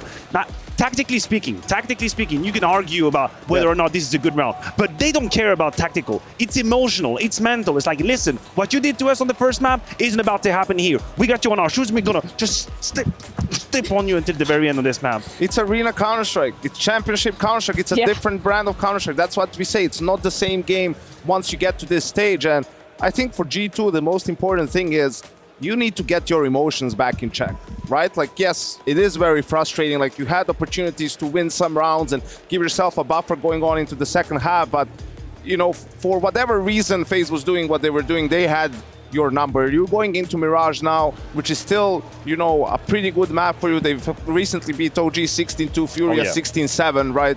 So I think they can feel confident, and you just try to forget what happened here and come with a clear head into Mirage. I think that's the key question, right? We've seen FaZe do that coming off the first map that they narrowly lost after having such a firm lead. It's now a question for G2 if they can, you know, mentally withstand this challenge or whether they're going to crumble on Mirage. I think they've already showcased to us that they can create any momentum based off of 2 or 3 rounds. I'm sure they can do it again.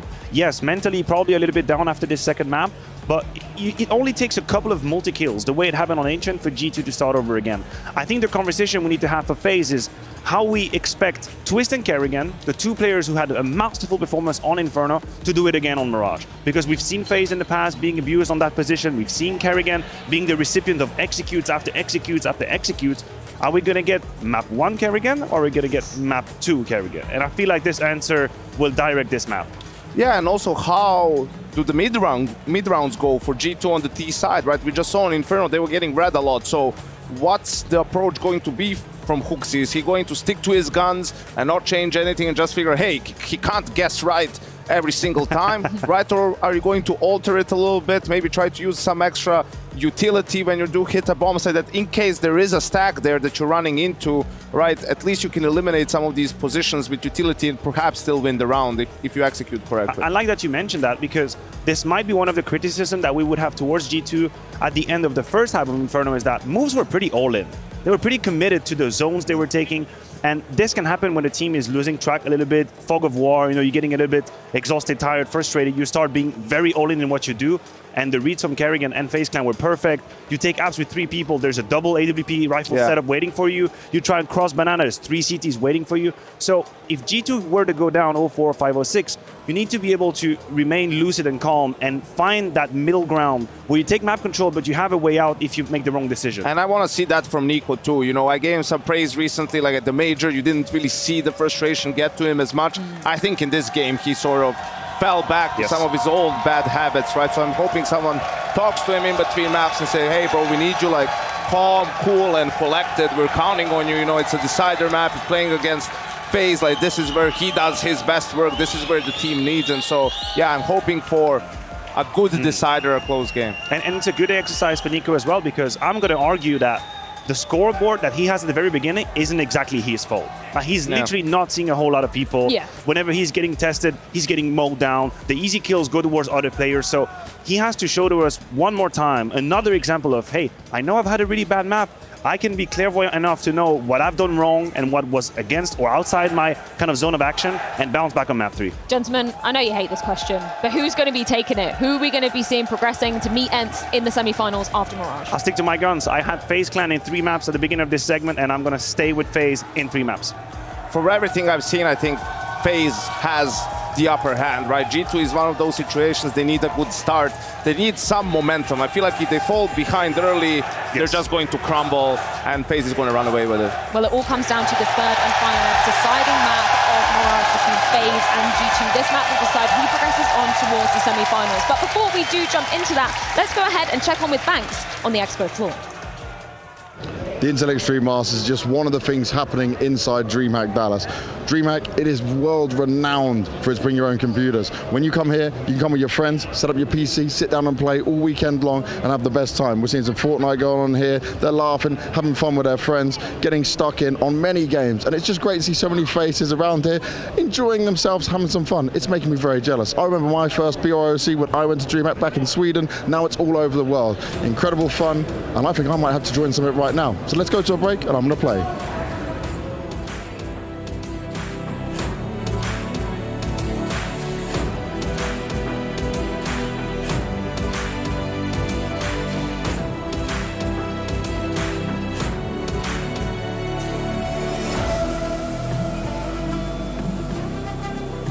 Smurfs, go f yourself. To all the 817 imposters using my name on Faceit, go f yourself. Players who throw games, go f yourself. To all your grievers, go f yourself. This is for all the low sense out there. Just f yourself. To everybody I know, go f yourself. I already paid to be boosted. I deserve level 10. Go f yourself. Go f yourself. Go f yourself. Go f yourself. Go f yourself. Go and verify yourself for free today. In 4 easy steps, you can join us in building a more trusted community, one verification at a time. What did you think they were saying? Go verify yourself. Wait, you're saying verify? Yeah, man, we're trying to make people go verify themselves. Oh.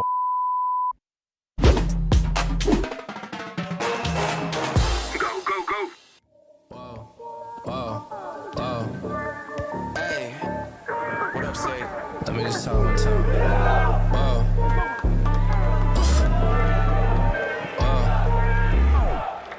Can't make a promise, but I do my best. 25 sitting on 25 racks. Just got started, no, we ain't done yet. Bought a new crib, that's a goddamn flex. Sign that check. Told them last year that I've been up next. Can't take calls, but I send that text. From way downtown, but the shit's still wet. Yeah, that's a guarantee. King of the city, man, they knowing that it's me. 8 damn years, still doing it with ease. Cause it ain't that hard when I'm talking about me. Me and my funds. Told them I get what I want. I need my money up front. I do not do this for fun. So I've been here my whole life. I ain't seen them here once. Told them I ain't playing, they don't wanna get hurt, dog. It's about time I just show them how it works. I seen them in the shit, but now they all worse off. I ain't in a race if I ain't coming first, dog. Told them step back if they ain't in the game now. It was moving slow, so I had to find a pace now. All they trying to talk, not the time or the place now. Coming for the pot, and I got a pocket ace now. Ooh.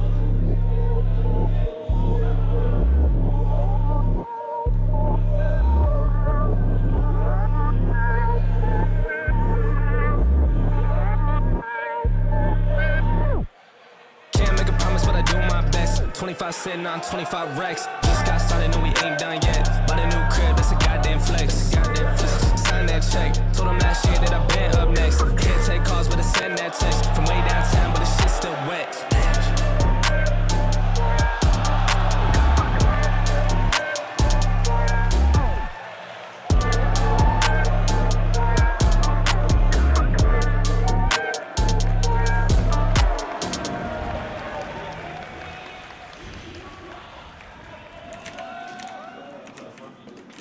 Bro, what are you doing? We got dominated and we're out of the tournament.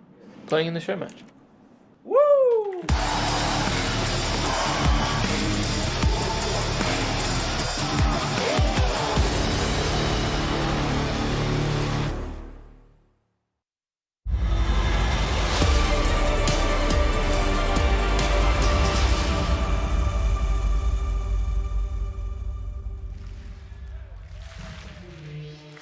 Well, howdy, ladies and gentlemen. This is what you've been waiting for. The answer to the question of who will be facing Ents in the semi-finals.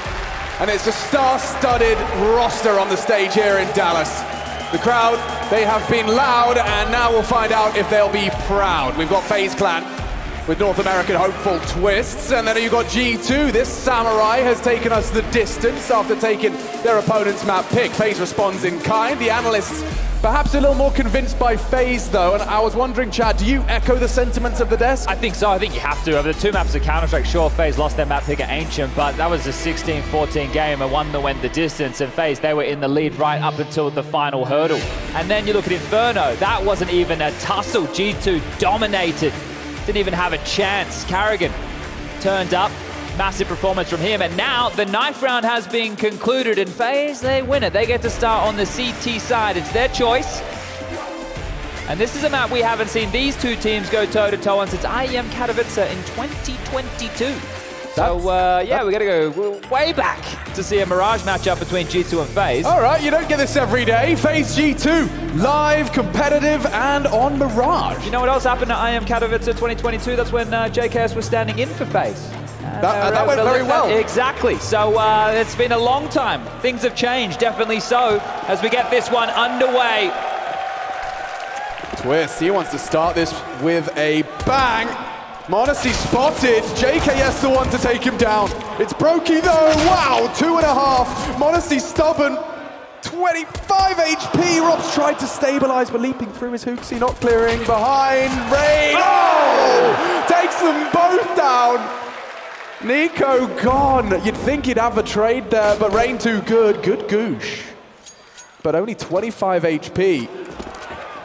And look at him go. He's very at home on Mirage. I say that as he's thinking twice about his final opportunity. This would be an insane clutch. I mean, this would be an impossible clutch. Maybe not in Monasty's book, but Carrigan playing it safe, and now Rain confirms presence. They're giving him nothing. Testament to how threatening Monasty is.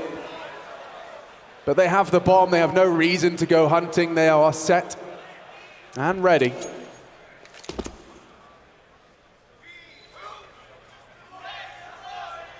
And Monasty, very capable of punishing, these unforced errors, but FaZe are not looking to give him anything. No, nothing being given, and the fact that they take that initial exchange from Palace and then they reposition. Monasty, he'll go down to Rain. That'll be 3 in the round. And FaZe will grab yet another pistol round here, so fantastic work for them. A very tidy one, and that's the question.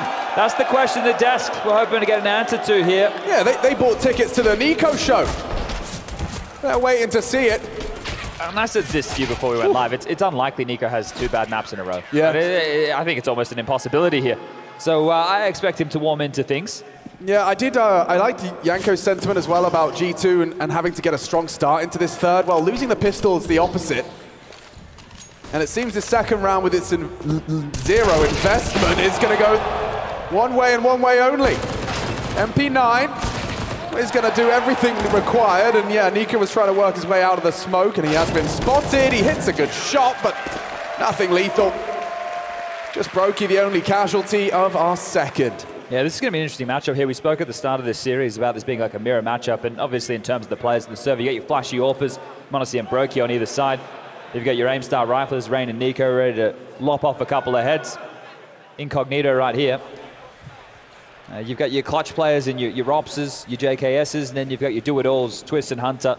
And then the Danish in-game leaders, which are apparently a must here in IEM Dallas. But here we go, first gun round underway. Yeah, I've got some serious Fast up pace. that, Yeah, Monasty trying to be a space taker. Rain, the grave maker, he's gone. Yeah, that's a very early death to stomach there for Monasty. They do have all this mid control for now, but if they don't do anything with it and a bullet through the smoke, whistles past the head as Twist on the glance back has a chance. Yeah, he's staying active on this angle. Decision made for him with the smoke, of course, potential to be boosted within it, but we know and can see G2 have other plans. This A setup could be tested. JKS is lying in wait for anyone that gets a little inquisitive on that triple box. Oh, that's a well-timed smoke, isn't it? Just as JKS was starting to have a look, smoke comes in, denies him that space for now. Will be fading in the next 10 seconds or so, and Nico needs to sell something. Oh, he's got no idea, Alex. He's got no idea about Rob. Completely unaware, baited in by Carrigan, and that hook is firmly in his cheek. JKS and Hooksy trying to maneuver into this site now, and 38 seconds. Rain, he's the one that's looking to report numbers, and he's been spotted out, tucking in, trying to delay further. Swings out, Hunter happy to provide. That's a big one back. It will equalize, but they have to plant. Connector smoke's just been deployed here. JK's taking his time with the U-tilt. Yeah, but CT's going to be jungle smoke instead. So Hooksy has to cover them. Nice catch again. It's Hunter doing a lot here. Heating up and way more on his plate than he can handle. Look at that. G2 counting on JKS and Hunter, the two names we saw discussed as big game players. Well, no bigger game than a quarterfinal last map. Yeah, those two right there are the ones who are going to pull you out of the most miraculous rounds. So this is the one that started with m0NESY getting pantsed immediately. Remember that high tail up cat straight out the gates, but this is a heads-up play. I thought they'd go for the connector smoke, opted for jungle, and they took that fight together. I think they understand by taking that fight, if they push the short player back, Nico was also going to be B-apt. So they were trying to do that as a bit of a unit there. A nice first gun round, and ramifications that are being felt immediately by FaZe, who can get together something that resembles a buy. Rops has missed the jump, and that means Hunter's up quicker than them. So fast, this is the most expensive gun on the squad. He has to get out of there. Yeah, he flubbed the jump, he fell off, he had to get reboosted, so Hunter gets this space for free. This could have been a completely different look early. Yeah, but it's going to really screw this defense as well. The fact they know there's an AWP in play, it helps them understand how they need to approach the rest of this round, G2. You'd think they're set for success. Rain gonna be tested first by Nico. He does deliver, and there's more from Rain as he knocks m0NESY down. It's HooXi doubling his frags. JKS doesn't finish off that ticket player, but it will be HooXi. A nice multi-kill from their leader. Can JKS close what HooXi started? A bomb plant, two players chasing him down. Carrigan and Brokey spotted out. What can he do with this? Goes right into the crosshair. And solid defense from FaZe. Yeah, a really weird way to try and clear that from Nico there with the balcony position, right? Rain just sitting under it. That's a free kill right there. It was an awkward exchange early with Rops not making the boost, and they identified the AWP, but that just seemed a very flat A execute there from G2. So good stuff from Rain on that multi-kill. And they will bounce back immediately. So with the buy, sure, it didn't look great, but the result was fantastic. And the fans, edgelords right now.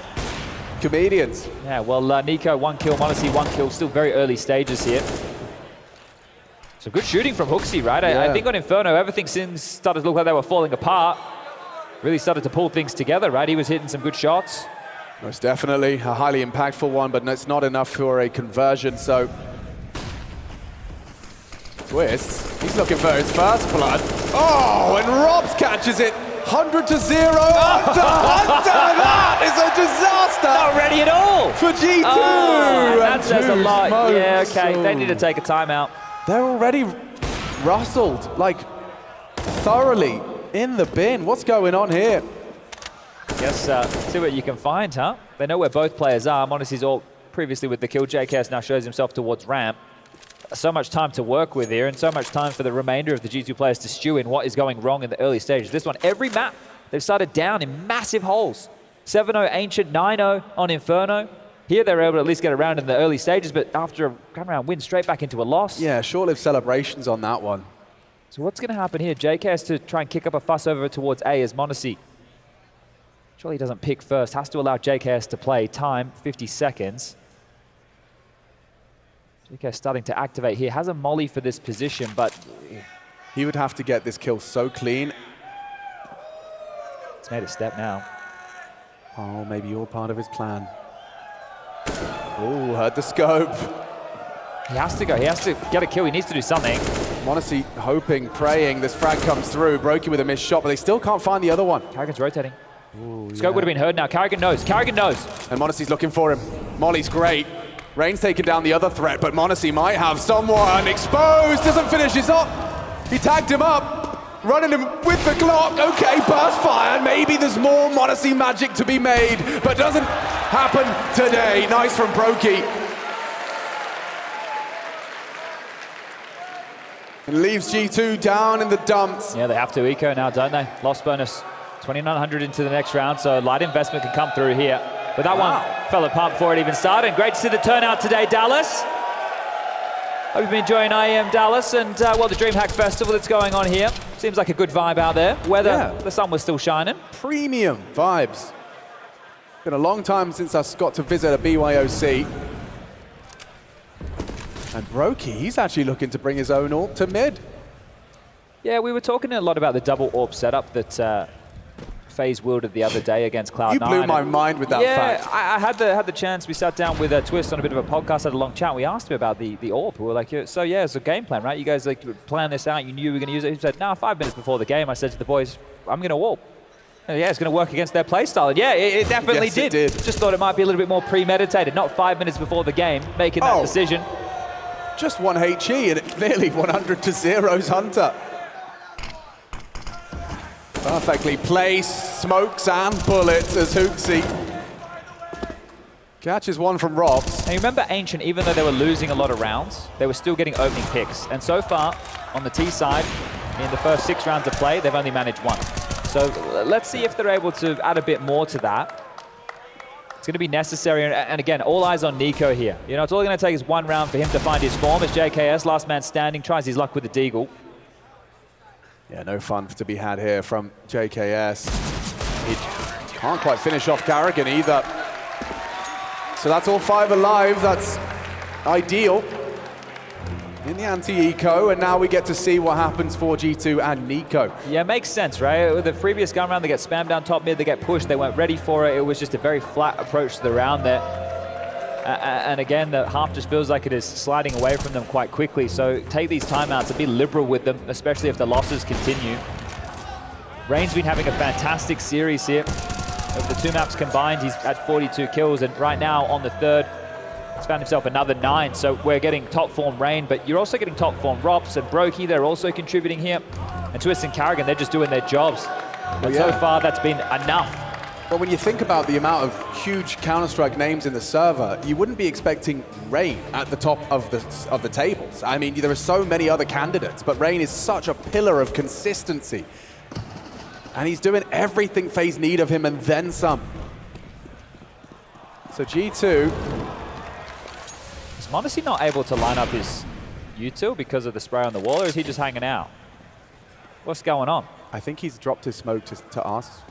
I'm not sure. He's watching for an apps push right now, but he was looking at the love heart. Maybe he just wants to give us some love. Yeah, okay. Well, we'll take that, m0NESY. Thank you very much.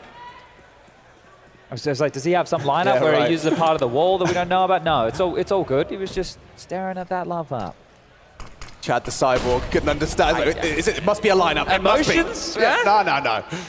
It's all part of the Counter-Strike machine now, whirring into action for G2 to post a second. Carrigan, woof, he really ate that flashback. Yeah, wide eyes right there. And he's got Brokey in support. It does lose the leader, and now they've lost their head and the sight. Does Robs really want to kick up any more of a fight? Hooksy's already got their rotation on lock.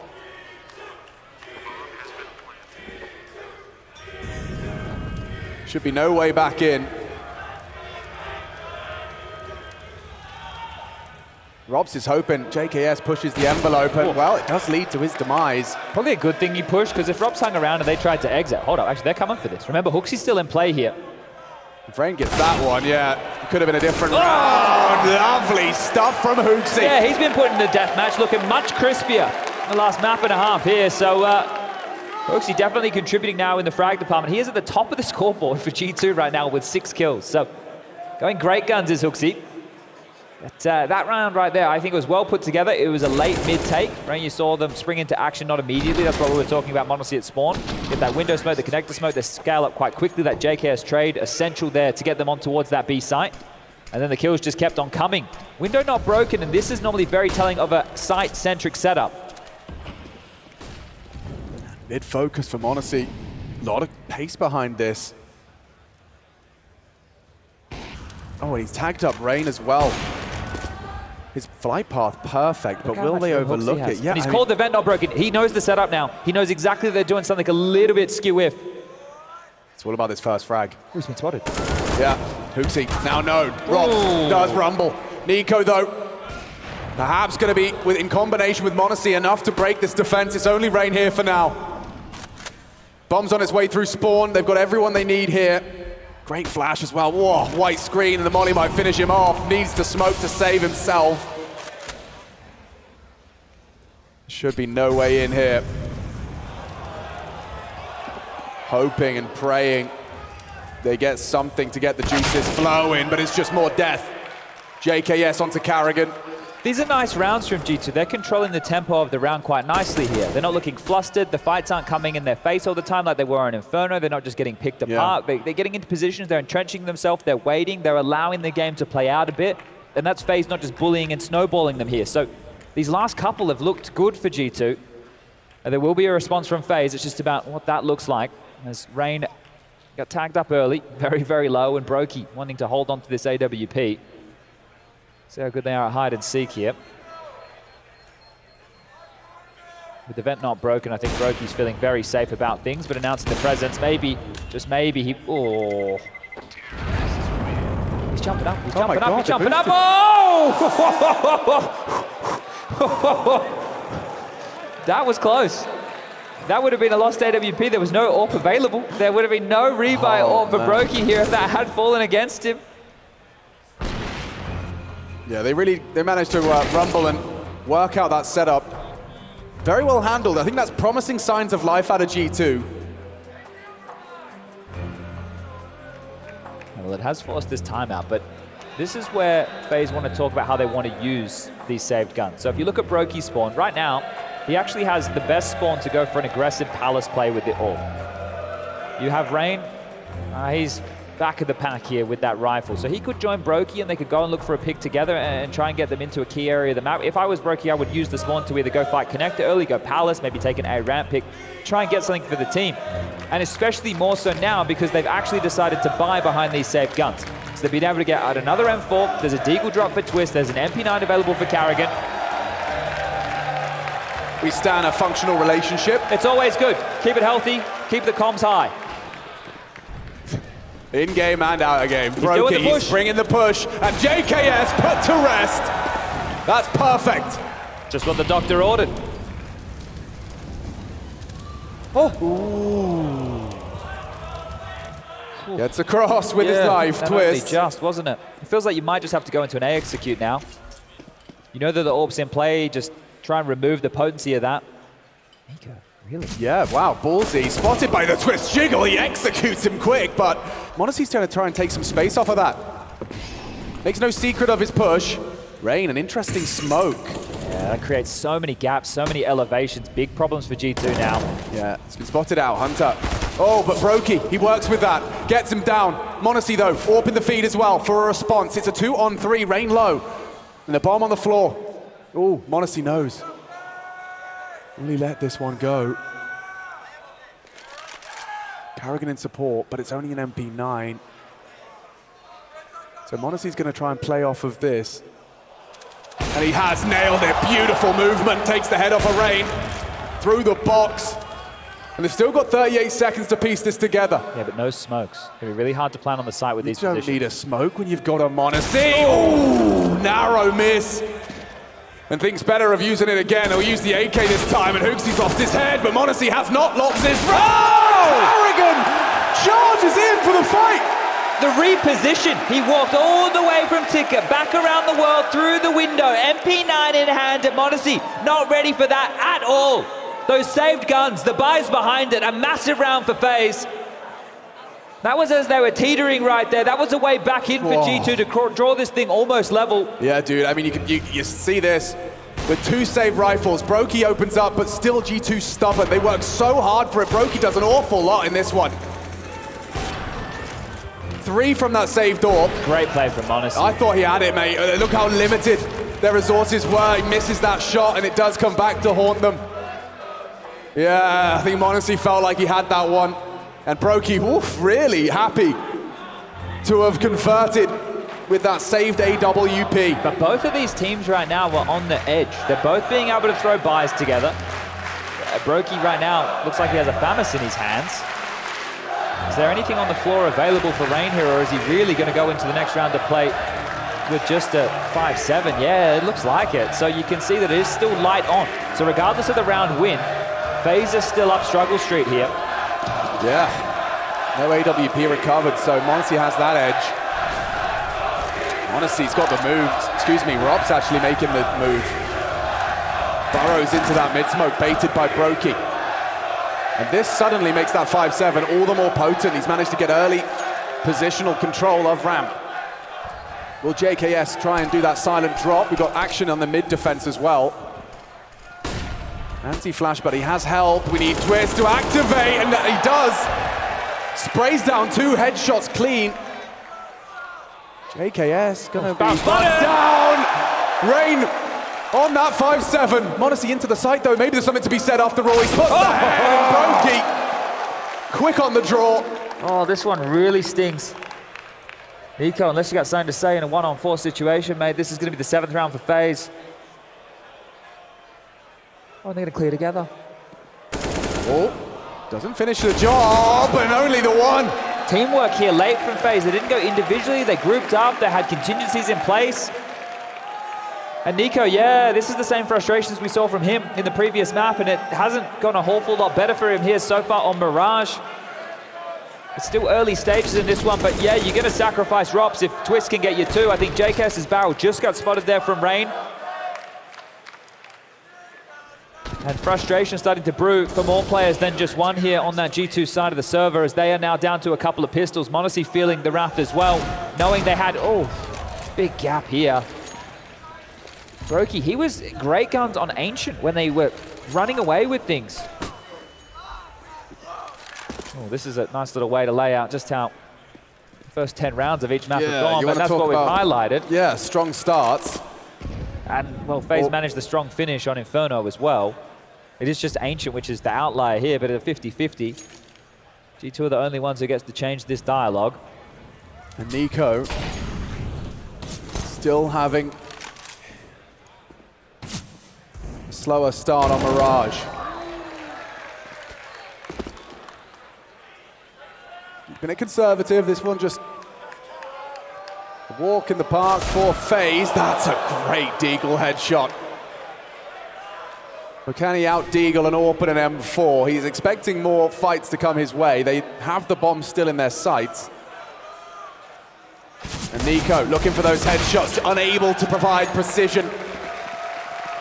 Translates into an 8, so FaZe, they've won out the CT half, 11 rounds deep into this third map. This is crazy, right? When you look at the impact of certain rounds, and there he is, Ellie Giggle.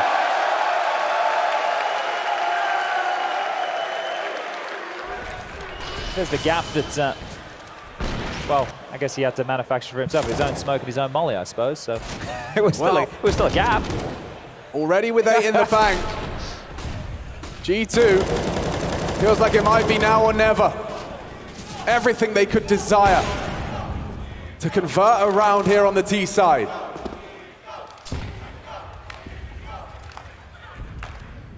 See if Nico is going to be the pointy end of that spear to open up. It's m0NESY instead.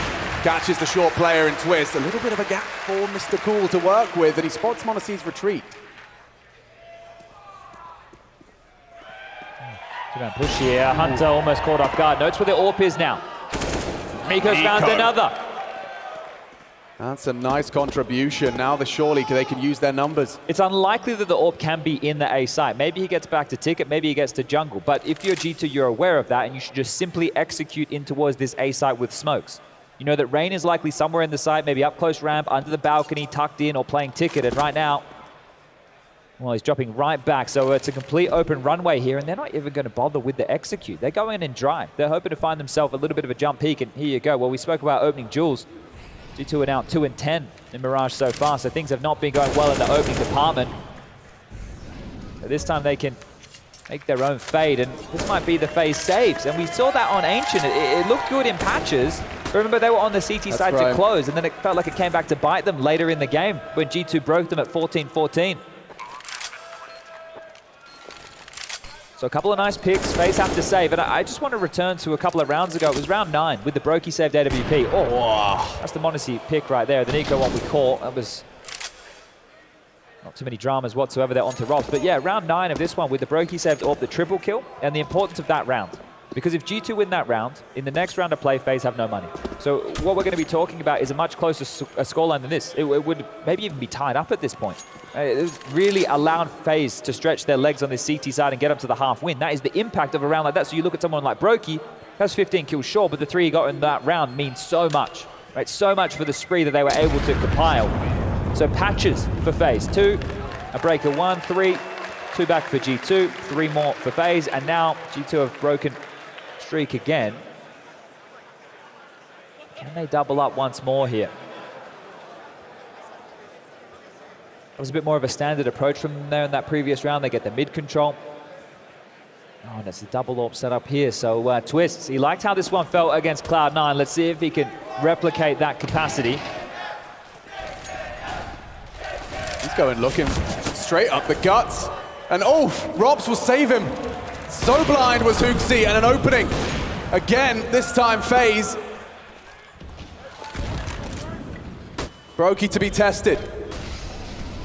The smoke on the palace might contain Nico. Oh, he strafes through. He's in. Oh, and he's not out yet. Modesty as well onto Rain. Rob's kept in line, and a nice one from Twist on that AWP. He goes wide. JKS keeps us on a 3-on-3 on an even keel. He hears him, heard the burning. Robs and Nico about to meet. Oh, the flash so good. Oh, it's an absolute mess. Squandered the advantage, and it could translate to a 9. Oh, the pressure in that moment. So much going on. The round's still on. Oh, it is indeed, Chatty B. They have to fight for something. They have a lot of time. JKS looking to buy some space. They cannot hit the shot. Carrigan sits him on his ass. And when all else fails, maybe Monacy doesn't. No, Brokey. 16 and farming. The impact being felt in this do-or-die scenario. Oh, I was saying just not that long ago that it felt good in the G2 patches of rounds that they were controlling the tempo of the scenarios, getting out and taking space and then just chilling, allowing the fights to come their way. Here, it was the perfect little... Slipped off. It's just that Nico can't see him on top of the ticket. He'd have to drop into his teammate's molly. The flash was perfect. It looked good, and it really just wasn't, and nothing is going his way here today. Yeah, and the crowd saw that one fall apart just as we did. We're back into play, and Robs this time with the AWP. Yeah, if Twist can't do it, give it to Robs. FaZe just hobby-orping their way to victory right now. Well, this is it. In the Counter-Strike right now, the Mage just showed us. Versatility is key. You can't be default heavy. It's Robs man on the dive, taking them all down. This is ridiculous. They're just taking it in turns to make a full AWP frag movie. It's kind of like they're scrimming on them with high-level utility and understanding. They're allowing the absolute demons of players off the leash, and the individuals are shining under that spotlight. 10 rounds, all but secure here, unless JKS can win a big clutch, and clutches been few and far between. At least he knows there's a little bit of space for him in middle. He hasn't had anyone come and knock it, and that's the first onto Carrigan. Snappy adjustment. I think he caught a whiff of something window. Get given it, Twist will find him. And wow, Robs, yeah, I'd be smiling after that one too, dude. The first is great, the second and third, obnoxious. See how they're not static either. They're staying dynamic in that situation. They know where JKS is, they know what space he has, they know what room they're taking, and they're all moving. And this is great from Robs to watch it again. Nico, he's got to be asking himself, what am I to do? Like he's trying to come through the gray screen, find the timing, capitalize on Robs, and yeah, a bit of a tilt of the head. I understand exactly that. G2, final round of the half here. Give yourself something in the break, a little bit of respite. Yeah, something to celebrate. A 10-5 half, workable but limited. You got Galil's. You got 2 smokes remaining. Round has just begun. Understandably, Cage does his crawl through underpass now after seeing Brokey and Robs taking pot shots through it.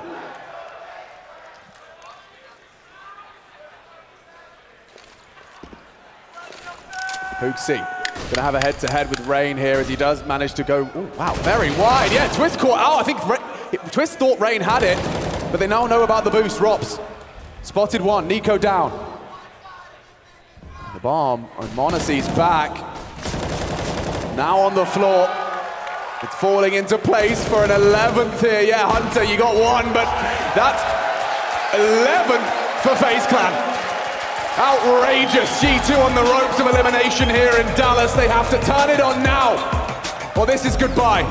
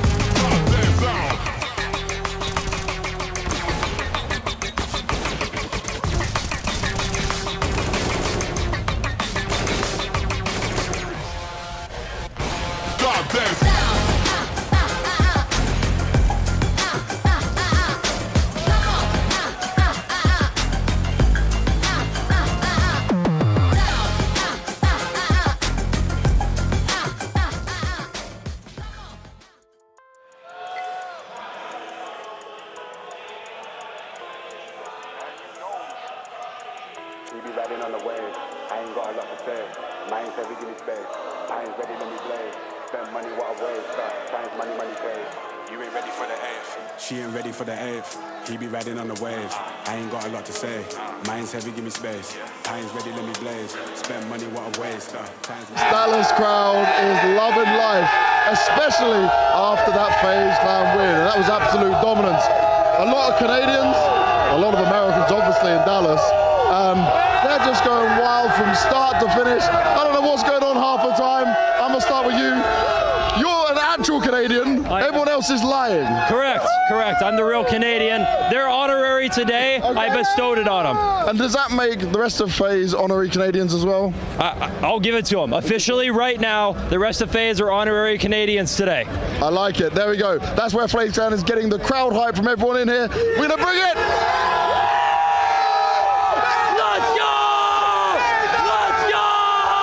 Listen, Mama Markovic, I'm going to tell you something right now. We're going to need your son to come down and play for Team USA down here in Dallas at this show match. Yes, that's correct. Keith Markovic, you might know him as Nath. Some bitch can hit a shot, I tell you right now. He ain't missing. He ain't missing nothing. We ain't going to miss him on Sunday for Team USA. What do you mean? He's Canadian. He's Canadian? For real? He's Canadian? Ma'am, this is your lucky day. Hold on for a second. Son of a bitch!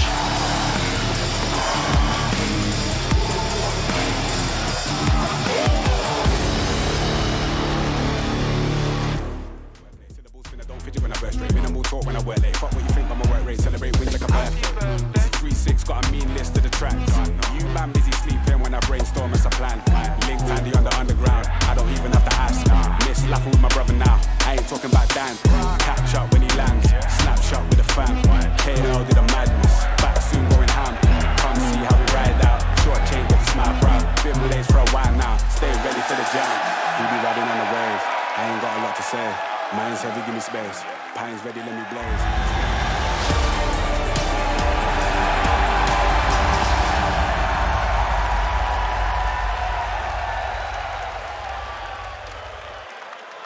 And so, just 5 rounds separate FaZe Clan from a semi-final here in Dallas. And G2, a comeback required. There have been frustrations and it's been domination on our 3rd map. You can see every individual of G2's blood running hot as they feel it slipping through their fingers. The final half of this series, the last half of today's play. A pistol would go a long way. And let's see if G2 have got it in them. G2 on the defense this time, FaZe bring in the attack, and that is a great way to start. They've already taken down Hunter. What have you got, Hooksy? He's got 3 on his screen. And make it 4 as he gets caught by Brokey. Monacy though, only the 1. Brokey continues with impact, and from behind, Nico unawares. This feels like the first nail in that G2 coffin. Stunning from FaZe Clan. And already, a hop, skip, and a jump away. That one right there is the first time that we will not split pistols here. Oof. The first time that one of these two teams has been able to pick up both, and this is when the scoreline is already extremely condemning. This is the worst possible time for G2 not be able to pick up one of these. And Carrigan to put the icing on the cake there with that final shot. G2 essentially vying for the game here with this force spike. They lose this, a full eco. We're talking 14-4, and to come back from a 10-round deficit, a margin like this on that CT side with the FaZe players hitting shots. Brokey on form, Rop's getting it done. Rain's been having an absolute barn burner of a series thus far. G2, well, this may be coming to the close, and for FaZe, revenge on the menu. Ents absolutely ragdolled them in the group stage. Now, sure, Carrigan would love another crack at Snappy. Ooh, it has to be Snappy as, yeah, Brokey had 2 on his screen. Significant damage to Nico and JKS, but it's an advantage nonetheless. G2 have to hold on to this though. Oh, and that's a tag as well. The scout from Monacy rings out. I feel that's kind of drawn things level. The fact that Robs has been tagged down to 30 now. I know that there's a man advantage for G2 here, but the weapons aren't with them. And look at this gap that has been found. Hunter and Hooksy, here they come. Oh, he crouches into it. avoids that instant death from the Deeg. Now, look at the space taken. Rain accelerating into the site, manages the spray and takes them both down. Another one from m0NESY Scout. That's a good start back. This is the two low players from the start of the round. Yeah, what are you supposed to do with 37 points of health? Well, JKS is still sniffing something out towards T-Spawn. He's not responding to this at all. And Nico isn't either. This was the force, this was all of those resources. You can't help but feel like there's potential history here for the G2 roster, and not in the good kind. Now, well, both of these teams, you take a look, they're in flux at the moment. It's really difficult to put your finger on both of these squads. We talk about the mirror matchup, just how they both approach the game in very similar fashion. They both have players to fulfill similar roles. And right now, well, one is looking a whole lot better than the other. FaZe just 3 rounds away from that semi-final. And you heard from Twist in some of the pre-game interview stuff, some of the content on the screen. You know, we go 5 months without lifting a trophy, but then we come to an event like this and we can win. Well, right now, they're just going to put themselves 2 series away from doing so. And Twist, that North American representation, Mr. Canada himself. You heard it from Nico on the desk as well during the early days of this tournament, talking about their shortcomings in the major and wanting to use these last 2 tournaments of the year to kind of show that it was a flash in the pan, that it wasn't a consistent problem. Right now, they are on the verge of elimination here at IEM Dallas, and at FaZe's hand in a dominating fashion. In a playoffs game, no less. Yeah. We talked about those big game players, and no sign of G2's record at these big events being maintained here. Just going to waltz all over this. The saved MP9 already removed, just 3 USPs remaining, and as mentioned, we will be finding ourselves at that 14-4 mark. Had an awful lot of blowouts here at Dallas. Heroic G2 game was one-sided. FaZe versus Cloud9, even though it went the distance, 3 one-sided maps. And the last 2 here for FaZe, absolute domination stations. And the last chance for G2 to voice any concerns here.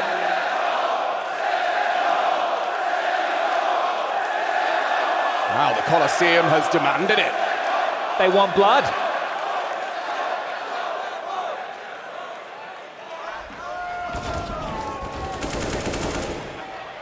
Hope wanes for the G2 fans and for the G2 squad. They're going for an A exec. I love this.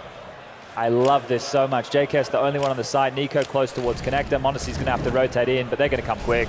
Very quick. Carrigan leading by example as he's flattened by Nico. Good damage. That's impact. Takes them both down, and it's JKS that builds upon it. Rob's no response. And FaZe, they get nothing done, nothing here but death as it's clean. A spotless defense from G2, and they need to replicate. That's their first round in 6. So they've broken another streak here, but they've only managed consecutive rounds once in this map of play. And obviously that needs to change here. That goes without saying. I said I love this. I thought it would be a really good way for them to be able to just execute in towards the site, but they went ahead of the util. They didn't throw anything mid, so I guess trying to really catch G2 out of position here, but that was perfect for Nico. The perfect type of kills for him to be able to scoop up. You don't want to give him any confidence.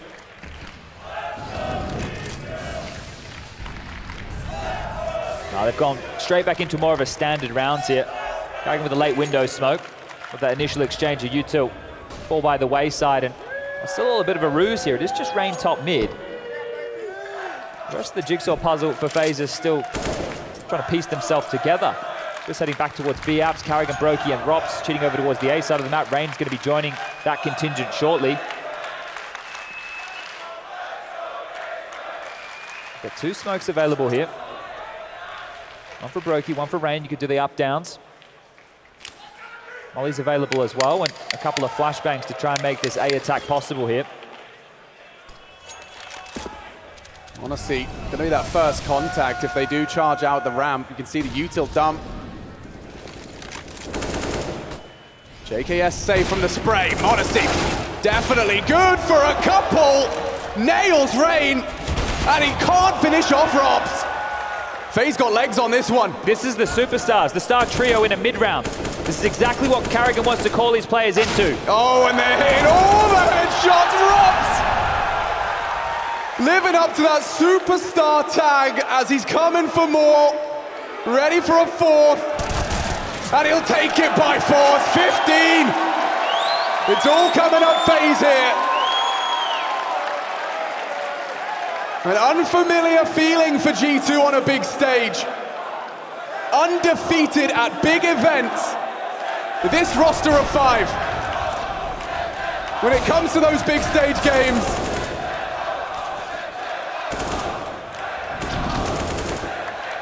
and now FaZe 1 round away from handing it to them. 10 straight required from G2 here, and that's only for overtime. And we go again. Brokey's AWP quickly off towards B. That has to be a ruse. It has to be a fake. Make them think it won't be this A play. They sneak. They creep, and they get ready to explode. There's 3 players in mid. JKS is on his own. He's on his own here. He's not going to have any support. So isolated. What can you do? Australia's finest. Up against the whole team, and it's Carrigan, his first victim, flies up the ladder looking to reposition. And he's got another on his plate. Rob's dead to JKS's hand, and he's got a third as well. Passes that test. And Brokey trying to overcome the whole team. Brokey can just opt for damage here. He doesn't even have to win this clutch. It'd be a 1-on-5, sure. That would be one way to close this one out, but he doesn't even need to get the round done. Just as much damage as possible. Take away 1 or 2 more guns. Make sure that G2 are constantly in this position throughout this game where the full buys don't resemble exactly that. Expecting to be pushed here, but he's been given an awful lot of respect. We can see G2, they don't want to overstep the mark here whatsoever. But a huge round from JKS. You could see that setup, and it's crazy. Brokey literally going B-apps, taking a shot, kept them in a default setup. You know, they thought it was going to be just a standard like late mid crawl with players underpass top mid, but it was an A creep, and JKS delivered 3 huge frags there. Maybe, just maybe, it is about Brokey staying alive here. So as he swings back and forth between the two, saving the AWP. With lost bonus at the bottom of the barrel here. Curious to see if Carrigan calls the purchase behind this. But we saw what Brokey did with the saved AWP in that first half. I think it was round number 9. Tried to highlight it in that first half to tell you just how important it was. A round that if they didn't win, they would have been broke. Their caches would have been completely ruined. So Brokey, not going to get done with a saved AWP yet again. As we get the highlights here of G2 putting up some resistance short. It feels way too late about things. Yeah. I mean, prior to that one, they have 10. Now 9 series points, FaZe. They're not buying behind not interested. But they could still win this round. All Brokey needs to do is find a pick. You got Deagles in play. You've got Brokey on his signature weapon. Still very scary. Well, deep molly as well and no push. So stuff over towards the A ramp. Nade successful. Hooksy connect with that onto Carrigan. They're really testing JKS. He's going to have to, once again, press. They know where he is now. The smoke, however, can be played around. And they know where the AWP is, too. And Brokey called it off there. He said, I've seen enough. We've parked Rain out towards Sandwich. Nobody knows about him. The possibility... Uh-oh. Yeah, he can win the whole round right here. Twist was looking for him. Down he goes. And the bomb lost for FaZe Clan. They're giving him so much room here, aren't they? So many places that FaZe could have gotten off to.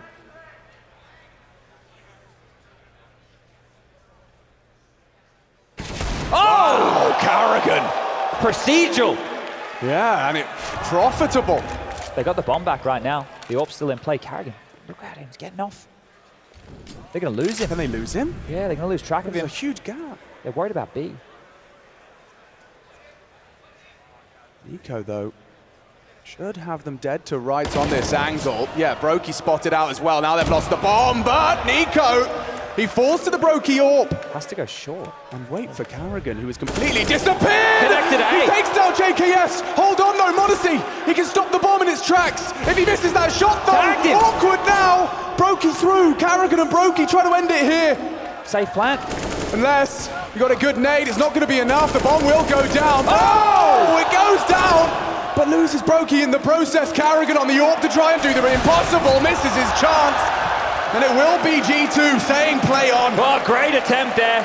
Great attempt from FaZe. And Carrigan, a scorcher of a shot onto Hooksy on the other side. I It feels like a bit of a simple moment there. Yeah, it did. Picks up the up, goes through the peak, steps into 2. Well, I mean, after all of the hardships they suffered in that round, it's impressive to see where it ended up. It was such a crazy round as well. There were so many gaps being exploited. Oh. Both teams searching for one another. This is just as the bomb goes down. FaZe are going to be loving that. They wouldn't have had enough for a gun round if they didn't get that bomb down. So, and having a good time about things. A good attempt from Carrigan. Yeah, the crowd really held cool. their breath for that one. A few G2 fans still getting on their feet here, but this is still such a mountain to climb. 8 more rounds required, and that is just for overtime. I'll tell you, if they'd have lost it that way, Chad. If they'd have lost it like that. They all would have had some hooksy body language. Yeah, oh God. Just avoiding all eye contact at any cost. Hope that the 11-hour flight home isn't next to one of your teammates. Yeah, right. Well, not on the plane yet. And m0NESY gonna have a fair share of trials and tribulations through this mid-fight. He's got HooXi and, in fact, Hunter starting to activate forward. That's a great headshot. Can he get away? No, the answer, Carrigan pushes through that connector smoke to keep things level. Oh, HooXi copped that one right in the face, didn't he? Way too late on the turn, but regardless, no damage done. Regrouping now. FaZe, they've been able to find this opening pick, knowing that the CT setup has to rejig. Connector smoke lands, but that's all the ruse. There's nothing going on in middle whatsoever. So as HooXi and JKS worry about window boosts or short lurks, vent plays, it's really on Nico here. We've been asking and calling for his name. Chance to step up.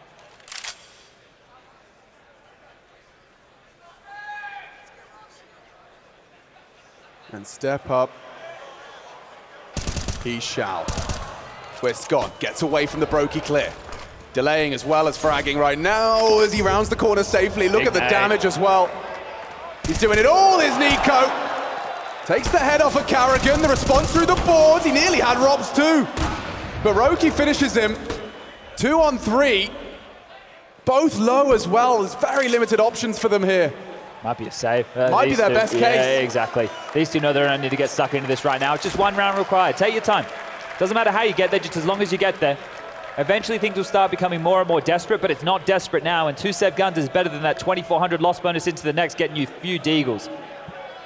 So hedge your bets. Give yourself the better round into the next.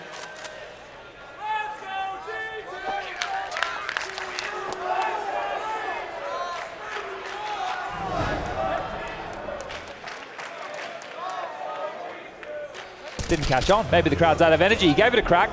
Yeah, it seems like they've already accepted this one as a lost cause.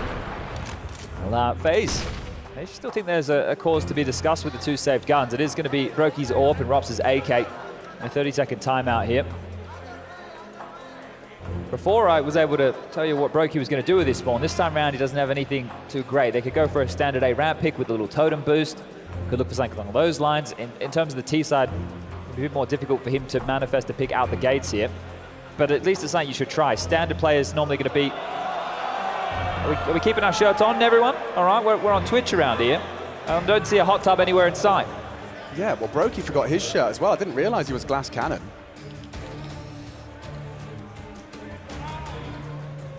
So that's even more difficult to try and find that impact while avoiding all of that chip damage. I like that ball behind it again.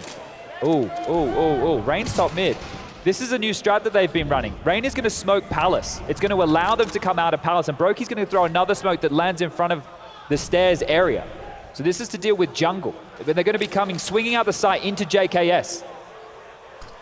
Okay, so this is a full exec into JKS, and lots of damage, catching flak, catching flashes. Still Twist opens up the site. A 1 and done from the Aussie. And now with that bomb down, it has to be a retake. It has to be successful. Hunter spotted by Robs, looking to execute. Rain's lurk. He's got Nade low. m0NESY onto Twist, looking good for the retake. Rain from behind though. He's kicking up trouble, causing a problem. And if Brokey can survive, perhaps Rain can continue to do damage. But Nico, he's flanked on that.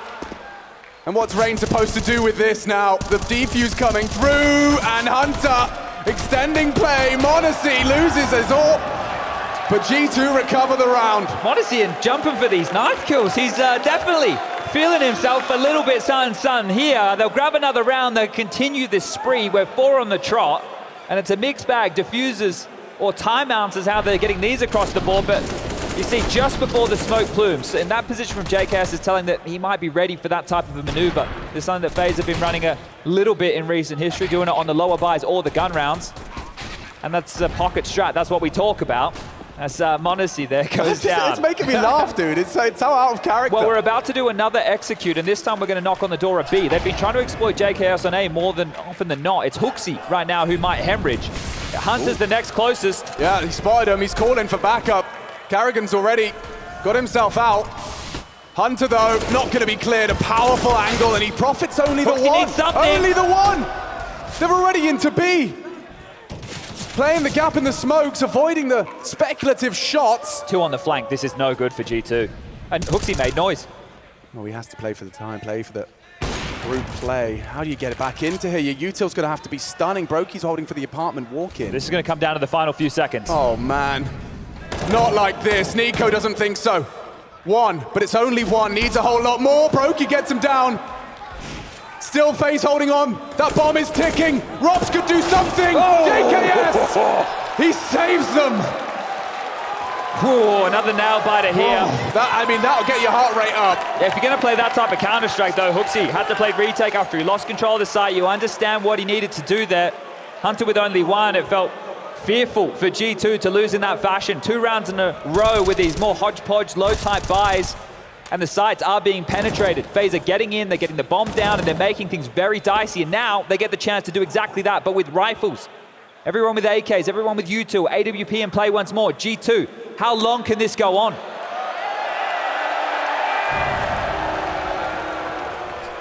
Modesty's walked into close A ramp, and they want to execute A. He has to fight this. He has to hit these shots then. This is what he's looking for. Carrigan, successful, baits the AWP, close ramp. Does that change their plan? Now both teams understand exactly what that setup means. JKS and Modesty will now likely back off. JKS hanging around on the jiggle here, and that flash means nothing. He sees there's no follow through.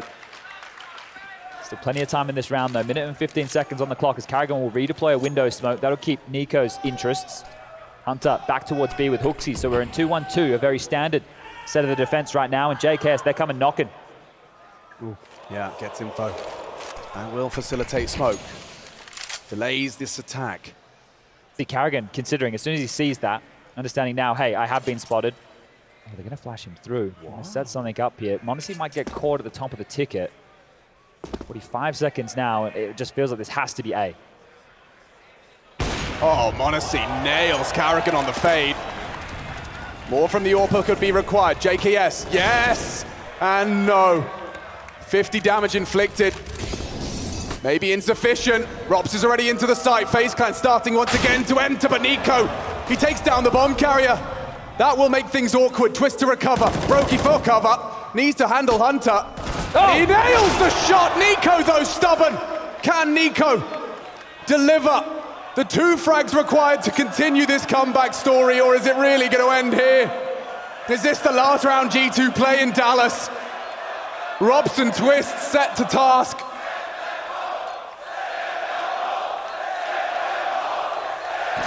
And already Nico another, that's 3 in the round. Smoke on the bomb, Twists from North America. Oh! In Dallas!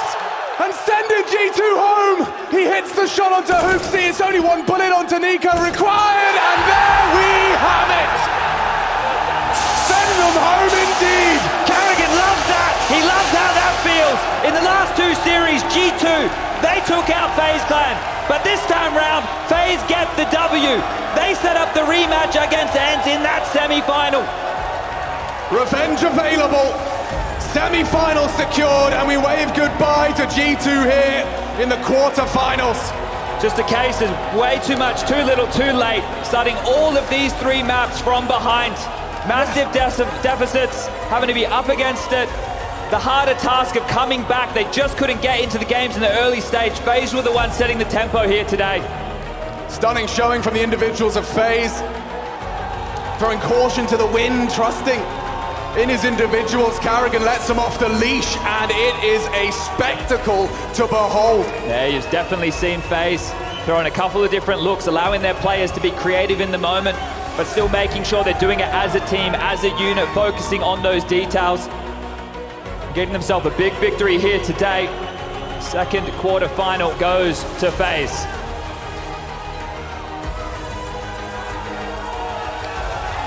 Well, this is certainly a crowd that loves you, Twist, and after 2 times losing back-to-back against G2, getting it done here in Dallas, how did that feel? Feels great. I feel like we were the better team, and we felt that way going into the game. I know people say we're in a turbulent situation, but I think we're more composed than they are. And yeah, I mean, loving the crowd, obviously. I don't have home crowd often, so now I have it, I feel like it's a good buff. It definitely feels like a good buff for you here. And when you're talking about, right, having this better game from you guys, on Ancient, it kind of slipped away, right, where you guys were in the lead the whole game. You were ahead, but then they fought back on it. But I just want to talk about how you come back into map 2, you go into Inferno, and you roll over them. What was the mentality like after you came into that? Yeah, I mean, we knew that we lost Ancient to ourselves, kind of. We couldn't adapt. And I mean, obviously they had momentum. They were starting to hit some shots, some highlights, and the game was going towards their side. And Inferno, we just wanted to come out swinging and keep our foot down, and that's what happened. We tried carrying that over into Mirage. Well, you certainly did carry it over into Mirage, and that, again, looked quite easy for you guys. I want to just touch on the fact you guys have been saying about the lack of practice, right, not being able to change things for yourself and trying to bring on this communication up to the standards you usually have it at. Where do you put yourselves at now throughout this game? I think our communication was good. I mean, you even saw in Inferno, we weren't getting as hyped. We just wanted to stay composed and close the game out. So I think we're taking things step by step, and we're definitely improving. I think form and individual communication is getting to a good place right now, and we need to improve on it every game. And the stage games for FaZe are always something special, but tomorrow, ENCE, you want that revenge? Yeah, I mean, C9 was our nemesis before, and ENCE is looking that way, but of course, all nemesis gets shut down eventually, so we're looking to do it. Ooh, fighting words, and I like it. Dallas, make some noise for Twist and FaZe Clan!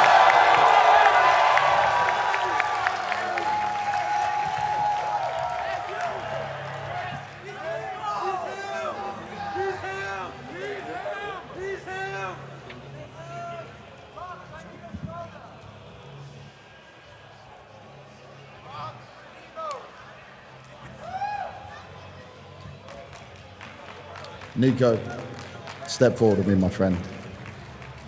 Not the result you would have wanted here in Dallas, but I want to start on the positives of Ancient, right? You spend the whole game down, and then you fight back and claw your way into it. We saw Hooksy get animated. We saw you guys looked happy and ready for it. At that point, did you feel like, okay, look, we fought back in that, we can go all the way? I mean, yeah, we struggled on Ancient like beforehand on this event, and we talked a lot about it, and I think, I'm not sure if we played like that good. I think FaZe were just way too passive and they let us do everything. And once we switched on Inferno, for example, they switched the way they played. They were very aggressive, and we just couldn't find the answer to their aggression. But yeah, the Ancient, like, we did play good, but I don't think FaZe did like the amazing job, and they adapted really well in the next 2 maps. And when it comes to the next 2 maps, this is now back-to-back losses on Inferno. And I think that was the worrying sign, was just the lack of T rounds, where normally you guys have the success in it. What was missing for you in these last couple of games on it? I'm not really sure. I think like both games we got stumped, mostly on our T side, which is usually our stronger side. I don't know why it was like that. Maybe, like, I think Heroic, I think they both just had like a very good game plan, and we couldn't break any of their momentum. And once you are in this zone, like, you just, like, they kind of know like what we're gonna do always, right? And we could never just like break that kinda and like do something else. And yeah, we were just, even though we were ready for FaZe aggression, and we talked about like they have to, like, if they wanna win, they have to be more aggressive. And we said it before, but we just could not manage to find an answer, and props to them for bouncing back. Well, you did make it to the arena here, at least to the quarterfinals. You didn't go as far as you wanted, but anything you want to say to just close out your run here at Dallas, mate? I mean, it's been amazing to come back in this arena. You guys showed good energy and lots of love. Appreciate you all, and thank you for coming. And hopefully I'm going to see you next year as well. Exactly that. Guys, give it up for Nico and G2 Esports. Freya, back to you. G2 sadly falling victims, but FaZe Clan are the team to be prevailing. Karrigan and co securing their spot in the semi-finals and, of course, locking in that rematch versus ENCE. Speak of the devil, he does appear. We've got Karrigan joining us for a winner's interview up here on the desk. And man, you were looking devious throughout this series. I just want to go back to Inferno. You yourself, you were looking absolutely incredible on that map. Tell me how you kind of got in that flow state individually, because that was clean for you.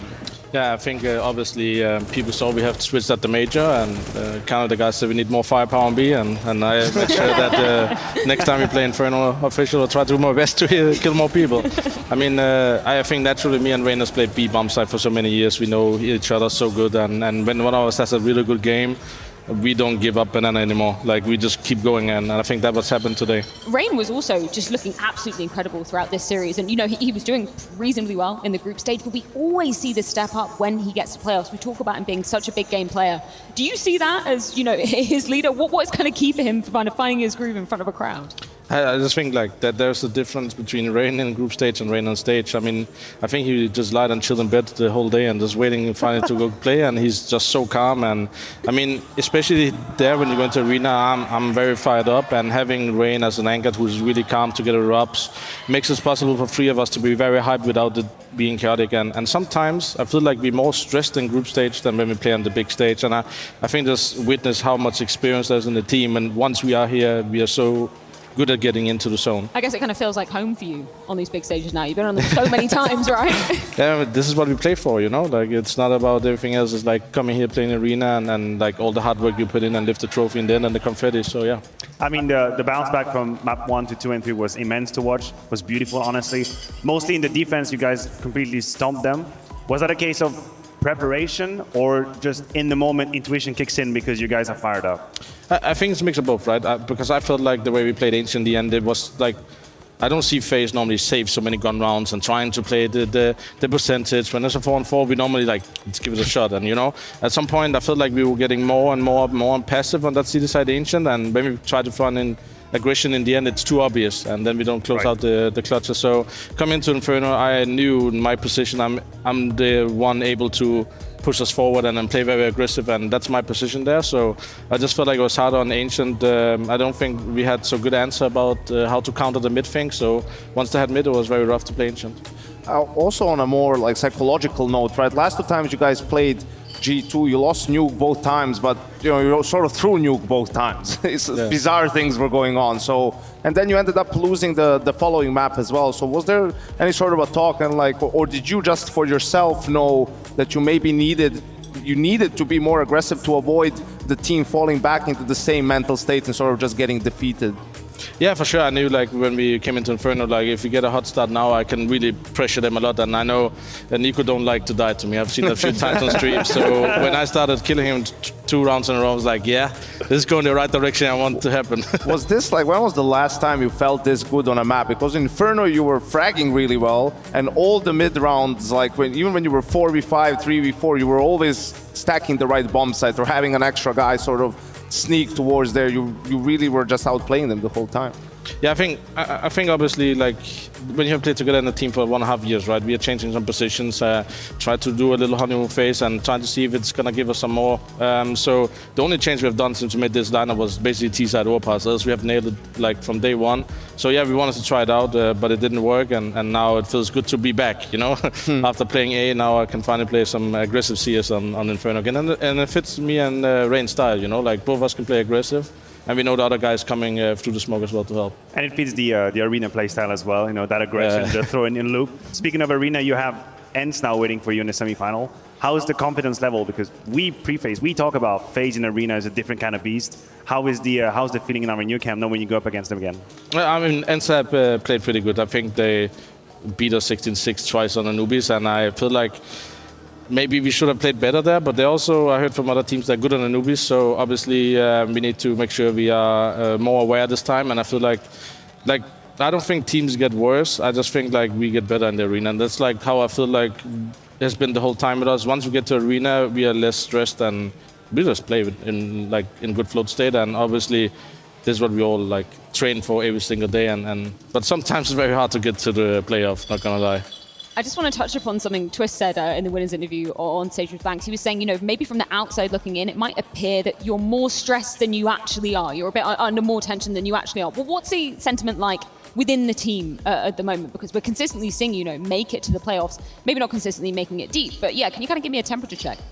Yeah, we're not in the best state. Like, it is how it is. Our map pool is, in my opinion, good, but the problem is, like, we can have a good Ancient and suddenly we play really bad on Ancient, and we feel really good on the map.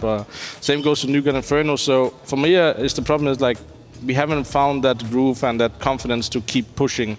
So when we get some good results, then we get a shaky result, we lose, and sometimes it's hard to keep the confidence. Like, it's a big word, but it's basically, that's also how this team is set up, right? We are playing very aggressive, and then we have 3 guys who's really clutching, and it feels like we're starting to win these strange rounds again.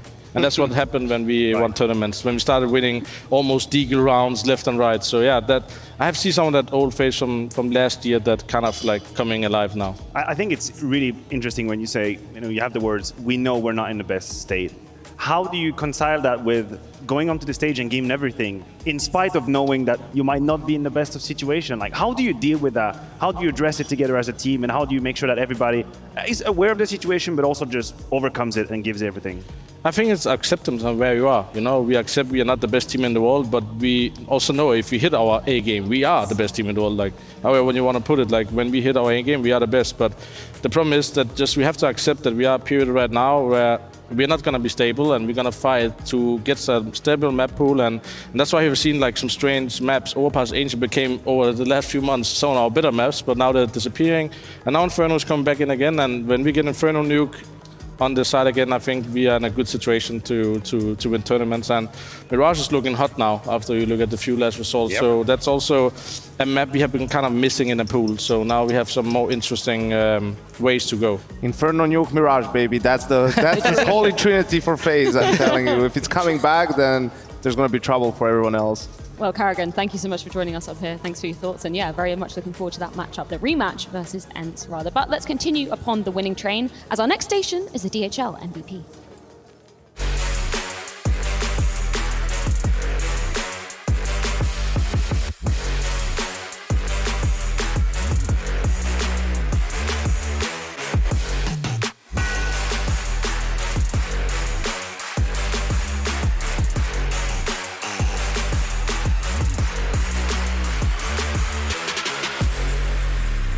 You guys at home know the deal by now. Put those Twitch channel points to use in our DHL MVP vote. This is potentially who will be taking the DHL MVP at the end of the tournament. So you guys at home have to have your say. Obviously, despite G2 losing out in this series, m0NESY definitely shining bright at moments. But I feel like we're going to see a hell of a lot of FaZe players gracing the screen as well. Nico, obviously on that third map of Mirage, trying as he might to claw things back. But individually, just not enough. Listen, much respect to G2. I don't think any of these players will end up being the MVP. It's great. We give him a shout out. It's great, some performances out there. There we go. He's a man worthy. I mean, Rain once again My is boy a topic Rain. of conversation. Holy hell, it does it again. Like, he does it again. He comes to the arena, he comes to stage, plays by the numbers, much better Counter-Strike he's done in the group stage. Absolutely instrumental. Couple of openings here on Ancient. CT side of Mirage, complete shutdown as well. G2 could never really set a foot. He's done it one more time, and Robs. Just Robs. Mr. Cool. Cool. Living up to his name. We saw one more time. I mean, one of the best closers in the game. That 1v3 on Inferno to basically, put the final nail in the coffin of G2. Really killed all hope for a comeback. Mr. Brokester as your fifth and final candidate potentially for the DHL MVP at the end of the tournament. Gentlemen, who are you going to be spending your precious Twitch channel points on? Who are you voting for out of these 5 very worthy candidates? Oh, listen, I think I'm kind of on the Rob's camp right now. On the T side, he's become such a force to be reckoned with. He's done so much for this FaZe lineup. Not only hiding, lurking the way he did before, but also being impactful in opening some situations. And Bianco said it, probably the best closer we have currently. So yeah, Team Robs. He has that aura around him where if Robs is alive in a 1v3, you're thinking that's a 50-50 round. Which is not supposed to be. If you're a fan of the other team, you're never feeling safe when you see that Robs is still alive. Like, well, he's alive. there's a chance, there's a way, and that's a testament to his ability. Yeah, that Inferno round comes to mind, particularly, G2 trying to build up a little bit of steam, and then he really does have he really has a thing against G2 on Inferno, right? Remember that final last year at Katowice? Oh no! It's just really good. But for G2, it's just, this is not the G2 that we've seen become the best team in the world. This is more reminiscent of the team that couldn't make it out of the RMR for the Rio Major, right? Where you see the frustration is getting to them. They're not playing up to their level. They're not calm, and that you become disjointed and you lose confidence and you start making mental mistakes, small mistakes against a team like FaZe Clan. You're going to get absolutely punished. Look at these series: 7-0 on Ancient, 9-0 start on Inferno, 5-1 on Mirage. That's just not good enough. You did it one time on Ancient, but you can't expect every time to mount those crazy comebacks against a team like FaZe Clan. Yeah, given any runway, they're going to be taken off like a Concorde. We've also got to check in with our US Air Force aim high, which of course is going to be Rain after this series, because he was just looking like an absolute beast. It's so scary when you're looking at so many players that can potentially be popping off for FaZe at any given moment. And I love that yet again he continues on this trajectory of showing up on the big stages. And listen, he is so daring. I think I would have loved to be able to play on a stage and have a player like Rain on my team, because I would look towards him and I'll be like, this guy, he's absolutely not going to back down. Never. Like, if there's a duel to be taken, he'll take it. He'll go in front of me. He'll have absolutely no problem. Rain is never a player that I have seen not take a duel he should have because he feared from it. I have never seen him do that on the stage. He is such a safe bet in that regard, provides an incredible amount of influence in the FaZe camp, and one of the, again, big game players. He's right up there on that list. He's definitely a coach's dream, right? A guy who always does his thing. You can always depend on him, and you'll never see him get flustered emotionally, right? You never see him with his head in his hands, nothing along the lines. Yeah, sure, he's not going to give you a motivating speech, but you see him next to him and he's always the same, and that's great, and that's the reason why he's been in FaZe for so long, and that's the reason why he's Kerrigan's boy. Yeah, he's a soldier, the teammate that you would want behind you, right? If you're going into a war, you want him standing by your side going, hell yeah, I'm feeling confident. Sometimes it's just a question of looking left, looking right, and looking at a teammate and feeling trust and confidence. Right? I think that's how he inspires. How they say he's one of those guys, like, you put him, he's like, break glass in case of war, and like poof, and then Rain comes out like that. That's who you want when you're playing arena Counter-Strike. Well, that does wrap up the quarterfinals here at IEM Dallas 2023. So let's go ahead and check on with the bracket, because man, we have plenty more Counter-Strike coming your way this weekend. Of course, we did see MOUZ taking down Astralis. That stops us from seeing that Danish derby tomorrow, Maniac, which is heartbreaking if you're a fan of, I don't know, throwing it back to some vintage Counter-Strike times. But good for MOUZ, because we've been harping on them ever since the Rio Major, saying they should have delivered more. Finally, they do it on the Dallas stage. Yeah, they definitely did. I think they pounced on an opportunity that Astralis provided them in the first map of that series. They crawled their way back, pushed it to second overtime, won it, and then from that moment on, Astralis maybe a little bit early on their path to be able to recover. Great from MOUZ, Frozen, Dexter, Exertion players we've seen step up massively here. Frozen is kind of an habitué, is kind of the guy you look for in these moments, but Dexter had incredible moments on Inferno, what the hell. But now you're facing up against Heroic, and let me just tell you, the road just kind of stops here. Like, this is the final stop. This is the edge of the cliff. That's I hope, though, one thing doesn't happen. I hope that, because if MOUZ vetoes something other than Anubis again, I hope Heroic doesn't call their bluff and plays them on Anubis. Because they've done that once before. I think that they even done that once in like I won't say the playoffs, but I think, they did it in an actual game that meant something. So I'm hoping that doesn't happen. And the other game, I'm actually really looking forward to ENCE FaZe. Because I want to see if ENCE can step up the task, right? If they can actually beat, FaZe in a game like this on the stage and get themselves into the grand final. But because it's always like they get a win, in groups sometimes. Maybe, at Pro League they had a couple of playoff wins, but, they falter at sort of the last step or the second to last step, or can FaZe really continue their run, get revenge for the group stage game and book a final spot? Yeah, it's a completely different environment for ENCE to be facing FaZe on tomorrow. Of course, for all you Europeans out there, we've done you a solid. We're starting 2 hours earlier tomorrow, so you won't have to stay up potentially until the midnight hours unless we get all 3 maps, all OTs, which of course we love here in Counter-Strike. But thank you so much for joining us today. We'll see you 2 hours earlier. 11:30 is the start time for the first semi-final tomorrow.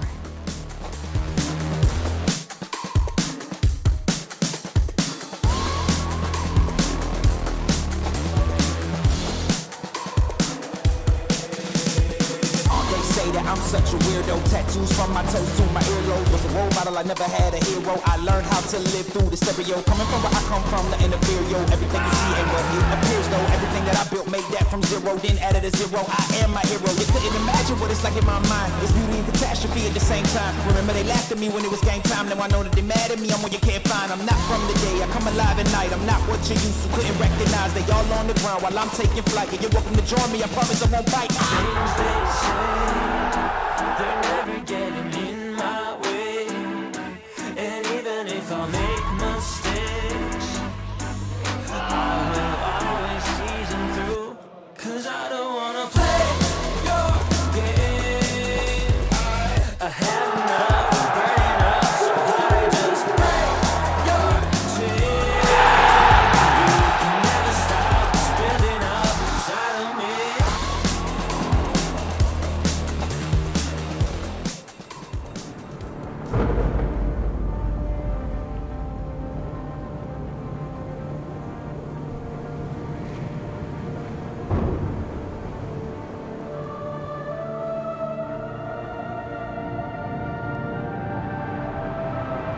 Rafa really making history.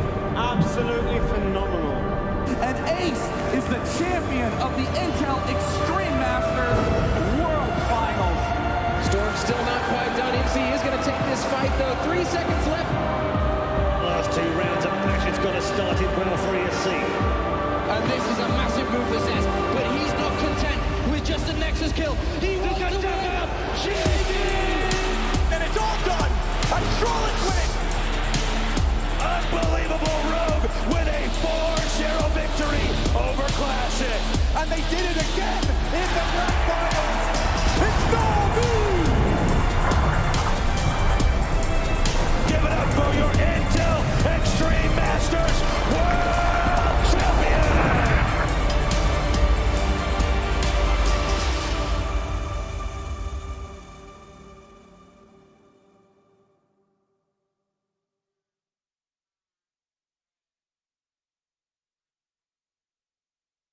Smurfs, go yourself.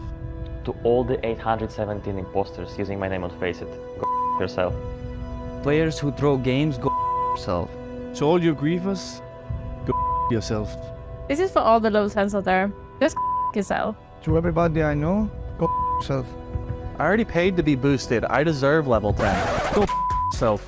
Go yourself. Go yourself. Go yourself. Go yourself. Go and verify yourself for free today. In 4 easy steps, you can join us in building a more trusted community, one verification at a time. What did you think they were saying? Go yourself. Wait, you're saying verify? Yeah, man, we're trying to make people go verify themselves. Oh.